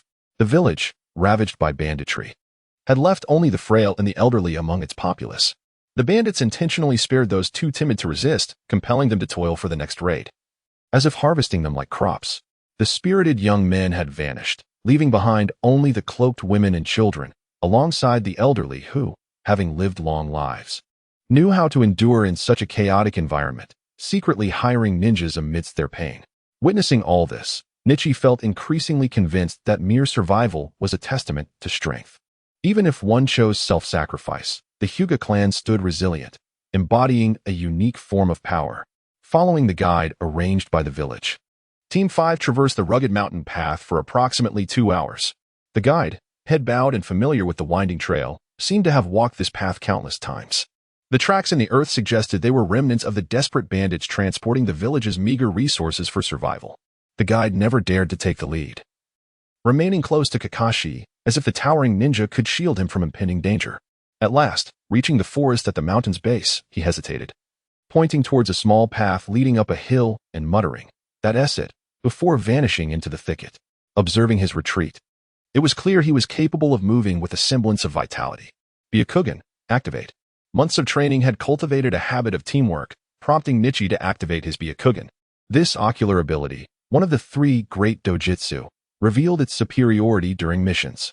Unlike the Sharingan of the Uchiha clan, which thrived in combat, Byakugan allowed for the early detection of vital intelligence that ordinary senses could not uncover: the distance to the hideout, its scale, defenses, the number of foes, chakra levels, and even the presence of hostages. After thorough verification, Nichi reported the mission details. At 11 o'clock, 300 meters away, there is a wooden encampment. The enemy numbers 27, 19 bandits, and 8 enslaved villagers, none showing signs of chakra training. Upon hearing Nichi's report, Kakashi contemplated their strategy. Shortly thereafter, he voiced an unexpected directive that astonished the 3 young ninjas. The objective of this mission is to eliminate the bandit threat here. According to Nichi's reconnaissance, they do not possess any shinobi. Therefore, I will not intervene but entrust the decision-making to all 3 of you. Kakashi's gaze held both affirmation and anticipation. No problem. I will make sure to defeat those scoundrels. Rope Tree declared, his anger palpable as he struggled to comprehend why anyone would seek to seize a peaceful village. Having lived in Konoha all his life, his reaction mirrored that of someone defending their home. Rope Tree, Makoto cautioned, her concern evident. The Uchiha, steeped in the influence of their surroundings, often hear whispers of unsavory events. This mission, it appears, cannot be resolved merely by vanquishing the foe. Rather, it involves something more complex. As these thoughts plagued Mikoto's mind, she found herself unable to ponder further, her once exquisite brow furrowing into a deeper, more intense expression. Meanwhile, her 2 entangled teammates remained oblivious to Mikoto's growing concerns. Upon hearing the words of Hatake Tsukumo, Richa understood that the moment he had anticipated was finally upon him. In his previous life, he had only ever slaughtered fish and chickens. The sensation of the blade slicing through a chicken's neck had left an indelible impression of trepidation. The subsequent struggles and anguished cries had filled him with a chilling dread, as though he were the one whose throat had been cut. Did one truly become accustomed to such acts after repeated exposure? At this moment, Richa lowered his gaze to his hands, which had remained untainted for over a decade. Although his hands, calloused from years of practicing gentle punches on wooden posts, were still fair-skinned, they bore the marks of time. Unlike his companion, Nikizatsu, who had become increasingly weathered from exposure to the sun during nocturnal activities, Richa pondered whether these hands would soon be stained with blood. Ultimately, his priority was to ensure his own safety and, if necessary, to safeguard the hostages. The final words of Hatake Tsukumo echoed in his mind. Leaving no room for ambiguity, the first sentence held the crux of the matter, while the second was a matter of discretion within the realm of possibility. as he gazed at the vanishing figure of his mentor, even with his Byakugan closed. Richa was aware that Tsukumo would continue to observe and protect their trio from the shadows. His life was likely not in jeopardy, yet an unsettling anxiety lingered. Having opted to elevate the task's difficulty, he understood that this was the responsibility of a C-rank mission, which entailed inevitable bloodshed. Finally, with a heart full of apprehension, the three-man team lay in ambush beneath a small hill outside the stronghold. At this juncture, after Rich's repeated examinations through his Byakugan, they had thoroughly acquainted themselves with the internal circumstances of the stronghold, and it was time to devise their final battle strategy. However, as he surveyed the rudimentary wooden palisade and gate, Richa found himself at an impasse for the first time. What would be the most effective approach to breach the stronghold? Should they deploy an explosive tag to blast open the gate, or utilize their ninja skills to stealthily infiltrate for a decisive assassination? Or perhaps there were other options to consider. As the sun dipped below the horizon, Richa cast a glance at the two youthful companions by his side. Mere children in appearance, while facing a throng of over a dozen menacing bandits. A moment of hesitation gripped him, a dichotomy forged from 2 lifetimes of experience. Yet, amidst the silence, the impetuous fervor of youth surged forth, shattering his internal conflict. "You ruffians shall never be forgiven." The audacious Shinshu, having recalled the harrowing scenes he had witnessed mere hours ago, roared as he charged toward the bandit's stronghold, his voice echoing with righteous indignation. This proclamation jolted Richa from his reverie. A realization dawned upon him, accompanied by a calm smile. What was I so conflicted about? Although outnumbered, these were merely common thieves, while we are seasoned ninjas, adept at traversing rooftops and evading bullets. How could I allow my resolve to falter in the presence of a child? A child unlike any other. Is it the ignorant who are fearless, or the knowledgeable who tremble? With a newfound determination, Richa stood tall from his concealed vantage point. How could he let his young ally face the brigands alone? Encouraged by their leader's bravery, the anxious Mei-chin found her courage and rose, following closely behind them. Class 5. Shall we engage? At that moment, the raucous gathering within the bandit stronghold was interrupted by Shinshu's fervent shout. Instantly, the boisterous noise subsided into an eerie silence. From the solitary watchtower, a bleary-eyed figure emerged, squinting at the sight of the children before him, relief washing over him as he slurred. "What brings you little ones here? Are you delivering our rations? But wait, today isn't even the day for that. Children?" The village, gripped by fear, had resorted to sending mere children? Let them bring in their goods and then be gone. The bandit leader, still clutching his drink and a trembling woman, relaxed his grip on his weapon. Shinshu, grappling with confusion, realized he had come to challenge the bandits, yet it seemed he had inadvertently become a mere messenger. Is this what my future as Hokage amounts to? Unable to intimidate a drunken fool? Indeed, we have come to deliver provisions. Richa interjected, clapping a hand on Shinshu's shoulder, disrupting his spiraling thoughts. To his surprise, their audacious invitation to battle yielded an unexpected advantage, and Richa, seizing the moment, decided to play along. "And where are your supplies?" "I see none." The drunken guard, still somewhat coherent, demanded. "They are behind us, too heavy to carry," Richa replied, dashing back to their hiding spot. Moments later, he emerged, feigning the burden of several heavy bags, distributing them to Shinshu and Mei-chin, each appearing laden with weight. At that instant, the true nature of their ruse was unveiled. Even the naive Shinshu, now fully aware, exerted himself to maintain the charade, lifting the bags with exaggerated strain. "Very well, let us in." The guard, taken in by the sight of the struggling children, called to the now alert sentries. With a resounding clang, the gates swung open, revealing a scene of debauchery that assaulted their senses: bandits, alcohol, and women. What remained when these 3 elements converged? Eyes met, and silence enveloped the moment. The mocking gazes of the bandits contrasted sharply with the brutal stares of their leader, while the expressions of the captured village women reflected deep-seated dread.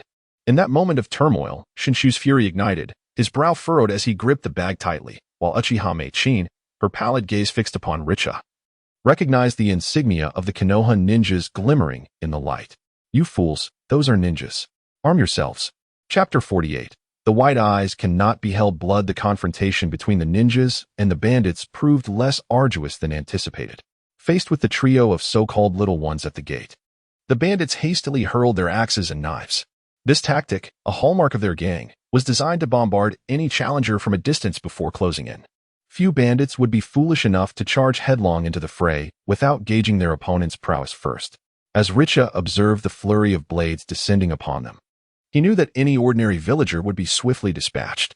These were not mere shurikens that could be deflected with ease. Even a seasoned chunin would have to evade such a barrage, for a single strike could be fatal. In that critical moment, Richa unleashed the technique he had diligently practiced for months, the Kaiten. The prowess of the Hyuga clan manifested in the chaos of battle as Richa, with his Byakugan activated, perceived every weapon's trajectory. Though his Kaiten did not yet encompass a full 360-degree coverage, it effectively shielded him from the incoming projectiles aimed at his body. With the knowledge of Kaiten, Richa was finally deemed worthy of the title of Master of Taijutsu. The moment the blades made contact with his chakra-infused defense, they were repelled with tremendous force, ricocheting back with greater velocity than that with which they had been thrown. The rebounding projectiles inadvertently struck two unfortunate bandits, leaving them wounded and bewildered. To the eyes of the unworldly bandits, this miraculous feat of defending and countering projectiles seemed nothing short of sorcery, leaving many of them momentarily dumbfounded. "Why are you standing there? Attack the leader!"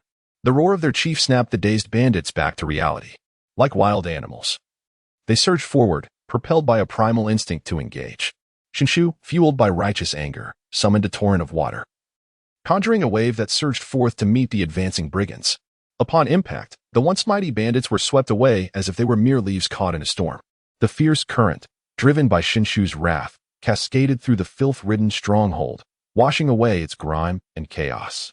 In that moment, the stronghold appeared as if it had been consumed by a flood, leaving the inhabitants in disarray. The flames of courage and confidence that had once burned brightly within the bandits were extinguished, leaving them trembling and huddled together, awaiting the next move from their ninja adversaries. As Richa observed the effects of Shinkshi's ninjutsu, he couldn't help but pout in envy. Fortunately, the damage inflicted by the low-level water release technique was minimal. The women present were merely washed over by the torrent, suffering no significant harm. It was also fortunate that Shinkshu possessed a water affinity, had it been a fire release. The consequences would have been unimaginable. Coughing and sputtering after inhaling water, everyone in the village began to regain their composure. It was only then that they realized these seemingly unassuming youths were the legendary powerful ninjas, far beyond the capabilities of ordinary folk like themselves. The battle had devolved into a one-sided affair. Shinkshu, undistracted by weapons, had reverted the bandits to their true forms with a single water release, concluding the conflict before any close engagement could even occur. With his full power unleashed, Shinkshu surveyed the aftermath of his water release and began to form the seals for his ninjutsu once more. Although he had only mastered this singular technique, he felt an overwhelming desire to unleash several more water releases to vent his frustrations. In contrast to Richa's ineffective ninjutsu that could barely leap 3 feet, this technique proved remarkably effective against the ordinary folk who struggled to jump even 2. "Be careful of the hostages," Mei-chin quietly cautioned, her innate kindness preventing her from ignoring the plight of the women across the way. However, her warning at that moment could inadvertently lead to even greater harm. Upon hearing Makoto's reminder, Nietzsche realized that the situation had taken a turn for the worse. Although the astute Makoto had whispered her warning so that only the 3 of them could hear, the foolish expression on Rope's face and the hasty cancellation of his ninjutsu had already revealed the critical point to their adversaries. The bandit leader seized a screaming woman by her arm, brandishing a large knife against her throat, and glared at the 3 young ninjas, bellowing, "Stay back. If you dare to use any more jutsu against us, I will kill her first." At that moment, he had entirely abandoned the notion of defeating the young ninjas. The display of their ability to deflect all projectiles in their peculiar ninjutsu had extinguished his desire to charge into battle again. Now, his only remaining desire was the simplest one, to survive. In a twist of irony, the bandits behind him had clustered around the captives, transforming the women they had intended to torment into their shields of survival. Makoto, recognizing her grave mistake, felt a deep sense of regret swelling within her as she gazed at the woman taken hostage because of her actions, guilt flooding her heart. Had it not been for her reckless behavior, the women would have merely sustained minor injuries, but now they were in mortal danger. Worrying about the situation, Makoto looked anxiously at Nicha, seeking a way to make amends. "Makoto," Nicha called out sharply, interrupting the girl's moment of guilt. Now was not the time for gentle reassurances. The intense exchange of glances between the 2 mirrored the camaraderie they had shared during their previous battle against their mentor. Taking 2 decisive steps forward, Nicha positioned himself protectively in front of Makoto and began to negotiate with the bandit leader. "Do not harm them. Our mission as children is merely to rescue these hostages." If you allow us to take them away, we will leave without further conflict.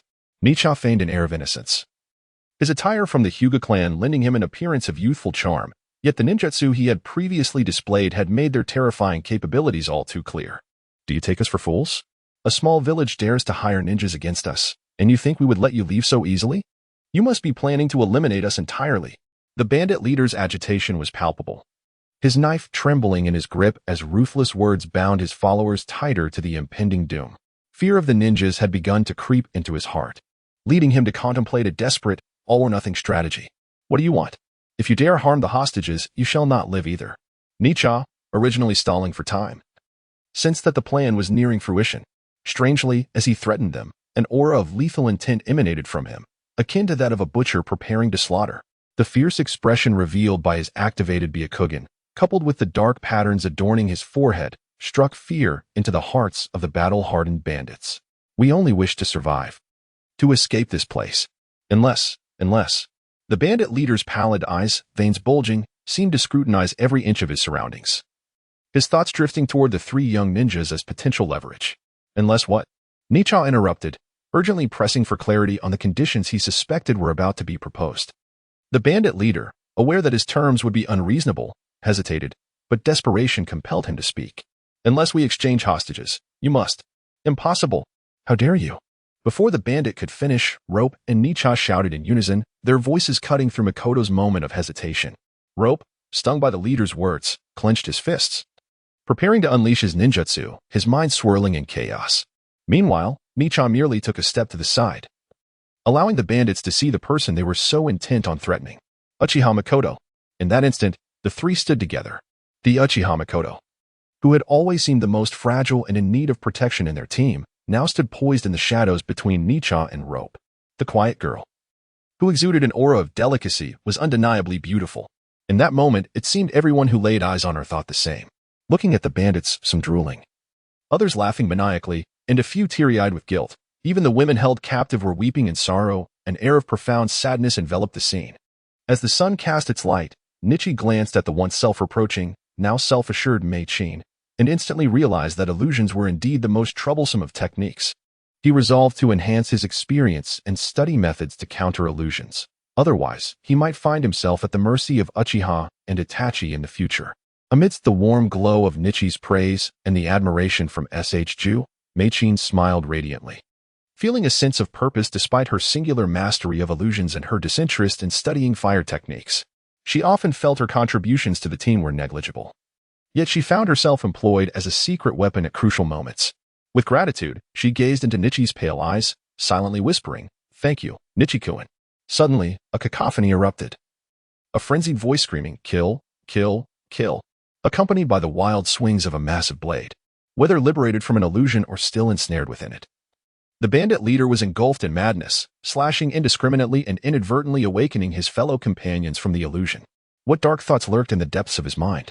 At last, as his blade swung towards a woman caught in the same illusion, Nichi charged forward.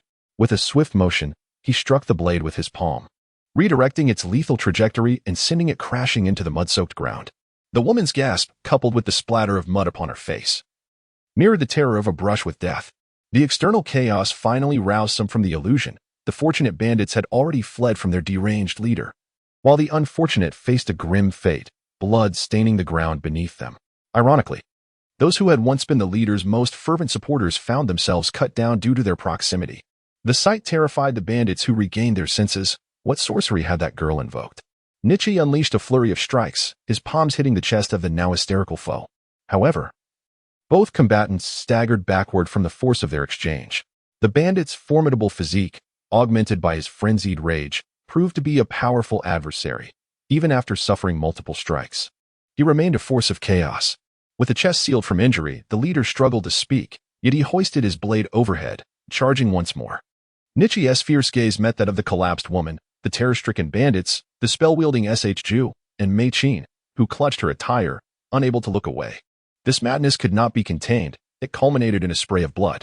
The lifeblood of the enemy splattered upon the woman awaiting her demise, yet rather than fear, she felt an overwhelming sense of vengeance fulfilled, her tears flowing freely. In that moment, the death of her foe did not bring joy. Meanwhile, Nichi, The architect of this chaos lowered his gaze to his trembling hand, still capable of extending into a fist. At that final moment, he realized he could summon the resolve to take a life. Gone was the imagined revulsion. Only the throbbing blood remained, causing his muscles to twitch with unrestrained energy. In a surge of power, he delivered a fatal blow, his palm carrying the wrathful chakra, causing the enemy's heart to rupture. At that instant, the world revealed through his Byakugan remained a stark white, as the color of death morphed into a muted gray. Nichi could not yet comprehend the horrific sight of the leader, blood streaming from his orifices. But the fearful faces surrounding him made it clear he had committed a dreadful act. The fierce visage enhanced by the Byakugan, coupled with the gaze of a killer, rendered Nichi's previously dark curse mark on his forehead seemingly diminished, akin to the cover of a book. Ju's jutsu frayed once more. As the slow incantations of the sorcerer could never keep pace, the need for widespread jutsu to vent his fury had dissipated. It seemed Nichi had accomplished all that was necessary. The incident, born from an unforeseen illusion, enveloped the small village, surrounded by wooden walls, in a pungent aroma of blood.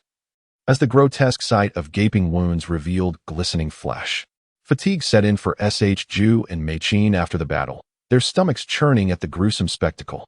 Only Nichi remained, his Byakugan aglow, faced with the stark white and chilling emptiness that surrounded him. The sun finally cast its gaze upon the bandits before him, who, trembling with fear, had knelt in supplication, pleading for mercy. What shall I do with them? Chapter 49, The Butcher and the Cleaver. How should we deal with these kneeling rogues? At this moment, the minds of the three were consumed by this very question. The bold declarations made by the rope tree, which had sent them sprawling, seemed to have reached their culmination, but what came next? Standing there, the thousand-handed rope tree realized that defeating them was not the conclusion of the task. It appeared there was more to be done. Before him knelt individuals who, despite being bandits, were still human. Daybreak's hand, stained with the blood of the slain, was now clasped behind his back. That hand, which could extinguish a life with the slightest touch, trembled ever so slightly, akin to wielding a heavy firearm. Clearly, a mere flick of the wrist could eliminate a future threat, yet it remained hidden, ensconced in the voluminous sleeves of the ceremonial robe. What would you do? The Byakugan of Nichiha had already fixed its gaze upon the concealed figure in the distance. His remarkable shadow concealment technique was nearly imperceptible to any sensing abilities. Yet it could not evade the scrutiny of the Hyuga clan's Byakugan. The art of stealth, shrouded in obscurity, appeared as mere decoration before the eyes of the Byakugan. After an extended observation, Nichiha remained devoid of answers. It seemed to echo that sentiment. The directive to entrust this task to the three of them perhaps resonated in this very moment. Three adolescents, now ninjas, stood together, each bearing a psychological maturity that transcended their years. Yet what significance did that hold? The trio exchanged glances, yet none articulated a solution. After a prolonged silence, the accustomed Ju and Mei-chin simultaneously turned their attention toward Nichiha, oblivious to the trembling hand concealed within his sleeve. Today, it appeared that neither had sullied their hands. Ju's formidable water techniques had merely washed away their foes, inflicting only incapacitation at most. Meanwhile, Mei-chin employed illusionary arts to induce psychological collapse in their adversaries. At this juncture, only Nichiha had been stained with blood. The delicate art of his lethal prowess, contrary to its gentle facade, had indeed proven fatal. With an overwhelming exertion of his right hand, he had ruptured the heart of the assailant, resulting in a gruesome demise, blood mingling with entrails and remnants. Yet it did not evoke the revulsion of mere flesh. But must the cycle of killing persist?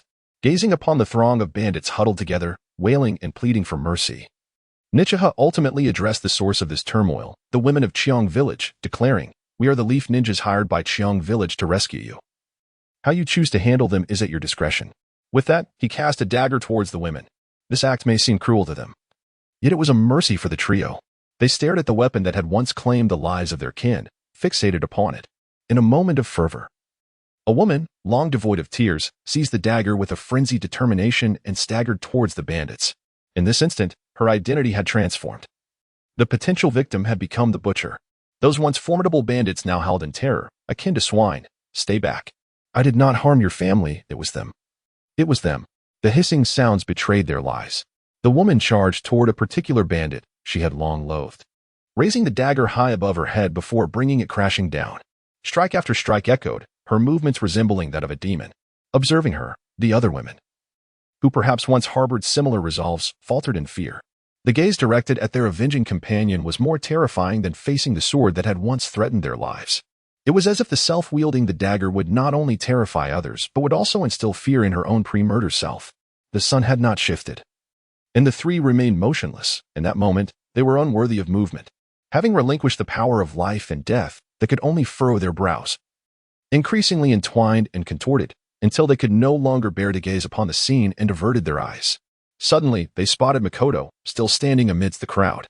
Hinata took a couple of steps forward, gently positioning himself before the trembling Makoto, who could no longer endure the sight. As they looked ahead once more, a chorus of women's wails and lamentations pierced the air.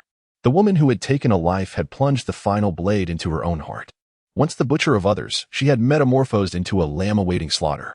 After slaying the butcher, the lamb's last act was to turn the knife upon herself. The scene, drenched in blood and filled with anguished cries, struck even those hardened by violence with fear and bewilderment. One cannot muster the courage to confront a madwoman, particularly when a throng of potential lunatics looms behind. They howled, recoiled, beseeched for mercy, their knees grinding against the ground as they retreated from the pooling blood. When they finally reached the barricade meant to defend against an assault, it transformed into a wall confining their escape. In a frenzy, they yanked and shook, pressing against the barrier, reflecting on the strength of its construction. It dawned upon them that those who had once labored to build it were now buried beneath wooden stakes in the distance, waiting for their reckoning. "We implore you. Spare us, we are innocent. We have never taken a life. It was they who did. They're already dead, and we merely wish to survive." The sun cast its rays upon Makoto as the trio awaited her final choice. The matters that lay ahead were meant to be handled by the hired ninjas. Yet the three were unwilling to taint their hands with blood as she had. The woman behind them may have once contemplated revenge, but after witnessing the grim fate of the Avenger, she lacked the courage to grasp the weapon again. It seemed they still had family members alive in the village, unlike the one who had just perished, now reduced to a solitary existence. "Leave. All of you, get away from us and never return." One among them finally uttered the decision, her voice breaking with emotion. Perhaps she had come to terms with her companion's choice, realizing that once made, there was no turning back. The band of once courageous thieves, now stripped of their resolve, felt as if they had been granted a reprieve, yet they dared not move. Their eyes fixated on the three esteemed ninjas standing at the gate, pleading like dogs. Ju struggled, filled with disdain, and turned away. Riza glanced at the youthful figure who chose to depart, pondering whether Naruto had ever faced a similar decision. At least, he had never witnessed such a moment. Ultimately, he grasped Makoto's trembling hand and also turned away. The group then seemed to transform into frenzied beasts, scrambling chaotically on all fours, howling in despair as they fled, faster than the guide who had escorted them to this point. Was it over? Throughout the ordeal, Riza had not once dispelled his Byakugan. He dreaded that the pristine white before him might suddenly shift to red, yellow, or black, mirroring the fate of Makoto and Rope Tree. It was imperative that at least one member of their trio remained vigilant until the band of thieves had entirely vanished from sight, before finally relinquishing the all-encompassing white vision of his Byakugan, forcing himself to endure the sight of it all. A moment later, behind him, 7 women huddled together, perhaps regretting their earlier emotions, resenting the fact that the trio had not eliminated those men. At that moment, they stood far from the ninja team, watching with envious eyes. Rihua fiercely returned their gaze, aware that the trio was perceived as emotionless killers, yet failing to recognize that these ninjas were merely children, much like their own. In that moment, Rihua remained oblivious to the brutal intensity of her own glare, akin to the envy she received, perhaps having taken a life. Her heart could no longer find tranquility. Behind her, Makoto gently tugged at Rihua's sleeve, soothing the tempestuous spirit that had arisen within her. "Shushu, incinerate this place," Rihua commanded, taking deep breaths to restore her composure before speaking. As the group departed, perhaps to alleviate their inner turmoil, Shushu engaged in fire play for the first time, exhibiting an unexpected proficiency. The ferocity of the flames proved far more intense than the gentleness of water. Even those unskilled in fire techniques could ignite an uncontrollable inferno. The structures crumbled amidst the roaring flames, accompanied by anguished cries, consuming the pain of the entire village. Smoke billowed skyward, visible even to the distant village of Cheong. Should one rejoice or mourn? Gazing at the inferno before them, each person pondered their thoughts. Makoto stood firmly between Rihua and Shushu, as if their inaugural mission had concluded without peril. But no. A chilling scream echoed from the distant forest, a lamenting cry preceding death, startling the birds into flight. The trio, shaken by the day's events, quickly turned toward the source of the sound. The dense woods, with their winding paths, led directly to where they had come. The Byakugan had no choice but to activate once more. Chapter 50. The unpolluted eyes gazing into the distance, the sight of the harvest struck a deep chord within him. Observing the white figure, akin to a lightning bolt coursing through life, he clenched his teeth and refrained from disclosing anything. Instead, he sternly commanded the group behind him, "Move." The crowd, with furrowed brows, followed him toward the place of lamentation. With wide eyes, he stared at the scene nearing its conclusion, deliberately controlling their pace, which seemed to linger. At last, upon reaching their destination, he beheld the widening white stream flowing at his feet. The blood of a single individual could form a pit. The blood of 10 could create a stream. The fleeing bandits met their demise here, felled as if by a shuriken, seemingly to showcase the magnitude of their bloodshed. The agony would only cease in that fleeting moment of wailing, and though the scene appeared vivid, it was not prolonged for the deceased. The group inhaled the increasingly pungent scent of blood, several already weakened, on the verge of retching. It seemed they had expelled all they could. Yet when the anticipated outcome finally materialized, panic ensued. The sun remained in a state of indifference, even though it had long known the truth, suppressing the tumultuous churn in its stomach. Aware of what lay ahead, it nonetheless forced itself to believe that the white before its eyes was merely a fleeting illusion. As it traversed this path under the gaze of the white eyes, the remaining bandits fled in the direction of the 5th Battalion, only to meet their demise not far from the guide who had led them, brutally slain in a manner that left blood flowing freely. Meanwhile, 3 of the strongest brigands remained concealed in the woods by the roadside. In that moment, the white eyes could see but not hear, and the vanishing white specter seemed to have imparted a message to the 3 ruffians. What was it? At that moment, the sun had already surmised the answer.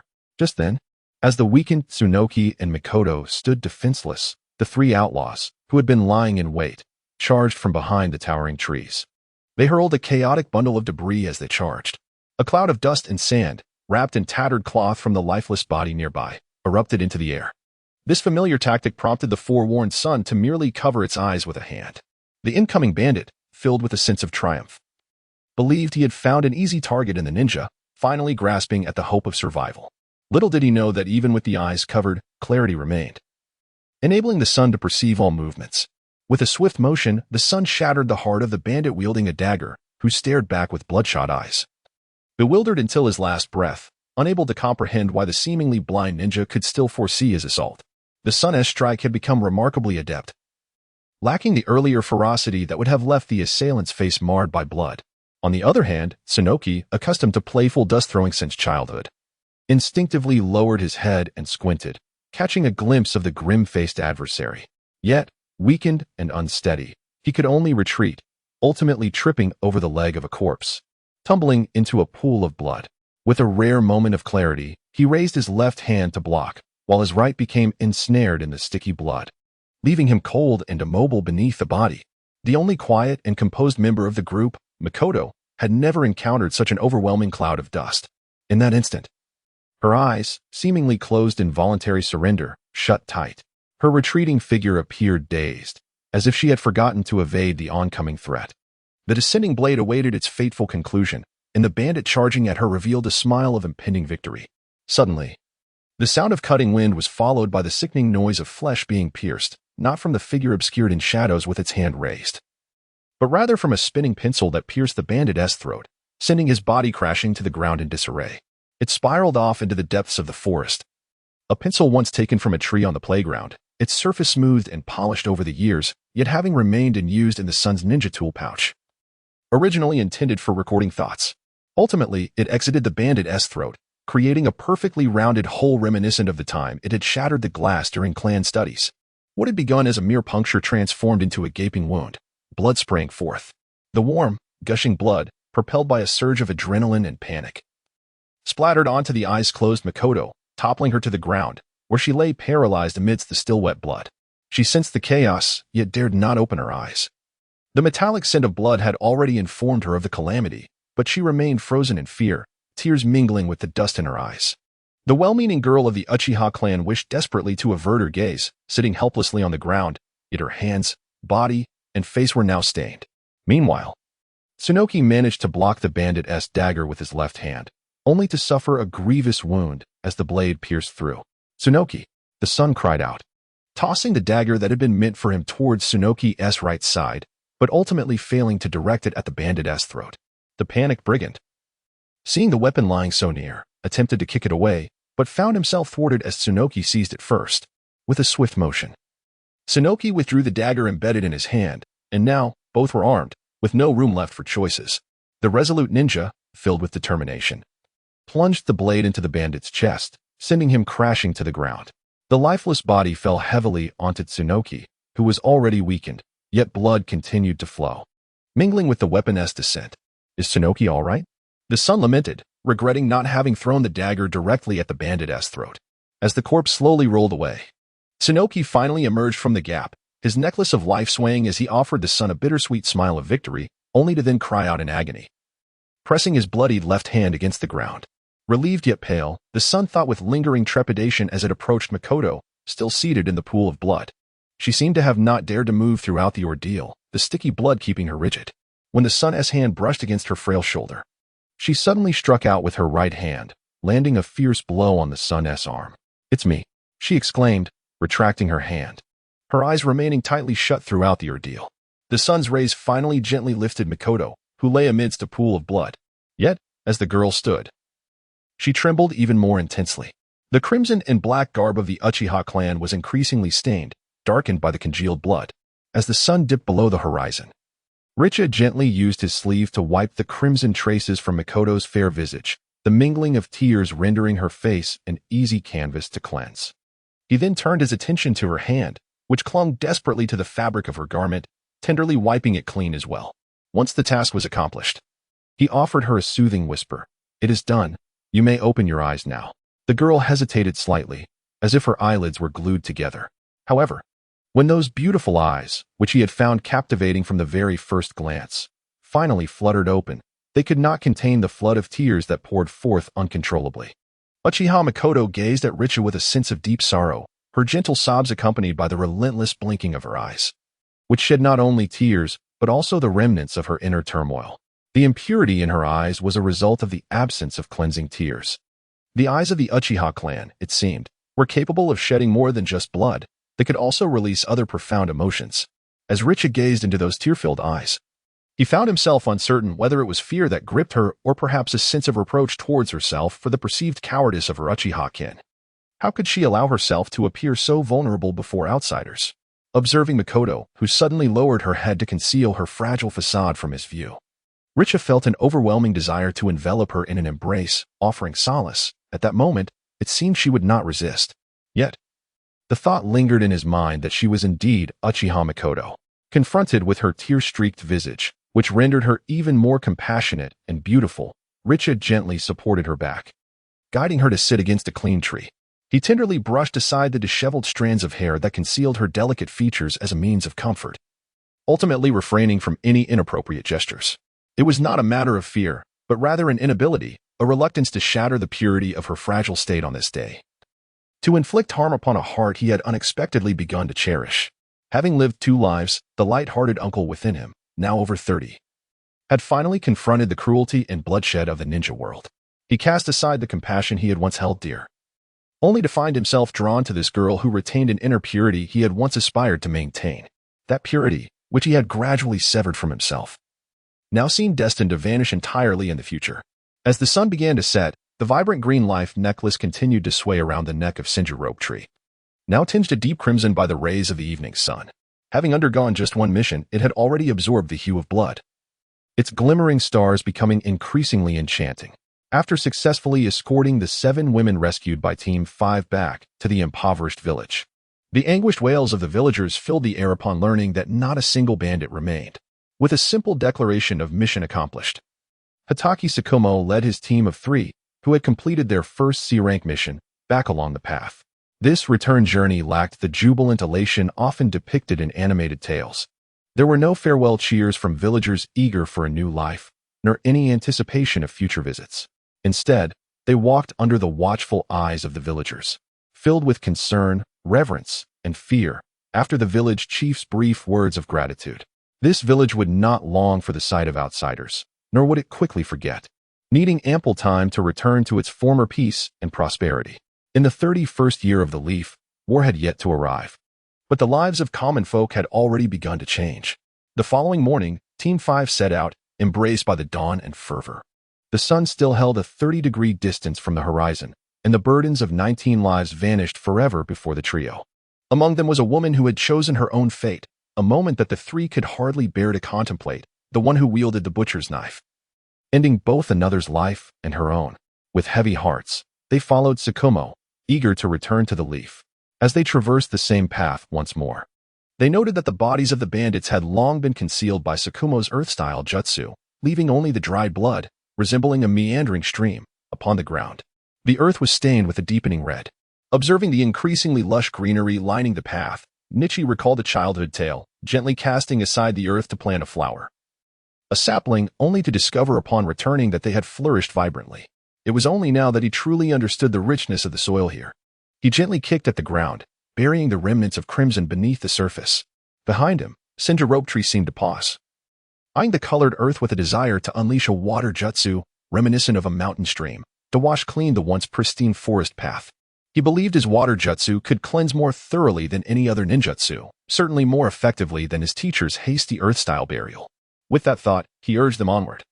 As the sun began to set, Nichi called out to the rope tree lingering at the end of the line, then took a half-step closer to the still-silent Makoto. The sluggish rope tree, nursing the pain in his left hand, observed the two who walked side by side and quietly fell in behind them.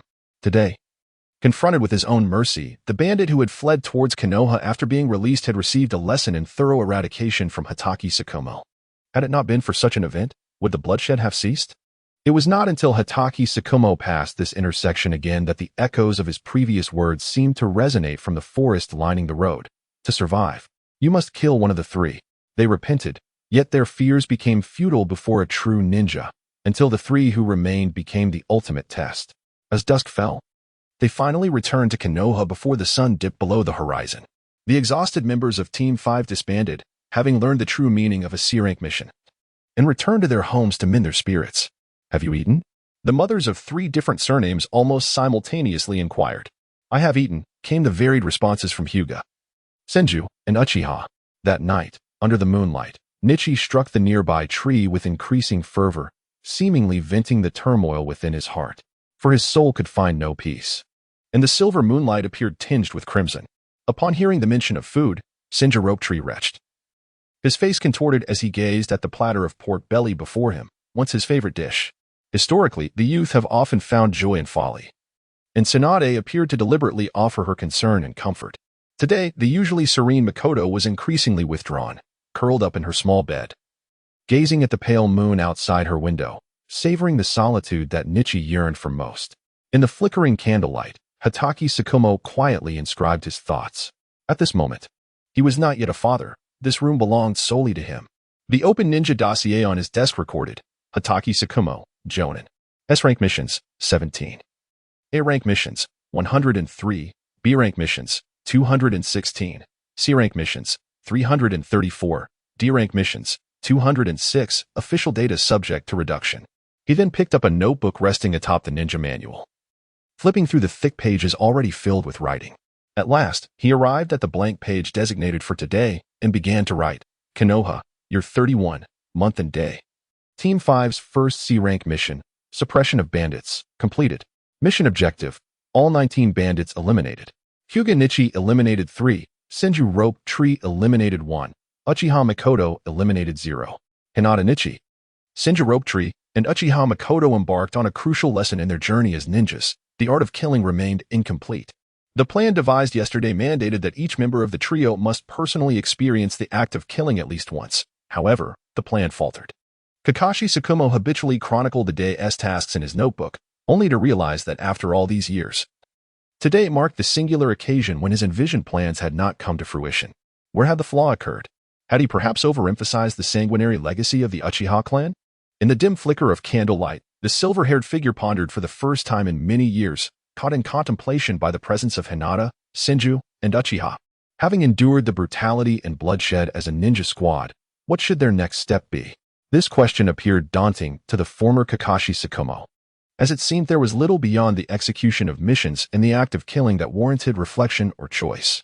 He recalled the sunny optimism of Senju Rope Tree, the tranquil kindness of Uchiha Makoto, and pondered the enigmatic nature of Hinata Nichi. How should he evaluate this disciple? For the first time, the astute analyst found himself at a loss for definition. Kakashi Tsukumo, who had always meticulously dissected and planned tasks, discovered that arranging subsequent missions and guidance for these children was fraught with difficulty.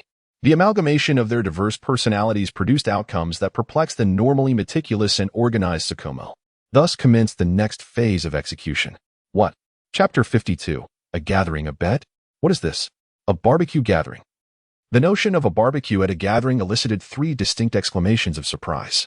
Observing the varied yet astonished responses of his 3 students, Hinata, Senju, and Uchiha, Kakashi Tsukumo affirmed with renewed certainty. In an instant, the disciples of Team 5 exchanged glances. Has our teacher turned over a new leaf? After months of stern demeanor, Kakashi Tsukumo had proposed a gathering, complete with a barbecue. The 3, still incredulous, turned to the perpetually serious Kakashi Tsukumo. Finally, unable to withstand the inquisitive gazes of the rambunctious children, he pivoted and, like on every mission, led the way to their destination, leaving his students chattering behind him. As they watched his seemingly resolute figure stride further away without a backward glance, the astonished youths hurried to catch up, filled with skepticism and disbelief.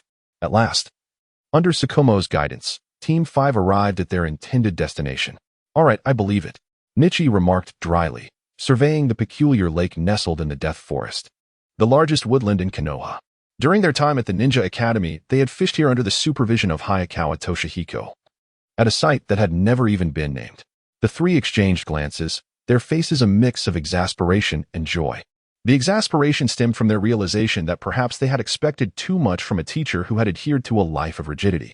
Yet, happiness blossomed as they acknowledged the beauty and tranquility of the place, perfectly suited to soothe their spirits. The sun-drenched memories of this place flicker in the mind of Richa, evoking images from countless anime episodes. The first, the second, the third generations, Naruto, and the elderly, long-lived nin who once traversed these lands. The distant waterfall, the enchanting yet perilous forest flanking both banks, and the placid lake reflecting the lush greenery at its shores. Out of nowhere, Richa produces a fishing rod. Perhaps the one he had hidden in a tree long ago, or perhaps not. Since his last fishing excursion here, he had discovered dozens of rudimentary fishing rods crafted by ninjas concealed within the forest on either side. With a swift flick, he cast his line, unencumbered by bait. Before long, a fish is yanked from the water, landing on the grass behind him, flopping and splashing. Today's meal is decided. With the stern and ever-reliable Kakashi Hitaki, he had set off empty-handed, having prepared nothing for their outing. Not even a pot. Was he to consume fish raw? Witnessing his peculiar disciple catch their lunch, Kakashi unexpectedly produces a scroll of ninjutsu from behind him, astonishing Richa by conjuring an array of cooking utensils in an instant. The remaining trio sets to work, setting up the pot, arranging the area, gathering firewood, and hoping to catch a few rabbits. Indeed, ninjas are far from predictable. Meanwhile, Richa, who sits quietly by the lake, ponders why their team of 4, having completed yesterday's mission, would engage in such a leisurely activity. This behavior is uncharacteristic of Kakashi. What had prompted this change? As he reflects, he glances at the busy and cheerful Makoto, thrilled at the prospect of preparing a meal for everyone. He observes the once gloomy Senju rope, still reeling from the harshness of reality, and he looks back at his own reflection on the lake's surface. Well, I must admit, this idea is quite splendid. Just then, another small fish flits through the crystal blue water. Richa, shall we have a competition? Kakashi, surprisingly, retrieves another fishing rod. Uttering such words, though his face remains stoic, there is a newfound lightness in his tone. After a moment's hesitation, the adept angler Richa eagerly replies, adding a playful twist, how about a wager, sensei? A wager? Kakashi, caught off guard, displays a look of bewilderment. Clearly, he is not accustomed to such games. What do you propose? Richa suggests betting on ninjutsu techniques. The mischievous Richa has been waiting for this moment. All right, Kakashi agrees without hesitation. If I lose, I shall teach you a technique, the one for my legs. If I win, then. Richa recalls the previous bout with Kakashi, where he had suffered a painful defeat. He was determined to seek improvement from his mentor. As Richa contemplated, Kakashi had already chosen his prize, exuding a confidence as if victory were assured. What is the question? Richa, caught off guard by Kakashi's inquiry, wondered if he had uncovered some secret about him, a traveler from another world. Yet, dismissing the thought, Richa resolved, no problem. Then let the games begin. With a flick of his eyes, they were ready. Richa, glancing at his catch, suddenly became brimming with confidence as he winked at Kakashi. The title of fishing prodigy was not unwarranted. "Go, Richa," cheered the sweet Mikoto from behind him, her voice so delightful it startled every fish away. Upon witnessing Richa's activated Byakugan, Kakashi could not help but chuckle. The Byakugan, one of the 3 great ocular techniques, was being employed in such a whimsical manner. Observing Richa's smug expression, it was evident this was not the first time he had utilized his abilities in such a way. Relying solely on the Byakugan to win 1TB easy. "Go, teacher, you can do it." Rope, who typically disapproved of Richa's antics, now fervently cheered for Kakashi. Intensifying the atmosphere, Kakashi shot a glance back at the boy, uncertain whether he was being supported or sabotaged. The uproarious encouragement from Rope startled away any fish that had approached, a classic case of a well-meaning but clumsy ally. Seeing the polished fish, Kakashi decided it was time to employ a serious strategy. For the honor of his mentor, for the pride of his undefeated legacy, and to properly educate this rambunctious child. He allowed a surge of chakra to envelop his fishing rod, line, and ultimately his hands. As Richa activated his Byakugan, he witnessed Kakashi's chakra weaving through the fishing rod. The once translucent lake, now shrouded in a milky haze, became obscured under the chakra's influence. What on earth? This chakra can be used in such a manner. As Kakashi's overwhelming interference enveloped the lake, Richa's delicate chakra, akin to a gossamer thread, faded into obscurity. The Byakugan, capable of perceiving nearly all, could not penetrate the chakra-laden surface of the water, which appeared as if an opaque veil had been cast over it. After a prolonged struggle and having shifted locations several times, Richa realized for the first time that his Byakugan had indeed become ineffective. Finally, unable to endure as Kakashi reeled in several sizable fish, Richa seized his rod and boldly ventured to the lake's center. "I refuse to believe I can't catch anything. Can your chakra truly blanket the entire lake? You must be exhausted by now." "Richa, how impressive. He can walk on water like a seasoned ninja," exclaimed Mikoto, astonished at Richa's newfound ability. "Walking on water? Allow me to demonstrate." Rope, eager to prove himself, attempted to follow suit. However, as he placed one foot on the surface, he lost his balance, crashing into the water with a splash. Chuckling at Rope's misfortune, Mikoto couldn't help but giggle. She cautiously approached the water's edge, unlike Rope, who had foolishly sought the deeper waters. Yet, as she attempted to stand on a shallow patch, her foot broke the surface, soaking her shoes. Observing Richa, who sat serenely fishing atop the water, she could not help but cheer him on. Kakashi, witnessing Rope's eagerness turn into a blunder, realized that Richa had indeed reached a level of mastery akin to that of high-ranking ninjas, effortlessly walking on water. He could even multitask, sitting atop the water while activating his Byakugan and controlling his chakra to fish. Kakashi marveled at Richa's exceptional control over chakra, surpassing many elite ninjas he had encountered. As he watched Richa stubbornly venture out to the lake's center in pursuit of victory, Kakashi found himself smiling. Was it a bit excessive to bully a freshly graduated, still inexperienced student? Yet, for the sake of his dignity, for the unbroken honor, and to impart valuable lessons to this rambunctious child, he resolved to continue this playful rivalry. Chapter 53. Teacher. A story? At that moment, the two were separated by several dozen meters, with Nichi sitting alone in the center of the lake, resembling a recluse from another realm. The waterfall, the lake, the forest, and the sky were all present, yet the fish were nowhere to be found. The chakra of Kakashi flowed across the surface of the lake, subtly permeating the area where Nichi was located. Fortunately, the lake remained tranquil. Had it been a raging river, even Kakashi would have found it impossible to achieve such control. Two distinct chakras entwined beneath Nichi's seat in the water. Although the water did not heat up, it roiled as if boiling, creating various ripples and even bubbles. The fish had all fled. At that moment, Nichi's face turned pale. Was this truly how it was to be? He had distanced himself from Kakashi, now several meters away at the lake's center. Yet the latter continued to interfere with his efforts through chakra. Admitting that his method was indeed cheating was one thing, but did Kakashi need to be so relentless? It was merely a wager, after all. Believing he could outmaneuver his opponent, Nichi intensified his chakra output, only to realize he had misjudged the situation. While on the shore, Kakashi had directly obscured Nichi's vision with chakra, but at this distance, such tactics were evidently ineffective. The combat-savvy Kakashi had adopted a more insidious approach, rendering Nichi unable to fish with his hookless method. At this juncture, Nichi faced a more pressing dilemma. The water beneath him was on the verge of being disrupted by Kakashi's chakra. No longer content to leisurely fish from the shore, Kakashi now sought to force Nichi back to the bank, or even into the lake. In this moment, Nichi could only strive to maintain stability in the chakra beneath his feet, while Kakashi's chakra continued to stir the water, despite the distance of several dozen meters. Even the future White Fang could not easily subdue Nichi, resulting in a stalemate. However, the surface of the water appeared to boil, bubbling violently. Fishing was futile. It seemed Nichi was close to falling into the lake himself. The only way Nichi could continue fishing was to return to the shore and obediently gather earthworms and bait. But would that not signify his defeat? Observing the exuberant Shuki cheering him on from the bank, he resolutely refused to concede. Teacher, teacher, the fish are biting. Amid Shuki's exclamations, Kakashi's unattended fishing rod finally caught a fish. The tumultuous yet cool lake water frightened all the fish to the shore. In this so-called fishing competition, Nichi ultimately succumbed, but at least he did not fall into the lake, allowing him some peace. In his quest for victory, Nichi had cleverly transformed the contest from a mere fishing contest into one of perception and awareness.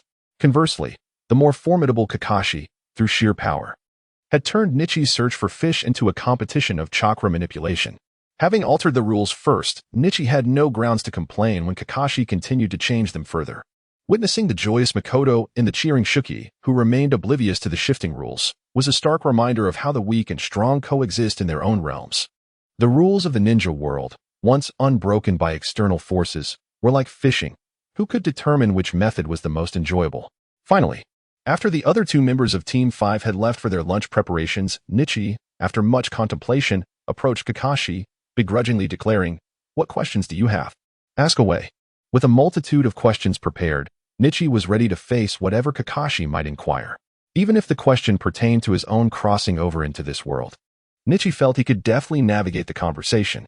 "What is the curse mark on your forehead? I have never seen anything like it on anyone from the Hyuga clan," Kakashi inquired. At that moment, Nichi furrowed his brow in surprise, never expecting his teacher to pose such a question. After a prolonged pause, Nichi suddenly burst into laughter. Looking up earnestly at Kakashi, "It is a story of fate, a curse mark that only fades with death. Fishing, betting, treading water, and barbecuing. This day began with doubt and concluded with feasting." Team 5 appeared to have undergone significant changes, with the Hyuga and Uchiha clans seemingly able to harmoniously coexist. As long as the rules surrounding them remained intact, individuals could comfortably enjoy their respective pleasures. However, once the original rules were broken, new ones would inevitably be established by the more powerful. On this day, Nichi came to understand this principle, which would soon be validated throughout the ninja world. After dusk, everyone returned home to their respective families. It seemed that everyone had enjoyed themselves thoroughly, especially the two competitors in the fishing contest. In the quiet and chilly Uchiha clan, Makoto gently pressed her finger against the water below her, marveling as the chakra-infused surface yielded and rebounded like skin. Hearing a noise from outside, the little girl sank slowly into the water, producing a few bubbles as she submerged.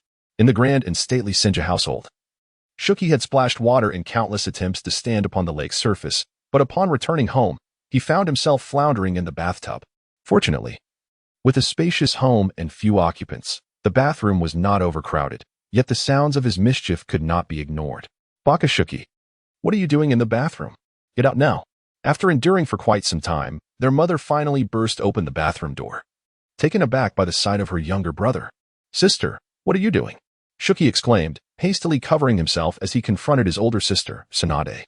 "Are you still playing in the water at your age?" Tsunade shouted, her cheeks flushed with embarrassment as she slammed the damaged bathroom door shut. In the bustling Hyuga household, Richa picked up the glass that had contained the water he just sipped, and the remaining half had begun to froth vigorously. The bubbles burst forth with a sound akin to a heart swelling, reminiscent of yesterday's fervor. Chapter 54. Techniques and Legs. The names of the techniques, Konoha Whirlwind and Konoha Great Whirlwind, signified the unique skills employed by the two individuals, each infused with their own momentum, as their figures collided. With a resounding thud, the two figures rebounded from the impact before charging at each other once more, gathering their strength for another bout. "Go, Shikamaru! Richa is amazing!" exclaimed the youthful Makoto, who, from the sidelines, cheered for both combatants while admiring their elongated legs. However, her enthusiastic shouts revealed a bias towards one of the fighters. After a period of training under the guidance of Kakashi, Rich's physical techniques had become increasingly refined, gradually addressing the weaknesses in his lower body. Richa no longer relied solely on soft fist techniques in battle. This newfound versatility allowed him to spar with Kakashi for an extended period, even though he still primarily employed physical techniques. Mere mortals relying solely on brute force. Behold my water release technique, water chaos wave. Shinosuke glared at the two combatants enjoying their spirited duel, and in a fit of frustration, practiced his own water release technique on the surface of the water. Now capable of standing on the water's surface, Shinosuke's water release was indeed formidable, boasting a power that rivaled that of advanced waterfall ninjutsu due to the abundant moisture available. Yet, even in this domain where he held the advantage, Shinosuke found himself unable to withstand two moves from Kakashi. The first was Shinosuke's water release surging towards the target, followed swiftly by Kakashi's powerful water release as he charged forward. Shinosuke's rudimentary physical techniques, akin to a child's play, were no match for Kakashi's lethal combination of speed and strength. After being repelled by Kakashi's force once more, Richa stood upright and formed the reconciliation seal, concluding this session of sparring with his mentor. After a while of practice, Richa's lower body had become more stable, making it increasingly difficult for his opponent to exploit any fatal weaknesses. Adjusting the lead weights on his legs that had been dislodged during combat, Richa was surprised when Kakashi posed an unexpected question. After a hearty laugh, Richa opened up, sharing many thoughts, and was taken aback that his mentor recalled the wager concerning his leg techniques. The very next day, Kakashi began instructing Richa in the essential technique of Konoha's standard physical skill, the Konoha Twin Whirlwinds, with the lead weights serving as a necessary means to strengthen his lower body and leg techniques. Kakashi gently massaged the leg he had kicked the weights with, observing Richa, who had formed the reconciliation seal, and reciprocated with a gesture of politeness. Despite having decisively triumphed through sheer strength, Kakashi felt a teacher's responsibility to impart the leg techniques that Richa yearned to learn. He capitalized on the insights gained from their last battle to address the individual shortcomings of the three disciples, commencing tailored instruction for each of their unique skills. Years of accumulated spoils from encounters with adversaries had bestowed upon Kakashi an extensive repertoire of ninjutsu, even before he had earned the title of White Fang. After their training session, Richo approached Kakashi, who was nursing his leg, and curiously inquired, "Teacher, why do I seldom see ninjas employing leg techniques? Rarely do we encounter formidable leg techniques." Kakashi, momentarily taken aback by Richo's question, fell into a contemplative silence before responding. Ninjas are a peculiar and ever-changing group. Each opponent possesses distinct skills, often hiding special trump cards.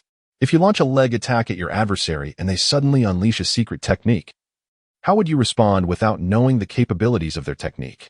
Instead of directly answering Richo's unusual query, Kakashi, drawing from his wealth of combat experience, posed a counter-question to his inquisitive disciple. Unknown techniques? Naturally, the first course of action is to retreat and use a shadow clone to assess the enemy's technique before formulating a strategy. Richa promptly answered, unhesitatingly, "But you have already lifted your leg to strike your enemy." In that instant, Kakashi had skillfully outmaneuvered Richa with a verbal jab. Observing Richa's speechless expression, Kakashi elaborated, "This conclusion stems from my years of experience. I have come to realize that leg techniques are seldom employed throughout the ninja world. Are you planning to practice your lower body techniques?" Kakashi was intrigued by Richa's unusual perspective. Indeed, the Hyuga clan's offensive methods are rather singular. Not to mention, in physical techniques, the arms can never surpass the thighs. Richa, having resolved his internal doubts, unexpectedly responded using a phrase from his previous life. "The arms can never surpass the thighs?" Kakashi pondered, realizing the truth in Richa's statement. He understood that Richa's inclination to shift focus stemmed from his perception that the Hyuga's gentle fist was too delicate. He glanced down at his own muscular thighs and then at his noticeably slimmer arms, momentarily taken aback by this 21st century wisdom. It indeed held substantial merit. In that moment, Kakashi recognized that apart from the Konoha Twin Whirlwinds, he possessed no further leg techniques. Even throughout his extensive combat experience, this observation rang true. He then looked at Richa, understanding that the disciple's keen observation and unconventional thoughts could potentially pave the way for a new school of physical techniques. Throughout the recent days of training, leveraging insights gained from the previous C-rank mission, Kakashi began to tailor his teachings to suit the distinctive characteristics of the trio.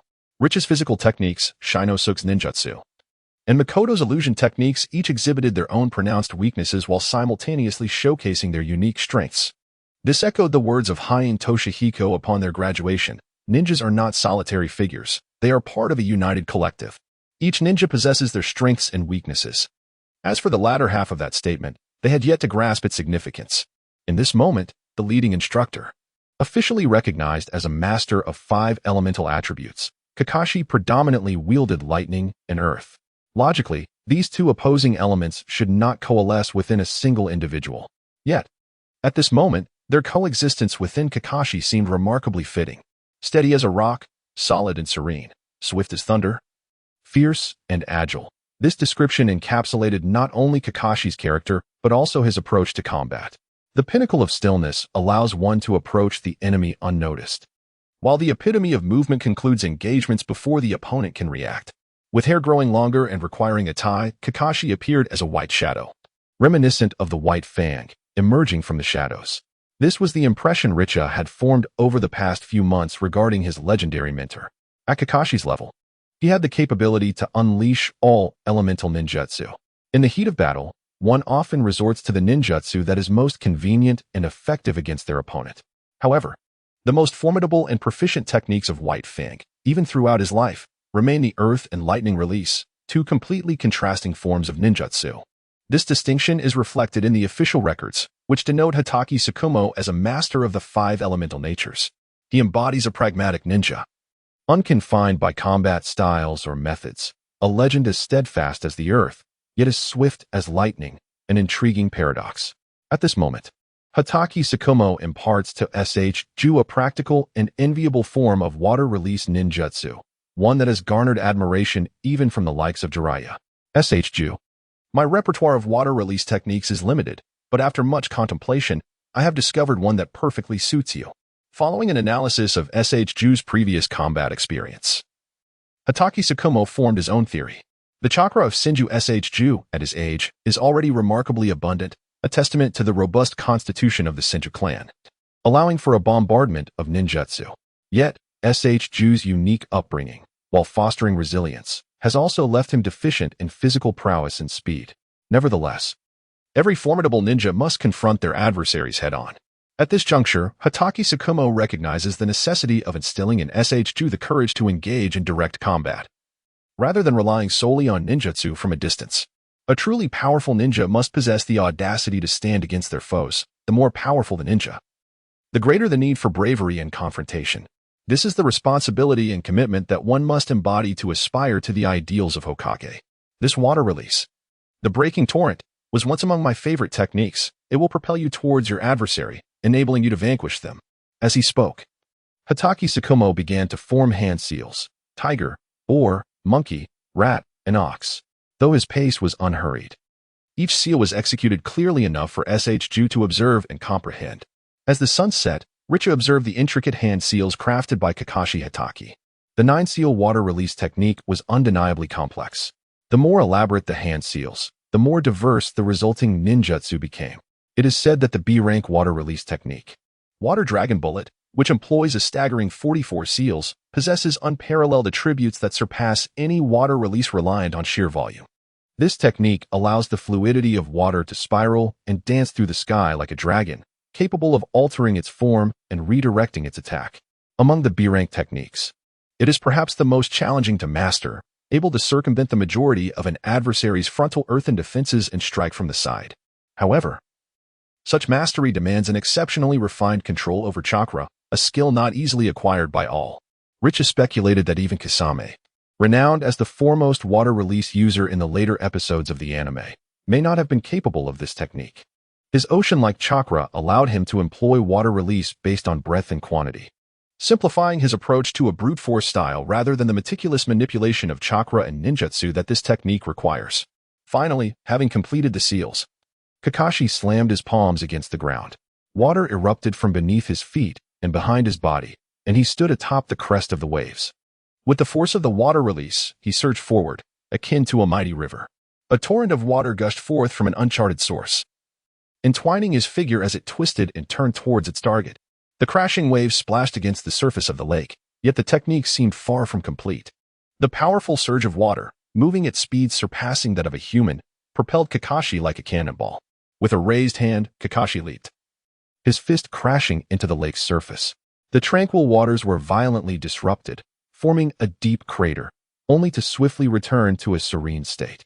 At that moment, the young Senju, witnessing this awe-inspiring display, gaped in astonishment, his mind consumed by the spectacle.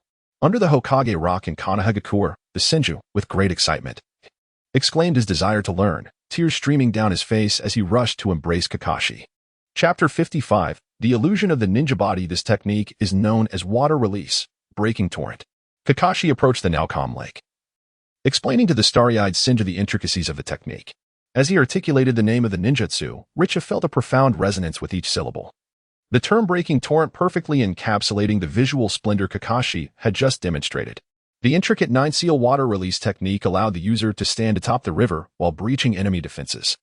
Kakashi continued to guide the chakra's direction, effortlessly propelling himself forward. This ninjutsu was undeniably extravagant, as it enabled one to stride upon the waves while confronting an opponent. It evoked a vivid sensation, reminiscent of a moonlit night beneath the Hokage rock, with Meichin by his side, gliding over the water. What astonished Richa even more was the second segment of the technique's physical attack principle, which combined the water release's impact and speed. By harnessing the might of the ninjutsu, the otherwise unremarkable Senju could unleash a swift and powerful assault, reminiscent of a water release-infused taijutsu. As Richa envisioned the Senju mastering this technique, playfully bouncing atop the waves, he felt an overwhelming urge to confront him, fearing he might miss the opportunity in the future. However, upon seeing the young Senju clinging to Kakashi's leg, weeping as if he were his father, Richa turned away, determined to continue honing his own taijutsu, filled with a sense of bittersweet longing. Someday, during these days, Richa had indeed been training under Kakashi, attempting to learn various ninjutsu. Kakashi's proficiency in 5 elemental ninjutsu was thoroughly explored by Richa. Alas, as anticipated, the Hyuga clan's physical techniques, aside from the non-elemental body flicker technique, proved to be exceptionally convenient, while any elemental ninjutsu appeared beyond their grasp. In the attempt to unleash the fire release, Nichi found himself expelling mere hot air that barely reached ignition temperatures. His water release, on the other hand, produced several mouthfuls of saliva that splattered across the face of Senju Rope Tree. Perhaps only the wind release could be influenced by chakra to a greater extent. Yet, the lightning and earth releases, which were the specialties of his mentor, Kakashi Shikamo, seemed entirely elusive. It would have been more impressive to simply grab a handful of soil and toss it into the air. Master Shikamo, why is this so? Nichi, transported to this fantastical world yet only capable of engaging in physical techniques, gazed sorrowfully at Kakashi Shikamo, tears brimming in his eyes. From your appearance, it seems the Hyuga clan's unique constitution allows for the use of non-attribute 3-body techniques, yet you cannot perform attribute-based ninjutsu? Your physique should be remarkably pure and devoid of impurities. Thus, casting the elemental ninjutsu, which requires attribute chakra, proves exceedingly challenging. Even if you can ultimately simulate the 5 elemental techniques with non-attribute chakra, the results would be drastically inferior, making it a futile endeavor compared to simply tossing dirt.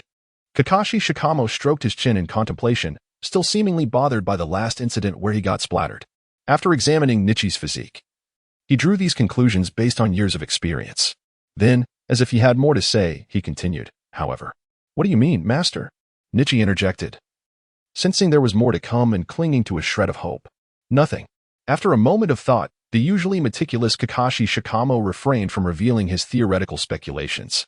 Given the characteristics of the Hyuga clan's gentle fist, there should be an integration of the yang nature within the chakra. Otherwise, he wouldn't have struggled to simulate its use. Even after personal experience, body techniques are the most straightforward methods to learn from others. How could the Uchiha, who have competed with the Hyuga for generations, not be able to imitate them? They can, Kakashi replied, but the unique method of execution renders their attempts superficial and ineffective. Although he had his speculations, Kakashi Shikamo was not entirely knowledgeable about these hidden special attributes. He was more optimistic about Nichi's talent and creativity in physical techniques, recognizing that the Hyuga's body techniques embodied a novel philosophy. If Nichi continued to explore this path, it would prove far more practical than pursuing the elusive yang attribute without guidance. As Kakashi pondered, their discussion was suddenly interrupted by the boastful Senju Rope Tree. Ha ha ha, Nichi. It turns out you have your limitations too. I've finally discovered a point where I surpass you. I've decided to focus on ninjutsu from now on and defeat you using it. Ha ha ha. With that, Rope Tree energetically demonstrated the water release techniques he had just learned. Today marked the first time Senju Rope Tree had grasped a point of superiority over Nichi, which filled him with pride and spurred him to practice even harder. Eager to use this advantage to overcome his seemingly superior rival.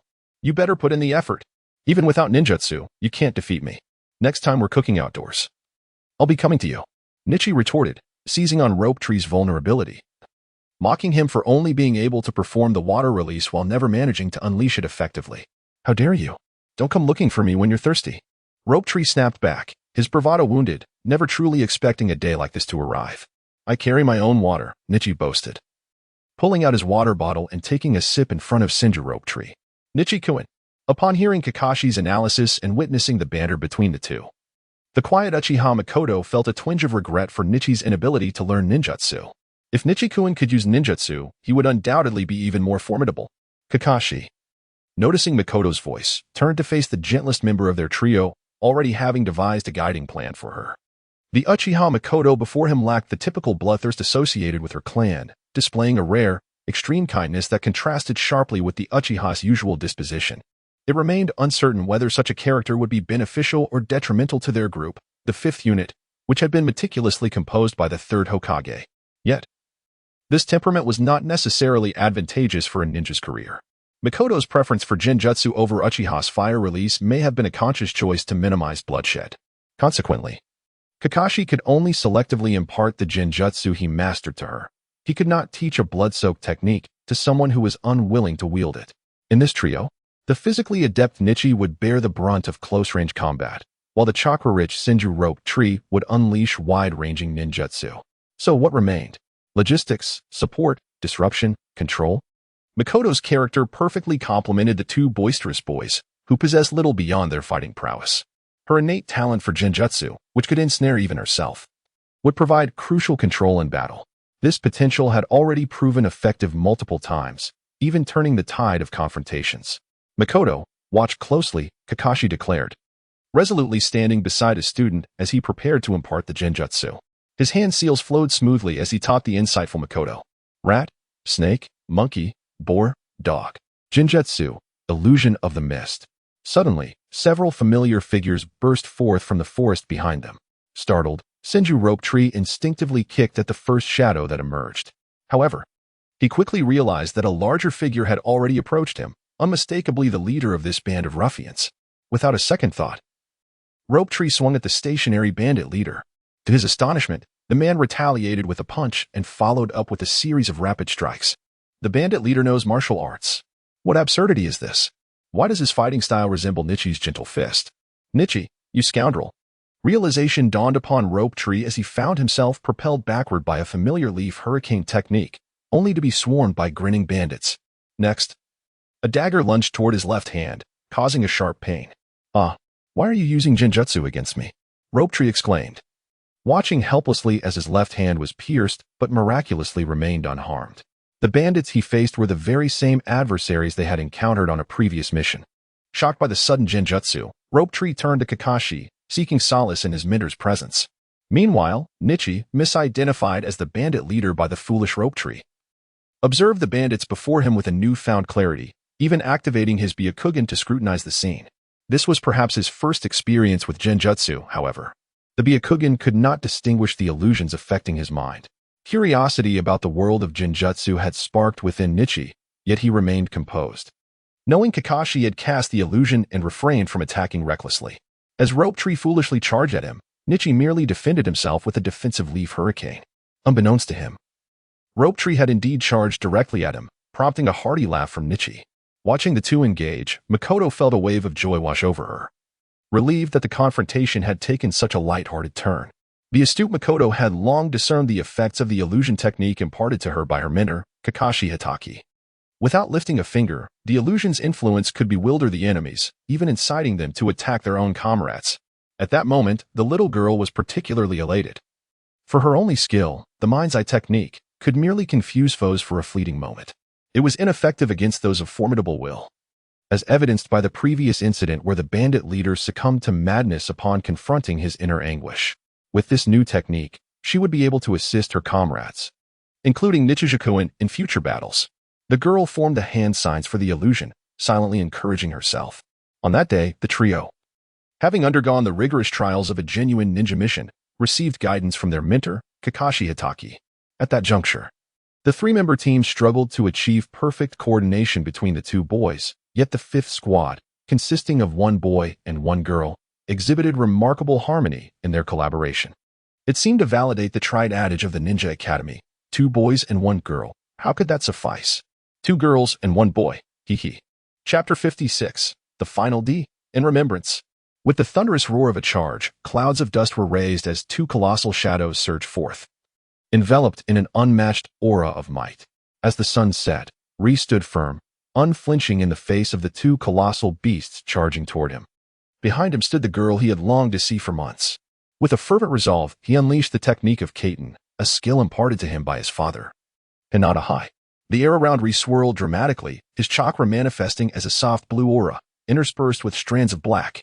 In this moment of showcasing his prowess before the girl, it was evident that he had infused an extraordinary amount of chakra into his Kaiten. The 2 frenzied black-maned wild boars collided violently with the Kaiten, their formidable force akin to a full-force strike from a taijutsu ninja, causing even Ri, who had activated the technique, to stagger backward under the impact. He found himself retreating right beside his beloved sister. "Are you all right, Chiyo-chan?" The once serious Ri, who had always worn a stern expression, now called out with an endearing suffix, "chan, chan, chan, chan." "Thank you, Ri-kun," replied Chiyo, the class beauty of the second year, Bayan Chiyo. She welcomed his affectionate address with a grateful smile. Although they had not seen each other for a while since graduation, the quiet and gentle Chiyo had always held a fondness for her seemingly earnest and somewhat clumsy classmate. The affluent heir, Hinata Hayashi, brazenly absconded with the most exquisite camellia from the trio's ranks, right under the bewildered gaze of the second squad's farming duo, Mibu Mamoru and Asakawa Kinjiro, who were grappling with existential doubts following a confrontation with a wild boar. They were no match for the strikingly handsome Hinata brothers. Humph. Hayashi, disdainfully glancing at Hinata Hayato, who was shamelessly flirting with the ladies of the second squad under the guise of protection, found the latter's pretense of a domestic romance to be utterly pathetic. It was disgraceful that Hayato had forgotten the essence of the Hinata clan's gentle fist, instead resorting to a passive defense like a child playing house. Unable to bear the sight any longer, Hayashi leaped into the air, confronting the dark silhouette charging towards him. With a deft motion, he pointed a finger, striking the wild boar's TMN acupoint. The enraged beast, with Hayashi perched upon its back, emitted a mournful cry before collapsing to the ground. At that moment, Hayashi stood triumphantly on the boar's head, exuding an air of coolness. "How impressive is Hayashi's gentle fist," praised Hinata Kaori, a fellow clanswoman from the 4th squad. The young girl, having activated her Byakugan, contemplated how she could never possibly achieve such a feat of effortlessly toppling a creature as large as that wild boar with a mere fingertip. This required not only the courage to face a 300-kilogram boar charging at her, but also the realization that her delicate fingers would be ineffective against the beast's thick hide. "Kaori, you are quite remarkable too. When you have the chance to return to the clan, I shall teach you." Hayashi grinned mischievously, delighted to see Hinata Kaori after such a long interval. As fellow clan members, their paths would frequently cross in daily life, but this marked their first occasion working together on a mission since graduation. Finally, they met again, this time as ninjas. Has time truly changed everything? Richa gazed at his former desk mate, the once timid girl who now appeared to have found her strength. She was no longer the one who would lower her head and speak in a whisper, overwhelmed with emotion at their encounters. It seemed she had matured significantly, reminiscent of Hinata after 500 episodes. "Yes," Xiang Kai replied with determination, waving goodbye as she hurried to catch up with her 2 teammates, the spirited Gao Yuan from Class 4 and the adept Shanxing Qing Wei, who commanded the sparrows to distract the wild boars. They were both exceptional companions, prioritizing the beauty of nature above all else in their lives. In a moment of profound reflection, the diligent analyst Hinata Kyuka glanced at her 2 teammates, who seemed to possess an innate understanding of life as truths, and felt an unusual sense of assurance regarding the cabbage in her garden. At least, she mused, she need not worry about it being pilfered by her shameless brother, Nikizumi. The wild boar, which lay sprawled on the ground, rolled over a couple of times, as if protesting its fate. Did pigs possess acupoints? Indeed, they did, as I had confirmed through a brief search. At that moment, Hinata's Byakugan focused on a particular spot above the boar's ears, where the meridians were densely concentrated, reminiscent of the human Biwi point. The intricate network of energy lines ceased to flow, collapsing under the impact of Hinata's gentle fist, as if the once vibrant blood had instantaneously stagnated. One strike. And it was done. This technique, honed after her first assassination mission where she had struck an enemy's heart, was born out of her previous rage. She had unleashed an overwhelming amount of chakra onto her foe's vital points. While this technique appeared formidable, it was challenging to hit a nimble ninja in the chaos of battle. However, against a boar that could merely charge at Nikizumi, it was utterly devastating. Then, with a flourish, Shinja Narikes made his grand entrance, accompanied by the sound of crashing waves and roaring winds. Water release, breaking flows surged forward, propelled by an immense force, aimed directly at the target. This technique, when executed by Kakashi Hatake, was truly spectacular, yet against a boar that could swim and possessed thick hide, it merely elicited derisive grunts from the creature. Following this fruitless assault, Narikes unleashed the second phase of breaking flow, aptly named Wave Strike. With the might of a river, he leaped high and landed a punch upon the boar. Ah, my hand. Truly, it is meat. Fool, why strike the area above the boar's snout? Did you think that was an acupoint? Do you not realize that wild boars forage with their snouts? Activating her Byakugan, Hinata observed in astonishment as the hard bone above the boar's nose shattered beneath Narikes' punch. Frustrated, she shared in the exasperation towards her foolish teammate, lamenting the waste of a powerful technique. Ugh, how was I to know? Narikes mumbled, his head bowed in shame after Hinata's reprimand, akin to one who had attempted to show off only to be ridiculed. Is Narikes all right? Miko, who had been unable to contribute, rushed over to bandage his injured hand, now wrapped like a dumpling. At this juncture, Uchiha's shuriken proved ineffective against the boars, only provoking them further into a frenzy. But what of Miko's specialty illusion techniques? Do pigs fall prey to illusions? After several futile attempts, Miko discovered that this was indeed impossible. The previously underestimated Narikes, now flaunting his bandaged hand, wore a smug expression that seemed to say that even injury came with its perks. Today, during this joint mission, the most remarkable achievements were not claimed by the elite teams of Hinata's 1st and 5th squads, but by a rather unexpected trio. Boom, boom, boom. Watch me go on a rampage. Remember that once spirited class member, Akad Tetsu? He had now evolved into a terror of sorts, launching an array of powerful ninja tools and explosive projectiles without restraint. The deafening sounds caused even the dauntless second brother to flee in panic. His two civilian companions, Midorikawa and Kinbaira, wielded their ninja tools with astonishing prowess for novices.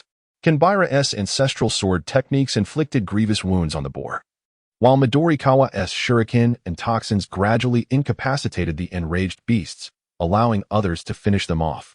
This trio, previously dismissed as minor antagonists, now displayed a combat capability that surpassed even the esteemed four-man teams. As dusk fell, amidst a heavy grunt, the once mighty beast lay defeated. Its bristly mane and heavy limbs sprawled on the ground. Hinata surveyed the colossal creature, a ton in weight, that had finally succumbed after the combined efforts of 15 genin from 5 graduating classes, all of whom were now weary and slightly injured. This final D-rank mission had drawn to a close. The team gazed upon the once feared beast they had collectively vanquished, realizing that D-rank missions indeed felt less daunting compared to the cruelty of C-rank tasks. As they pondered when they might again find themselves in such a situation, the season shifted from spring to summer, heralding an influx of wild boars. On this day, to safeguard the agricultural heartland of Konoha and ensure the flourishing of crops, it became imperative to eliminate the menacing black wild boars that disrupted the peace of the villagers. Konoha had no choice but to enlist several teams of genin for this perilous undertaking, marking it as one of the most dangerous D-rank missions in recent years. 4. One misstep could lead to a boar trampling, rooting, or even nuzzling you. These thick-skinned, immensely powerful boars, capable of weighing up to 300 kilograms, had proliferated over decades of peace, developing into aggressive and dangerous creatures. Such missions had traditionally been the purview of C's and CH-nin leading coordinated efforts. However, the current circumstances in Konoha, where even the mid-level and high-ranking shinobi were preoccupied with their own tasks, necessitated this unusual arrangement of multiple genin squads without a guiding instructor. Even the renowned Kakashi Hatake, assigned to mentor the 5th squad, had been summoned by the 3rd Hokage for an important mission that required the prowess of Konoha's elite shinobi. As the graduates savored the hearty wild boar meat, the dynamics of the shinobi world appeared to be shifting.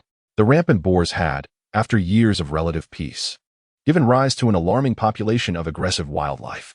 These creatures, driven by survival, engaged in labor, commerce, smuggling, theft, and even robbery. Yet, as the limited resources of the shinobi world became increasingly fragmented among a burgeoning population and powerful nations, what could be deemed a legitimate means of survival amidst labor and theft? This reality explained the rising tide of banditry, compelling even genin to stain their hands with blood. Hungry, one might ask, what is there to eat? Humans? Chapter 58. The vanishing figure's rain poured incessantly. Ever since embarking on this cursed mission, the sky seemed to have torn open, unleashing a relentless downpour that showed no signs of abating. Occasional lulls merely served as the heavens catching its breath, gathering strength for an even more formidable onslaught. After defeating the wild boars, the rainy season had arrived. The parched earth was thoroughly cleansed, allowing the playful thousand-armed rope tree to finally comprehend the essence of true water manipulation, purifying the land. At this moment, a party of 7 donned their individual raincoats, traversing the muddy, brown terrain of the Land of Fire.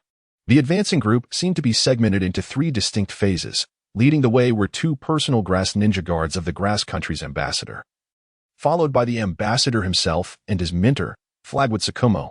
Finally, bringing up the rear was the 5th squad, gradually deemed a burden after their buy one get 3 free deal. In this moment, the grass ninja ambassador gently adjusted his luxurious raincoat, closely aligning himself beside Flagwood Tsukumo as they walked in unison. Indeed, being in proximity to this ninja, known as Flagwood Tsukumo, instilled a sense of safety. Throughout the journey, the ambassador felt an underlying unease regardless of his position within the group. Yet the mere sight of the indifferent ninja's face provided an unusual sense of reassurance. It was akin to the imposing and solemn portrait of Guan Yu affixed to a door, offering comfort in the late hours of the night. Although the ninja offered no friendly demeanor and exchanged but a few words, his mere presence sufficed. As Rija gazed at the silhouette of his teacher ahead, today's Kakashi Hitaki seemed to have reverted to the moment he first encountered him. He appeared as stern and taciturn as he had been when he first took charge of the 3 students at the Ninja Academy. No, there was even more to it. The blade of White Fang, repeatedly mentioned in countless anime, gleamed with the legacy of a legendary ninja. Walking behind, Rija scrutinized it for a long while, still bewildered by its uniqueness. Although he had no particular interest in collecting the legendary ninja blades of the shinobi world, he was deeply curious about this particular weapon that radiated brilliance in the hands of White Fang yet shattered in the grasp of Kakashi. The only thing that stood out to Rija was its brevity. It was so short that one could hardly classify it as a knife. With his Byakugan furrowed in concentration, Rija accurately measured the blade's length to be 28 centimeters, with the exposed hilt measuring 11 centimeters.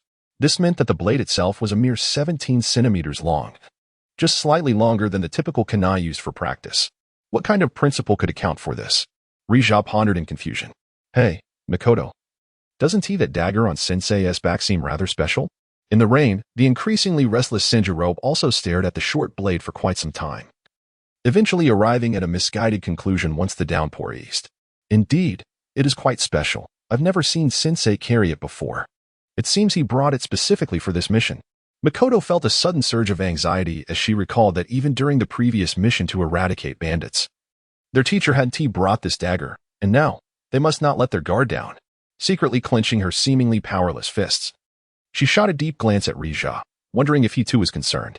However, at that moment, Rija felt no such trepidation. After all, he had Kakashi's father, the legendary Tsukumo Hitaki, watching over them.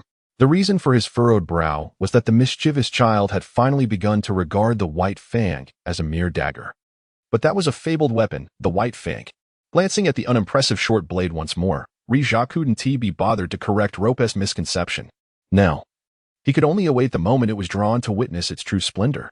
The short blade stood silently upon Kakashi's back, blocking the center of the red whirlpool emblem of the Land of Fire. Unlike all other weapons hung upon one's person, the White Fang remained utterly still as Kakashi moved forward, standing tall and unwavering. Amidst the trio's unspoken speculations, they finally reached the border between the Land of Fire and the Land of Grass. Their journey thus far had been relatively peaceful. Aside from the daily drenching by the rain, within the mightiest Land of Fire, no enemy ninja dared to instigate trouble, as such an act would be tantamount to openly tearing apart the fragile peace that still lingered. The first strike was never one that anyone could take lightly. With his raincoat on, Rija had previously activated his Byakugan to investigate the peculiar rain. Ordinary raindrops bore no distinctiveness. One could only blame the mission for coinciding with a particularly vexing rainy season. This was their second outing from the village. As the Leaf Village had tasked the elite ninja Kakashi Hitaki with escorting the ambassador of the allied Land of Grass back to their village safely. Prior to departing, Rija had gleaned from the ninja dossier that the Land of Grass was a small nation nestled between the two great nations of Earth and Fire. With two formidable neighbors, the wild Land of Rain and the audacious Land of Waterfall, which had once attempted to assassinate the first Hokage, Hashirama Senju. This small nation, once decimated, fluttered in the winds like its namesake grass, having endured the tribulations of larger nations. This small ninja village often employed diplomatic finesse to interpret the movements of powerful nations and take preemptive action. Like wild grass, when the wind blew, they would sway toward the strongest side. We are finally returning to our homeland. Has Lord Kakashi ever visited our Land of Grass? As they neared their territory, the ambassador of the Land of Grass seemed to relax, beginning to engage with the representatives of the Land of Fire. His earlier concerns seemed unfounded. Aside from the unrelenting rain, nothing adverse had occurred, and it appeared he had been overly anxious. No, I have never been. Kakashi maintained his stern demeanor. His words carried no embellishment. Is that so? Then I shall extend the warmest hospitality upon your arrival. At that moment, the Grass Ninja ambassador felt as though his warm enthusiasm was met with a cold shoulder, transforming his once friendly address into a more respectful tone. Green Doctor, what is the Land of Grass truly like? The ever-eager Rope could hardly contain his curiosity. If the rain hadn't obscured their conversation, he might have learned more about the ambassador than just his name. Perhaps he had already familiarized himself with the local customs and culture, which explained his delayed inquiry about the Land of Grass. The Land of Grass, situated between the Land of Earth and the Land of Fire, is known for its abundant rainfall and temperate climate, making it more conducive to vegetation than the Land of Fire. We produce a plethora of precious herbs and flowers. It is undoubtedly the most beautiful country. Every individual's description of their homeland seemed to echo with similar sentiments, filled with glowing praise. Really? Then I must ensure to appreciate it fully. Rope finally let slip his noble lineage, momentarily losing his composure during the mission.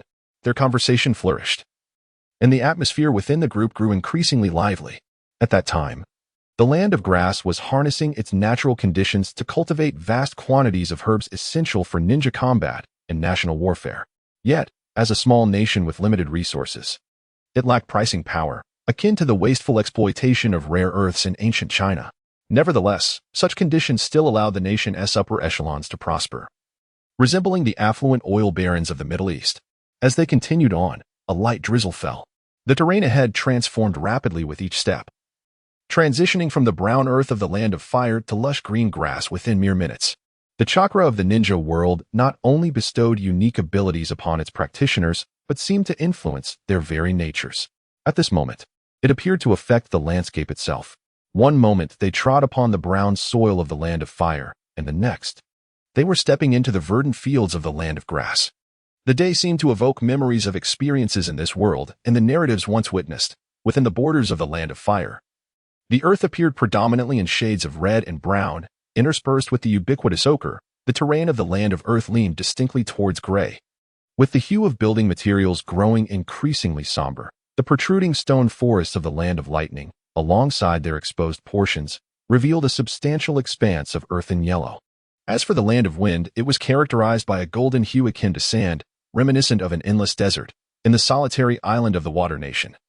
Occupying the vast blue of the sea, surpassed all other terrestrial colors. As he traversed this landscape, the moment the Green Doctor finally stepped beyond the fiery terrain of the Land of Fire, he found himself standing upon the lush, emerald grass of the Land of Grass. In that instant, a surge of nostalgia washed over him, and even the persistent drizzle seemed to diminish. This verdant expanse, alive with flourishing grass and soaring orioles, transformed his perspective in an instant, from the light green turf to an endless prairie. The sudden shift in the natural environment almost left everyone exhilarated. Except for the unappreciative Kibishoma. The grass beneath his feet appeared almost unreal in its vibrant green, a beauty that defied description.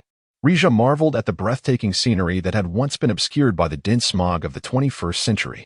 Before him stood the majestic thousand-hand rope tree, while behind him was Uchiha Makoto.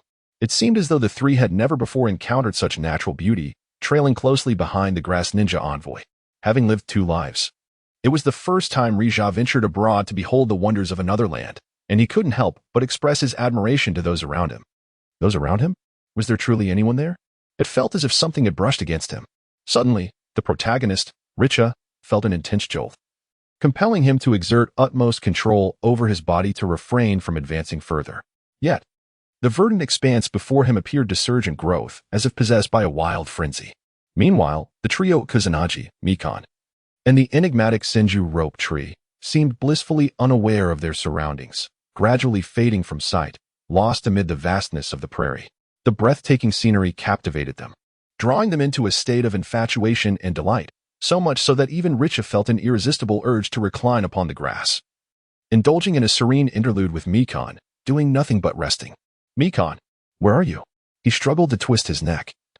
Yet the allure of some unseen beauty ahead rendered him unable to turn back. When Richa finally managed to turn around in a daze, he discovered that their mentor, Tsukumo Hataki, had vanished. Mikan, still lagging a few paces behind, reached out to him, seemingly calling his name. Yet, despite her fervent cries, he could not discern her words.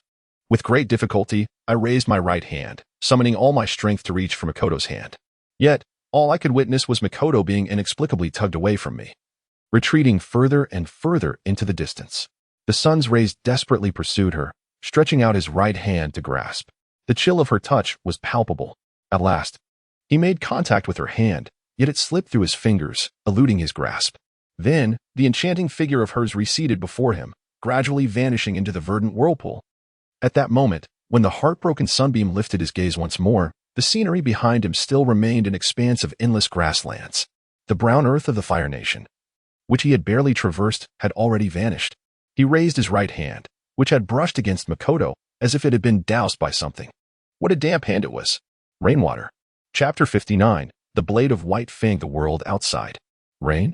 In the shallow puddles of the grassland, silhouettes began to materialize. On the increasingly distinct faces, smiles reminiscent of triumph emerged. Truly, the esteemed Lord Aosa, the master of water illusions among the rain shinobi, had ensnared the target in your genjutsu in an instant. One of the emerging rain shinobi, with reverence, fawned over him. Even the falling raindrops could not dilute the flattery upon his countenance. Gradually, a total of 7 members of the rain shinobi assassination unit became fully visible, drawing forth their kunai and dispersing. They advanced step by step towards the target ensnared in the illusion. At this moment, the blades had been raised, poised to strike. Humph. Thus dealt with by genjutsu. The ninjas of Konoha are indeed a bunch nurtured in comfort. The words of the rain shinobi, known as Aosa, had yet to finish when ZZZZT. A burst of lightning erupted, permeating the rain-soaked air. The brilliance of the lightning flashed white. Splat. Blood spattered. How could this be? This time, Aosa's words remained unspoken, yet it seemed to be truly over. Dead? That speed. Observing the chest that had been pierced the moment the others scattered. The remaining rain shinobi recoiled, vanishing once more into the suddenly intensified downpour, lurking in the shadows. At this moment, the battlefield returned to tranquility, save for the rhythmic patter of raindrops. The opponent, such speed. The instantaneous counterattack after breaking free from the illusion. Astonishingly, it was over in a heartbeat. In a direct confrontation, we would likely be unable to keep pace with their speed. Therefore, we can only. The numerous ninjas who had vanished into the rain communicated in a uniquely silent manner. Finally, they glanced at the ambassador of the Land of Grass, who appeared to be surrounded by merely 2 incompetent grass shinobi and 3 lower-ranked Konoha ninjas. Divide and conquer. The rain intensified. Apart from the sporadic sound of the downpour, even their figures were indistinguishable. Bang. Aosa's corpse finally collapsed into the torrential rain, having never managed to finish a single sentence. Flagwood Tsukumo attentively sensed everything around him. At this moment, both his vision and hearing were diminished to their limits. The rain shinobi fully exploited the advantage of the perpetual rain in the Land of Rain, allowing the downpour to obstruct the enemy's every perception during this rainy season. The body of Nichi-cha, battered by the torrential rain, gradually awakened from a state of slight numbness, as he found himself ensnared in an elusive illusion. Unable to unravel its mystery, the sudden sensory stimuli from the outside world jolted him free from the seemingly endless expanse of verdant meadows. In that fleeting moment, it felt as though his heart had been stimulated by a pacemaker, instantly drawing his consciousness and soul back into his corporeal form. Was it static electricity? The luminous flash of lightning at that instant was indeed the method employed by Kakashi Hatake to shatter the illusions plaguing the group.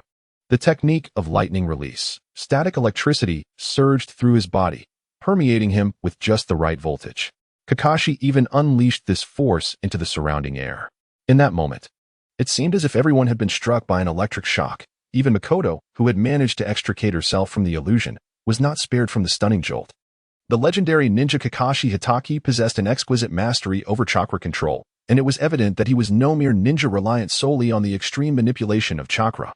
In that instance, the instantaneous stimulation coursing through him, charged with electricity, appeared to activate the cells and central nervous system of his body, triggering a reflexive response. Much like the knee-jerk reflex elicited by a physician's tap on the patellar tendon, Kakashi's reaction time reached the pinnacle of human agility, transitioning seamlessly from stillness to motion. What followed was a swift dash, a flash of white light. The pristine blade of White Fangs pierced with a depth of 17 centimeters into the chest of an enemy. The sound of slicing through the wind barely reached his ears in that moment. The splatter of blood resonated softly thereafter. Only then did Nichi-cha's mind fully reconstruct the preceding events, just before his opponent could utter a word. The 17-centimeter blade had flawlessly penetrated the heart of Nin. The length of the White Fang's blade was precisely adequate. Too long would make it difficult to extract, too short would fail to pierce through. 17 centimeters was just right. This was not a technique of instant body movement. The fleeting silhouette that Dayasha envisioned was undoubtedly not a mere illusion, but rather the pinnacle of Hatake Tsukumo's movement speed. After dispelling the illusions that ensnared himself and his comrades, Tsukumo surged from a complete standstill to the limits of human velocity in an instant. He commenced the assault with a velocity that left the adversary wide-eyed and defenseless, swiftly culminating in their demise. Indeed, the silent Hatake Tsukumo embodied true terror. There was no time for idle chatter. A lifeless body was the only result.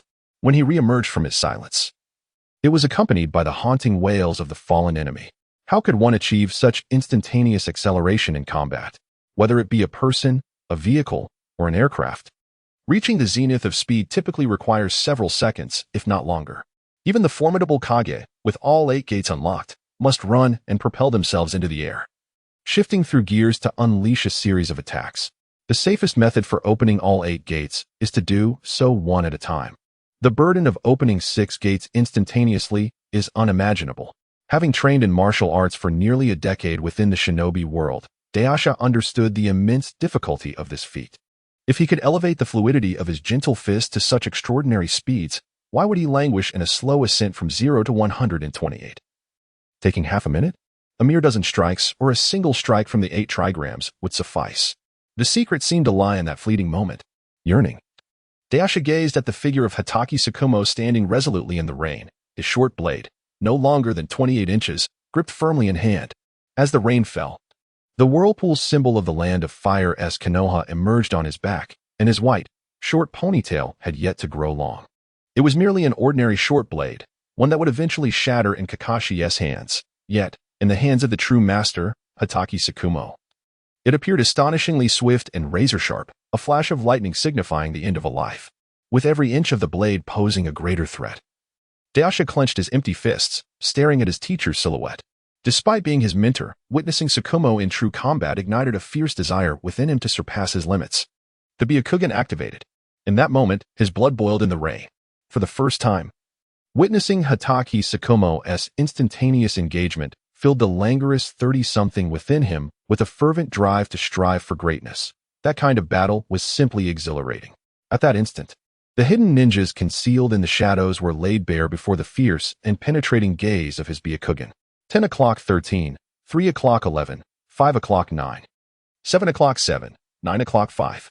The rapid succession of numbers echoed as Hatake Tsukumo sprang into action, accompanied by a flash of white light. At that moment, 6 rain ninjas were still alive, yet Dayasha had only counted 5. The rain ninjas, lying in wait amidst the drizzling rain, trembled upon hearing the coordinates. This is bad. We must eliminate him first. The sound of rushing wind accompanied the shout. 11 o'clock 1. Before him, as the adversary completed the final tiger seal, the combination of their spittle and rain coalesced into what resembled a fire style, the great fireball technique, morphing into a barrage of shuriken-like projectiles, descending upon Dayasha and his companions like a torrential downpour. The voice of the rain ninja who had called for the elimination echoed, "Water style, thousand rain murder." Can this formidable name indeed deliver a swift death? Chapter 60. The First Battle of the Shinobi. Return to Heaven. In the numerous battle openings faced by Nakaira, amidst the torrential downpour of countless shuriken, what could possibly provide a greater sense of security than the all-encompassing defensive technique, Kaiten? At this moment, the distinctive taijutsu of the Hyuga clan, Kaiten, nearly thwarted all incoming assaults. Alas, a few needles managed to seep through. There was no need for concern. Invigorated by the fiery spirit ignited by his mentor, Hatake Tsukumo, Nakaira stood resolute against the onslaught of Rain Nin, adopting a straightforward defensive stance. For with his Byakugan, he could perceive the entire battlefield, astutely analyzing the imminent developments. Upon awakening from the Genjutsu, Senju Ruju was seething with indignation. How infuriating it was to have fallen prey to an illusion once more. He cursed inwardly, recalling how he foolishly reveled within the mirage. While he could endure, Ruju could not tolerate such a trickery. Genjutsu was indeed his utmost disdain. Amidst the turmoil, he unleashed a water release technique, Water Chaos Wave, infused with the resentment of having been ensnared by illusions more than once. The ferocity of the surging wave was palpable. The rain, in comparison, seemed but a whisper in the face of the tumultuous tide. Over the past year since his graduation, Ruju had diligently honed his once rudimentary C-rank water release. Water Chaos Wave to the might of a B-rank water dragon tornado. This time, the colossal wave, originally intended for sheer impact, finally manifested the chaotic effects of the Water Chaos Wave. Manipulated by his azure fury of chakra, the tumultuous waters engulfed an enemy charging with a sword, sending them spiraling helplessly into the air. Beholding the magnificence of his ninjutsu, Senju Ruju cast a glance down at his slightly aching foot and bellowed at Nakaira, "Nakaira, you clumsy fool, you let a needle slip through." Ignoring him, Nakaira, with his Byakugan granting a panoramic view, was well aware that his Kaiten had not fully defended against the rain of shuriken. He still had some intricate chakra points yet to be unblocked. Hence he had selectively forsaken certain areas of defense, such as beneath Ruju. With a huff, Ruju noted Nakaira's indifference. "Let us all attack together." A Rain Nin, having been repelled by Ruju's water release, rallied the disoriented comrades amidst the chaos and converged with two other Rain Nins to assault the Grass Nin. Surprisingly, the two Leaf Lower Nin appeared to be no match for them. Yet did they not comprehend that a Leaf Ninja squad typically comprised 3 members? The two called out in unison, seemingly caught in a cooldown of their skills. Frustrated by the Genjutsu, Nakaira and Ruju strategically rearranged their formation, providing protection for the Grass Nin healer, Dr. Midori, and the pivotal Uchiha Mei. In this moment, both secretly contemplated showcasing the Genjutsu prowess of the Uchiha clan. And, in a tit-for-tat manner, in an instant, the several Rain Nin charging at Nakaira and others suddenly turned to the side, beholding the white-haired leaf expert rushing towards them. Haunted by the terrifying memory of witnessing their superior perish in an instant, the instinct for survival triggered a frenzied attack. The blade penetrated. Did we hit? How could it be so effortless? Their adversaries displayed might felt incongruous with their recollections. Observing the white-haired ninja struggle only heightened their dread. "What are you doing, you bastard?" With the sound of a body collapsing, the Rain Nin finally realized their grave error. This is a teammate. Is that Genjutsu? And what is this? Faced with a teammate now bearing a ghastly countenance charging at them, the hearts of the Rain Nin were thrown into disarray. The rain cascading upon them tightened their grips on their blades. Was that figure truly their ally? A sense of confusion enveloped them. Which was the enemy? And which was the ally? The blade was indeed aimed at them. In a desperate bid for survival, the Rain Nin made their judgment. "Kill!" they shouted in a frenzy, striking at anything that moved. At this moment, they had succumbed to madness. Their minds consumed by the primal instinct of survival, that only the last one standing could live to tell the tale. Thus, the battle, once chaotic, came to its conclusion. The first encounter of Team 5 in the Ninja Wars proved far simpler than Nakaira had anticipated, aside from the initial blunder of falling into a Genjutsu, which was an unavoidable aspect of his current abilities. He could only await the conclusion of the mission to seek guidance from his mentor, Hatake Tsukumo, on how to break the illusion. Certainly, he could also consult his obedient Mei, who would undoubtedly be willing to assist. Having confirmed the absence of danger with his Byakugan, Nakaira observed as his mentor, Hatake Tsukumo, began to wrap up the battlefield. A wave of reflection washed over him. In the nascent stages of his ninja career, It appeared that he was spared the perils and tribulations faced by Naruto and Kakashi of Team 7. Was it due to the legendary ninja, Hatake Tsukumo, being vastly superior to his son? Or perhaps his own strength had surpassed that of Sasuke and Naruto? It was not entirely so. Or was it that the synergy among the trio of Hinata, Shinju, and Uchiha during their first encounter in the ninja battle was remarkably harmonious? It seemed to be a combination of all those factors. Hatake Tsukumo, facing multiple opponents, had no need to worry about them, while Nakaira felt assured that his mentor would not falter and become ensnared in a water prison technique. Indeed, fathers were often quite formidable. A sudden cough drew the attention of all surviving individuals. The final rain mean, weary and wounded, seemed to wish to convey something to the approaching white-haired ninja. Yet, ultimately, the wound inflicted by his comrade's blade rendered him unable to utter a single word, save for a final cough. With all his strength, he turned his head, gazing at the three young Lowernin joyfully recounting their battle experiences, closing his eyes as he reminisced. Leaf ninjas, indeed. With a final thrust of the White Fang, the last enemy's life was extinguished. This ambush required no interrogation to ascertain its origins, for the rain had finally ceased. Earth release, burial.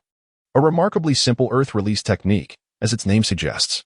Before them, the soil began to rise, and the bodies sank, as the remnants of battle gradually became entombed. The usually stern and serious Hatake Tsukumo seemed to have a habit of burying the fallen enemies post-battle, regardless of whether they were mere bandits or fellow shinobi. Was it a peaceful resting place, or an effort to conceal the traces of conflict? After completing the battlefield cleanup, Tsukumo approached the group, their faces brimming with confidence. It appeared that each of Team 5's 3 disciples, when examined individually, exhibited notable shortcomings and deficiencies.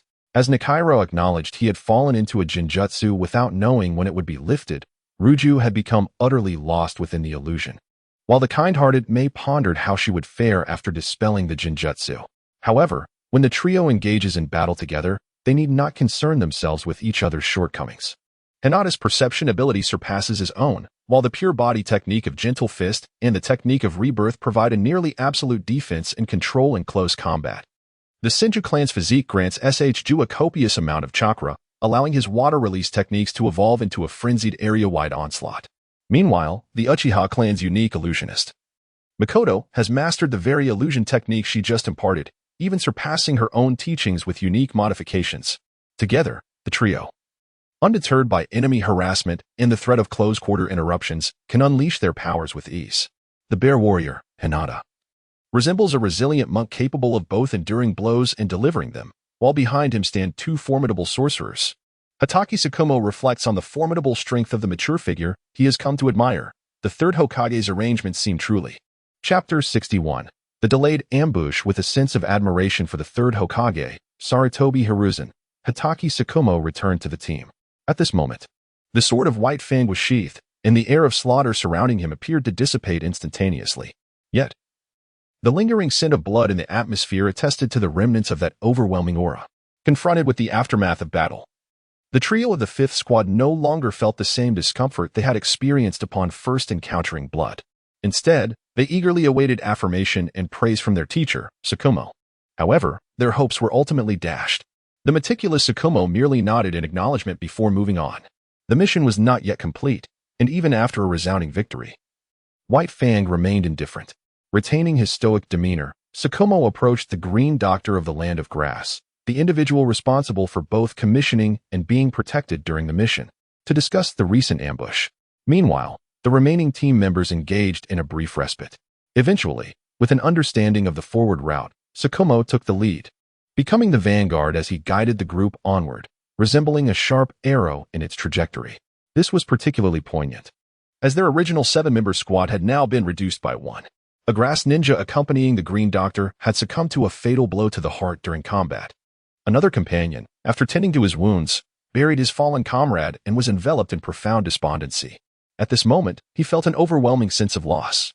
The disillusionment stemmed from his once blind confidence in his abilities, which had earned him the title of Jonin in the Land of Grass. The realization that he was outmatched even by the 3 young genin from the great village of Konoha gnawed at his spirit. The once proud glory of his small nation now lay in tatters within his heart. It was as if the very confidence and conviction he held were ruthlessly shattered by this encounter with foreign ninjas. I, a once respected Jonin from the Grand Land of Grass, am now rendered. He cast a lingering glance at the figure leading the front of the line, the one whom the Green Doctor referred to as Lord Tsukumo. Alongside deep admiration, he felt a sense of awe at the sheer presence of this ninja soldier.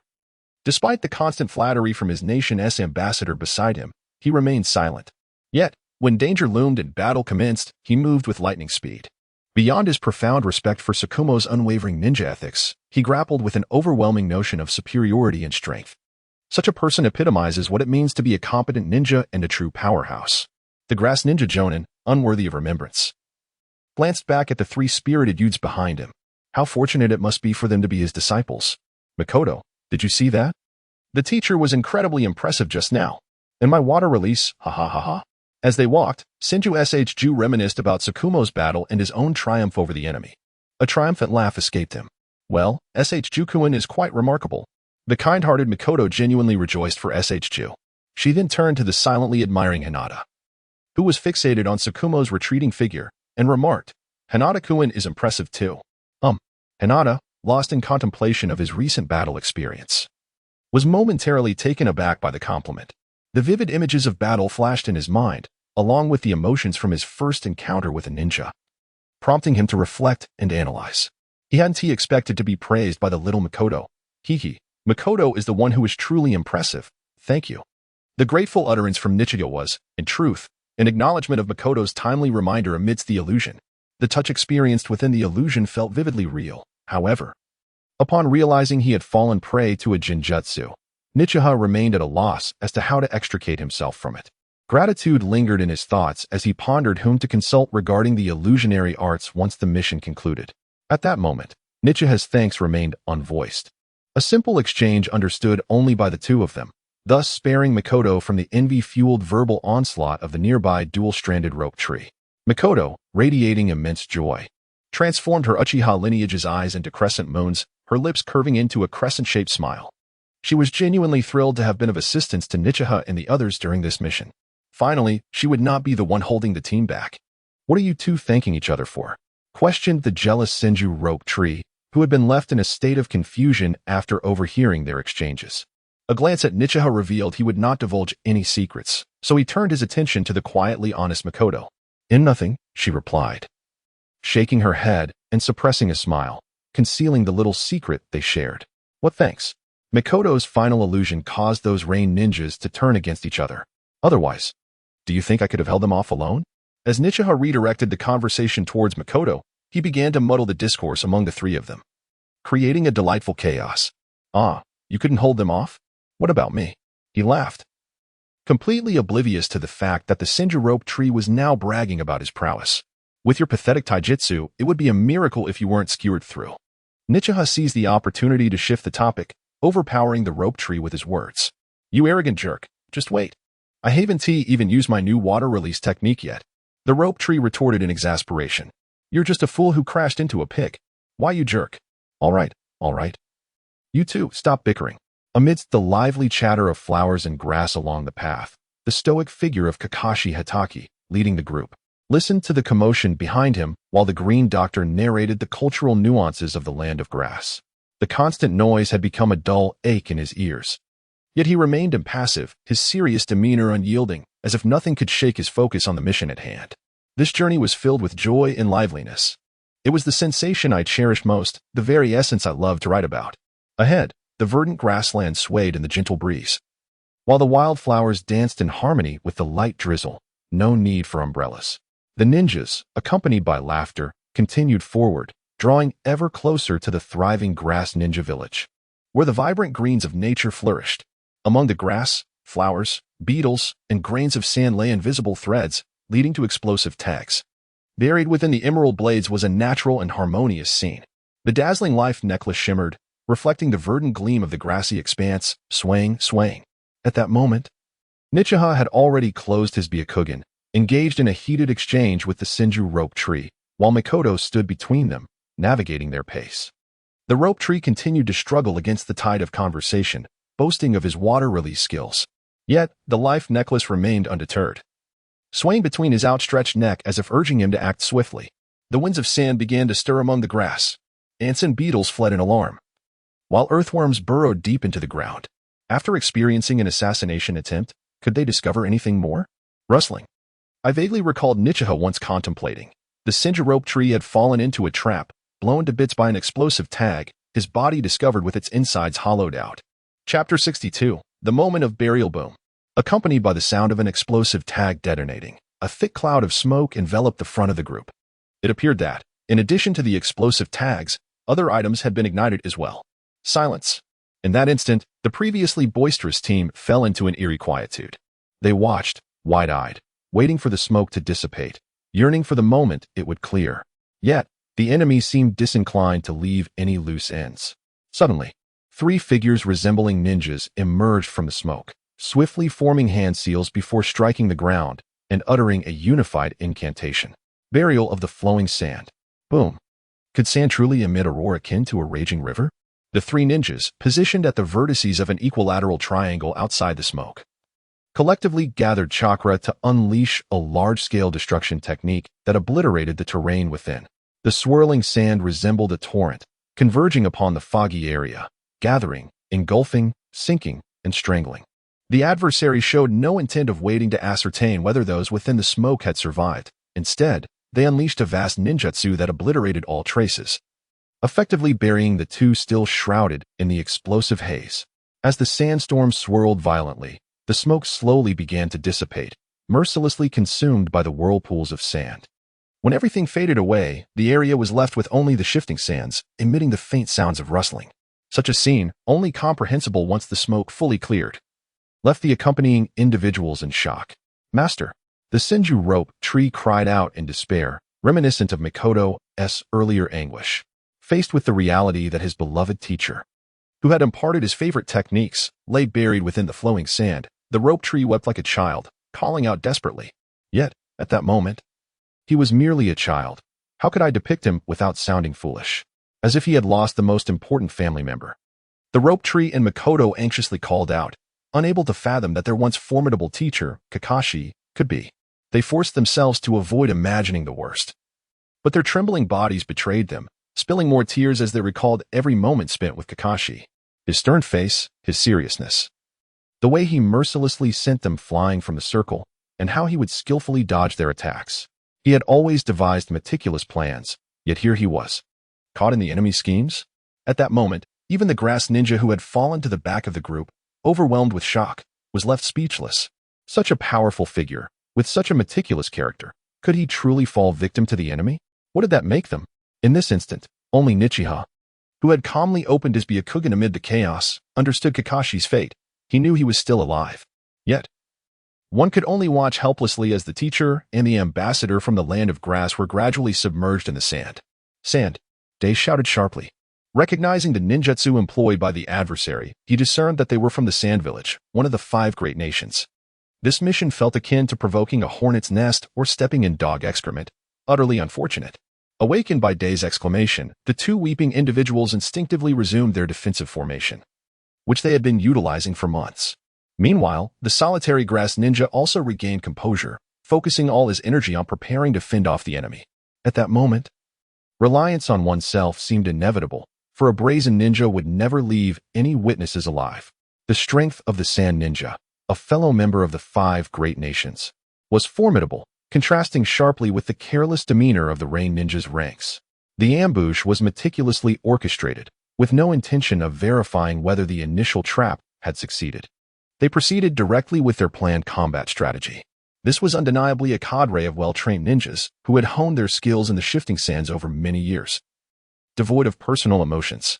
As the once quiescent yellow sand in the verdant grassland ceased to writhe, the 3 ninjas, having completed their jutsu, surged toward them, exhibiting no desire to confirm the demise of their foes. In Day's Byakugan, he had already identified 6 assassination ninjas from the Sand Village. Judging by the team composition, it was evident that this was a standard configuration for 2 Sand Ninja squads, with at least 1 member from each squad possessing chakra only slightly inferior to that of their mentor, Kakashi Hitaki. At this juncture, one squad comprised the 3 ninjas who had just executed the quicksand burial technique, advancing toward them. The other squad, however, remained concealed, shrouded within the flowing sands of the grassland. What were the hidden 3 ninjas waiting for, Kakashi Hitaki? They could only watch the unfolding situation in silence. not out of inability to speak, but rather out of fear. The Sand Ninja Village, having engaged in numerous conflicts with the Hidden Leaf Village of the Fire Country, was well aware of the Byakugan's sensory capabilities. Yet, at this moment, without Day explicitly revealing the positions of the three concealed ninjas, the enemy would not expose their own positions for the sake of a mere genin. It appeared that both sides were testing their patience, each waiting for the other to make a move. Gazing at the three masked adversaries charging toward their four-member team, an aura of cold malice enveloped them. In that instant, the numerical advantage of 4 against 3 was entirely overshadowed by a palpable sense of dread, as each individual swallowed dryly, their backs soaked with perspiration. The signature sand burial jutsu unmistakably revealed its origins from the Wind Country's sand ninja. Indeed, the prowess of the great nation's ninjas was not something the scattered and weak rain ninjas could hope to rival. At this moment, even with a numerical superiority of 4-3, Team 5 and the Grass Ninja Jonin found themselves ensnared in the most arduous phase of this mission. For in their hearts, they feared for their teacher's life, uncertain if he had already perished. Only Day's Byakugan could discern the truth. Yet he dared not speak with the same reckless abandon as he had against the rain ninjas. The three ambushing ninjas, it seemed, were equally unaware of the hidden Kakashi Hitaki's fate beneath the earth. It appeared that the submerged teacher was also awaiting the enemy's reveal. Thus, 4 against 3 it remained. With a casual glance, he launched an attack towards a ninja who was assailing him with a thrown shuriken. The 8 trigrams 6 palms struck out. But does the 8 trigrams truly encompass 6 palms? At this moment, Hinata found himself entangled in a fierce struggle of physical techniques against the opponent's nin. The advantages of pure martial arts becoming evident in close combat. Even with a lower rank as a ninja, he managed to maintain a commanding presence against his adversary. Meanwhile, the opposing team, led by a clearly formidable Nin with ample chakra, also opted to engage the equally ranked Grass Ninja Nin. This forced the latter to retreat under relentless assault, akin to weeds swaying under attack. The final enemy ninja launched an assault towards the flanks of Ju and Makoto.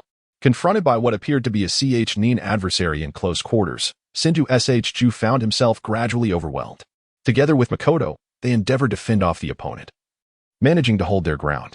However, the incursion of the enemy ninja into close combat left them no time to cast ninjutsu. Hinata, deeply concerned about the possibility of the opponent employing ninjutsu, realized that their own techniques paled in comparison before true ninjas. The sound of labored breaths filled the air as the relentless barrage from the enemy ninja gradually forced the weakened group into a tighter formation. The previously organized triangular defense of Team 5 devolved into a desperate back-to-back arrangement, with his Byakugan granting him a 360-degree field of vision and decent physical prowess. Hinata was compelled to provide support on both sides. Faced with unyielding attacks from the enemy, he even had to charge forward, activating his Byakugan to counter the onslaught. Despite these efforts, nearly everyone in the group bore injuries. Finally, the enemy, feeling the sting of humiliation before another team of ninjas, resolved to unleash their lethal techniques to eliminate them. The leader of the opposing team, whose chakra levels were evidently superior, issued the next command. At this juncture, the 4 were encircled, and the external foes appeared to be deliberately forcing them into a confined space. The day suddenly trembled, and in this fleeting moment, the adversary appeared around the 4 like a haunting echo of a familiar position, the equilateral triangle formation reminiscent of the burial of their teacher, Tsukumo Hitaki. Then came the combined ninjutsu, a rapid sequence of hand seals. Before the allies could decipher the jutsu or find a means to counter it, a thunderous boom resounded. In an instant, the ground was struck, unleashing that expansive burial technique once more. The quicksand grave. The earth shook with a cacophony of roars, as if a torrential flood was unleashed at the center of the ninjutsu, causing even their bodies to tremble. No, it was not merely the sound. The sunlight swiftly cast its gaze upon the earth beneath, which began to soften, tremble, and sink. In an instant, the grass transformed into quicksand, engulfing his calves. The individual was descending, confronted with the same deadly jutsu that had entombed their mentor, and surrounded by ninjas guarding the 3 realms of heaven, earth, and man. What was to be done? Chapter 63, The Best Teammate, Senja Rope Tree. The descent continued, even with chakra infused at his feet, allowing him to stand upon water. His footing faltered in the grasp of the enemy's chakra-controlled quicksand. At this moment, the sand had already risen to his calves. The onlookers exchanged glances, realizing their inability to unravel this fatal predicament, and turned to one another for guidance. How were they to confront the quicksand that had buried Kakashi? Thank you. Senja Rope Tree, who who had long ceased his lamentation, at this critical juncture called out for Kakashi. Was he still mourning their teacher's demise? No. In the next moment, Senju Rope Tree formed hand seals. Yin, yang, monkey, rat, ox. Each seal felt so familiar to Nichi, reminiscent of the favorite water release techniques taught to him by Kakashi. Even as he remained ensnared in the perilous quicksand, Senju Rope Tree's speed in forming seals was unhurried. Yet, at that moment, his body began to emanate a long-forgotten azure chakra as the seals coalesced around him. The chakra he gathered grew increasingly potent. Pushing aside the sand that had nearly engulfed his knees, water surged forth from the porous, sandy ground. The once stable terrain transformed into a flood, akin to a river bursting its banks. The water, mingled with the scattered sand, morphed from a pale azure to a vibrant yellow. Resembling the legendary Yellow River that Nichi had once seen? No, this was the Yangtze. Water release, raging torrent. Against all odds, Senju Rope Tree unleashed a powerful technique. Preparing to ride the waves, he called out to his comrades, extending his right hand toward Uchiha Mikoto.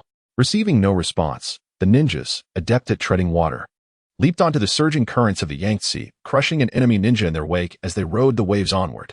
Senju Rope Tree guided the flood through the quicksand, carrying his companions across dozens of meters on the azure grassland. In the astonished expressions of their adversaries, they swiftly escaped the encirclement. Shock. Witnessing the escape of the three lower ninjas, the lurking enemy ninjas repeatedly confirmed their inability to sense Kakashi's chakra presence.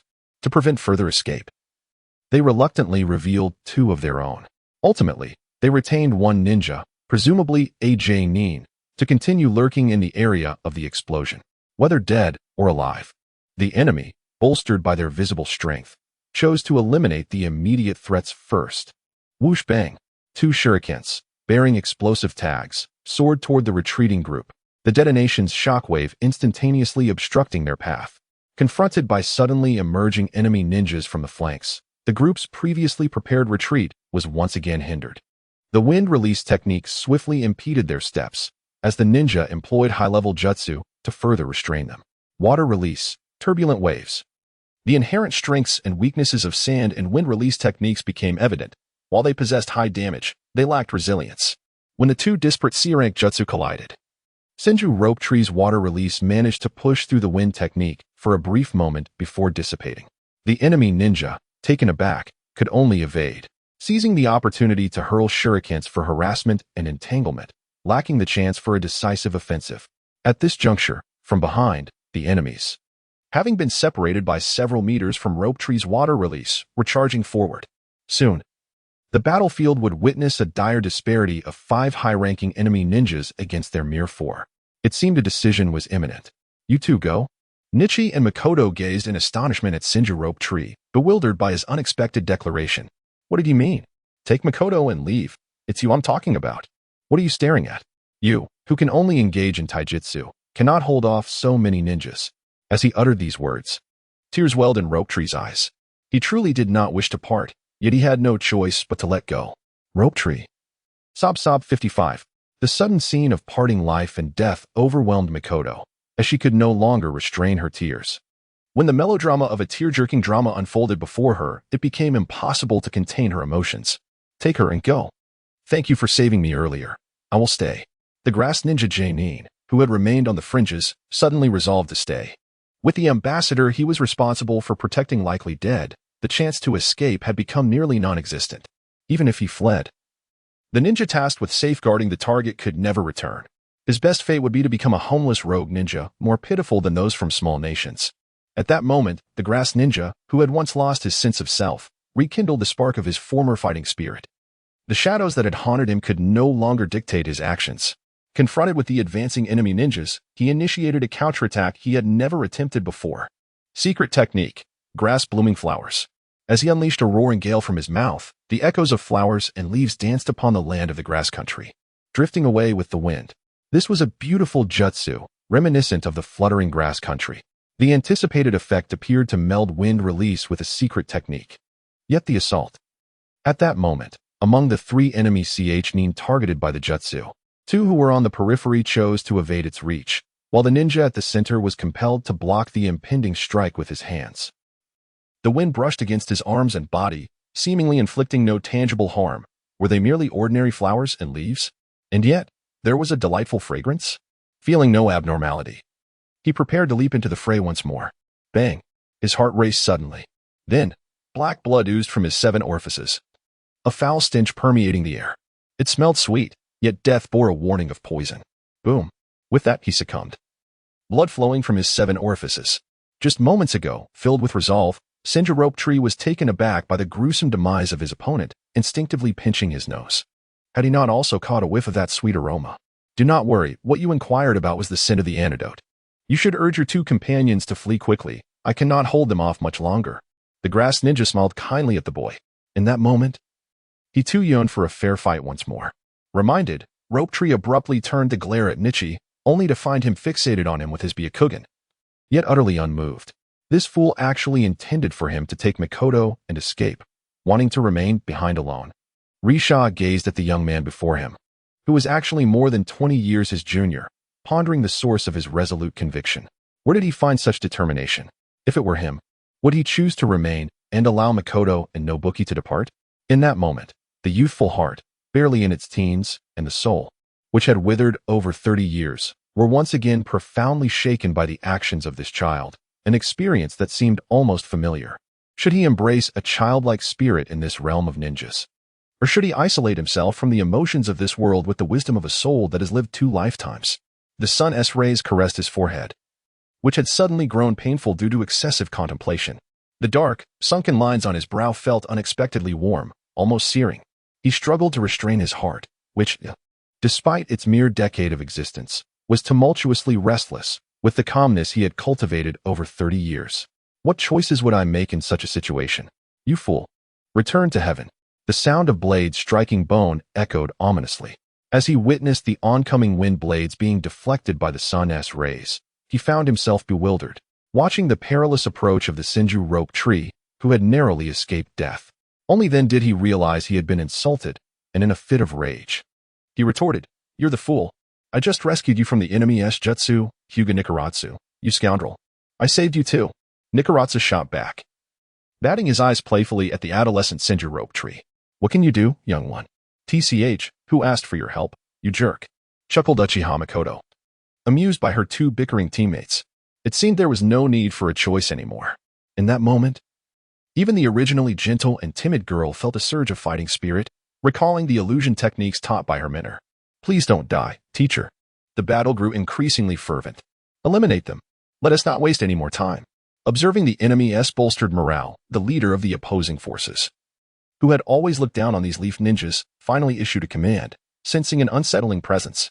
Several waves of attacks from his side had been countered by the adversaries, and they had even lost a CH-Ni. The thought of being mocked by that enigmatic figure upon completing the mission made the sole enemy J-Nin on the battlefield increasingly anxious. After the battle command was given, 1 J-Nin and 3 surviving CH-Nin charged forward with desperation, recklessly attacking everyone in sight. "You idiot.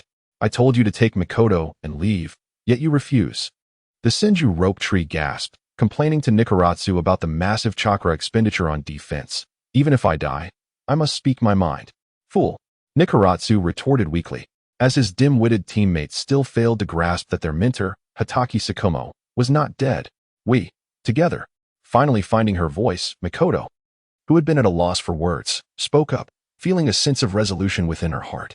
At that moment, besides Nikaratsu, the others were uncertain if Hatake Tsukumo was alive or gravely injured. Nikaratsu could only trust that Tsukumo was unharmed and was waiting for the right opportunity. The 4 of them found themselves back-to-back once more, their stamina and chakra nearly depleted, yet their fighting spirit remained undaunted. Witnessing this scene, Nikaratsu helplessly smirked. Mikoto pressed closely between the 2, feeling less alone. The Senju Rope Tree raised his right hand, reaching for his life necklace. In those final moments, ding!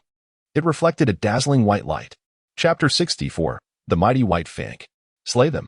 The increasingly agitated enemy J-Nin, feeling a lingering dread, reiterated the order for slaughter. Then, the surrounding enemies once again formed hand seals for a joint jutsu. Could it be another quicksand grave? Different voices echoed. For a jutsu that had been countered once in battle would never appear again.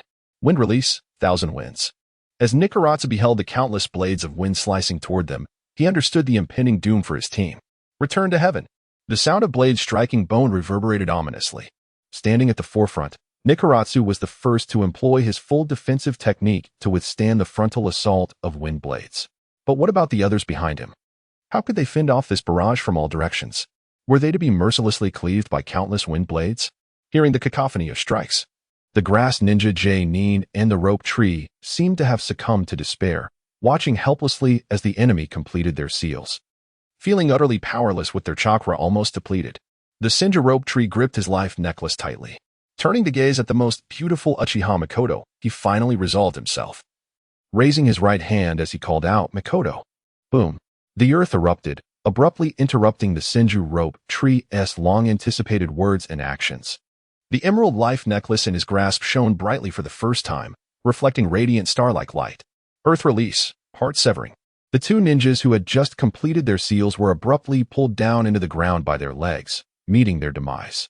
Then, emerging from the earth, Hatake Tsukumo placed his hands upon their heads, leveraging his strength to burst forth from below. Wordlessly, the life necklace sparkled with resplendent light. The battle was on the precipice of eruption. At that moment, amidst the joyful smiles of Team 5 and the grass ninja J-Nin, only the upper halves of two corpses remained visible, their lifeless heads tilted back, eyes wide open in eternal rest. The swift wind stirred by their combat swirled around, heads bobbing in the aftermath. Earth release. The enemy's intelligence was unexpectedly proficient in earth techniques. Observing the sudden shift in the battle's tide, another J-Nin, who had been lying in ambush, roared as he rushed to support his allies. The intelligence they had received merely indicated that the enemy was a speed-oriented ninja adept in lightning techniques. Yet the stark disparity in information led to devastating losses. The failure to accurately gauge the enemy's capabilities rendered their initial strategy absurdly flawed. Who could have anticipated that a ninja proficient in both lightning and earth techniques would wield such mastery? In theory, conflicting elemental attributes cannot coexist within a single individual, except in those with all elemental or bloodline limits. Even more alarming was the fact that the enemy had managed to stealthily reposition themselves to the opposite end of the battlefield without being detected. Such patience and strength were truly formidable. The Leaf Ninjas are indeed a tough challenge. May I inquire your name? The J-Nin, who had been cornered by Hatake Tsukumo, began to taunt, seeking intelligence and buying time. Has the Land of Wind prepared for war? Hatake Tsukumo refrained from revealing his name, continuing his assault while countering with questions. No, we are merely rogue ninjas. At long last, another elite ninja arrived to provide support. Flashing the tattered forehead protectors of his comrades, seemingly unwilling to disclose their identities. So, does this mean that dying won't bring any trouble? Hatake Tsukumo declared as he swung his blade. Indeed, if circumstances permit. The two elite ninjas regained their confidence, facing an adversary. At that moment, 3 enemy ninjas remained on the battlefield, one resting elite ninja and 2 others, a mid-tier elite and a J-Nin, both exhausted from chakra use. On their side, aside from Hatake Tsukumo, it appeared only Nichiju still had the strength to fight. Was the disparity in power still so pronounced at this juncture? Although they were outnumbered, they could employ wide-ranging ninjutsu to compel the enemy to protect their own expendables. Rapidly weaving hand signs, the elite ninja displayed an exceptional speed in his jutsu. Wind release, sandblast. A technique enveloping all present was unleashed, sending forth a torrent of wind blades accompanied by a deluge of sand, branches, and grass clippings. In an instant, those caught within the attack felt as though they were engulfed in a sandstorm, visibility reduced to less than a meter, forcing them to shut their eyes. Moreover, hidden within the sand were lethal threats. Earth release, earth flow wall. Lacking the Byakugan, Hatake Tsukumo positioned himself at the forefront of his team, adopting a defensive stance. Although the C-rank earth release was simple, it wielded formidable defensive capabilities. While it might falter against lightning release, it could effectively withstand nearly all other forms of ninjutsu. Transcending ranks. The aging third Hokage had once invoked this technique to summon a wall of rock as immense as a mountain, successfully shielding against the tidal waves unleashed by the second Hokage. This was a genuine battle of ninjutsu between elite ninjas, each leveraging years of combat experience to accentuate the unique characteristics of their techniques and seize the upper hand. A clash of fierce winds and solid rock ensued. The sound of wind blades and sand strikes against the broad stone wall produced minimal damage, yet the pervasive sandstorm continued to obscure visibility. In times of obscurity, danger lurked most perilously. 3 meters above, at 10 o'clock, Byakugan activated. Nichijou shouted urgently. In an instant, Hatake Tsukumo slashed upward. The blade clashed against the thick armor of sand. Although the White Fang's blade penetrated the sand layer, with only a 17-centimeter length, it inflicted a mere 5-centimeter wound. In that fleeting moment, the enemy, having heard the commotion, had also readied their defenses. Hyuga clan, take out that lower ninja first, commanded Nichijou, wounded yet retreating. The concealed ninja bellowed at his two teammates in frustration. These useless fools have been battling for ages without dispatching even a few lower ninjas. At that moment, Nichijou felt several gazes fixated upon him, prompting him to swiftly adopt a defensive posture. The burden of drawing aggro weighed heavily on him, leaving him with an overwhelming sense of despair. Then, amidst the thick sand,